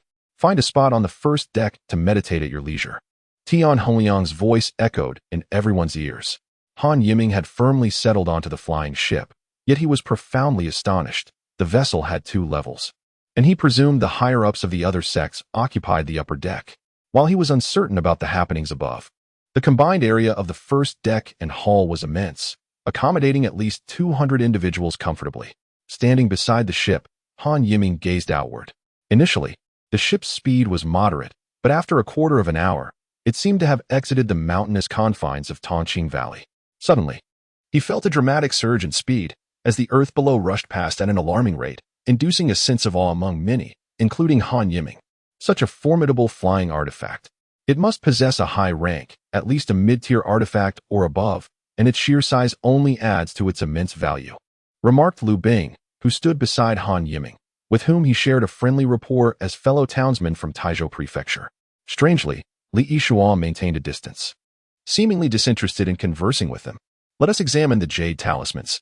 This expedition to the Yuanling's secret realm will not be an easy one, Han Yiming suggested. As many settled into a meditative position after admiring the ship's scenery, they began to scrutinize the contents within the jade talismans. The Yuanling mountain range of Zhenzhou sprawled over an extensive area of several thousand miles. The peaks, while not particularly high, were numerous, surrounded by dense forests teeming with wildlife, including various beasts and the occasional demon beast, rendering the area largely uninhabited. Near the center of the range, atop a notably flat and spacious summit, a ship whizzed through the air, bearing the flag of Tong that fluttered in the wind, marking the arrival of the Tongqing Valley disciples who had journeyed from Qingzhou over the course of a day. Arrived, disembark. Tian Hongliang's voice resonated. As the ship slowed, the crowd had already begun to anticipate their arrival, and upon hearing Tian Hongliang's command, they leapt onto the mountaintop. Haha, Tongqing Valley, you are a step behind. A sharp voice echoed from the opposite side of the summit, revealing a group of individuals, among whom were 3 older figures and several youths of similar age to the disciples of Tongqing Valley. The speaker was a somewhat diminutive middle-aged man, senior brother Yuanqing from Sangyu Pavilion. Long time no see. Tian Hongliang greeted warmly, clasping his fists in respect. Tian Shidi, you have become quite stout in stature. It seems you have been indulging in elixirs over the years. Yuanqing responded with a grin, indicating a familiarity among them. Show some decorum before the juniors. I am merely. Before Tian Hongliang could finish, a peculiar flying artifact streaked through the sky, resembling an imposing long blade, adorned with a stark white flag emblazoned with the character for dominate, exuding an air of dominance. The disciples of Badeo Valley are ever so flamboyant, Yuan Qing remarked disdainfully, his voice low enough to be heard by all. Who dares to speak ill of others behind their backs? The first to leap from the long blade artifact was a remarkably burly middle-aged man, his conspicuous long sword drawing attention. Ah, little Yuanzi, it has been too long. The middle-aged man bellowed with laughter, clearly one of Badeo Valley's own. You giant, remain as impolite as ever. Yuan Qing retorted, slightly irked. Enough, let us not bicker. It has been many years since our last meeting, Tian Hongliang interjected, aiming to mediate. As the senior members of the three sects engaged in conversation, the disciples scrutinized one another, standing tall with curiosity and excitement gleaming in their eyes. The Badeo Valley disciples predominantly bore long swords, exuding an aggressive demeanor, while the disciples of Tsanyu Pavilion appeared no different from those of Tongqing Valley, their depths hidden from outward view. Han Yiming noted that the number of disciples from these two sects was comparable to that of Tongqing Valley, with Badeo Valley having the fewest at merely 30, while Tsanyu Pavilion exceeded them slightly with around 40. Why hasn't Zhongxian sect arrived yet? The middle-aged man from Badeo Valley queried, puzzled. They prefer to make a grand entrance, Yuan Qing replied, his tone suggesting disdain for Zhongxian sect's customary tardiness. They have arrived, Tian Hongliang announced, glancing toward an enormous flying ship approaching rapidly, resembling a massive dark cloud, instilling a sense of pressure among those present. Merely a display of trivial skills. Tian Hongliang waved his hand, conjuring an invisible barrier before the disciples of Tongqing Valley, prompting a collective sigh of relief among them, while the higher-ups of the other two sects mirrored his actions, albeit with visible displeasure. Apologies for our tardiness, Zhongxian sect has arrived, boomed a robust voice that echoed across the mountaintop. Greetings to all esteemed senior brothers. The owner of that voice stepped forth from the flying ship, rapidly reaching the summit, a spectacle that caused many to widen their eyes in astonishment. This is the later stage of the casting of the fetus. Han Yiming's eyes now hold a unique brilliance. After Wei Su, a high-ranking member of the Zhongxian sect, disembarked, over 50 disciples clad in white emerged behind him. Unlike the imposing demeanor of the disciples from the Blade Dock, these individuals exuded an innate air of superiority. The four major sects of the Ning'an kingdom have finally gathered in full. Moreover, at this moment, numerous highly skilled individuals throughout the Yuanling mountain range are awaiting, accompanied by several younger disciples of lesser cultivation. Entering the Yuanling secret realm does not necessitate remaining in a specific location. One merely needs to wield a token while within the confines of the Yuanling mountain range. As time ticked away, the once serene Yuanling mountain range transformed from clear skies to a blanket of dark clouds, swiftly followed by the rumbling of thunder, yet strangely, no rain fell. A gentle ripple of spatial fluctuation danced through the mountains, signaling to all that the Yuanling secret realm was on the verge of opening. Chapter 61. The use of medicine. The spatial fluctuations within the Yuanling mountain range intensified, ultimately manifesting a sensation of distortion akin to that following a fierce blaze. All righteous disciples were reminded to support one another within the Yuanling secret realm and to show no mercy towards any members of the demonic sect. Wei Su, who possessed a strikingly handsome appearance, suddenly addressed the assembly. Though the leaders of the other sects may have harbored disdain within, none dared to voice their thoughts. All present retrieved their Yuanling tokens, channeling their spiritual energy to connect with them, for the secret realm could open at any moment. The leaders of several sects whispered urgent reminders. Han Yiming had long since gripped his token, continuously feeding it with spiritual energy. Though it seemed the token was reluctant to absorb it, the spatial disturbances grew more pronounced. Crack! A bolt of lightning descended, seemingly intent on cleaving the Yuanling mountain range in two, the tremendous sound reverberating painfully in one's ears. Following that thunderclap, Han Yiming suddenly felt an immense pull from the Yuanling token in his grasp, and without hesitation, he intensified the flow of spiritual energy. At that moment, not only he but all disciples holding tokens were engaged in the same endeavor. Across the Yuanling mountain range, hundreds of locations began to radiate white light, the luminous points growing larger and more conspicuous against the overcast sky, just as Han Yiming perceived the rapid pace of energy transfer becoming overwhelming. His token erupted in a blinding brilliance, revealing a circular void around it, pulling him with an immense force.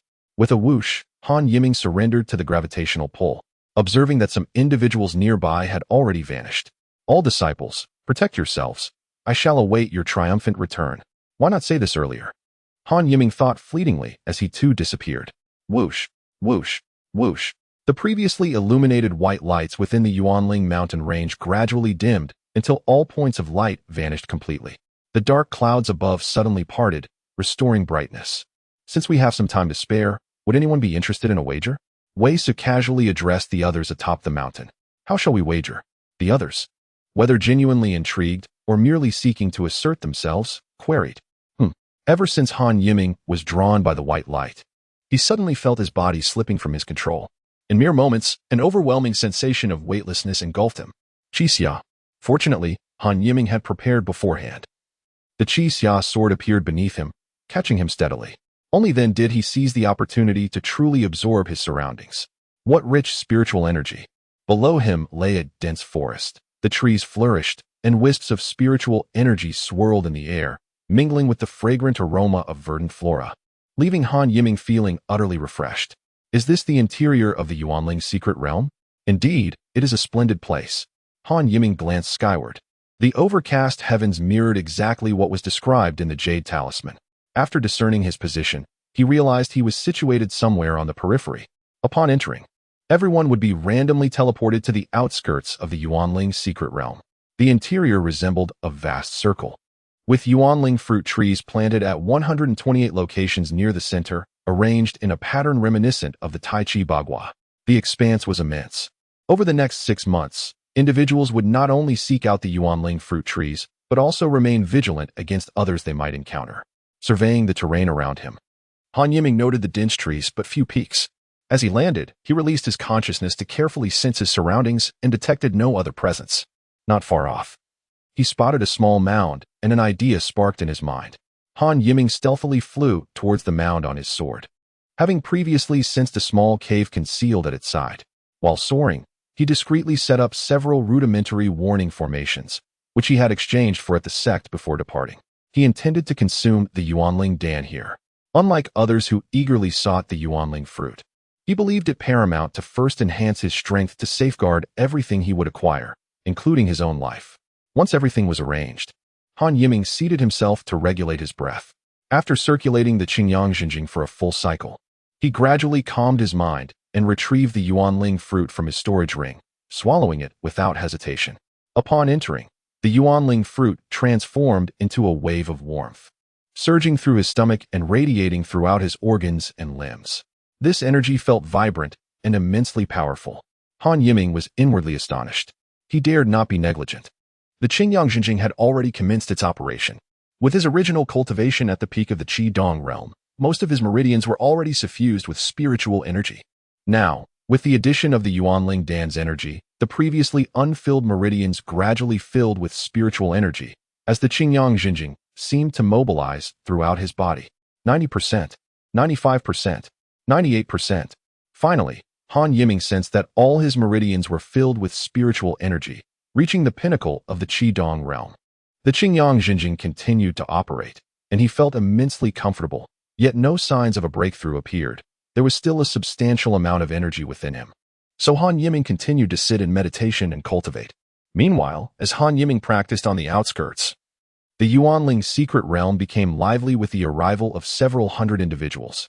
Near the periphery, where the Yuanling fruit trees were located, a man dressed in gray from an unknown sect, light-footed, ascended to the crown of a large tree. I indeed arrived first. While others may have sought to enhance their power, I shall take the opposite approach. I will seize the fruit first, and then conceal myself using the hidden formation gifted by my family. How delightful! The gray-clad man, hiding among the tree's foliage, gazed towards the distant Yuanling fruit trees. The area where the Yuanling fruit trees grew was quite peculiar, distinctly different from the surrounding landscape. It was a hill elevated above the rest, with several fruit trees flourishing, each bearing translucent green fruits. Even from a distance, he could catch a whiff of their enticing fragrance.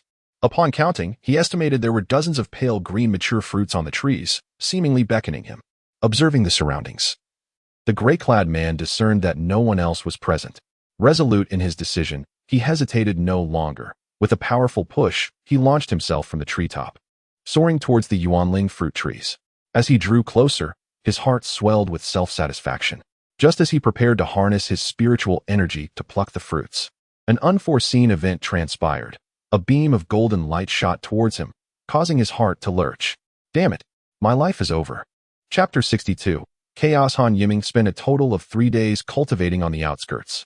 After this period, the energy of the Yuanling Dan within him was completely depleted. Although he had reached the pinnacle of the Qi movement realm, he felt no inclination to break through. Despite his mental preparation, a tinge of disappointment lingered within him. He spoke nonchalantly, yet his body betrayed the disappointment he felt. During these days, apart from the occasional disturbances caused by beasts within the Yuanling's secret realm, the area he occupied was relatively tranquil. Han Yiming dismantled the alert formations he had set up around him and prepared to venture towards the center. The Yuanling's secret realm was devoid of human habitation and thus lacked any established paths. The dense forest posed a significant challenge in navigating swiftly while avoiding detection. Following the advice from the sect's Jade Talisman, traversing through the thicket was recommended, as flying on a sword, while rapid, was not advisable. After careful consideration, Han Yiming resolved to fly on his sword despite the noise it would create. He was confident in his powerful spiritual sense and would remain vigilant of his surroundings throughout the journey. Standing atop a nearby elevated peak, he surveyed the terrain, flying a dozen miles to the side on his sword, gaining a rough estimate of his position. If his calculations were correct, the nearest Yuanling fruit tree was approximately 200 miles away. He decided to head there first, on a somewhat dark red longsword. Han Yiming stood firm against the wind. Though he had become quite adept at sword flying, the sensation of freedom in the air still filled him with joy. This feeling was exquisite, something ordinary people dream of but can never attain. With all his might, Han Yiming unleashed his spiritual sense, weaving an invisible net before him, rendering everything within its grasp transparent, even the unseen. His speed increased as he flew several dozen miles when suddenly, he detected a human cultivator swiftly moving through the trees below him. Who is it? Quietly flying on his sword, Han Yiming had just spotted the individual when, after a few breaths, the person, poised to leap from a large tree, shouted at him, clearly startled, believing Han Yiming was heading his way. He halted, warily gazing at Han Yiming above. Just passing by. No need to panic. Han Yiming endeavored to soften his tone as he addressed the person below. The individual, dressed in lavish attire reminiscent of a wealthy young master, appeared somewhat disheveled amidst the forest. Really? Doubt flickered in the man's eyes. Han Yiming chose not to engage further, disregarding the man, and with a thought, his flying sword surged forward swiftly. Though he had briefly contemplated resolving the encounter with this individual, the thought was fleeting and quickly dismissed. First, he was unaware of the man's strength. Engaging in combat would only invite unnecessary trouble. More importantly, he bore no grudge against this person and could not bring himself to attack. For now, he considered himself a kind-hearted novice in the cultivation world.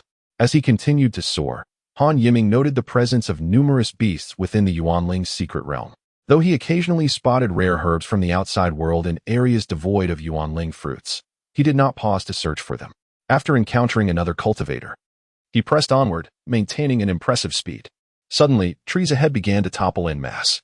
Han Yiming was astonished to witness 2 individuals engaged in combat. Observing their attire, he realized they were not disciples of the 4 great sects of the Ningen Kingdom. Their attacks were brutal, unleashing formidable talismans against one another. The fallen trees were the result of one fighter's wind blade talisman. Among them, the slightly taller individual bore visible injuries. Flying swiftly, Han Yiming, caught up in the scene, failed to conceal himself. By the time he attempted to evade, the 2 combatants had already noticed him. They immediately ceased their fighting, and the atmosphere grew tense. The taller individual, assessing Han Yiming, sought to discern whether he was allied with his opponent. Though disputes could arise among fellow sect members within the Yuanling's secret realm, it was not uncommon for some to travel together amicably. Upon seeing Han Yiming's attire from Tongqing Valley, their apprehension eased somewhat. What is your intention, junior brother from Tongqing Valley? The previously dominant fighter inquired with a solemn expression. I harbor no desire to engage in battle with you two. My presence here is purely coincidental. Please do not misunderstand. Han Yiming replied earnestly. Upon hearing his words, the man's demeanor visibly softened. However, the taller fighter appeared somewhat disappointed, having been at a disadvantage in their skirmish. Han Yiming's interruption was not entirely unwelcome. Han Yiming noticed the tall man stepping back. After Han Yiming finished speaking, he abruptly retreated, opting to withdraw at that moment. The previously dominant fighter made no attempt to pursue. Until next time, the man clasped his fists towards Han Yiming and swiftly departed in another direction. Han Yiming's arrival had effectively halted their conflict. Realizing that continuing to fly on his sword was unwise, he acknowledged that the nearest Yuanling fruit tree was now nearby and decided to navigate through the dense forest instead. Reflecting on his actions, Han Yiming felt a twinge of unease. He remained still for a brief interval, waiting until he sensed that the two fighters had moved far away before setting off again. With his spiritual sense fully engaged, he cautiously traversed the thicket. As his cultivation deepened, the once treacherous underbrush seemed to transform into a clear path, allowing him to move swiftly. Instead of traveling in a straight line, he intentionally took a winding route towards his destination. After a while, Han Yiming suddenly detected the acrid scent of burnt vegetation, prompting him to slow down and retract his presence to the utmost extent. Another conflict must have taken place nearby. He discreetly extended his spiritual sense and soon noticed several branches of large trees scorched, leaving only bare trunks. The remnants of smoldering flames indicated that the clash had only recently concluded. Employing the earth escape technique, he prepared for potential defense. Gradually, he approached the clearing. Is that him? In the heart of the clearing lay a lifeless body, the very cultivator who had previously been at a disadvantage. A massive gash marred his neck, nearly severing his head, and he lay motionless on the ground, clearly deceased. Han Yiming gazed upon this scene and suddenly comprehended that the closed-off Yuanling secret realm was a realm of utter chaos. Every subsequent step demanded heightened vigilance. Chapter 63. Feng Chuan. Following the encounter with the unknown fallen cultivator, Han Yiming proceeded with even greater caution. Someone. His spiritual sense detected a concealed figure perched on a tree limb ahead, nearly eluding his notice due to the individual's remarkable concealment technique, which far surpassed his rudimentary use of spiritual sense. In that instant, a flurry of thoughts raced through Han Yiming's mind. Gripping the Qixia sword in one hand and forming a defensive earth shield with the other, he braced himself for the impending ambush. He feigned nonchalance as he continued forward, yet his vigilance heightened. Whoosh! A rapid beam of light shot towards Han Yiming. Earth shield. With his mastery over elemental techniques in the Qi movement realm, he felt invincible. Han Yiming's earth shield technique, upon encountering the beam of light, melted away as swiftly as snow under the scorching sun, providing barely a moment of defense. He had been reckless. With a flicker of thought, Han Yiming activated a golden talisman, enveloping himself in a radiant yellow glow. Furthermore, he summoned a spiritual light barrier, which offered him a semblance of security, though a fleeting pang of regret flickered through his mind. Whoosh! The golden light first met the spiritual light barrier, which managed to hold for a moment longer than the earth shield before shattering into nothingness. In an instant, the beam struck the protective shield formed by the diamond talisman, significantly diminishing its might. Bang! Yet, the residual force was formidable. Han Yiming was hurled backward, blood spurting from his mouth. This beam was a rather fierce attack talisman. Had he not been clad in the mid-tier artifact, the purple gold heart shield, he would have sustained grave injuries. Though it seemed to unfold slowly, the events transpired with alarming speed. Shadows flitted among the trees as a figure swooped toward Han Yiming, brandishing a gleaming long knife aimed at him. Without the luxury of time for contemplation, Han Yiming swiftly pivoted, narrowly evading the blade. His reflexes were commendable. Finally, he discerned the appearance of his assailant, a figure with long hair cascading at the temples, clad in tight-fitting dark attire that suggested agility. "Who are you?" Han Yiming inquired softly while secretly channeling energy to mend his wounds. "Someone here to take your life." The assailant did not respond directly but advanced menacingly. A flicker of irritation ignited within Han Yiming. The clash between his scarlet mist sword and the long sword of his adversary resonated through the forest like the gentle touch of a dragonfly upon water, producing a cacophony of metallic collisions that echoed in the woods. For half a tea's worth of time, neither party yielded. Han Yiming gained a slight advantage. Yet defeating his opponent swiftly seemed improbable. Begone! A black pill appeared in Han Yiming's hand, which he flicked toward his adversary. Upon seeing the incoming black pill, the youth reacted without hesitation, slapping a diamond talisman onto himself. The moment the black pill encountered the barrier, it detonated, releasing a dark red mist that swirled around the youth but was repelled by the talisman.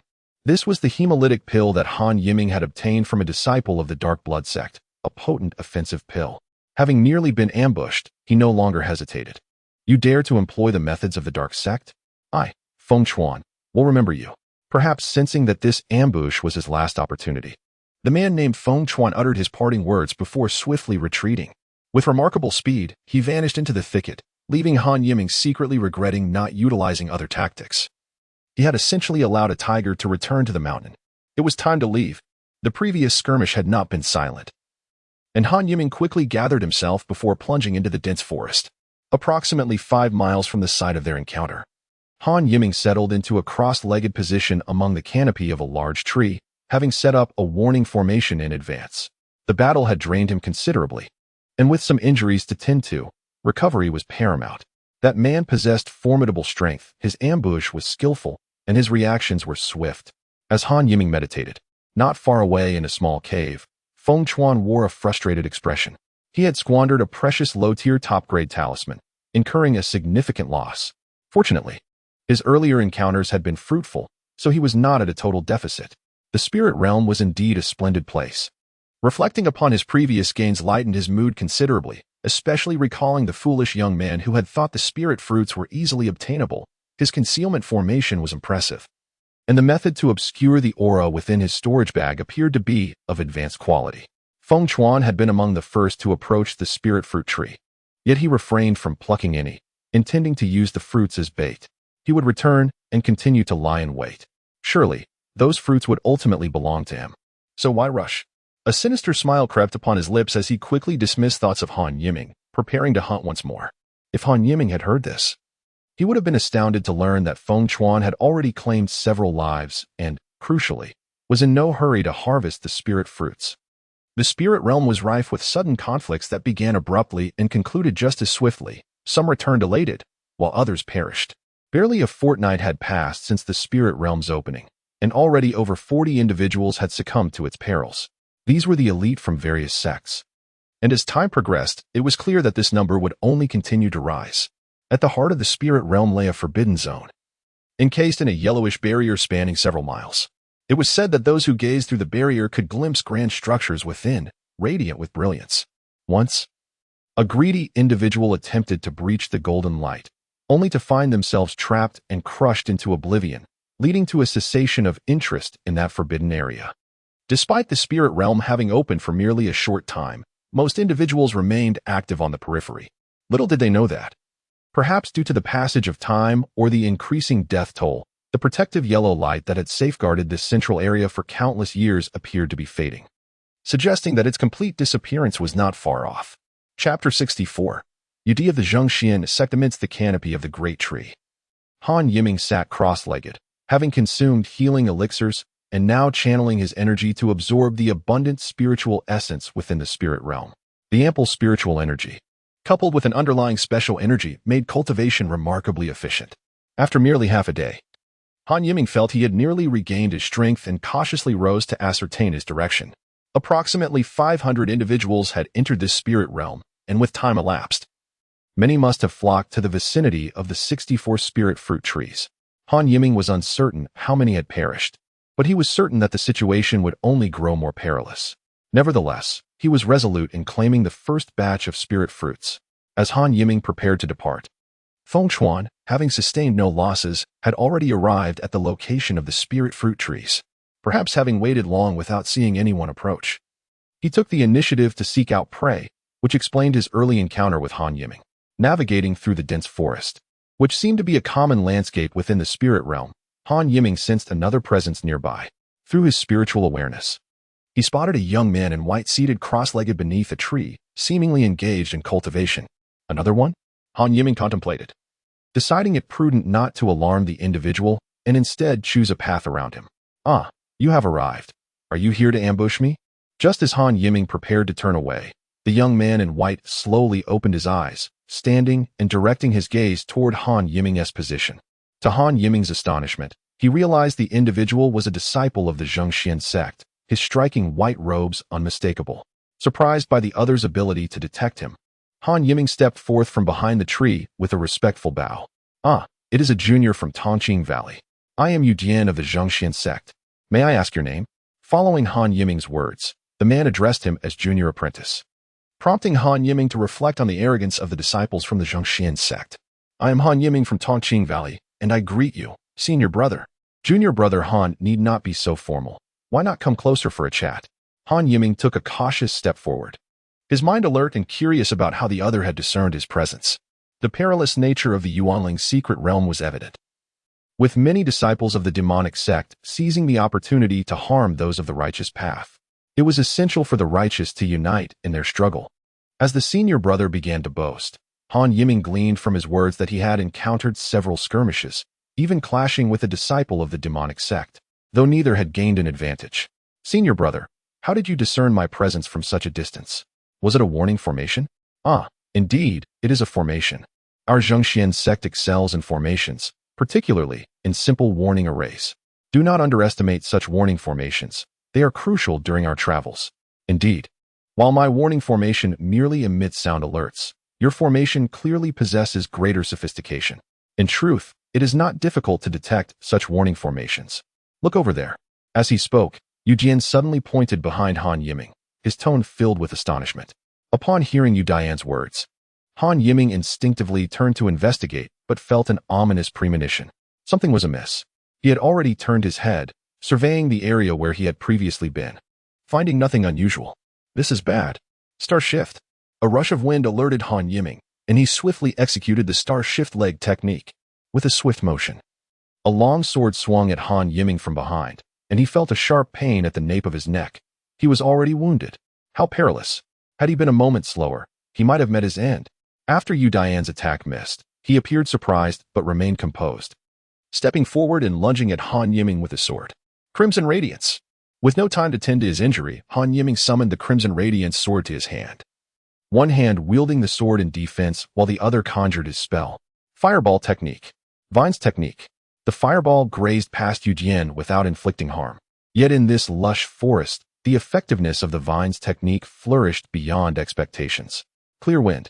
Harnessing the obstruction of the Vine's technique, Han Yiming unleashed the Clear Wind sword technique, creating a gust in the forest that exuded an aura of danger. Yu Jian was in discomfort, as the persistent vines hindered his spellcasting. Blood-melting pill. Seizing the opportunity while Yu Jian dodged, Han Yiming hurled a blood-melting pill. Seeing a small black dot approaching, Yu Jian raised his sword in defense. Boom. The blood-melting pill lacked offensive power, merely exploding into a cloud of dark red mist that enveloped Yu Jian swiftly. Not good. Yu Jian, quick to react, executed a protective spell, but a trace of the crimson mist still infiltrated his body. The blood-melting pill Han Yiming used was of mid-tier quality, and even a hint of it could be quite lethal to those of the Danyuan realm. Before long, blood began to seep from Yu Dian's body, creating a grisly sight. Junior brother Han, this is all a misunderstanding. Please cease your attack and allow me to explain. Yu Jian realized he must halt his actions. Further exertion of spiritual energy would lead to his demise. Han Yiming remained silent, his crimson radiance sword growing increasingly fierce in its assault. Within half a tea's time, Yu Jian coughed up blood, his attacks weakening further.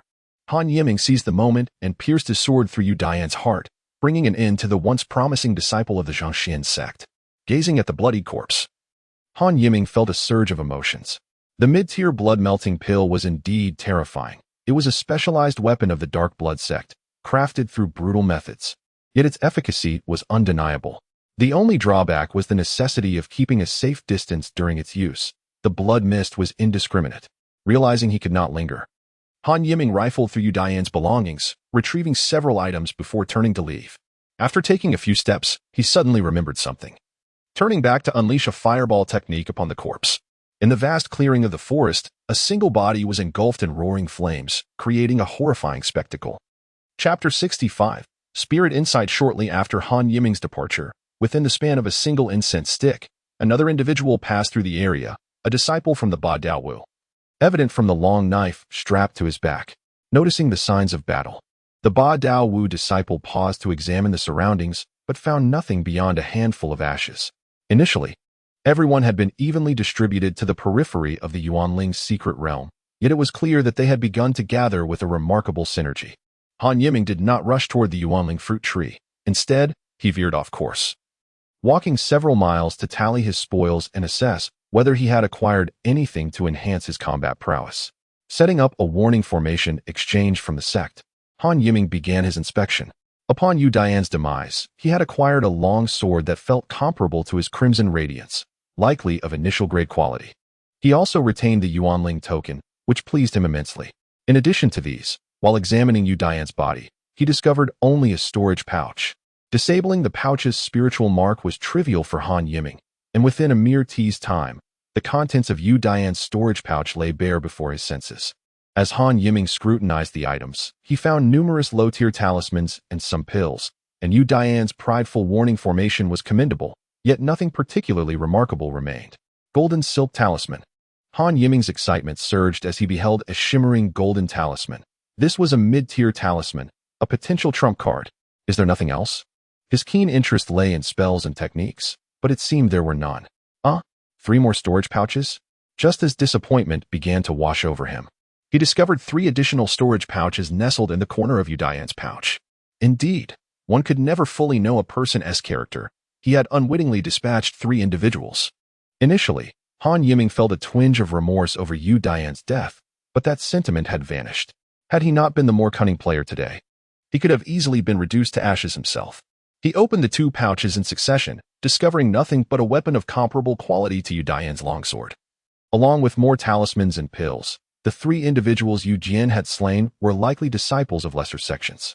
What is this? From one of the pouches, Han Yiming extracted a silver paper-like object, feeling its softness beneath his fingers, its material appearing remarkably resilient. He perceived that with his current cultivation, he could scarcely damage this silver paper. Covering the surface of the silver paper were intricate inscriptions, and the 4 characters at the top stood out vividly to Han Yiming's gaze. In the realm of spiritual perception, one utilizes the divine essence as the spirit, forges formations with this spirit, and through these formations, perceives the essence of the world, discerning truth from falsehood. A succinct yet profound passage unfolded before Han Yiming, who patiently continued to delve deeper into the text. It took him an entire hour to thoroughly comprehend the contents inscribed on the silvery page. Astonishingly, he discovered it contained a remarkably mysterious secret technique. Han Yiming was left in awe, unaware that this silver page had been inadvertently acquired by a disciple from a small clan, who had yet to embark on its cultivation due to the technique's stringent requirements. The technique demanded practitioners to construct formations within their eyes using their spiritual consciousness. Upon reaching a high level of mastery, all entities imbued with spiritual energy would be laid bare under its scrutiny, an utterly formidable prospect. Secret techniques are far more precious than ordinary spells or martial arts, and Han Yiming sensed the extraordinary significance of the method documented within this silver page. The requirement for constructing formations with one's spiritual consciousness imposed a high threshold, inadvertently excluding many potential practitioners. However, for Han Yiming, this posed no challenge. The first layer of the technique merely necessitated the construction of formations using spiritual consciousness alone. The subsequent 2 layers would require the integration of various spiritual herbs, yet that lay far in the future for him. Why not attempt to cultivate it now? It might prove immediately beneficial. To achieve perfection in the first layer, one must simultaneously construct 9 formations within the eyes, manifesting a multitude of transformations. Even mastering 1 or 2 would be advantageous. He resolved to grant himself 3 days for this endeavor. Once he made his decision, Han Yiming felt a sense of calm wash over him. He revisited the silver page, scrutinizing it closely for a second time, this time focusing intently on the cultivation of the first layer. The initial formation comprised 9 distinct patterns, which he anticipated mastering swiftly. Previously, Han Yiming had only a rudimentary understanding of formations, having been introduced to some basic concepts by Wang Yuanshu. As time passed and he delved deeper into cultivation, he began to appreciate the significance of formations. At the very least, certain warning and defensive formations were crucial for both individuals and factions. Should a practitioner master offensive formations, their combat prowess would be significantly enhanced. Utilizing the divine essence as the spirit and forging formations with that spirit, Han Yiming had never contemplated employing his spiritual consciousness as a form of energy. As he pondered this introduction to the technique, he realized that the initial step required practitioners to wholeheartedly harness their spiritual consciousness to construct formations. Essentially, the technique was a form of spiritual consciousness secret art. After much contemplation, he gradually mastered the precise control of his spiritual consciousness over the course of a day, enhancing his proficiency in its application. Had he not consistently practiced the refining spirit technique, the average individual would find this step immensely time-consuming, potentially taking years to achieve. With the mastery of his spiritual consciousness, the subsequent steps became manageable. Han Yiming was not entirely unfamiliar with formations. After another day of dedicated effort, he successfully constructed the 9 formation patterns. Remaining with his eyes closed during cultivation, he suddenly opened them at the moment the patterns took shape. The formation, now seemingly uncomplicated, manifested within his gaze. Operating at remarkable speed, possessing an almost disassembling quality towards spiritual energy. From an external perspective, Han Yiming's eyes appeared unchanged, for spiritual consciousness is invisible and intangible. Yet, to him, the world had transformed. He could now perceive spiritual energy. Within the ethereal realm of spiritual energy, he discerned varying concentrations throughout his surroundings. He retrieved a small spiritual stone, which now appeared distinctly different in his enhanced vision. Originally, Han Yiming had intended to dedicate 3 days to the cultivation of the first layer of the technique. In reality, he completed it within 2 days, achieving some results. Albeit with much room for further refinement, he sensed that this technique would prove immensely beneficial in the future. However, time was of the essence, and he could not continue his cultivation at present. He meticulously organized his belongings before hastening towards the location of the spiritual fruit tree, wondering if the coveted fruit had already found a bearer. As these thoughts raced through his mind, Han Yiming felt a surge of urgency. He proceeded directly to the site of the spiritual fruit tree. Along the way, he encountered 2 individuals of unknown origin, yet he refrained from engaging them. Preoccupied with concern over the fate of the spiritual fruit. "Yiming, where are you? Hurry and save me." As he hastened, Han Yiming suddenly felt a tremor emanating from the storage pouch. The disciples from Tongqing Valley who entered this spiritual realm had all become acquainted and had established connections through practice talismans. Nonetheless, Han Yiming had not contacted anyone since his arrival, preferring solitude. His peers shared a similar sentiment, making the communication he received all the more unexpected. "Lu Bing, what has happened?" To his surprise, the voice belonged to Lu Bing, a fellow townsman who had journeyed with him from Taizhou to Tongqing Valley. "My location is. Where are you?" "I'm just a few miles east of you. Hurry over. I can't hold out for long." Han Yiming was astonished to learn that Lu Bing was exceedingly close, and the spiritual fruit tree lay in that very direction, requiring no significant detour. Should he investigate? His eyes flickered with determination, and he ultimately resolved to proceed. "Be cautious of Li Yishua, he is not." After a brief moment, Lu Bing's voice resonated once more through the talisman, but his message was abruptly cut off, leaving Han Yiming with an ominous premonition. "What is happening, Lu Bing?" He called out several times, yet received no reply.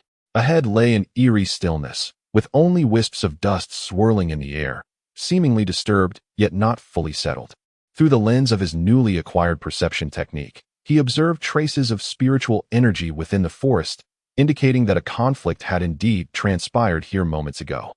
Han Yiming concealed himself behind a tree, cautiously surveying the scene. After waiting for some time without detecting any further anomalies, he stealthily approached the clearing. Lu Bing. A heavy blow struck Han Yiming's heart, constricting his chest. There lay Lu Bing, the talented individual who had journeyed with him, now motionless on the ground. Blood pooling from his mouth, devoid of life. His weapon lay discarded nearby, marred by numerous shallow cuts, suggesting the assailant had little regard for the imperfect weapon. Who could it be? Could it be Li Yishua? Unthinkable. Han Yiming could not reconcile the image of the tall, jovial Li Yishua with the perpetrator of such an act. Yet, the circumstances compelled him to entertain the suspicion. Burn. With a heavy heart, Han Yiming unleashed a fireball spell upon Lu Bing's lifeless form, refraining from examining any remnants. Knowing the assailant had likely taken everything of value. "Let us depart." After a brief moment of silence, Han Yiming murmured, his words seemingly echoing in the void. Yet no one responded. The individual capable of slaying Lu Bing must possess formidable strength. Han Yiming continued onward toward the spiritual fruit tree, adjusting his mindset as he contemplated the situation.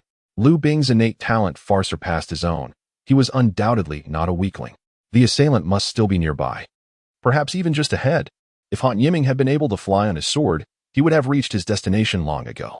However, traversing the dense forest limited his speed, requiring him to navigate cautiously, resulting in a delayed arrival at the vicinity of the spiritual fruit tree. if my estimation is correct. The location of the Yuanling fruit tree lies just a mile away. After halting, Han Yiming took a moment to catch his breath. During this stretch of the journey, he encountered neither the person who had killed Liu Bing nor any other cultivators.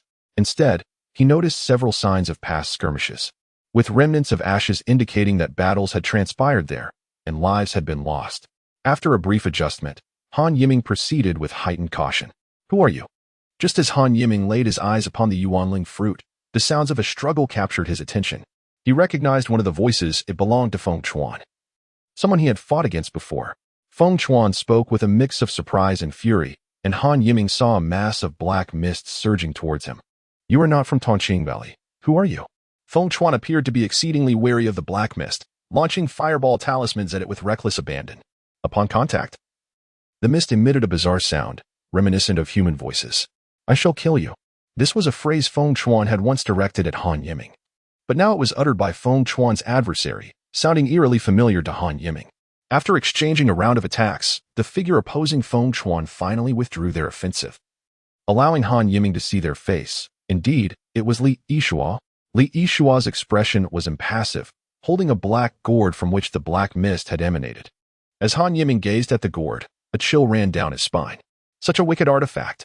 Perhaps startled by the situation, Han Yiming inadvertently stepped on a twig, causing a sharp crack that alerted both combatants to his presence. Damn it! Han Yiming felt a surge of frustration. It's you. This person is definitely not from your Tongqing Valley. They are undoubtedly a disciple of the demonic sect. Come, assist me. Feng Chuan, recognizing Han Yiming, called out desperately amidst his attacks, as he faced an increasingly dire predicament with more black mist threatening to envelop him. Han, my junior brother. We are from the same sect. Li Yishua finally spoke, his tone surprisingly calm, laced with a hint of mockery. Who are you, really? Han Yiming could no longer contain his curiosity. I am, of course, Li Yishua. Ha ha ha. What a ridiculous question. Li Yishua responded with laughter, seemingly amused for quite a while by Han Yiming's inquiry. Help me. Feng Chuan's voice grew increasingly frantic, yet Han Yiming's gaze flickered, hesitating to act. I shall not make it easy for you. A black object was hurled toward Han Yiming by Feng Chuan, and as soon as he cast it, Li Yishua intensified the gourd's expulsion of black mist, which ultimately consumed Feng Chuan.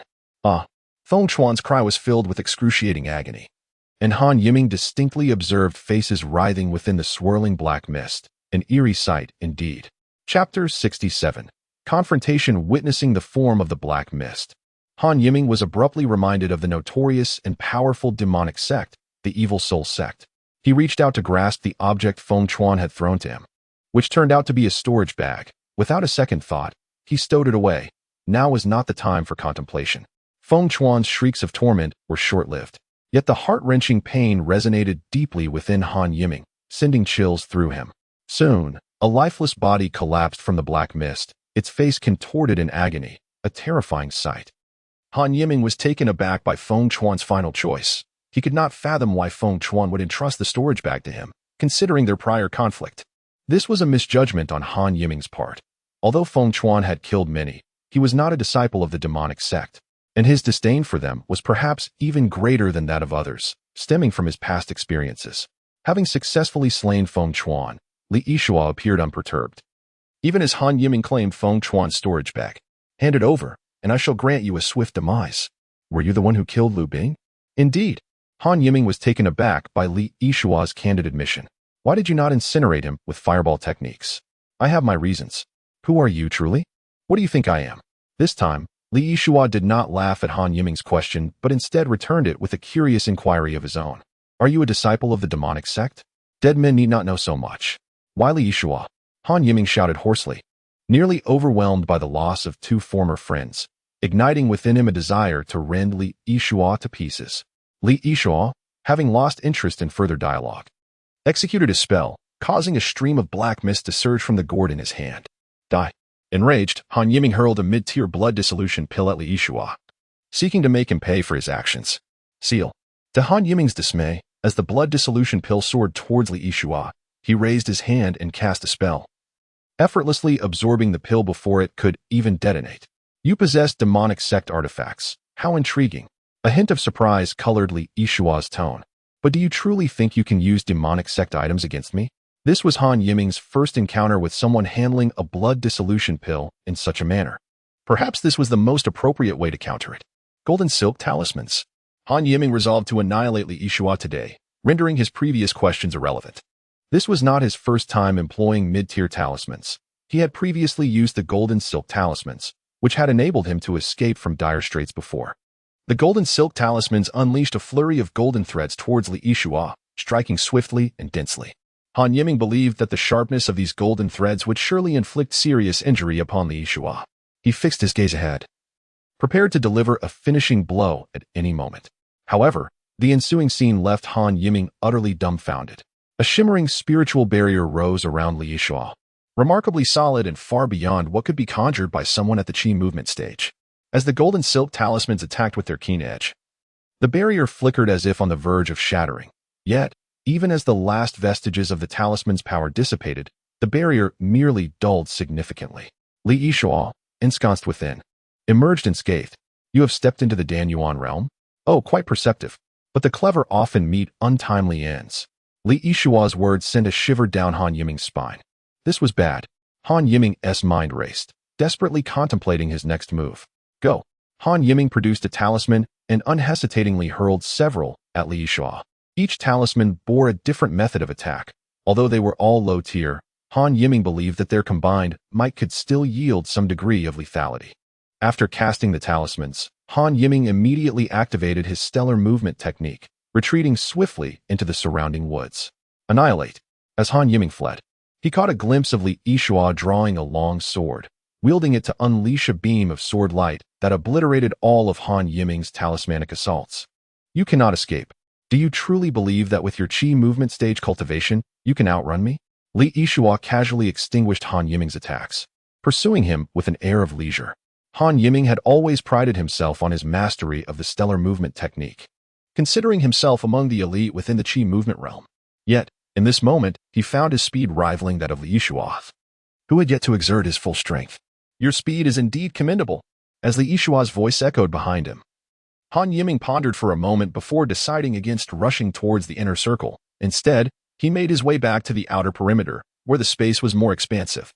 The trees whizzed past him as he moved swiftly, no longer concerned about the noise he generated. Initially, he encountered a couple of disciples from rival factions, but upon witnessing the chase unfolding behind him, they opted to keep their distance. Ultimately, Han Yiming resorted to flying on his sword, rapidly closing the gap between himself and Li Yixua, who maneuvered his flying carpet with remarkable speed. Enough. Die. Han Yiming felt a sudden chill creeping up from behind. A colossal white sword light surged towards him, causing him to gasp in shock. He quickly employed the Earth Shield technique and invoked 3 diamond talismans in succession. This rudimentary talisman was solely defensive, but against Li Yixua's assault, it felt as fragile as paper. The lingering force of the sword light struck Han Yiming, and despite the protection of his purple gold armor, he could not suppress a mouthful of blood from spilling forth. His body propelled forward several feet by the impact. Without daring to linger, he tossed a few talismans backward. Even if they couldn't harm Li Yixua, at least they might prevent him from attacking. Sure enough, Li Yixua raised his hand for another strike, his face betraying a hint of impatience. Forget it. It seems I have no choice but to use that secret technique today. Han Yiming, seeing Li Yixua drawing nearer, finally cast aside his hesitation. Blood escape technique. He shouted inwardly, striking his chest, as a thick stream of blood erupted from his mouth. This blood was remarkably viscous, imbued with spiritual energy, his essence. His complexion paled significantly with the expulsion of this blood, yet his eyes gleamed brightly. With decisive movements, he formed the necessary hand seals. Whoosh! A crimson light enveloped Han Yiming, greatly enhancing his speed, allowing him to distance himself from Li Yixua rapidly. Chapter 68. Refinement as Han Yiming surged forward. Encased in the blood light, behind him, Li Yixua had just cleared away the bothersome low-level talismans. Upon glancing up, he found himself momentarily stunned. Han Yiming was already enveloped in a crimson glow, almost vanishing from sight. He can even perform the blood escape technique. Li Yixua was no stranger to this secret art. He had thought he understood Han Yiming well enough. Yet he was taken aback to learn that he could wield such a dark sorcery. Should I pursue? Li Yixua found himself in a dilemma. Although his cultivation had risen significantly after seizing this body, he had only recently entered the Dan Yuan realm. To expend his essence on the blood escape might jeopardize his current level, making future advancements exceedingly difficult. No pursuit. After making this decision, he felt an inexplicable sense of relief, which filled him with dissatisfaction. Damn lingering consciousness, attempting to sway my thoughts. Cursed be it. Previously, Han Yiming had questioned him about why he hadn't incinerated Liu Bing's corpse. It was that he didn't wish to, rather. His body had been uncontrollable at that moment, rendering him incapable of acting, and his battle with Liu Bing had not been easy. Now, he could no longer remain in Tongqing Valley. Alas, he would have to rely on that old ghost. While Li Yishuo muttered to himself, Han Yiming continued to soar through the air. After approximately half a quarter of an hour, his speed gradually diminished. He sensed that his flight had brought him back to the position where he had initially entered. Although uncertain whether Li Yishuo still pursued him, he decided to come to a halt, his condition extremely dire. The loss of blood left him feeling precarious, his vision darkening, and his limbs weakened. Han Yiming pressed on with sheer willpower, traversing deeper into the dense forest until he finally located a secluded cave where he could sit cross-legged. They surely haven't followed me, have they? Han Yiming felt that the recent skirmish had brought him closer to death than ever before. He was perplexed by Li Yishuo's decision not to continue the pursuit, though he couldn't articulate why. With a swift motion, Han Yiming retrieved a golden essence pill from the storage ring around his neck. This was a mid-grade pill left to him by his master, Wang Yuanzhu. Highly effective for replenishing the body of a cultivator and a rare treasure for those in the Dan Yuan realm. He had been careful to preserve it, never expecting to use it here. In truth, the after effects of the blood escape technique could gradually recover on their own, but Han Yiming could not afford to wait. He needed to maintain his vitality, harboring hopes for what Feng Chuan's storage bag might contain. After consuming the golden essence pill, Han Yiming settled down, channeling the Qingyang True Sutra to absorb its medicinal properties. His breathing gradually steadied, and color returned to his face. 2 days later, huff. Han Yiming exhaled a breath of stagnant air, feeling that apart from a slight ache in his chest, he was otherwise unencumbered. I'll have to be gentler when patting my chest from now on, he mused. Let us see if Feng Chuan has any surprises for me. The conflict between Li Yishuo and Feng Chuan had unfolded near the Yuanling fruit tree, causing Han Yiming's heart to race. Although he felt it was likely, he remained uncertain. Indeed, it was true. Haha, fortune smiles upon me. Han Yiming swiftly opened Feng Chuan's storage bag, and his consciousness immediately detected the Yuanling fruits within. The fruits glimmered with a faint azure hue, exuding a refreshing fragrance. Inhaling this aroma, Han Yiming felt the pain in his chest lessen. Despite being only mid-grade, the rarity and extraordinary nature of the Yuanling fruits rendered this pill exceptionally valuable. Counting the Yuanling fruits, Han Yiming deduced that Feng Chuan must have harvested all the fruits from that location, as there were dozens present. That should suffice. Han Yiming had a modicum of confidence in his alchemical skills. He retrieved an alchemical furnace and various herbs from his storage ring. But instead of rushing to refine the pills, he closed his eyes to meditate, meticulously recalling the process of refining the Yuanling pill and all its details, knowledge gleaned from his previous experiences. At last, he felt he had mastered it completely. Upon opening his eyes, he flipped his palm, conjuring a flame to hover a foot above it, instantly raising the temperature within the cave. Han Yiming executed the necessary hand seals to summon the alchemical furnace above the flames, which began to heat up. All right, let us begin. One by one, the herbs were tossed into the furnace, and soon, a mysterious liquid began to coalesce within. With a decisive motion, he added a Yuanling fruit. Feeling a twinge of reluctance, yet his actions remained resolute. The furnace lid was closed, and Han Yiming concentrated on controlling the heat. The cave was enveloped in silence, save for the crackling of the flames. While Han Yiming secluded himself within the cave to refine his elixirs, the entire Yuanling secret realm descended into chaos. Several formidable disciples from the demonic sect wreaked havoc, slaughtering all in their path. Few could enter the secret realm and ascend to the Dan Yuan realm immediately. Aside from a select few prodigies, many who had reached the pinnacle of Qi movement still needed time to cultivate within before advancing. Although the Yuanling secret realm made it somewhat easier to ascend to the Dan Yuan realm, the threshold still existed. No one knew how those demonic disciples had accomplished this. Han Yiming's storage ring's communication talismans vibrated incessantly, yet he remained undistracted. His focus solely on the alchemical furnace before him. This time it should work, right? Having refined a dozen batches of failed pills, he had wasted just as many Yuanling fruits, which would surely provoke cries of wastefulness from others. Han Yiming felt helpless, though all his procedures had been correct. The process proved exceedingly challenging. I did it. As the lid of the alchemy furnace was lifted, Han Yiming gasped in astonishment. This time, he had finally succeeded. Inside the furnace lay 5 elixirs, identical to the Yuan Ling Dan he had previously consumed. 5 should suffice for my advancement, Han Yiming thought, feeling a sense of relief wash over him.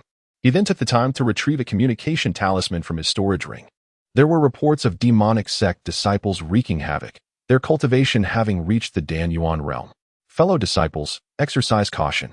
A disciple from the Dark Blood sect has been spotted, possessing profound abilities and ruthless methods. Avoid confrontation at all costs. The messages from his peers left Han Yiming utterly astonished. He had not anticipated such rampant activity from the demonic sect. He replied, stating, I have dispatched disciple Li Yishua as a spy for the demonic sect. Everyone must steer clear of him, as he has already attained the Dan Yuan realm. Chapter 69.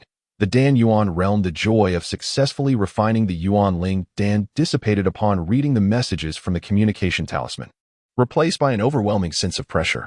In the Qidong realm, facing the Dan Yuan realm, one would find it tantamount to seeking death unless one possessed a significant advantage in talismans, magical artifacts, or formations. Although there remained a substantial quantity of Yuan Ling fruits in his storage bag, Han Yiming resolved not to continue his refinement. While he had managed to succeed through sheer luck, if these Yuan Ling fruits were entrusted to a senior of the sect, the yield of elixirs would undoubtedly surpass his own efforts. Had it not been for his personal intentions, Han Yiming would have been loath to squander them. After tidying up the alchemy furnace and the cave, Han Yiming entered a state of cultivation once more. This time, however, his approach differed from before. He fully activated the Qingyang True Scripture, drawing the surrounding spiritual energy into his body. The injuries he had sustained days prior had long since healed, and now his meridians were filled with a surging flow of spiritual energy. As the surrounding energy joined the fray, this flow grew even more robust. Come on. Feeling his body in peak condition, Han Yiming consumed a Yuan Ling Dan. Like his previous experience, the elixir transformed into waves of warmth that spread throughout his body, causing the flow of spiritual energy within his meridians to swell further with the influx of internal and external energy. He continued to practice the Qingyang True Scripture, gradually sensing a fullness within his meridians, yet the energy remained mere spiritual energy. This won't do. 2 days later, the potency of the first Yuan Ling Dan began to wane, eventually reverting to Han Yiming's initial state of merely circulating the Qingyang True Scripture, albeit with a significantly amplified flow of spiritual energy within his meridians. Onward. Without pause, he swallowed another elixir. The familiar scene unfolded within his meridians once more. But after another 2 days, aside from an increase in spiritual energy, he remained in the Qidong realm. Could it truly be so arduous for a 4th-grade spiritual root? Han Yiming felt somewhat disheartened. Was talent and cultivation truly that paramount? Generally speaking, a 5th-grade spiritual root would cap a lifetime of cultivation at the Qidong realm, while a 4th-grade root might reach the Dan Yuan realm, but achieving that would require decades of diligent effort. What Han Yiming was attempting to accomplish was something that others might not succeed in even after years of toil. The difficulty was evident. Press on. Han Yiming was inherently a person of unwavering determination and perseverance. He was resolute in achieving his goals. This threshold of the Dan Yuan realm would not hinder me. The 4th Yuan Ling fruit was tossed into his mouth, and he continued to circulate the Qingyang True Scripture, a profound technique that was quite respectable in the far west. Unlike previous attempts, Han Yiming sensed that the flow of spiritual energy within his meridians had reached its limits, and the subtle Yuan Ling energy had gathered sufficiently. A torrent of spiritual energy surged through his meridians at great speed, propelled by the influx of Yuan Ling energy and other transformative changes. It felt akin to a rebirth. A droplet of liquid spiritual energy unexpectedly manifested within a corner of Han Yiming's meridians. This liquid was not merely condensed spiritual energy, but rather a form of mysterious, elevated energy. Perhaps this was the Dan Yuan. With the emergence of the first droplet of Dan Yuan, every strand of spiritual energy that came into contact with it underwent transformation. The once abundant flow within his meridians experienced a chain reaction, suddenly dwindling to mere drops of liquid. It was this meager stream of Dan Yuan that imparted an unparalleled sense of comfort to Han Yiming. A single droplet equated to the entirety of his previous cultivation. At last, I have succeeded. Han Yiming felt a wave of relief as the operation of Dan Yuan within him quickened. He chose not to halt, but to continue his cultivation to solidify his newfound realm. 3 days later, after consuming an intermediate elixir, Yuan Yang Dan. Following his advancement to the Dan Yuan realm, Han Yiming's Dan Yuan expanded further, no longer as feeble as before. Earth Shield Technique.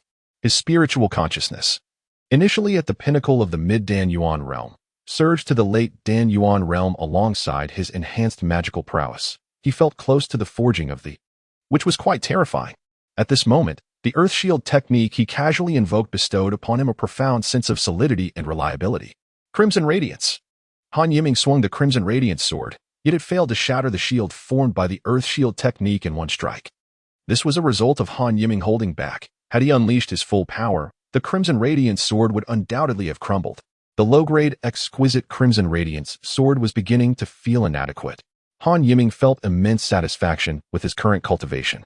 For the past few days, he had been preoccupied with training and had not checked the communication talisman. But now he finally had the opportunity to do so. Had those individuals quieted down? Perhaps the dissemination of information had played a role, as many disciples from Tongqing Valley opted to hide away. Nevertheless, Han Yiming was still astonished by the losses suffered by the disciples of Tongqing Valley. Following this excursion, the major sects would undoubtedly gather few Yuanling fruits, which posed a far greater long-term threat. He had heard that those individuals had ventured into the central region. Han Yiming was uncertain of their intentions. But now that he had amassed some strength, he planned to prepare himself for a visit. He had yet to inspect Feng Chuan's storage bag. He wondered if it contained anything that could bolster his strength. One of Han Yiming's favorite pastimes was examining the spoils within his storage bags. Though he had been busy with various tasks, he had not forgotten this matter. The storage bag had already been opened by him, but previously, he had focused primarily on the Yuanling fruits, neglecting other items. There was indeed a considerable amount. Excitedly rubbing his hands together, Han Yiming examined the contents of the storage bag. He was a composed and resolute individual, yet he found himself unable to resist the allure of the treasures contained within. Elixirs, spiritual stones, talismans. Han Yiming meticulously cataloged the items, noting several empty storage bags, indicating that a significant portion of these items had likely been seized by Feng Chuan through violence. The quantity was quite impressive, with several intermediate elixirs among them. When he spotted a handful of intermediate talismans, Han Yiming became enamored. These could undoubtedly serve as his trump cards. Ah, what is this? Han Yiming retrieved a set of array plates and a spell. Both items appeared remarkably extraordinary, and his instincts told him that these were indeed treasures. Chapter 70. Assembly. Holding the array plate in his hand, Han Yiming felt its weight and noticed the intricate array patterns etched upon its surface.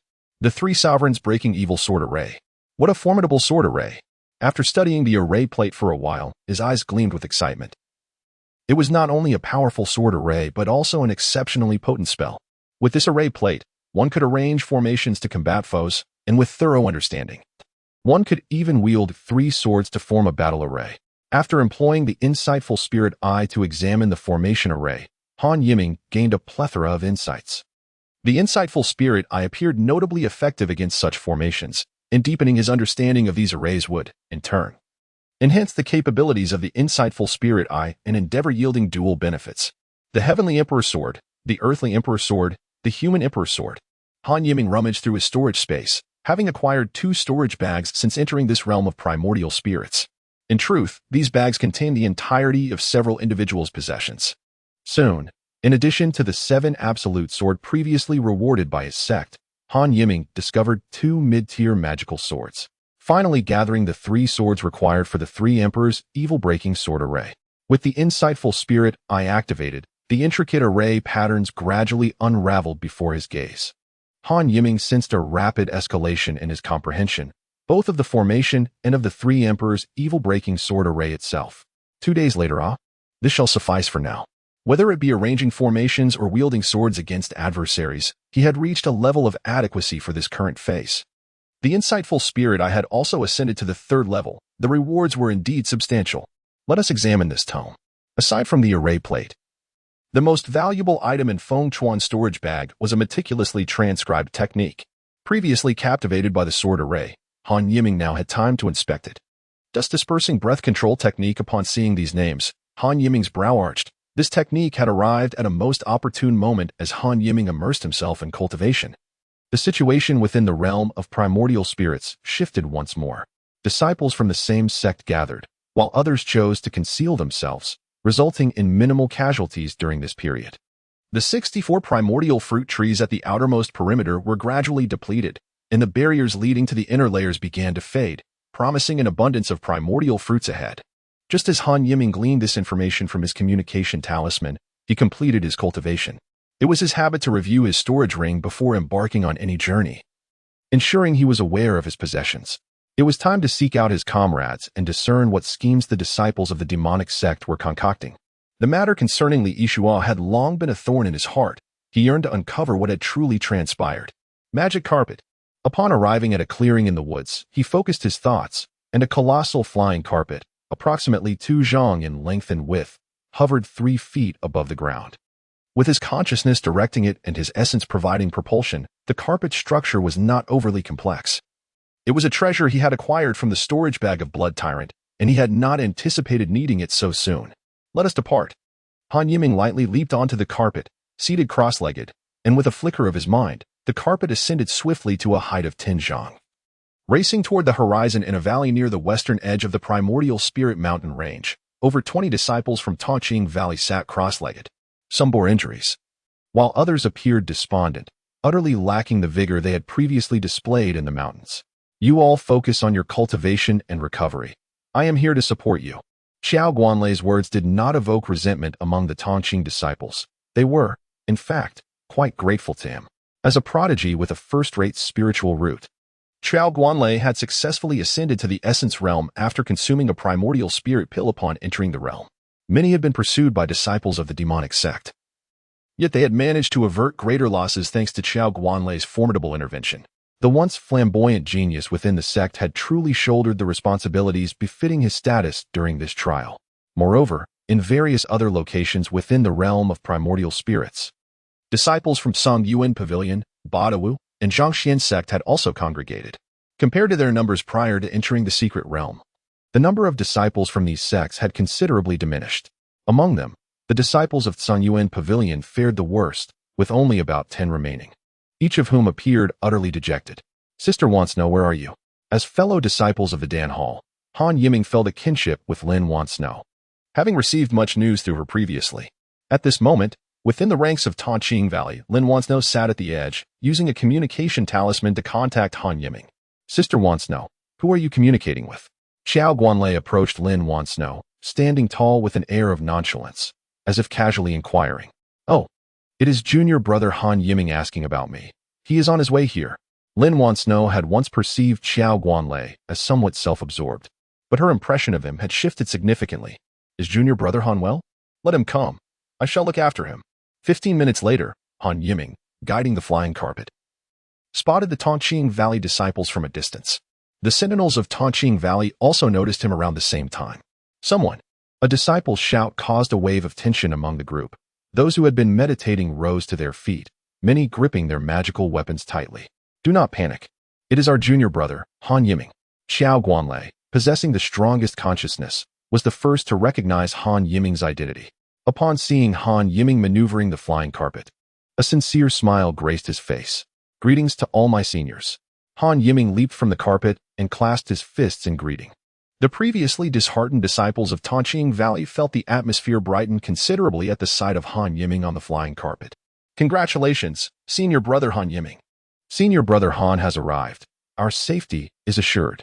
The crowd erupted in chatter, and Han Yiming felt a great sense of relief upon seeing them. The feeling of fighting alone had been rather disconcerting. I shall do my utmost. Junior brother Yiming is indeed fortunate. How delightful.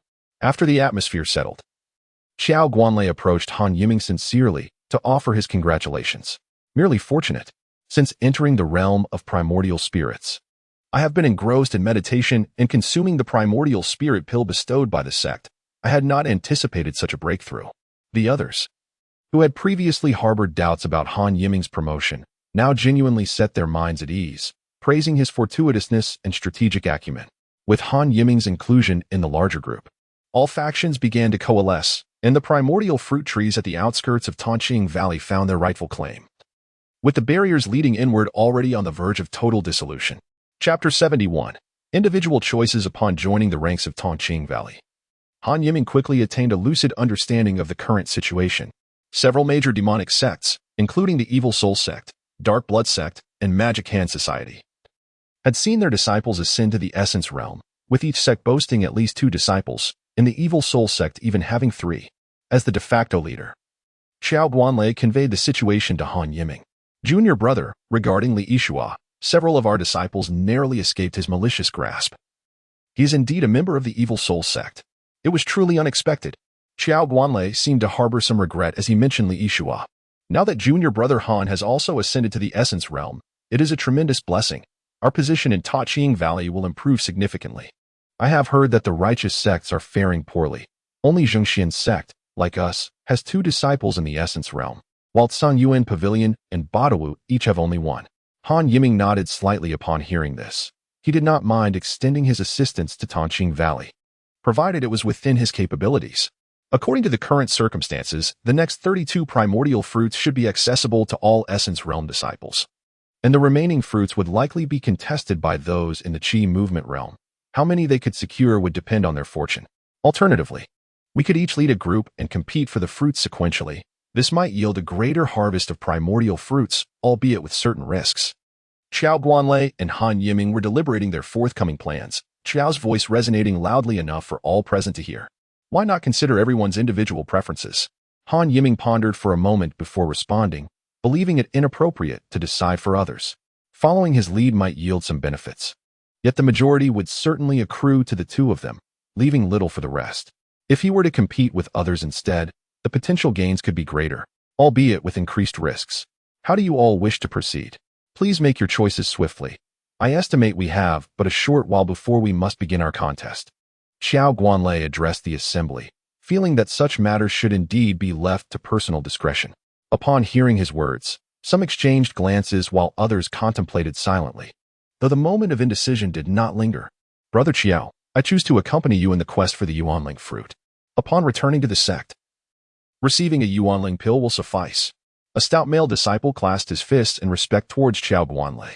Brother Han, please look after me as well. My thoughts align with that of the previous disciple. Once they secured the Yuanling fruit, they could return to the sect to request the Yuanling pill, which for many could not guarantee an ascension into the Dan Yuan realm. However, the more Yuanling fruits one gathered, the better, as they could be exchanged for points within the sect, representing a significant opportunity. Brothers, I wish to venture alone. A third voice emerged, familiar to Han Yiming, revealing itself to be Li Na, the one he had previously battled during the outer sect competition. With these 3 declarations, the assembly soon divided into 3 factions. 10 opted to join Xiao Guanlei, 6 chose to align with Han Yiming, and 8 decided to pursue their own paths. With decisions made, silence enveloped the group as each settled into meditation to harness their energies. Time ticked away, and suddenly, a layer of barriers surrounding the inner circle dissipated into shimmering motes of spirit light.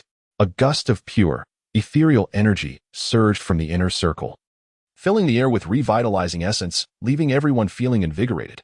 Let us depart.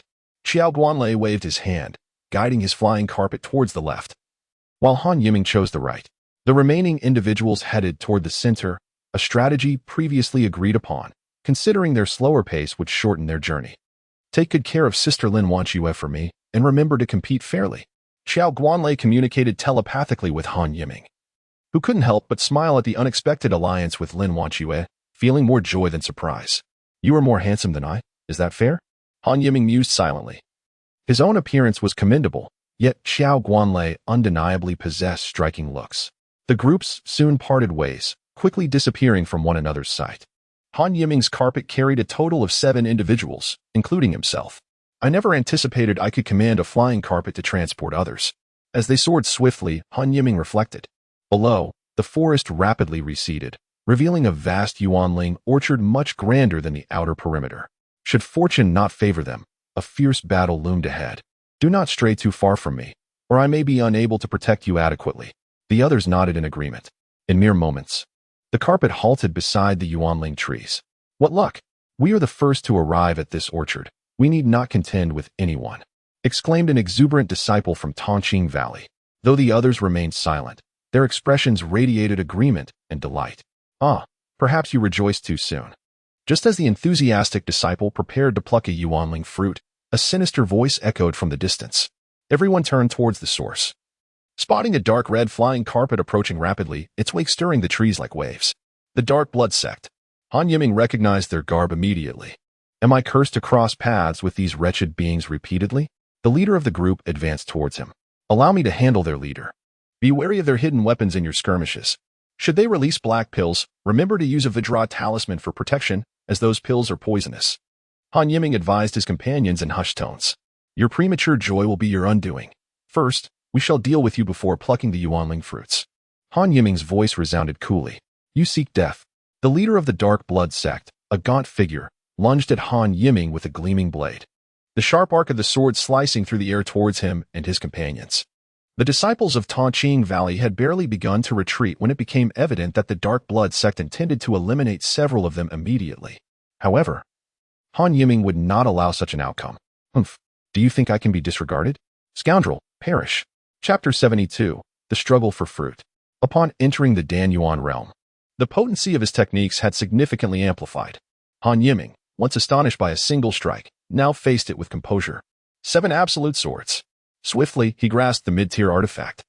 The 7 absolute sword, which had grown immensely more powerful since his days in the Qidong realm. A thunderous clash erupted as 2 streams of sword energy collided in the air, dispersing into nothingness, the reverberation and ensuing gale shocking the onlookers. For many, it was their first encounter witnessing a Danyuan realm practitioner in battle. One must reciprocate.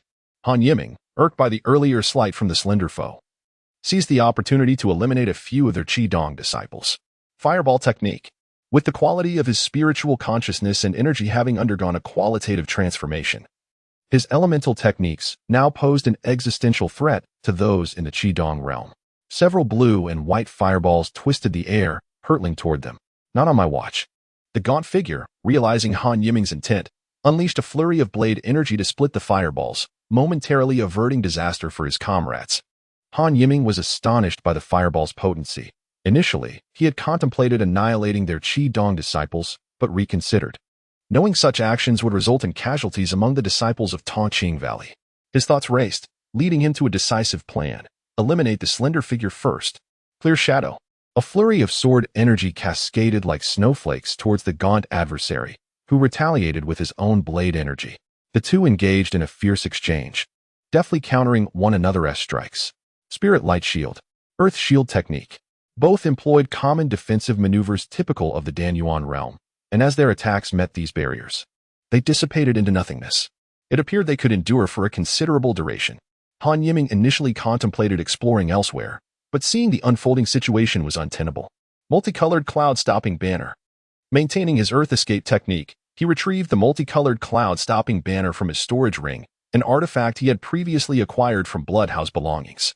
It was unlikely to be unique, and Han Yiming felt no trepidation about others recognizing it. Windblade go? When he first obtained the artifact, he had struggled to wield it, but now he could barely manage its power. A flurry of slicing wind blades erupted from Han Yiming's sweeping motion, their sharpness surpassing even the brilliance of his sword, and, most notably, they were propelled with greater speed and in greater numbers. What sort of magical artifact is this? By the heavens, the onslaught of wind blades was formidable, their power undeniable, causing the slender figure's spiritual barrier to tremble precariously. Han Yiming's wealth had grown significantly after several successful acquisitions, far exceeding that of the ordinary disciples of the Dark Blood Sect. Observing the situation, the thin man hurled a talisman at Han Yiming, which transformed into a barrage of blood-red arrows hurtling towards him. Their momentum equaled that of the wind blades. The weapons of the Dark Blood Sect often exuded an aura of enigma, potentially harboring additional forms of harm, prompting Han Yiming to remain vigilant. Earth Shield Technique. Han Yiming momentarily halted the attack of the colorful cloud banner, channeling his full energy into the Earth Shield technique to intercept the incoming assault. Thud, thud, thud.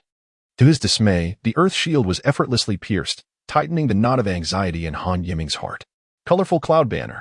Having previously studied the Colorful Cloud Banner, a versatile artifact renowned for both offense and defense, he decided to test its protective capabilities at this critical juncture. Under Han Yiming's command, the banner shimmered with a faint multicolored glow, providing a reassuring sense of safety despite its subtlety. Swish, swish, swish. The blood arrows relentlessly advanced towards the colorful cloud banner, only to disintegrate upon encountering its radiant hues. However, the vibrancy of the colors gradually diminished. Ultimately, the arrows were reduced to mere fragments that crashed against the banner's core, each one striking similarly. The colorful cloud banner was intrinsically linked to Han Yiming's consciousness, and as the artifact sustained damage, he felt a jolt that darkened his expression. Fortunately, he remained unscathed. The thin man, witnessing the formidable resilience of Han Yiming's artifact, displayed an expression of profound disappointment, which ignited a spark of hope within Han Yiming. Windblades, again. Han Yiming wielded the colorful cloud banner once more, directing it towards the thin man. More? Is this never-ending? The slender figure, visibly frustrated, seemed to reach a decisive conclusion. You're tough. We're leaving. The other disciples of the Dark Blood sect retreated at his command. Han Yiming's assault did not falter. Yet he refrained from pursuit. Let them go. We shall secure the spirit fruit first. Upon hearing Han Yiming's words, the disciples of Tongqing Valley, initially poised to chase, halted their advance. Scram! Do not let me see you again. As the Dark Blood sect disciples retreated to a safe distance, the few disciples of the Qi movement realm climbed onto the thin man's flying carpet. Han Yiming's voice echoed behind them, prompting the slender figure to grit his teeth in quiet anger. Wait for me. The thin man spat a harsh remark before soaring away. Their trajectory aimed at another grove of spirit fruit trees, though whether they would find success remained uncertain. Scram! This was not uttered by Han Yiming, but rather by a boisterous disciple from Tongqing Valley, whose flair for dramatic atmosphere was undeniable. They have departed. Swiftly gather the spirit fruits. Han Yiming's voice resonated, compelling the disciples of Tongqing Valley to spring into action, harvesting the fruits. Several spirit fruit trees were present, their branches heavy with deep green and light blue unripe fruits. With over 100 ripe ones ready for picking, the task was completed within a mere 10 breaths, with the fruits swiftly collected. According to their agreement, the 6 disciples of Tongqing Valley would split the bounty, with Han Yiming claiming a substantial 80%. Yet, even with such a division, the disciples were elated, knowing that once these fruits were submitted to their sect, further rewards would be bestowed upon them, ensuring their ascension to the Dan Yuan realm was all but guaranteed. Let us explore the other 2 locations. Han Yiming considered pursuing the departing Dark Blood sect members, but deemed it impractical with his companions in tow. Instead, they would investigate the situation at the other groves. Aboard Han Yiming's flying carpet, the group soared toward a different direction. Chapter 73. Independent action from the moment Han Yiming and his companions arrived at the grove of spirit fruit trees until their departure. Only a single incense stick's time had passed. Most of this duration was consumed by their confrontation with the Dark Blood sect. How were their fellow disciples faring in their solitary endeavors? Not just Han Yiming, but the others also felt a twinge of concern for their comrades. The flying carpet moved with remarkable speed, yet the distance between the adjacent spirit fruit orchards was considerable. After what felt like an eternity, they finally arrived at a new location where several individuals were engaged in a chaotic melee.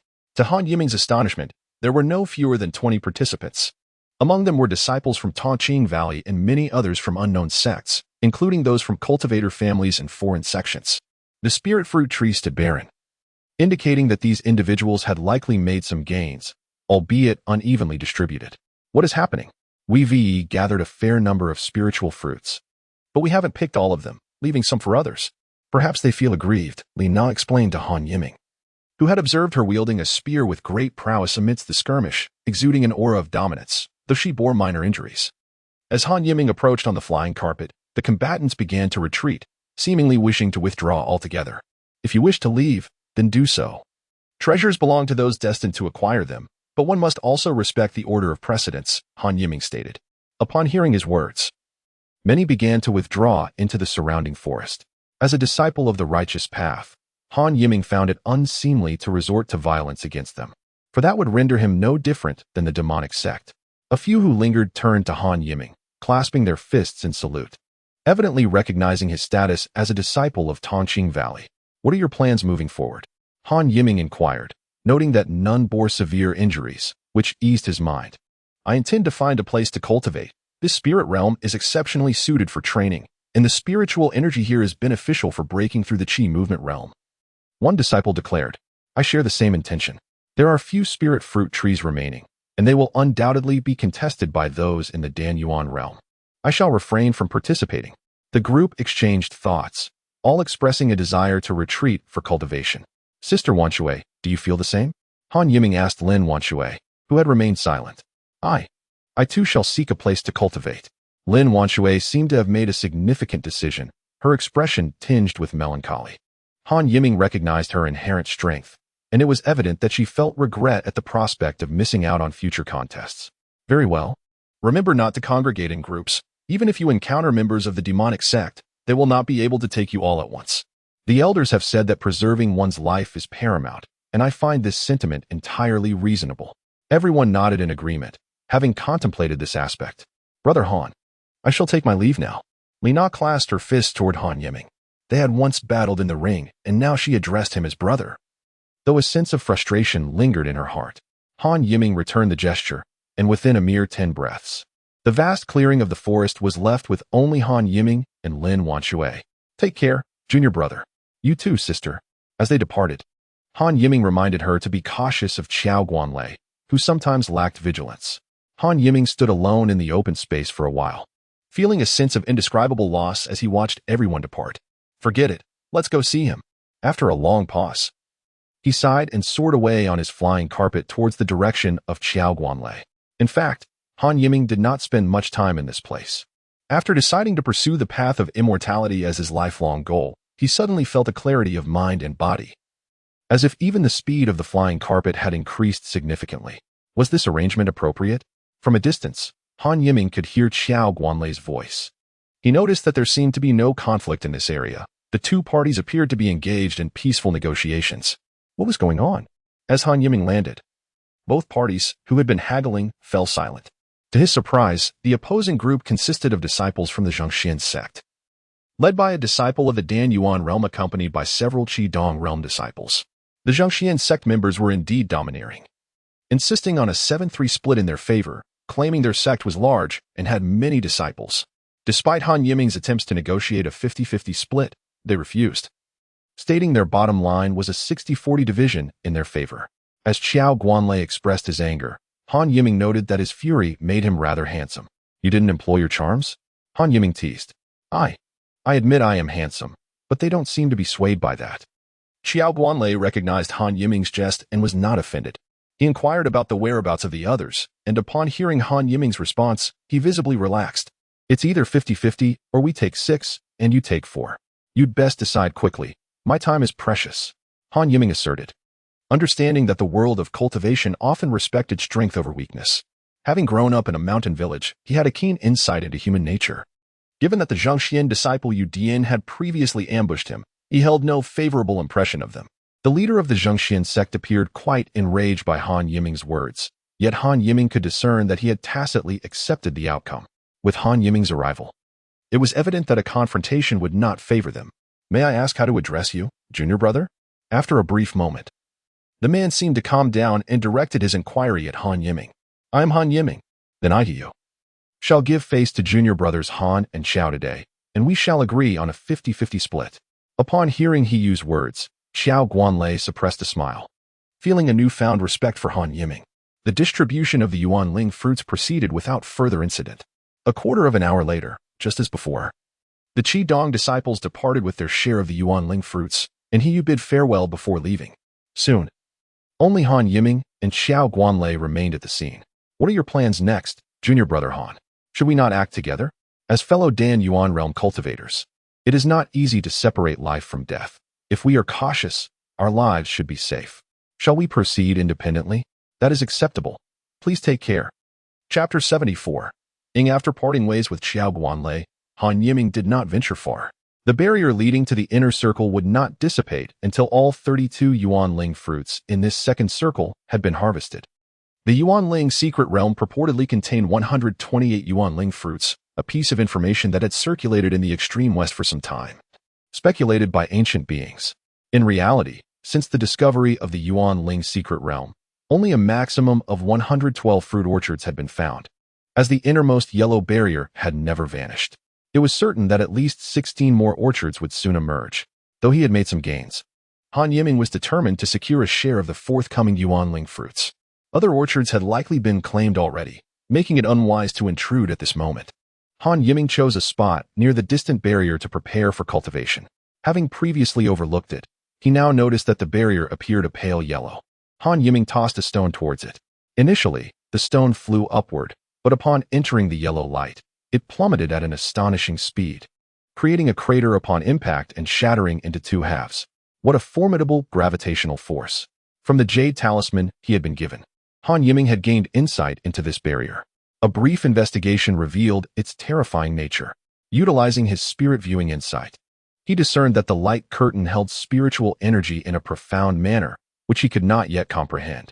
It was said that the final layer of the barrier was the most fearsome, capable of obliterating anyone who dared enter. This was likely a complex and sophisticated formation, undoubtedly held in place by a highly advanced spiritual object, perhaps a soil-type celestial artifact. Han Yiming had a rudimentary understanding of formations, and such analysis was not a secret. As many were aware, time passed, and Han Yiming did not wait long. Due to his proximity to the barrier, he distinctly felt the previously gathered spiritual energy erupting, causing the originally pale yellow barrier to abruptly vanish. The barrier covered a vast area, creating a spiritual tempest that signified the conclusion of the conflict in the second circle. Let's go. Han Yiming mounted his flying carpet and swiftly soared inward, where the spiritual energy was significantly more abundant than in the outer regions. And the trees appeared even more verdant, leaving him in awe.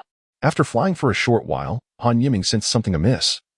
He had not chosen his position wisely, and found himself situated between two yuan-ling orchards, potentially causing him to miss an opportunity. Those daring enough to compete were undoubtedly all cultivators of the Dan Yuan realm, numbering well over 16. Growing anxious, Han Yiming quickened the pace of his flying carpet. After approximately a quarter of an hour, he finally felt the destination drawing near. Looks like you just made a breakthrough in strength and wish to contend for the Yuan-ling fruits? Why not join me in the holy sect as my dual cultivation partner? In return, I'll grant you all the Yuan-ling fruits. A sinister voice called out from ahead. It seemed someone had arrived before him and was already engaged in a confrontation, eliciting mixed feelings within Han Yiming. Get lost. I would rather die than be your dual cultivation partner. A toad dreaming of eating swan meat should take a good look in the mirror. A melodious yet blunt female voice retorted. As Han Yiming approached, he caught sight of the two adversaries, who fell silent and regarded him warily. The three stood in a tense standoff. Han Yiming noted that the man who had spoken was a thin, weaselly youth, whose attire resembled that of a disciple from the Emo-Sho Society. As for the woman, she caught his attention immediately, with her round face and delightful appearance. She possessed a well-developed figure. Currently, her brows were slightly furrowed, and a hint of injury on her chest, with the stark contrast of white skin and red blood, only added to her allure. No wonder the weaselly man had dared to make a lewd remark. The woman, standing with a knife, was clad in the garb of the Ba Dao disciples that Han Yiming had seen before. What are you staring at? Watch your eyes, she scolded, noticing Han Yiming's gaze lingering on her wound. This junior sister has misunderstood me, Han Yiming hurriedly clarified. Although Han Yiming was somewhat striking, he had never contemplated anything beyond that. Kid, I advise you to leave quickly. Don't ruin my good fortune, or you won't have anything good left for yourself. Ever since Han Yiming, clad in the attire of the Tongqing Valley disciples, had appeared, the man's expression had grown grave, suddenly sensing that the situation was deteriorating. Do you think my cultivation was achieved through intimidation? What do you call this, junior sister? I am Han Yiming from Tongqing Valley. Shall we join forces to eliminate this scoundrel? His latter remark was directed at the disciple from the Badawu. It's better to deal with this rogue first. The woman pondered for a moment before nodding in agreement with Han Yiming's suggestion. I hail from Badawu, and my name is Ing. Since you both seek death, I shall grant your wish. The lecherous man from the Magic Hand Society glared at the two, his anger palpable. Just moments ago, he had severely injured the Badawu female disciple, and now, unexpectedly, a third party had emerged, intensifying his frustration. Fire chain whip. He lashed out with a long whip that shimmered with an eerie pink flame, extending towards Han Yiming with ferocious speed. Earth shield technique. Han Yiming, refusing to be negligent, quickly invoked a defensive spell, conjuring the colorful cloud banner in his palm. Be careful behind you, senior brother. In truth, Han Yiming had already noticed that the whip had circumvented his shield and was attacking from an unexpected angle. Colorful cloud banner. He infused the banner with his spiritual energy, its surface radiating a kaleidoscope of colors. Boom. The clash between the Magic Hand Disciple's whip and Han Yiming's weapon resonated with a thunderous sound. Moon Concealment Blade. Perhaps feeling the need to contribute to Han Yiming's effort, Ing unleashed a blade of light, but due to her severe injuries, her strike posed little threat to the opponent. Although Ying's attack did not endanger the disciple of the Magic Hand Society, it was of great significance to Han Yiming, as it allowed him to free his hands for an offensive. Windblade, go! Han Yiming wielded the colorful cloud banner, unleashing a flurry of wind blades that sliced through trees with astonishing power. Realizing the might of Han Yiming's assault, the disciple of the Magic Hand Society did not remain idle. He retracted his whip and formed a barrier before him, akin to a wall. The wind blades met this defense with crackling sounds, all thwarted from advancing. While attacking, Han Yiming caught a glimpse of Ying's deteriorating condition. She appeared increasingly unsteady, weighing heavily on his heart. It seems I must either repel or eliminate this disciple of the Magic Hand. The whip occasionally lashed out even as it defended, and the earth shield technique had been shattered several times. Perhaps it was the whip's pink flames that granted it remarkable power. Had it not been for the colorful cloud banner's dual capabilities, Han Yiming would have been compelled to devise another strategy. Fireball technique. Earth shield technique. Han Yiming attempted his two signature offensive spells, gaining a slight advantage but achieving little else. Blood-dissolving pill. A black pill was discreetly tossed, moving swiftly. The Magic Hand disciple initially overlooked it. By the time his whip shattered the pill, it was too late, though he quickly formed a protective barrier around himself. A trace of blood mist drifted towards him. You possessed the blood-dissolving pill of the Dark Blood sect. It was no wonder the Magic Hand disciple was astonished. The blood-dissolving pill was a treacherous weapon, one of the Dark Blood sect's most adept tools. However, it required considerable blood to forge, making it exceedingly rare. This indicated the high status of the Dark Blood sect member Han Yiming had fortuitously slain, as his storage ring contained numerous intermediate blood-dissolving pills. The confrontation between Han Yiming and the Magic Hand disciple continued until a trickle of blood seeped from the latter's face, startling both combatants. Han Yiming felt elation, while the disciple felt dread. What a stroke of bad luck today. Consider yourself fortunate. Our debts will be settled another day. Remember, Li Jie, will take your life in the future. With the intent to retreat, Li Jie did not hesitate. After several more strikes with his whip, he leapt onto a flying carpet and soared into the distance. Han Yiming had intended to pursue, but, noticing Ying's worsening state and the fact that he had not yet harvested the spirit fruit, he could only watch as the disciple vanished. Ying, wait for me. I will gather the spirit fruits and return shortly. At that moment, only Han Yiming and Ying remained in the spirit fruit orchard. To prevent any unforeseen complications, Han Yiming swiftly harvested all the ripe spirit fruits, discovering that this yield surpassed that of the previous location by over 30%. Let us depart. Ying appeared somewhat dazed, whether from blood loss or another cause. When Han Yiming urged her to board the flying carpet, she numbly complied. We cannot linger here. We must find a place to assess Ying's injuries. Initially intending to explore another spirit fruit grove, Han Yiming abandoned that thought and steered the carpet away from Li Jie. Ying, what's wrong? As they flew over a densely wooded valley, Han Yiming nearly lost control of the carpet. This was the first time he had experienced such a situation. Ying, who had been sitting passively on the carpet, suddenly threw her arms around him, her fiery temperament evident as her body pressed against him, nearly causing the carpet to spiral out of control. Her face flushed with a rosy hue. She exhaled softly. But her wound was already staunched. However, her movements caused the fabric of her clothing to tear further, revealing glimpses of skin that seemed poised to escape at any moment. Stop! Han Yiming swiftly commanded the carpet to halt in the valley, this exclamation directed at Ying. Although she stared blankly, her eyes devoid of clarity. It was clear she had lost her senses, and her actions were not of her own volition. She seemed oblivious to Han Yiming's command. Han Yiming had never been in such close contact with a woman before. He had two sisters, but his parents had always taught him to maintain distance from them. Now, faced with this encounter, his mind was awhirl. Despite realizing he enjoyed the sensation, rational thought prevailed. The attacks from that Magic Hand disciple must have been compromised. Indeed, I have heard that members of the Magic Hand Society are often licentious, causing quite a stir both among mortals and in the realm of cultivation. We have been rather careless. Ying, forgive me. Han Yiming gently extricated Ying from his embrace. Her skin felt remarkably delicate, and he couldn't help but feel a tinge of guilt at their contact. Let me try an antidote pill. Han Yiming retrieved a precious intermediate antidote pill from his storage bag. Though he hesitated due to its value, he could not afford to dwell on that now. He used his spiritual energy to secure Ying on the carpet, pried open her mouth, and placed the pill inside. As his fingers brushed against her face, his heart raced. But he quickly distanced himself after administering the pill. Han Yiming sat cross-legged at one end of the carpet, attempting to meditate but finding it impossible to concentrate, ultimately choosing to watch over Ying instead. As for the damage to her clothing, he had already retrieved a thin blanket from his storage ring to cover her, ensuring it did not appear disrespectful. After approximately an hour had passed, Han Yiming observed the redness slowly fading from Ying's face, and her eyes gradually regained their sparkle. "Let me go?" Her clear voice echoed abruptly through the woods. "Are you all right?" Han Yiming sprang to his feet, concern etched on his face as he addressed Ying. "Yes. My injuries were never severe. It's just—" Ying's words trailed off, hinting at unspoken thoughts. "Thank you for taking care of me." "Thank you."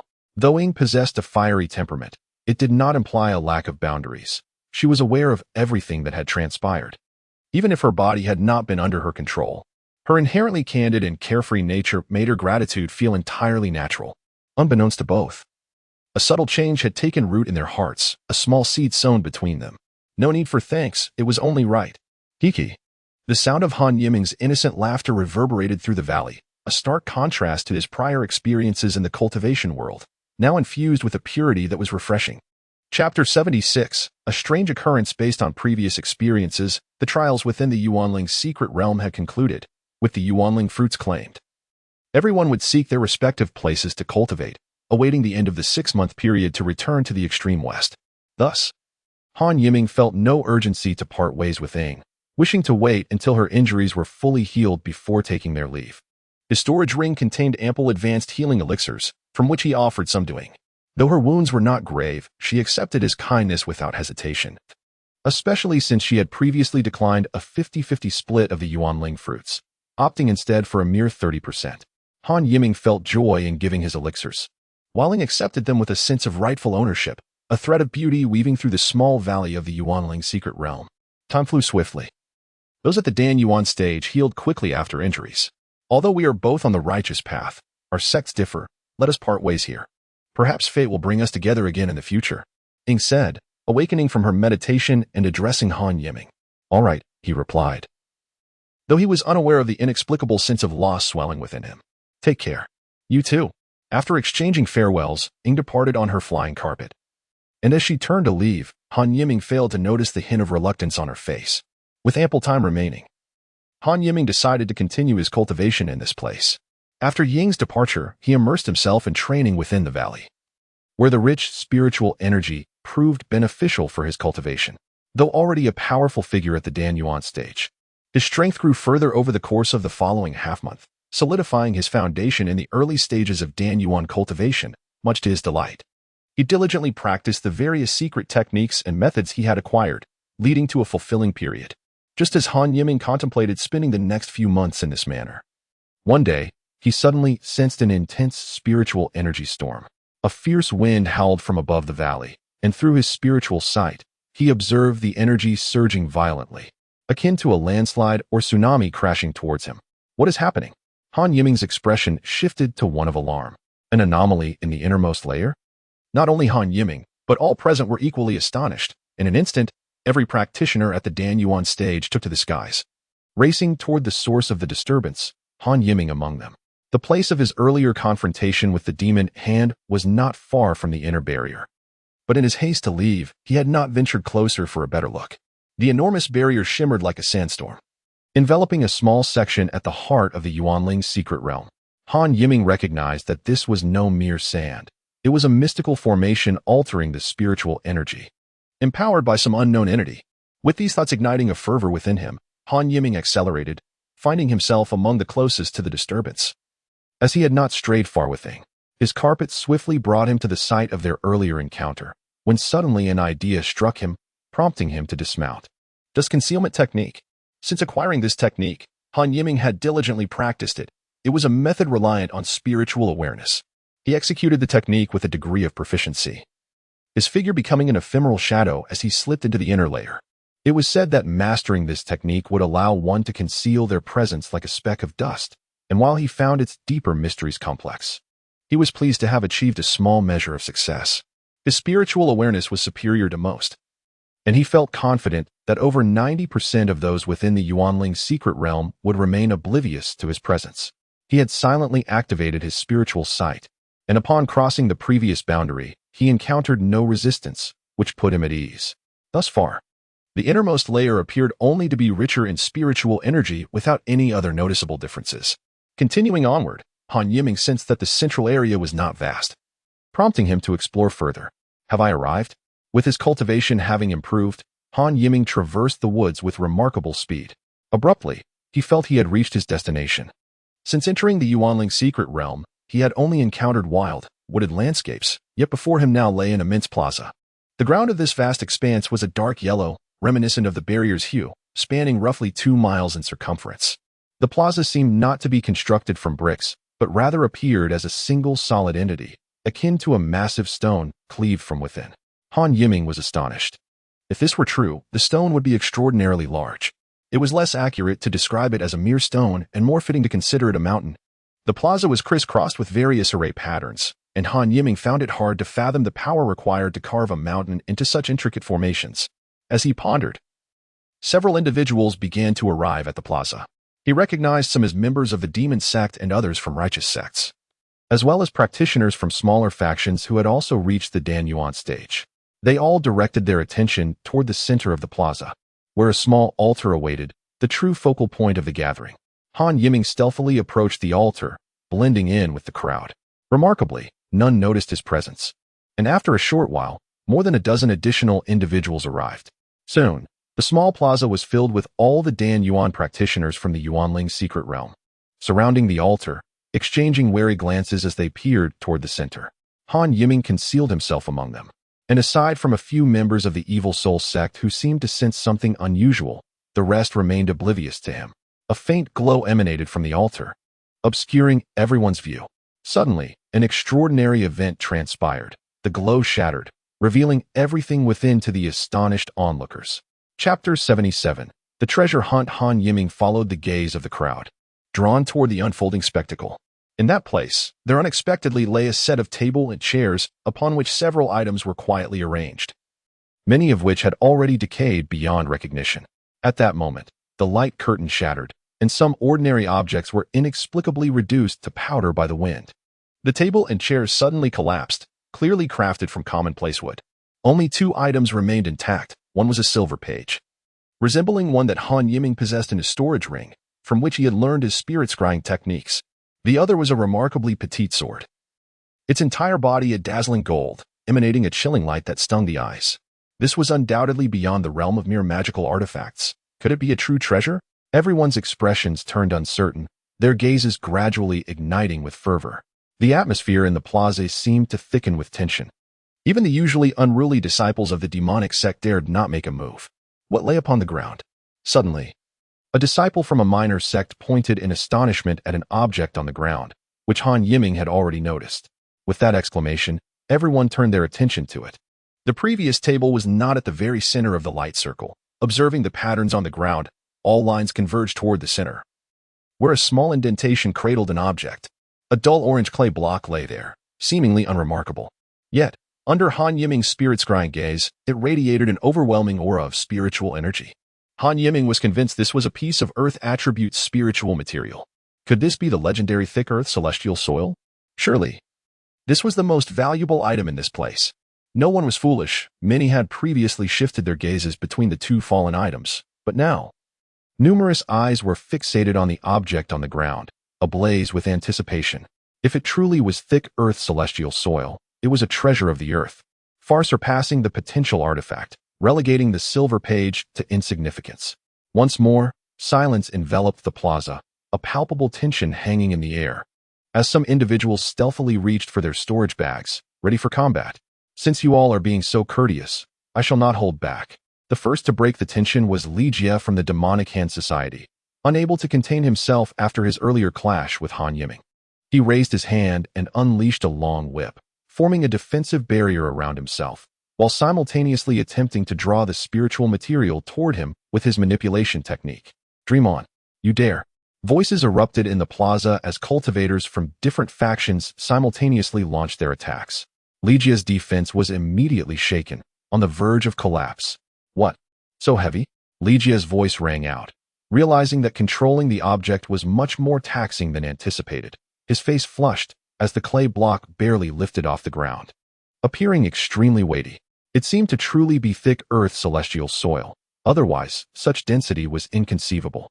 Ligia's struggle reassured many, who now believed the only way to obtain the item was to approach and directly collect it with their storage bags. Boom. Ligia's defense was on the brink of destruction. Some had unleashed their full strength in an attempt to eliminate this practitioner of the demonic sect, and with a resounding crash, Ligia's defenses were utterly shattered. A blade of light cleaved toward him, sending him flying, a mouthful of blood spraying forth as his spell was abruptly interrupted. Thud. Ligia hit the ground hard, grievously wounded. Had it not been for a protective armor, he would have met a grim fate. The other resounding crash was the sound of the clay block hitting the ground, shaking the stone platform. This spiritual material should be handled by my Zhongxian sect. It's beyond your grasp. The crowd had shifted their focus away from Ligia's plight. As a disciple from the Zhongxian sect stepped forward, their status as the leading righteous sect lending them an air of authority. Apart from a few demonic sect members, the others remained silent.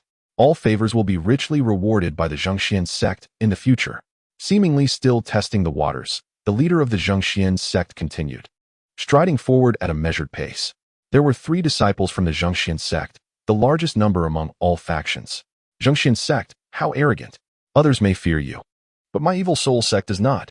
A brooding young man from the evil soul sect declared as he launched an attack, unleashing several attack talismans that covered a vast area, ensnaring multiple cultivators within the plaza, with Zhongxian sect disciples bearing the brunt of it.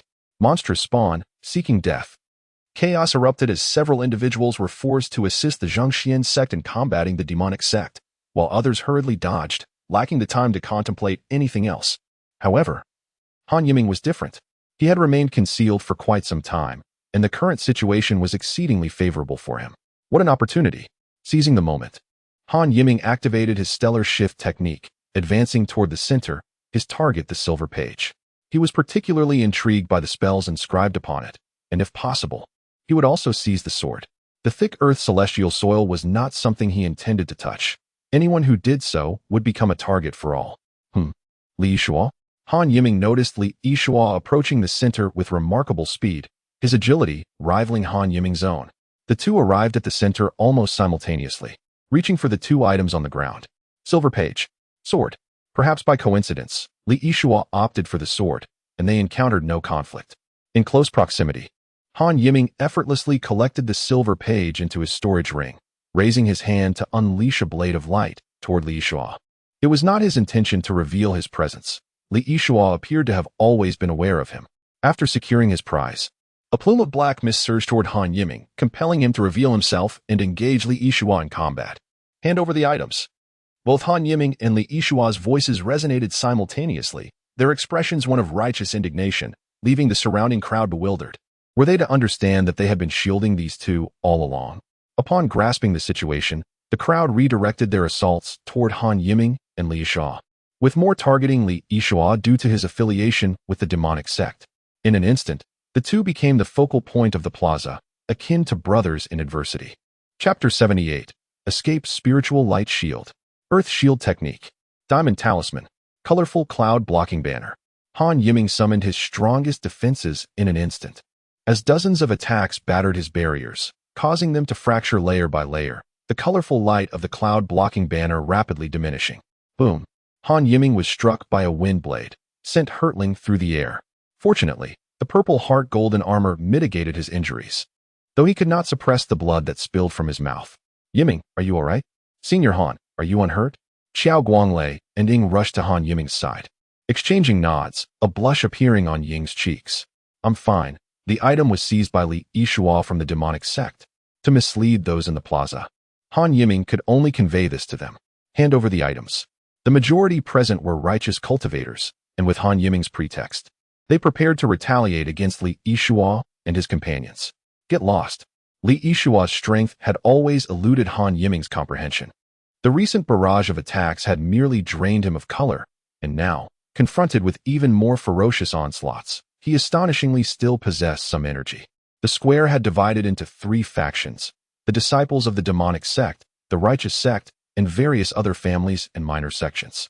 It was evident that the disciples of the demonic sect had acquired a certain treasure. The expressions of several disciples from the Zhongxian sect darkened, as they suspected Han Yiming might be the one responsible, yet they refrained from making accusations.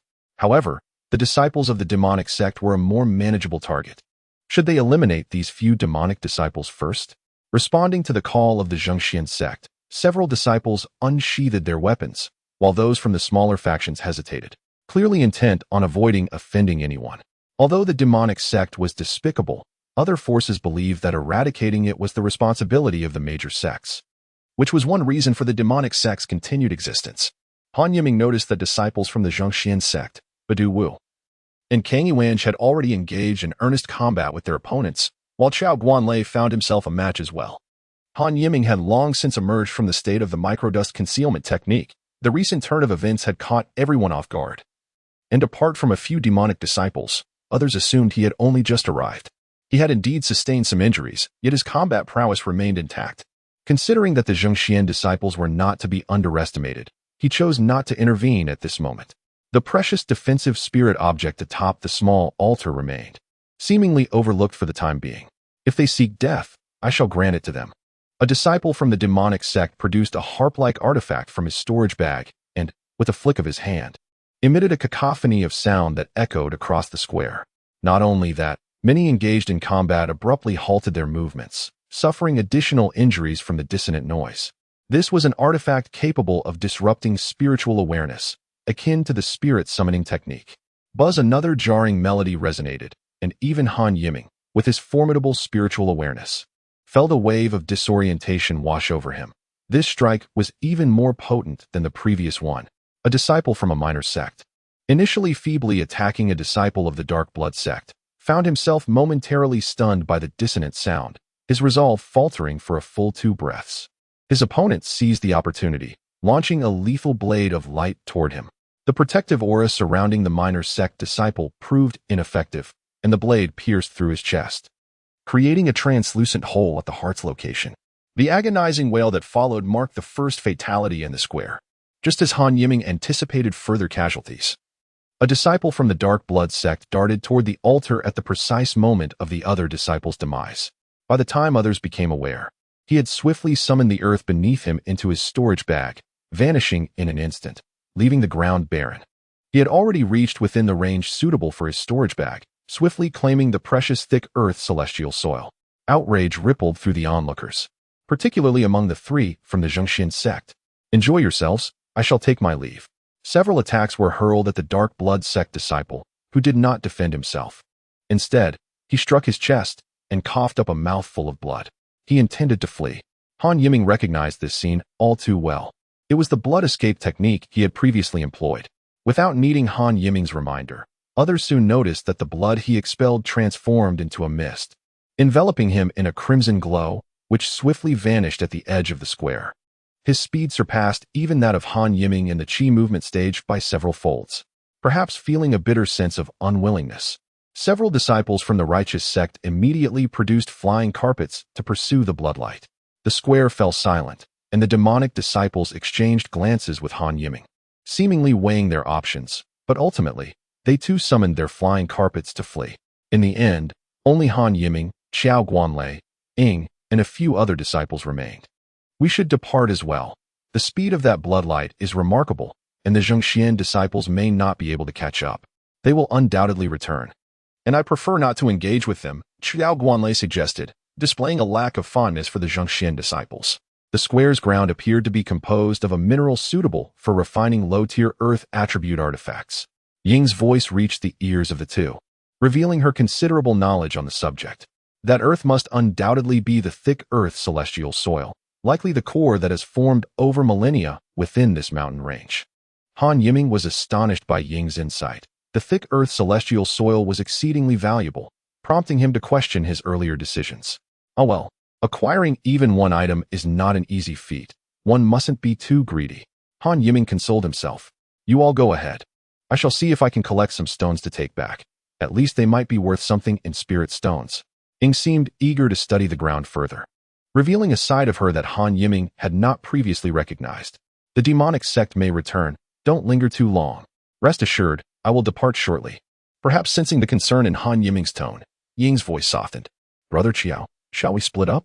Qiao Guanlei, who had been worried about Han Yiming's safety, had long wanted to leave. Standing there while the two exchanged flirtations made him increasingly reluctant to stay. "You lucky lad. Your fortune is quite something." As he ascended his flying carpet, Xiao Guanlei communicated with Han Yiming, causing Han Yiming to flush crimson, yet he also felt an indescribable sweetness within. Chapter 79. Spirit Void Shadow Escape Technique. Han Yiming remained at the square for a while longer until Ling insisted he leave. She was a straightforward and fiery person, unaccustomed to being scrutinized, though she harbored no aversion to it. As Han Yiming departed, those who had pursued the Dark Blood sect had yet to return, and the vast square fell silent once more, thus marking the end of the forbidden area within the Yuanling's secret realm. Han Yiming pondered the motivations behind the creation of such a secret realm by the ancient masters.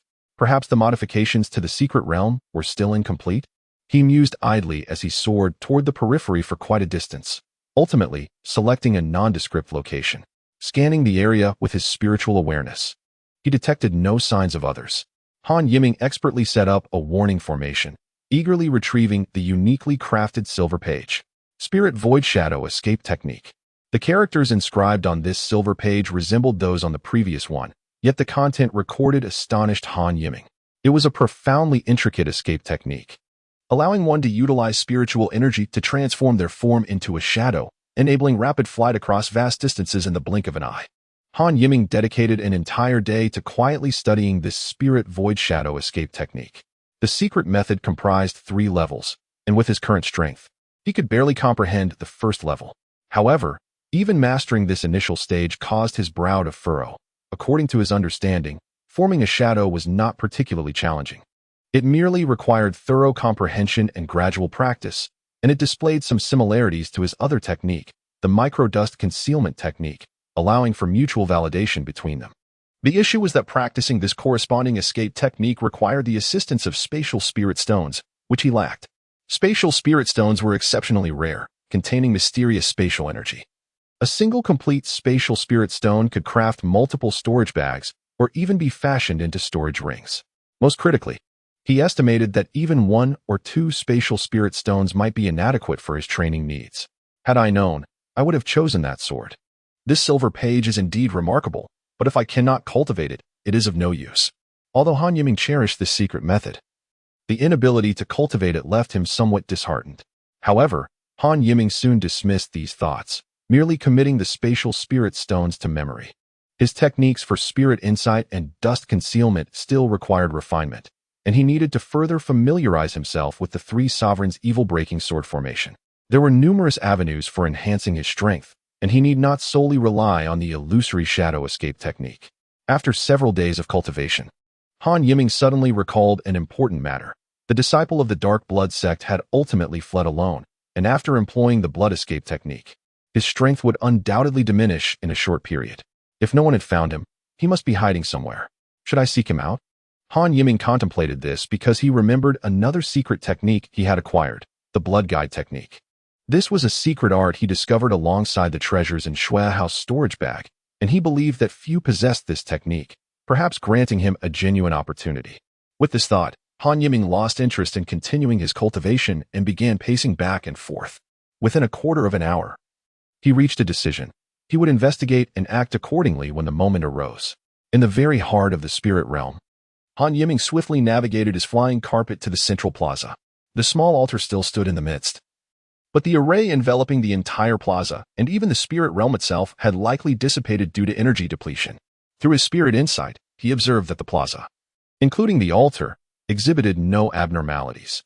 At this moment, only Han Yiming remained, rendering the place eerily desolate. He stood quietly at the location where the Dark Blood sect disciple had utilized the blood escape technique, recalling the details of the blood guide technique. A person's essence blood contains a unique aura and faint spiritual energy. Though several days had elapsed, due to the opponent's cultivation at the Dan Yuan realm, this information had not entirely dissipated. Han Yiming released his spiritual consciousness, gesturing with his hands as the Dan Yuan within him converged at his fingertips, operating in a profoundly intricate manner. Gradually, the remnants of essence blood that lingered in the plaza were dismantled by this energy. With the spirit insight technique activated, he suddenly noticed a subtle trace. Several individuals had left their essence blood during the confrontation in the plaza, But Han Yiming distinctly remembered the aura of the dark blood sect disciple. He methodically searched, and after a few moments, he found it. There was the direction. Han Yiming's eyes brightened. The blood guide technique was indeed remarkable, as he intuitively followed the trajectory of the fleeing figure. He summoned his flying carpet, continuing to channel the secret art. Though the aura was faint, it remained discernible. Thus, Han Yiming soared ahead, the aura fluctuating but consistently present. His speed was relentless, and he felt he had traversed nearly half the expanse of the spirit realm. He conjectured that the righteous sect members had likely not pursued him here, as the blood escape technique's crimson light was swift, and they wouldn't be able to catch up with his flying carpet. The aura has weakened? In mid-flight, Han Yiming reduced his speed for the first time, sensing that the essence in the air had suddenly diminished. Even as his blood guide technique reached its peak efficacy, the results remained minimal. Dust concealment technique. Suddenly struck by a thought, Han Yiming descended from his flying carpet and activated the dust concealment technique. Instantly, his form became ethereal. This sensation was extraordinary. Not only could he not be seen with the naked eye, but his spiritual consciousness also failed to detect his presence. This technique, acquired from Feng Chuan's storage bag, was no trivial matter. All who entered the spirit realm were elite figures, each with their own fortuitous encounters. However, some individuals' fortunes merely served to benefit others. With spirit insight activated, Han Yiming considered that the dark blood sect disciple must have set up a warning array, making the spirit insight technique crucial at this moment. Any area rich in spiritual energy could harbor arrays laid by the opponent. Remaining undetected by the adversary would significantly influence the ease of his upcoming task. Han Yiming leaped lightly, striving to make no sound. The area where the aura had ceased was nearby, but this did not guarantee the individual was present. Further searching was still required. As time passed, Han Yiming found no trace, as if the person had vanished into thin air. Chapter 80.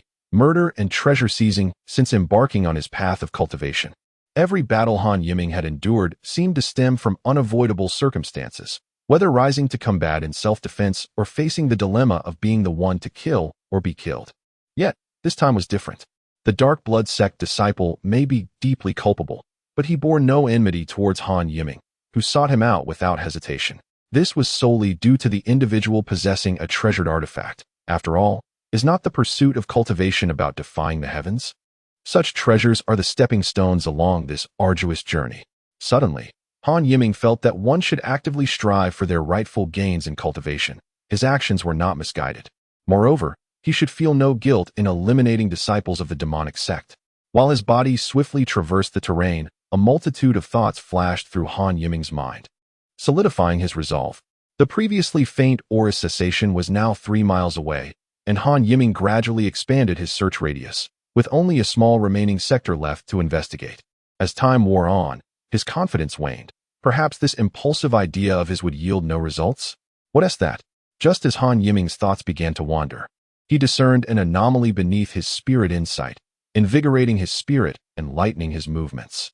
There too, in another direction, he discovered another area rich in spiritual energy. He intensely focused his spirit insight and noticed lines of spiritual energy forming in the void. Realization struck him. This was a warning array. The person was nearby. Han Yiming wished to avoid causing a commotion, fearing that others might be close or that the righteous sect members had not abandoned their search. Any disturbance could easily attract their attention, so he needed to act swiftly. Having pinpointed the warning array's location, uncovering the concealed dark blood sect disciple would not pose a challenge. Han Yiming's gaze swept the small area, revealing only a small mound of earth. With a stream flowing gently nearby and several robust trees obscuring the mound, casting it into shadow. With meticulous observation and calm analysis, he suddenly narrowed his eyes, spotting something amiss. Beneath the largest tree lay a dark hollow, pitch black and devoid of visible contents. Han Yiming hesitated to probe with his spiritual consciousness, but felt nearly certain of his suspicions. Transforming into an ethereal shadow, he cautiously approached the great tree, gradually entering his attack range. Spirit summoning technique. 3 sovereigns evil breaking sword formation. Han Yiming unleashed his 2 most formidable techniques, confident that this time the opponent would not escape unscathed. Upon executing the spirit summoning technique, there was no immediate response. Han Yiming held firm faith in his ability. He seldom employed this technique, yet it had never disappointed him. Following the spirit summoning technique, 3 long swords radiating golden light surged forth as Han Yiming guided them toward the hollow. The sword energies were extraordinarily sharp, even before nearing. The trees splintered and fell. The sound of crashing timber resonated throughout the forest, rendering the 3 sovereigns' evil-breaking sword formation less imposing than expected. Who is it? After a brief moment, a chilling scream emanated from the fallen tree, and a blood-soaked young man pushed aside the obstacles to leap out. Han Yiming was somewhat astonished. What remarkable fortune this fellow had to escape death. Earlier, his vision had been obscured, and only one of his 3 long swords had pierced the man's abdomen. Yet it had inflicted severe injury nonetheless. Which fellow cultivator seeks the rich soil of immortality? I am willing to offer it with both hands, simply pleading for my life to be spared. The former disciple of the Dark Blood sect, who had once been a harbinger of malevolence, emerged without recognizing his assailant. Despite his heart being laden with grievances and despair, his words were laced with humility, for he sensed the looming specter of death. You should just die? Han Yiming silently echoed this thought. There was no need for excessive discourse with one on the brink of death. 3 sovereigns break evil sword formation. Under Han Yiming's command, the 3 long swords flew towards the man from 3 different angles. The youth, already grievously wounded, realized that his chances of survival were slim upon seeing Han Yiming's silence. He struggled to evade one of the swords, but the second struck him through the chest, halting him as if he had been ensnared by a binding spell. Remember to be a good person in your next life. The final sword circled his neck, and with a sickening thud, his severed head fell to the ground. The disciple of the Dark Blood sect was irrevocably dead. Even so, Han Yiming felt a twinge of dissatisfaction. He had not delivered a decisive blow. Yet, this was not the time for self-reproach. He swiftly approached the location of the corpse, rummaging through the remains until he finally unearthed 2 storage bags. He needed to depart quickly. It was likely that others would soon arrive. Han Yiming had no intention of examining the storage bags on the spot. Having committed the act of murder, he must leave. He could sift through the contents later. The body required disposal. Otherwise, others might deduce his method of attack. With a deft flick, he cast a fireball spell. His fireball technique had evolved remarkably, producing an intense heat that soon reduced the lifeless corpse to a pile of ashes. Han Yiming then mounted his flying carpet and departed. The entire encounter from attack to retreat taking scarcely the time it takes to brew tea, a testament to his efficiency. Approximately 15 minutes later, several figures appeared in the distant sky, drawing closer. Over there, one exclaimed, his eyes alight as he pointed towards Han Yiming's previous location. The remaining individuals rushed in that direction. Upon landing, one, unmistakably a disciple of the Zhengxian sect, leapt to the very spot where the Dark Blood disciple had last stood. Now merely a patch of ash. The battle had been brief, leaving behind traces primarily attributable to a single assailant. The deceased had hardly put up a fight. The assailants must have employed several long swords, but beyond that, little could be ascertained. The Zhengxian disciple surveyed the surroundings thoughtfully and uttered a couple of phrases, which prompted nods of agreement from the others. Chapter 81. The approaching return. The group, after assessing the scene, wore grave expressions. The deceased was likely the disciple of the Dark Blood sect who had seized the rich soil of immortality, a target they had relentlessly pursued, now snatched away by another. This incited a mix of frustration and helplessness. The one who had managed to find and silently eliminate the Dark Blood disciple must possess extraordinary skills and formidable strength. They had no knowledge of this individual, let alone how to confront them. It seems we may be fated to miss out on such treasures. The leading Zhengxian disciple sighed, his tone suggesting he was certain that the object in question was indeed the rich soil of immortality. The one who vanquished the Dark Blood disciple was likely a practitioner of either the righteous or demonic path. We must remain vigilant of those cultivators we encountered in the square. Now, let us disperse and seek our own places to cultivate. The Zhengxian disciple waved his hand, and the others clasped fists in acknowledgement before departing. Among them were those who had appeared in the square, now seemingly subservient to the Zhengxian sect. After his successful venture, Han Yiming's return journey was tranquil, yet he felt a sense of reflection, regardless of whether the storage bags contained the rich soil of immortality. Even the slightest possibility rendered his daring escapade worthwhile. On the path of cultivation, one must seize every opportunity, otherwise, all would be mere talk. Han Yiming did not return to his previous location. The scope of the spirit realm was vast, and he needed only to find an unoccupied spot. After flying for nearly half an hour, he alighted in a secluded area where he intended to spend the remaining time. Once everything was arranged, he reached his favorite part, opening another storage bag, a guaranteed source of treasure that often brought delightful surprises. Han Yiming's spiritual awareness had significantly strengthened, and he had become quite adept at this task. With a subtle sound, perhaps non-existent, echoing in his mind, Han Yiming swiftly erased the previous owner's spiritual imprint from the storage bag. A casual sweep of his awareness revealed a fist-sized clump of soil quietly resting in a corner of the bag, though the interior had been shrouded in darkness. He noticed that this clump emitted a faint yellow glow, resembling soil yet brimming with vitality. This was indeed a true treasure. At present, Han Yiming remained uncertain of the utility of the rich soil of immortality, yet he felt elated. Its future applications would undoubtedly be immense, and its temporary lack of use posed no concern. In the spirit realm, there were only 3 treasures, and he had already acquired 2. What might the origin of that sword be? Upon first seeing that sword, Han Yiming had sensed its brilliance, even after the passage of time. It remained unblemished, indicating exceptional materials, certainly transcending the realm of ordinary artifacts. Han Yiming was not averse to the sword. He merely felt that, given his current strength, mastering a technique would be more practical, for he could not wield the sword at his present level. Little did he know that the cultivation of that technique also required spatial spirit stones, rendering him unable to practice at this moment, a development he had not anticipated. Nevertheless, he mused, if he were to claim all the benefits for himself, he would be flirting with peril. The path of cultivation demands both avid pursuit and contentment. With a self-deprecating smile, Han Yiming resumed his exploration of the remaining items in the storage bag. The other contents were rather mundane, consisting of commonplace items, except for 2 mid-level talismans and a mid-tier sword, which were somewhat noteworthy. However, he was thoroughly satisfied, accepting everything without hesitation. After tidying up his 2 storage rings, Han Yiming settled down once more, contemplating his plans for the coming months. With more than half a year already elapsed, he hoped the remainder would pass without incident. Focusing primarily on cultivation. Once the most mischievous child in the village, years had transformed his heart, leaving only the pursuit of cultivation. Only a few days prior, when encountering Ing, did he experience a fleeting stir of emotions, an entirely different sensation. In the spirit realm, since its opening months ago, skirmishes had occasionally erupted in various locales. Some minor, others less so. Practitioners had either suffered injuries or met their demise. Yet, at this moment, an unexpected silence enveloped the realm as all individuals sought refuge. Seldom emerging, they were all seizing every moment to cultivate. Unsurprisingly, these individuals would soon ascend to the realm of Dan Yuan after leaving. In the Jinzhou Yuanling mountain range, atop the peak where the 4 righteous sects once convened, several leaders from various sects, who were escorting their disciples to the Yuanling secret realm, remained in anticipation. During this time, they had not been idle. Tian Hongliang was actually engaged in a game of chess with Wei Su from the Zhengxian sect.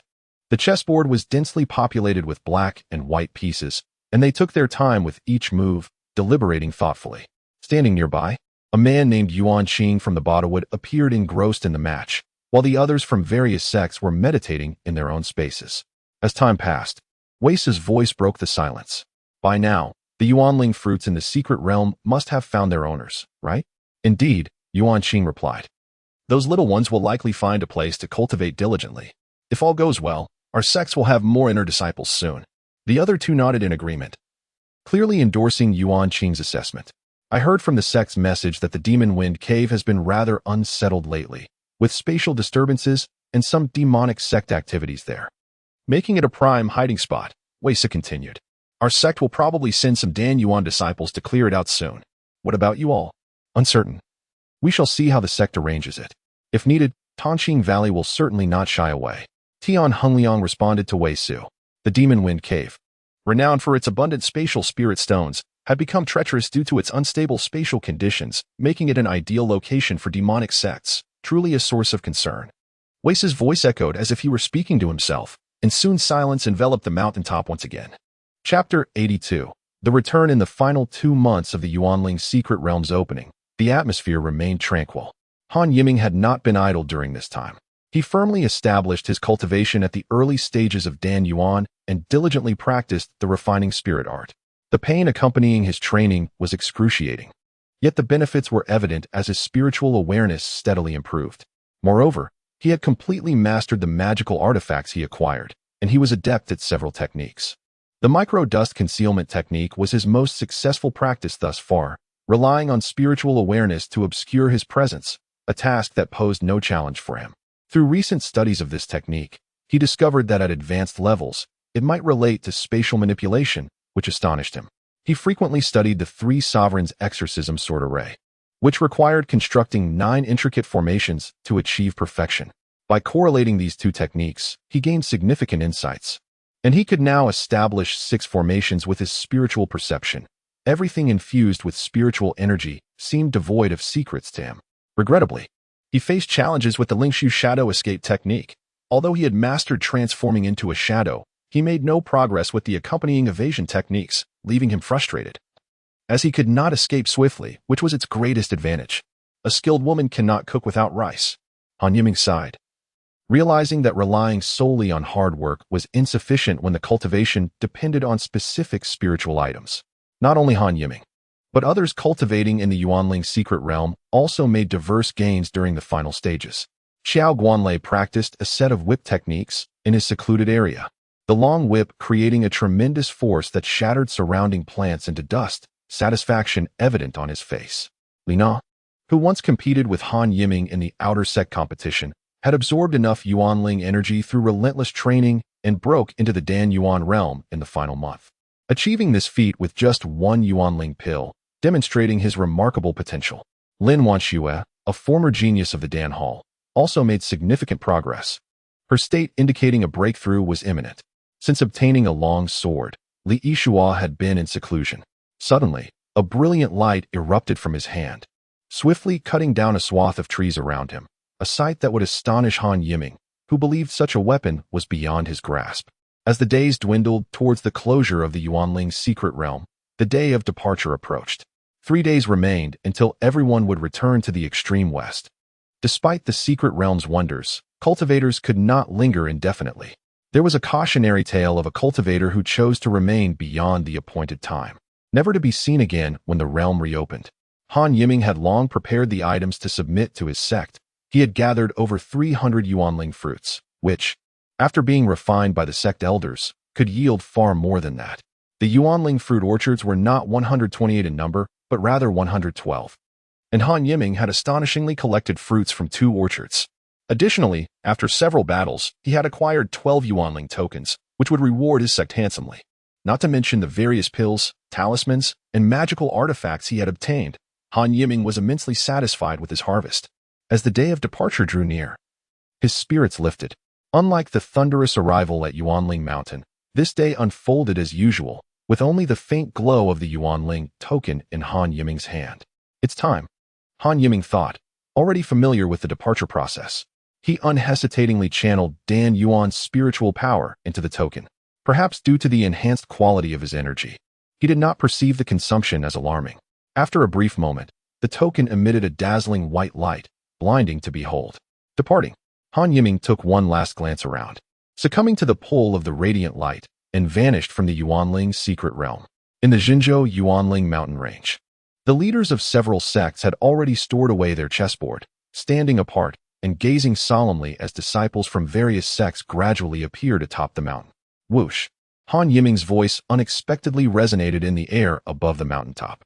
Upon his emergence, he remained calm, summoning a flying carpet beneath his feet, which brought him steadily before Tian Hongliang and the others. Esteemed elders, I pay my respects. Han Yiming clasped his fists toward Tian Hongliang and the others, who beamed at him, particularly Tian Hongliang, whose round face glowed with delight at the sight of Han Yiming riding the carpet. Well done. Please wait a moment. Yes. Han Yiming stepped back behind the group, awaiting the arrival of others. Perhaps due to insufficient cultivation levels, he noted that he was the first to return. Moments later, Xiao Guanlei's figure appeared atop the peak, followed by others from the 3 remaining sections. After a few more moments, a multitude of figures suddenly emerged atop the mountain, transforming the previously desolate peak into a lively scene.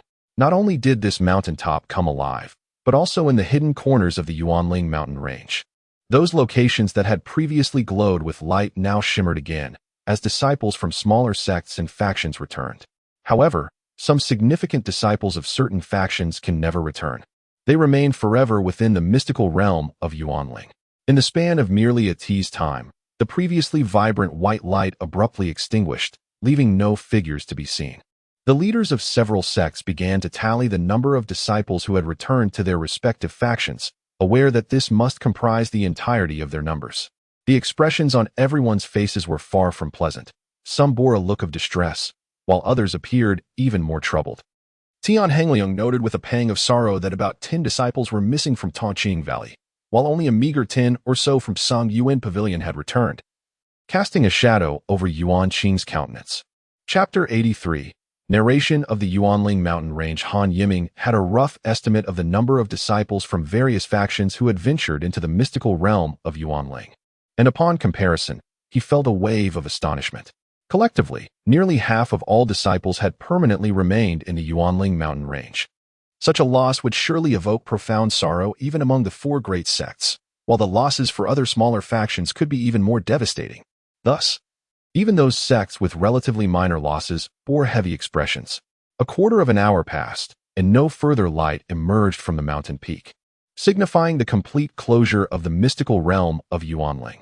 The heads of several sects produced their respective flying artifacts, preparing to escort their disciples away. We, the Zhengxin sect, shall depart first. Wei Su clasped his fists and addressed the remaining 3 factions, who returned the gesture without uttering a word. Following them was Tongqing Valley. Once all disciples had boarded their flying vessel, Tian Hengliang exchanged brief farewells with the other 2 factions. Han Yiming's gaze lingered on the disciples of Bodwu. Waring was quietly conversing with several fellow junior sisters. Upon hearing Tian Hengliang's voice, her attention abruptly shifted towards the flying vessel of Tongqing Valley. Their eyes met, and Han Yiming noticed a sudden flush of color on Ying's face. Take care, Han Yiming silently wished, as their gazes, drawn together, gradually elongated with the vessel's ascent. He reluctantly withdrew his gaze only when the mountaintop diminished into a mere speck. You 3, come here. Han Yiming heard Tian Hengliang's voice call from the deck of the flying vessel as he stood watch. Turning, he noticed Xiao Guanlei's gaze directed his way, indicating that he had also heard the summons. At the staircase leading to the 2nd floor, Han Yiming spotted Li Na. The master must have only called for disciples at the Dan Yuan stage. After ascending several steps, the trio soon arrived on the 2nd floor, where the deck was considerably smaller, featuring a modest room at its center. Seeing the deck empty, they naturally approached the room. Master, Elder, they chorused as they entered. Come in. Inside, Han Yiming observed a simple layout with a few mats, a table, and several chairs. Tian Hengliang sat on one chair, regarding the trio as the other 2 elders meditated quietly on the mats behind them, seemingly undisturbed by their entry. Let us discuss the circumstances within the mystical realm of Yuanling. Share what you believe is pertinent, without much pause for thought. Xiao Guanlei was the first to respond. In reply to the elder, the innermost forbidden area of the mystical realm has been opened. What? Such a thing occurred. Tian Hengliang was taken aback by Xiao Guanlei's revelation. Please elaborate on the situation. It was as follows. We initially thought that once the Yuanling orchard opened, everything would be concluded. However, we found ourselves embroiled in a conflict with disciples of the demon sect in that plaza. Xiao Guanlei recounted the events in detail, with Han Yiming and Li Na standing silently by, nodding in agreement with his narration. You mentioned a yellowish earth block on the ground. Indeed, it appeared quite heavy. A disciple from the demon sect attempted to lift it and seemed to struggle greatly. That was indeed the thick earth of the immortal soil. It is a pity you could not acquire it, for it is a true treasure. As for the other 2 items you mentioned, while remarkable, they pale in comparison. Tian Hengliang's voice brimmed with regret, and Han Yiming nodded vigorously, his expression reflecting profound disappointment. Spiritual treasures are bestowed upon those fated to possess them. Do not dwell too heavily on this loss. There will surely be future opportunities. Sensing Han Yiming's demeanor, Tian Hengliang offered a comforting remark. Is there anything else to discuss? Our faction has a disciple named Li Yishua, who is an undercover agent of the demon sect. Han Yiming spoke up, a matter that had long weighed on his mind. Tian Hengliang was surprised by Han Yiming's revelation, yet it was also something he had anticipated. The demon sect often employs deeply skilled yet short-lived old fiends to usurp the identities of righteous disciples and infiltrate our ranks. We find this to be quite troubling. But discerning such infiltrators is exceedingly difficult unless we delve into your consciousness to ascertain the truth. Everyone harbors secrets. Moreover, such an approach carries risks for you as well, rendering it impractical. Those who infiltrate as registered disciples are indeed the hardest to detect. It is fortunate that this one has revealed himself. Tian Hongliang articulated these points, leading Han Yiming to gradually grasp the unfolding circumstances. The Li Yishua encountered in Taizhou must have been himself, however. The incident on the return journey to the sect provided the demon sect's disciples with an opportunity. Master, is there still a chance that the possessed individual might survive? Han Yiming, undeterred, inquired once more, feeling a profound ache in his heart at the thought of that bright and warm-hearted young man. Survival is a long shot.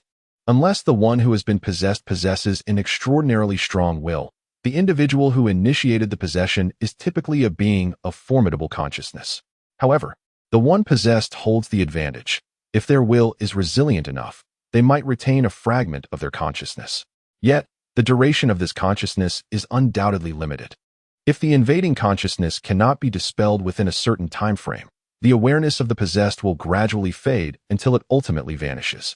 As Tian Hongliang pondered aloud, a glimmer of hope flickered within Han Yiming. Li Yishua, just wait. When I have amassed sufficient strength, I will undoubtedly eradicate that consciousness and bring you back. Perhaps Li Yishua's sparing of his life in the mystical realm of Yuanling is a testament to the remnants of his consciousness. He now relies solely on me. Han Yiming silently vowed, feeling that the incident of Li Yishua's demise had almost befallen him. If that were the case, who would save him? Is there anything else? After finishing his explanations, Tian Hongliang inquired once more, this time directing his gaze towards Li Na, who had yet to speak since entering. In response to the elder, my initial strength was lacking. It was only through seclusion and cultivation in the mystical realm that I managed to break through. I was fortunate enough to acquire some Yuanling fruits, thanks to the assistance of my senior brothers Qiao Guanlei and Han Yiming. Li Na had indeed had little interaction with the disciples of the demon sect.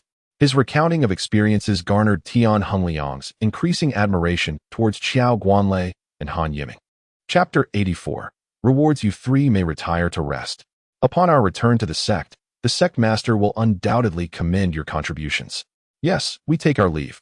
After posing a few additional minor inquiries, Han Yiming and the other two shared every detail with Tian Hongliang. In the end, he naturally imparted words of encouragement, and the trio returned to the deck on the first floor. As Han Yiming gazed upon the majestic peaks that swiftly approached from afar, he was utterly awestruck by the breathtaking scenery. In a fleeting moment, memories of a past conversation with Liu Bing emerged, casting a shadow over his expression. The spaceship traveled at remarkable speed, and within a day, the group beheld the towering presence of the Great Southern Peak, with Tongqing Valley now within their sights. At the heart of Tongqing Valley lies the Sword Peak, a mountain that embodies the core of the entire sect. Han Yiming had always perceived Tongqing Valley as somewhat moderate. Yet the name Sword Peak exuded an air of iron-blooded ferocity. It is said that the sect leader resides atop this peak, and upon returning from the Yuanling secret realm, the leader graciously received all visitors in the Grand Hall located midway up the mountain. This marked Han Yiming's inaugural visit to Sword Peak. Although the area was adorned with numerous trees and spiritual herbs, if Han Yiming were to encapsulate the essence of this place in 2 words, it would be opulence and solemnity, perfectly befitting a central sect. Salutations to the esteemed sect leader and to all the elders, the 20-odd returnees chorused, bowing towards the sect leader, Jia Shuanglong, and the assembly of elders above them. Han Yiming caught a glimpse of several hall masters present, including his own master, Elder Lei. There's no need for excessive formality. Jia Shuanglong's voice resonated within the hall. You have all performed admirably. I have been briefed by junior brother Tian on all matters. After surrendering your tokens and Yuanling fruits, you may collect your deserved rewards. I hope you all advance swiftly to the Dan Yuan realm and become inner disciples. We shall heed the sect leader's teachings. The remaining individuals respectfully bowed and exited the grand hall in succession, casting envious glances at Han Yiming and the other two. Their improvements in cultivation within the Yuanling secret realm had brought them numerous benefits, including the promise of becoming inner disciples swiftly. Inner disciples are the backbone of a sect. You three have performed exceptionally well, elevating your cultivation to the Dan Yuan realm within the Yuanling secret realm, which speaks volumes about your remarkable talents. You are on the verge of becoming inner disciples of the sect. I hope you continue to strive forward. Remember, the path of cultivation is akin to rowing against the current. Never allow pride or complacency to take root. Given your commendable performance in the Yuanling secret realm, which has upheld the reputation of Tongqing Valley, I, along with the elders, have decided to bestow upon you three an opportunity to enter the Dilong Pool. This privilege is typically reserved for core disciples, so you must seize this chance. Thank you, esteemed sect leader. Though Han Yiming was unfamiliar with the Dilong Pool, he noticed the joyous expression on Xiao Guanlei's face upon hearing its name, indicating it must be a remarkable place. Yes, you may proceed to the side hall to hand over the Yuanling fruits and tokens, and there you will also process your identities as inner disciples. Like their predecessors, Han Yiming and the others exited the grand hall, feeling a sense of relief wash over them as they stepped outside. The hall had been filled with formidable figures, creating quite the pressure.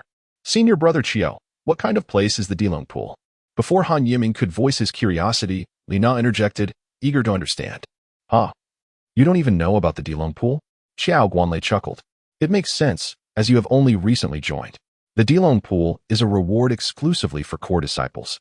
It is a sanctified medicinal pool designed to strengthen the body. As one's cultivation deepens, the robustness of one's physical form becomes paramount. Imagine possessing the power to move mountains, but having a body as fragile as that of an infant. Such a scenario is utterly implausible.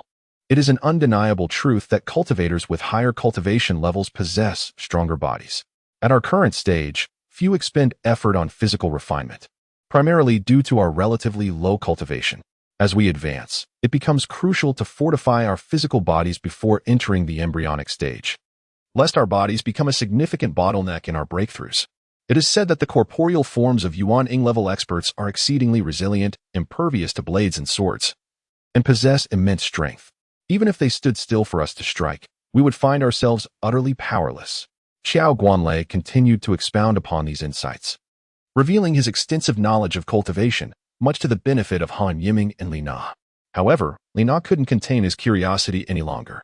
But what exactly is the Dilong Pool? Please allow me to finish. Xiao Guanlei expressed mild annoyance at being interrupted. Though typically composed and suave with his fan in hand, he merely tapped it lightly against his palm. The Dilong Pool is a sacred site for enhancing the physical body. Each of the four major sects has constructed such a facility. Ours is the Dilong Pool. Immersing oneself there for a time will augment your physical strength, even without practicing any body-refining techniques. Now do you understand the significance of this reward? Han Yiming and Li Na felt a surge of excitement, though they still perceived the prospect as somewhat distant, lacking the exuberance displayed by Xiao Guanlei. Noticing their subdued reactions, Xiao Guanlei felt a tinge of disappointment. Humph. You will come to realize its importance in due time. With that, they arrived at the side hall for handing over the Yuanling fruits and tokens. The previous disciples had completed their transactions, leaving the hall nearly empty, save for three elders who appeared to be waiting specifically for Han Yiming and his companions. The Yuanling fruits submitted by the earlier disciples were minimal, and their hopes rested entirely on Han Yiming and his peers, as these fruits were critical to the sect's development in the coming years. Which of you three will go first? The elder with a white beard addressed them.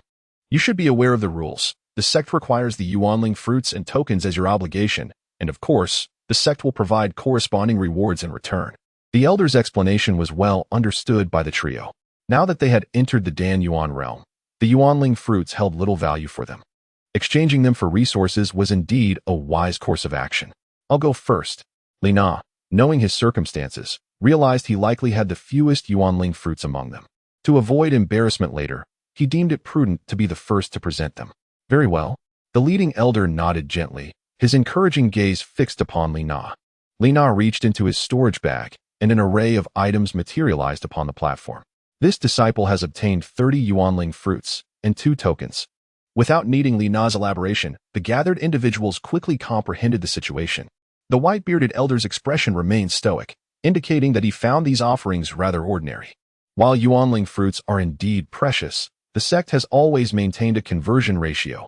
1 Yuanling fruit equals 10,000 points, and 1 token equals 100,000 points. We only consider the portion exceeding 1 token, as 1 is already a gift from the sect. Thus, you will receive 400,000 sect points. Does that sound agreeable?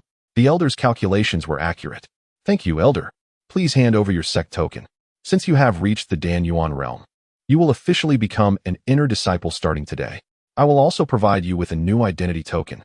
Lena presented his agility token to Elder Whitebeard, who retrieved a pre-prepared token from his pocket. Using his spiritual power, he inscribed something upon it. In a short while, an exquisitely crafted token was returned to Lena. The agility token of an inner disciple is indeed a remarkable artifact. You may study it further upon your return, as it should prove beneficial to you. After receiving the token, Lena was filled with joy, examining it repeatedly before finally putting it away, which elicited a sense of envy from Xiao Guanlei and Han Yiming. Who shall go next?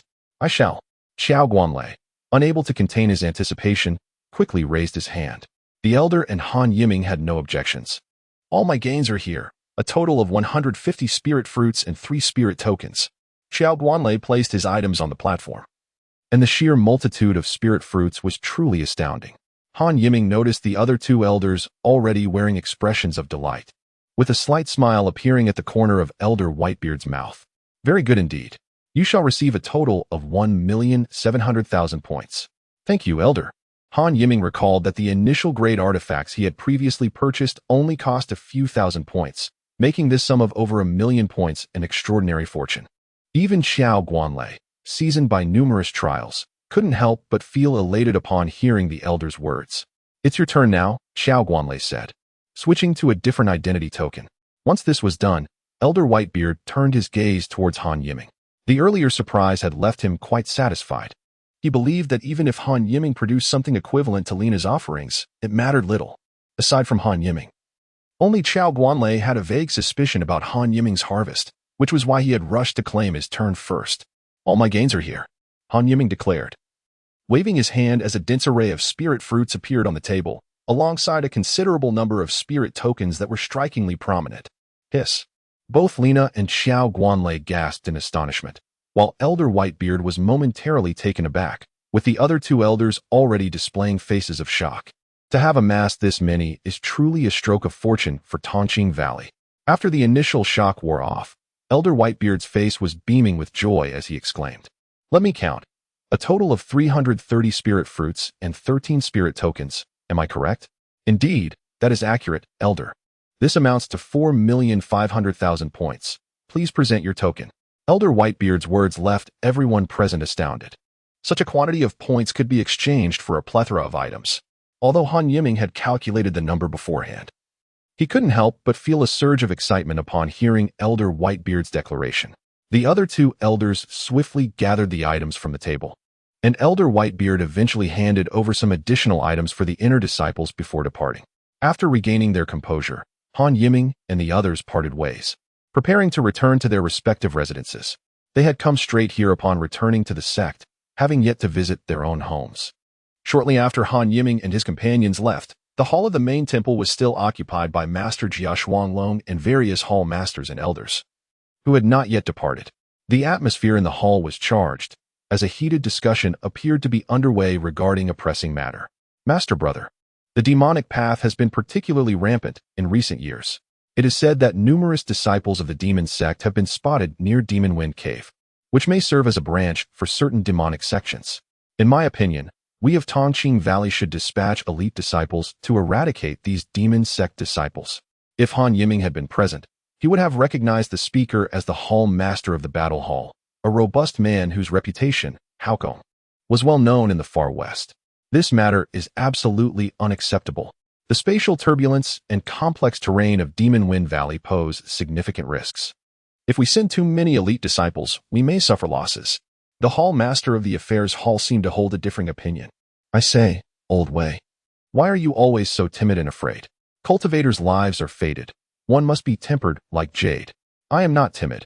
I am simply being prudent. Enough of the bickering. I believe we can issue a mission within the sect to annihilate the demon sect disciples in Demon Wind Cave. This way, Tongqing Valley will surely have disciples willing to participate, and the other sects will not criticize us. The number of disciples we choose to send will naturally be limited." Tian Hongliang's voice resonated in the hall, always adopting a mediating stance, and his words effectively halted the impending quarrel between the 2. The others in the hall contemplated Tian Hongliang's suggestion, engaging in hushed exchanges. "I find Brother Tian's suggestion quite commendable. In recent years, the demon sect has indeed shown signs of resurgence. We cannot allow them to dictate our actions, yet we must not be indifferent.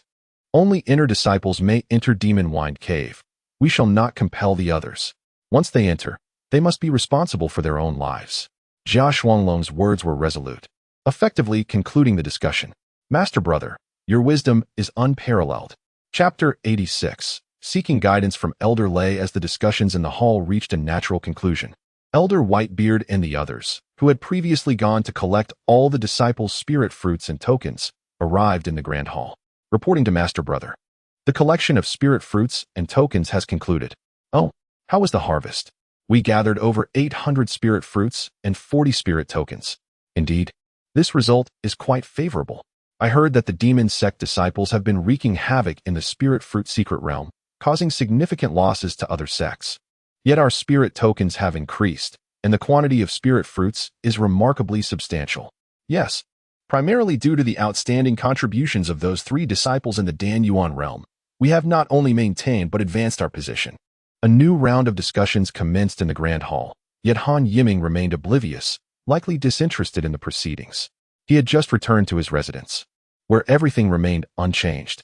In the blink of an eye, over 6 years had passed since he had arrived at Tongqing Valley, and Han Yiming had come to regard this place as his home. The feeling of returning home is truly delightful.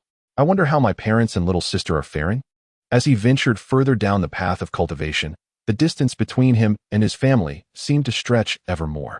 Having attained the Dan Yuan realm, he could easily live for 200 years, while ordinary mortals, devoid of cultivation, had lifespans of only a few decades. Sometimes, it is not that he does not desire to think of them, but rather that he dares not. Logically, this should be the time of celebration upon returning victorious from the spirit fruit secret realm. Yet Han Yiming was uncertain why these thoughts suddenly crossed his mind. I must find an opportunity to visit them once more. Han Yiming resolved to suppress his feelings of longing for the time being. Yiming, this is Elder Lei Zhongsong. Please come visit my cave dwelling when you have the chance. While Han Yiming was immersed in his cultivation, he suddenly sensed a voice emanating from his identity token, revealing that Elder Lei was summoning him for a meeting. As the previous elder had mentioned, the inner disciple token is indeed quite remarkable. It can serve as a means of communication. Elders can now summon inner disciples without the need for intermediaries. The capabilities of this identity token extend beyond mere communication. It also allows for the inquiry of sect missions, proving to be exceedingly convenient, though Han Yiming had yet to explore its other functionalities. He recalled that during his previous visit to Elder Lei, he had been approached by a senior named Zhou Lu. Now, the process was much simpler. I shall go at once. Initially, Han Yiming would not have had the privilege to contact an elder, but since the elder had sought him out, the circumstances were different. At the summit of Solid Dan Peak, within a cave dwelling, Elder Lei, disciple Han Yiming seeks an audience. Come in. Outside the cave where Han Yiming had previously visited, the stone door gradually creaked open, and the voice of Elder Lei resonated in Han Yiming's ears. Yiming, your performance in the Yuanling secret realm was exceptionally commendable. A feat I did not foresee, and even the sect leader has spoken highly of you. In a rather unadorned chamber, Elder Lei addressed Han Yiming with a benevolent expression, his words imbued with warmth and familiarity. Disciple merely relied on fortune. Han Yiming humbly replied, I have summoned you today to inquire about a matter. 3 years ago, when you first emerged during the outer sect competition, I promised to accept you as my disciple upon your ascent to the Dan Yuan realm. Now that you have achieved this and demonstrated remarkable prowess in the Yuanling secret realm, I wish to know if you would be willing to join my tutelage? Disciple. Han Yiming hesitated, but Elder Lei continued, you need not rush your answer. Allow me to explain my circumstances. My cultivation level within the sect is not the highest. I have reached the pinnacle of the gestation stage. While this is respectable, my alchemical skills are also commendable within our sect. All inner disciples have mentors. And should you choose not to accept me as your master, I shall not take offense, for there will undoubtedly be other elders offering their guidance. Moreover, it is indeed an honor to be under your tutelage, Elder Lei. Please allow me to pay my respects. Before Elder Lei could elaborate further, Han Yiming respectfully bowed. Recognizing him as his second master, who had previously imparted invaluable knowledge on alchemy. Given this kindness, how could he refuse? Oh, it has been quite some time since I last accepted a disciple. The disciple who accompanied you, Zhou Lu, was taken in by me several years ago. If you require assistance in the future, you may seek either me or him. Elder Lei then presented Han Yiming with 3 Pei Yuan Dan, saying, take these as a token of my acceptance. They will be significantly beneficial for your cultivation, so utilize them wisely. Thank you, Master. Han Yiming replied gratefully. The Pei Yuan Dan were high-grade elixirs, highly esteemed even in the gestation stage, particularly valuable for breakthroughs in the Dan Yuan realm. With his growing understanding, Han Yiming recognized their worth. Do you have any questions regarding your cultivation? Elder Lei inquired. Since there is nothing pressing, I would like to ask about the importance of physical training as one's cultivation advances. Should I begin to consider this aspect now? Han Yiming had realized, after a conversation with Xiao Guanlei, that certain fundamental knowledge is profoundly different when imparted by another. Indeed, physical training holds significance, Elder Lei explained. However, at your current stage, it is not urgent. You may contemplate it within the bounds of your cultivation progression. The benefits of a robust physique become apparent during confrontations. But many lower-tier cultivators fail to understand that physical cultivation can become a hindrance in the later stages of the Dan Yuan realm. In lower realms, the advantages in combat are minimal, and excessive investment in physical training may hinder your overall cultivation progress. It is advisable to wait until you reach the gestation stage before prioritizing physical training. The choice ultimately lies with you. Thank you, Master. I understand. Han Yiming absorbed Elder Lei's insights, gaining clarity on the matter. Consider investing some of your time in physical training. I have remained at the late stage of gestation for quite some time, partly due to insufficient physical strength. Although I now possess adequate physical cultivation, other conditions remain unfulfilled. While personal choice plays a crucial role, Elder Lei offered his opinion, aligning with Han Yiming's thoughts. Your cultivation has reached the Dan Yuan realm, and from this point forward, advancements will not be as straightforward as before. Expect to spend at least 2 decades at this level. This is the fastest record in the history of Tongqing Valley. Cultivation is not merely an isolated endeavor. Consider dedicating time to alchemy as well as practical experiences. He continued, alchemy, artifact crafting, and formations are all profound paths. Delving into them will be advantageous for you. Should you have any uncertainties regarding alchemy or cultivation in the future, feel free to consult me. Elder Lei's words left Han Yiming enlightened, dispelling his previous uncertainties about the future. Chapter 87. Strengthening the body upon returning from Elder Lei's. Han Yiming felt that the path of cultivation was indeed fraught with challenges. Although he was unaware of Elder Lei's age, he surmised that it must be considerable, given that his cultivation was still merely at the gestation stage. This stage, also referred to as the Golden Core stage, signifies the transition to the nascent soul stage. The Golden Core represents a nascent self, akin to an embryo, nurturing the cultivator's new identity. Many refer to this stage as the forging of the embryonic core, birthing a renewed self. Perhaps only then can one truly claim to have entered the realm of cultivation. As Han Yiming understood, the nascent soul stage is regarded as the zenith of cultivation within the Western territories, and the gestation stage is already a formidable level. Given his current relatively low cultivation, Han Yiming still felt somewhat naive. Elder Lei had mentioned needing to remain in the Dan Yuan realm for at least 20 years, a conservative estimate. For few have managed to transition from Dan Yuan to gestation within 30 years in the history of Tongqing Valley. There were certain fundamental questions Han Yiming found inappropriate to pose to Elder Lei, so he decided to visit Zhou Lu, even though he had received Elder Lei's approval. Zhou Lu was astonished that Han Yiming had progressed to become an inner disciple so swiftly. Senior Brother Zhou, may I ask about your current cultivation level? How long have you been in the Dan Yuan realm? There is nothing to conceal. I entered the Dan Yuan mid-stage years ago and have been in this realm for over 20 years. Zhou Lu's response astonished Han Yiming, for he appeared relatively youthful despite having spent 2 decades in the Dan Yuan realm. Have you begun practicing physical cultivation? Not yet. I plan to consider it once I reach the late stage of Dan Yuan. I am rather slow in my progress, so that day is still far off. The appearance of cultivators changes with time, but those who consistently break through retain a youthful appearance. Conversely, those who linger too long at a single stage tend to show their age. It was evident that Elder Lei had lingered in the gestation stage for an extended period.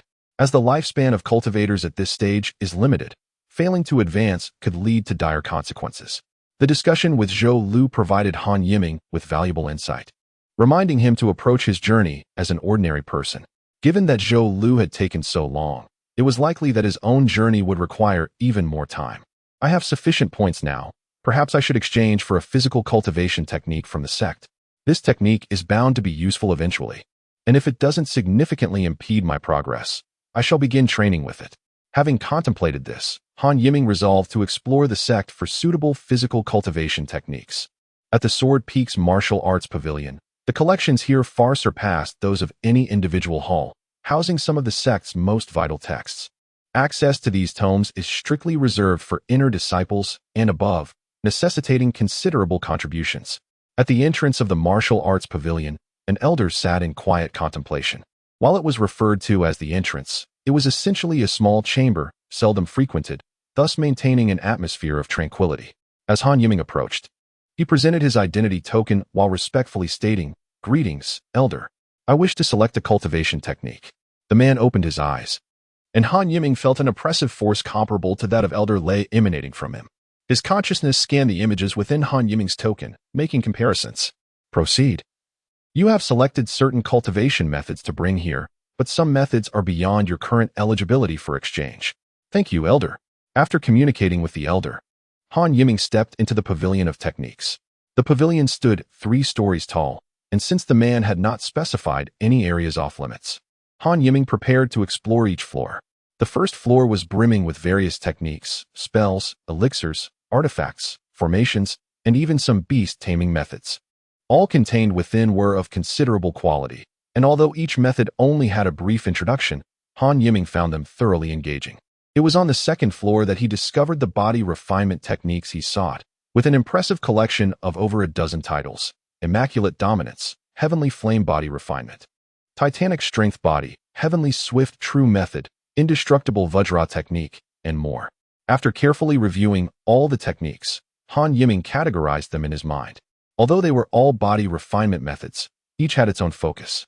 Some enhanced agility alongside physical strength, allowing for rapid movement after cultivation, while others prioritized sheer power, granting immense strength after practice. The difficulty of cultivation varied greatly as well. Some methods were simple to practice but offered limited potential, and Han Yiming even came across one that could only enhance the body to the limit of the Dan Yuan stage, which he dismissed after a glance.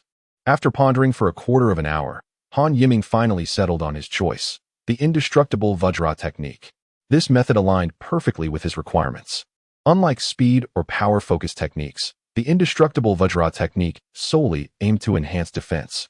Regular practice would fortify the physical body, and during combat, it could activate bodily defenses, radiating a golden light akin to a steel physique. Moreover, this technique had no upper limit. It could be cultivated continuously as one's cultivation level increased. Applicable across the Dan Yuan, Forging Body, and Yuaning realms. However, it did come with its own constraints, being extremely taxing on spiritual energy and often accompanied by intense discomfort during practice, which deterred many from choosing it. Having made his decision, Han Yiming felt no inclination to continue browsing. He approached the elder meditating at the entrance. "Elder, I have chosen this technique. Am I eligible to practice it?" "Oh, let me see. You truly wish to select the Indestructible Vajra technique? While its effects are remarkable, it is quite exhausting. If you have ample gold element spiritual materials to assist, it would be manageable, though those are rare. Most importantly, this technique requires a substantial number of points. I have decided on this one." Han Yiming was thoroughly satisfied with his choice, and regardless of the elder's persuasion, he remained resolute. "Very well, I have said my piece. Hand me your token so I can check your points." Excellent. This technique requires 1,000,000 sect points, and you have more than enough." "What? It demands such an exorbitant amount of points?" Although Han Yiming had sufficient points, he was nonetheless taken aback by the figure. Chapter 88. The Demon Wind Cave. Despite the drawbacks of the Indestructible Vajra technique, it was undoubtedly one of the most precious methods available here. You have quite the discerning eye. This technique can at least be cultivated to the Yuaning stage. Do you still think it costly? Initially shocked by the number, Han Yiming came to understand its worth through the elder's explanation. Its high price was indicative of its quality. Unbeknownst to Han Yiming, this technique had been acquired by a former sect elder from a perilous location within a spatial realm, likely drifting from the far western lands. Although many in Tonqing Valley recognized the technique's value, very few were willing to cultivate it. This jade talisman can only be viewed once. After you finish, it will disintegrate. The technique is a sect secret and must not be shared.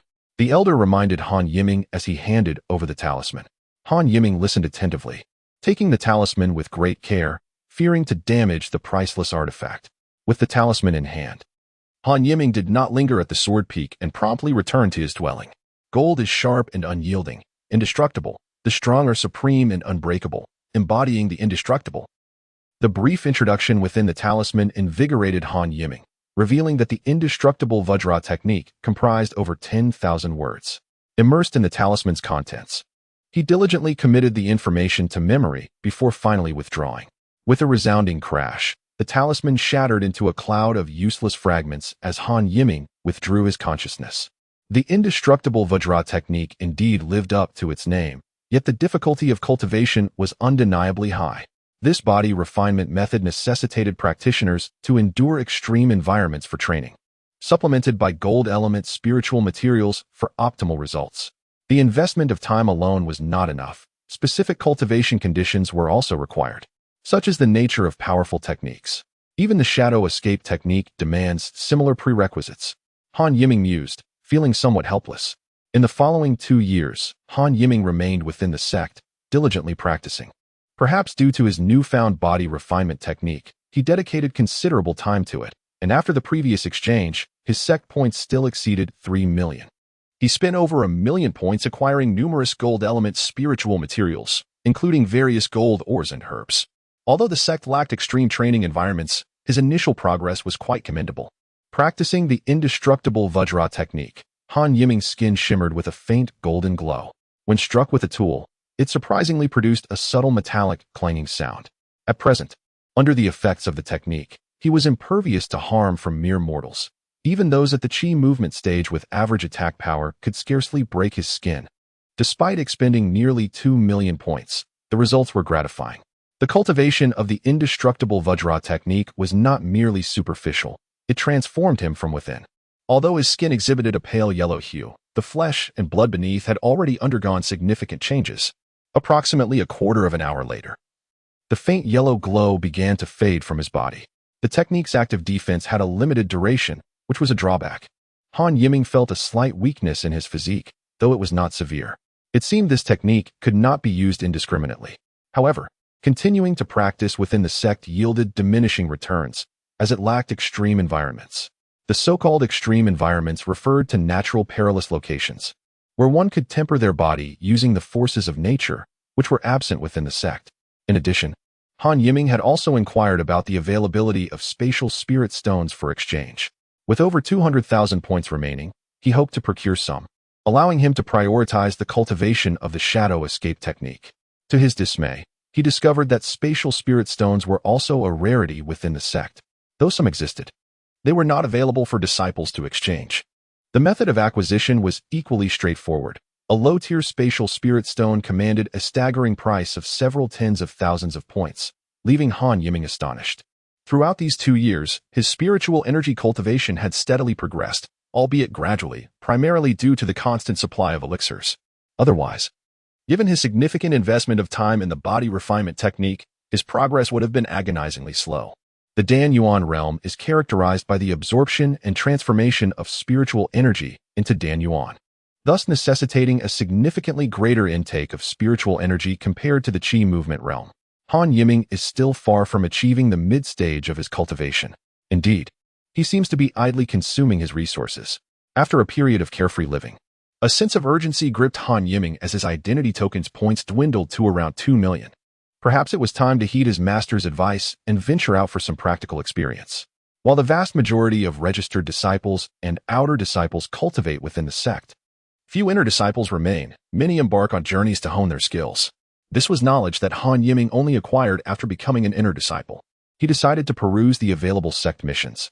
Upon delving into his identity token, he discovered a convenient interface revealing the sect's mission announcements. Some entries were merely informational, such as alerts about potential treasures or sightings of demonic entities, while others were clearly designated as missions, like guarding specific locations or exterminating rampant beasts. Han Yiming found himself engrossed in the information, which he had previously overlooked. Suddenly, one notice caught his attention. The Demon Wind Cave, a perilous site of spatial turmoil, features a complex terrain and harsh environment, yet it is abundant in spatial spirit stones. Recently, a demonic sect has gathered here, and the situation remains unclear. Determined Han Yiming visited the sect's bulletin hall to acquire a detailed report on the Demon Wind Cave. After reviewing it, his desire to explore intensified. The allure of spatial crystal stones and the dangerous winds compelled him. This location might harbor a gathering of demonic beings, posing significant risks. The report also mentioned the treacherous terrain, which could very well serve as a covert stronghold for a demonic sect. The sect hoped that disciples could eliminate some of the demonic sect's members, but they did not wish for anyone to undertake a foolhardy endeavor. I must go there without fail, yet I must prepare thoroughly beforehand. There is no time constraint for the expedition to the Demon Wind Cave. And once Han Yiming made a decision, he was resolute. However, he recognized the necessity of additional preparations. His cultivation continued. Yet he began to procure the essentials within the sect, be it talismans, medicinal pills, or metal-based spiritual items. He exchanged a considerable amount of points from his token, which were rapidly depleting, though he paid it no mind. The advancement of his cultivation was exceedingly slow, and Han Yiming realized that remaining idle was not a viable option. After another 6 months, he finally felt ready for the journey ahead.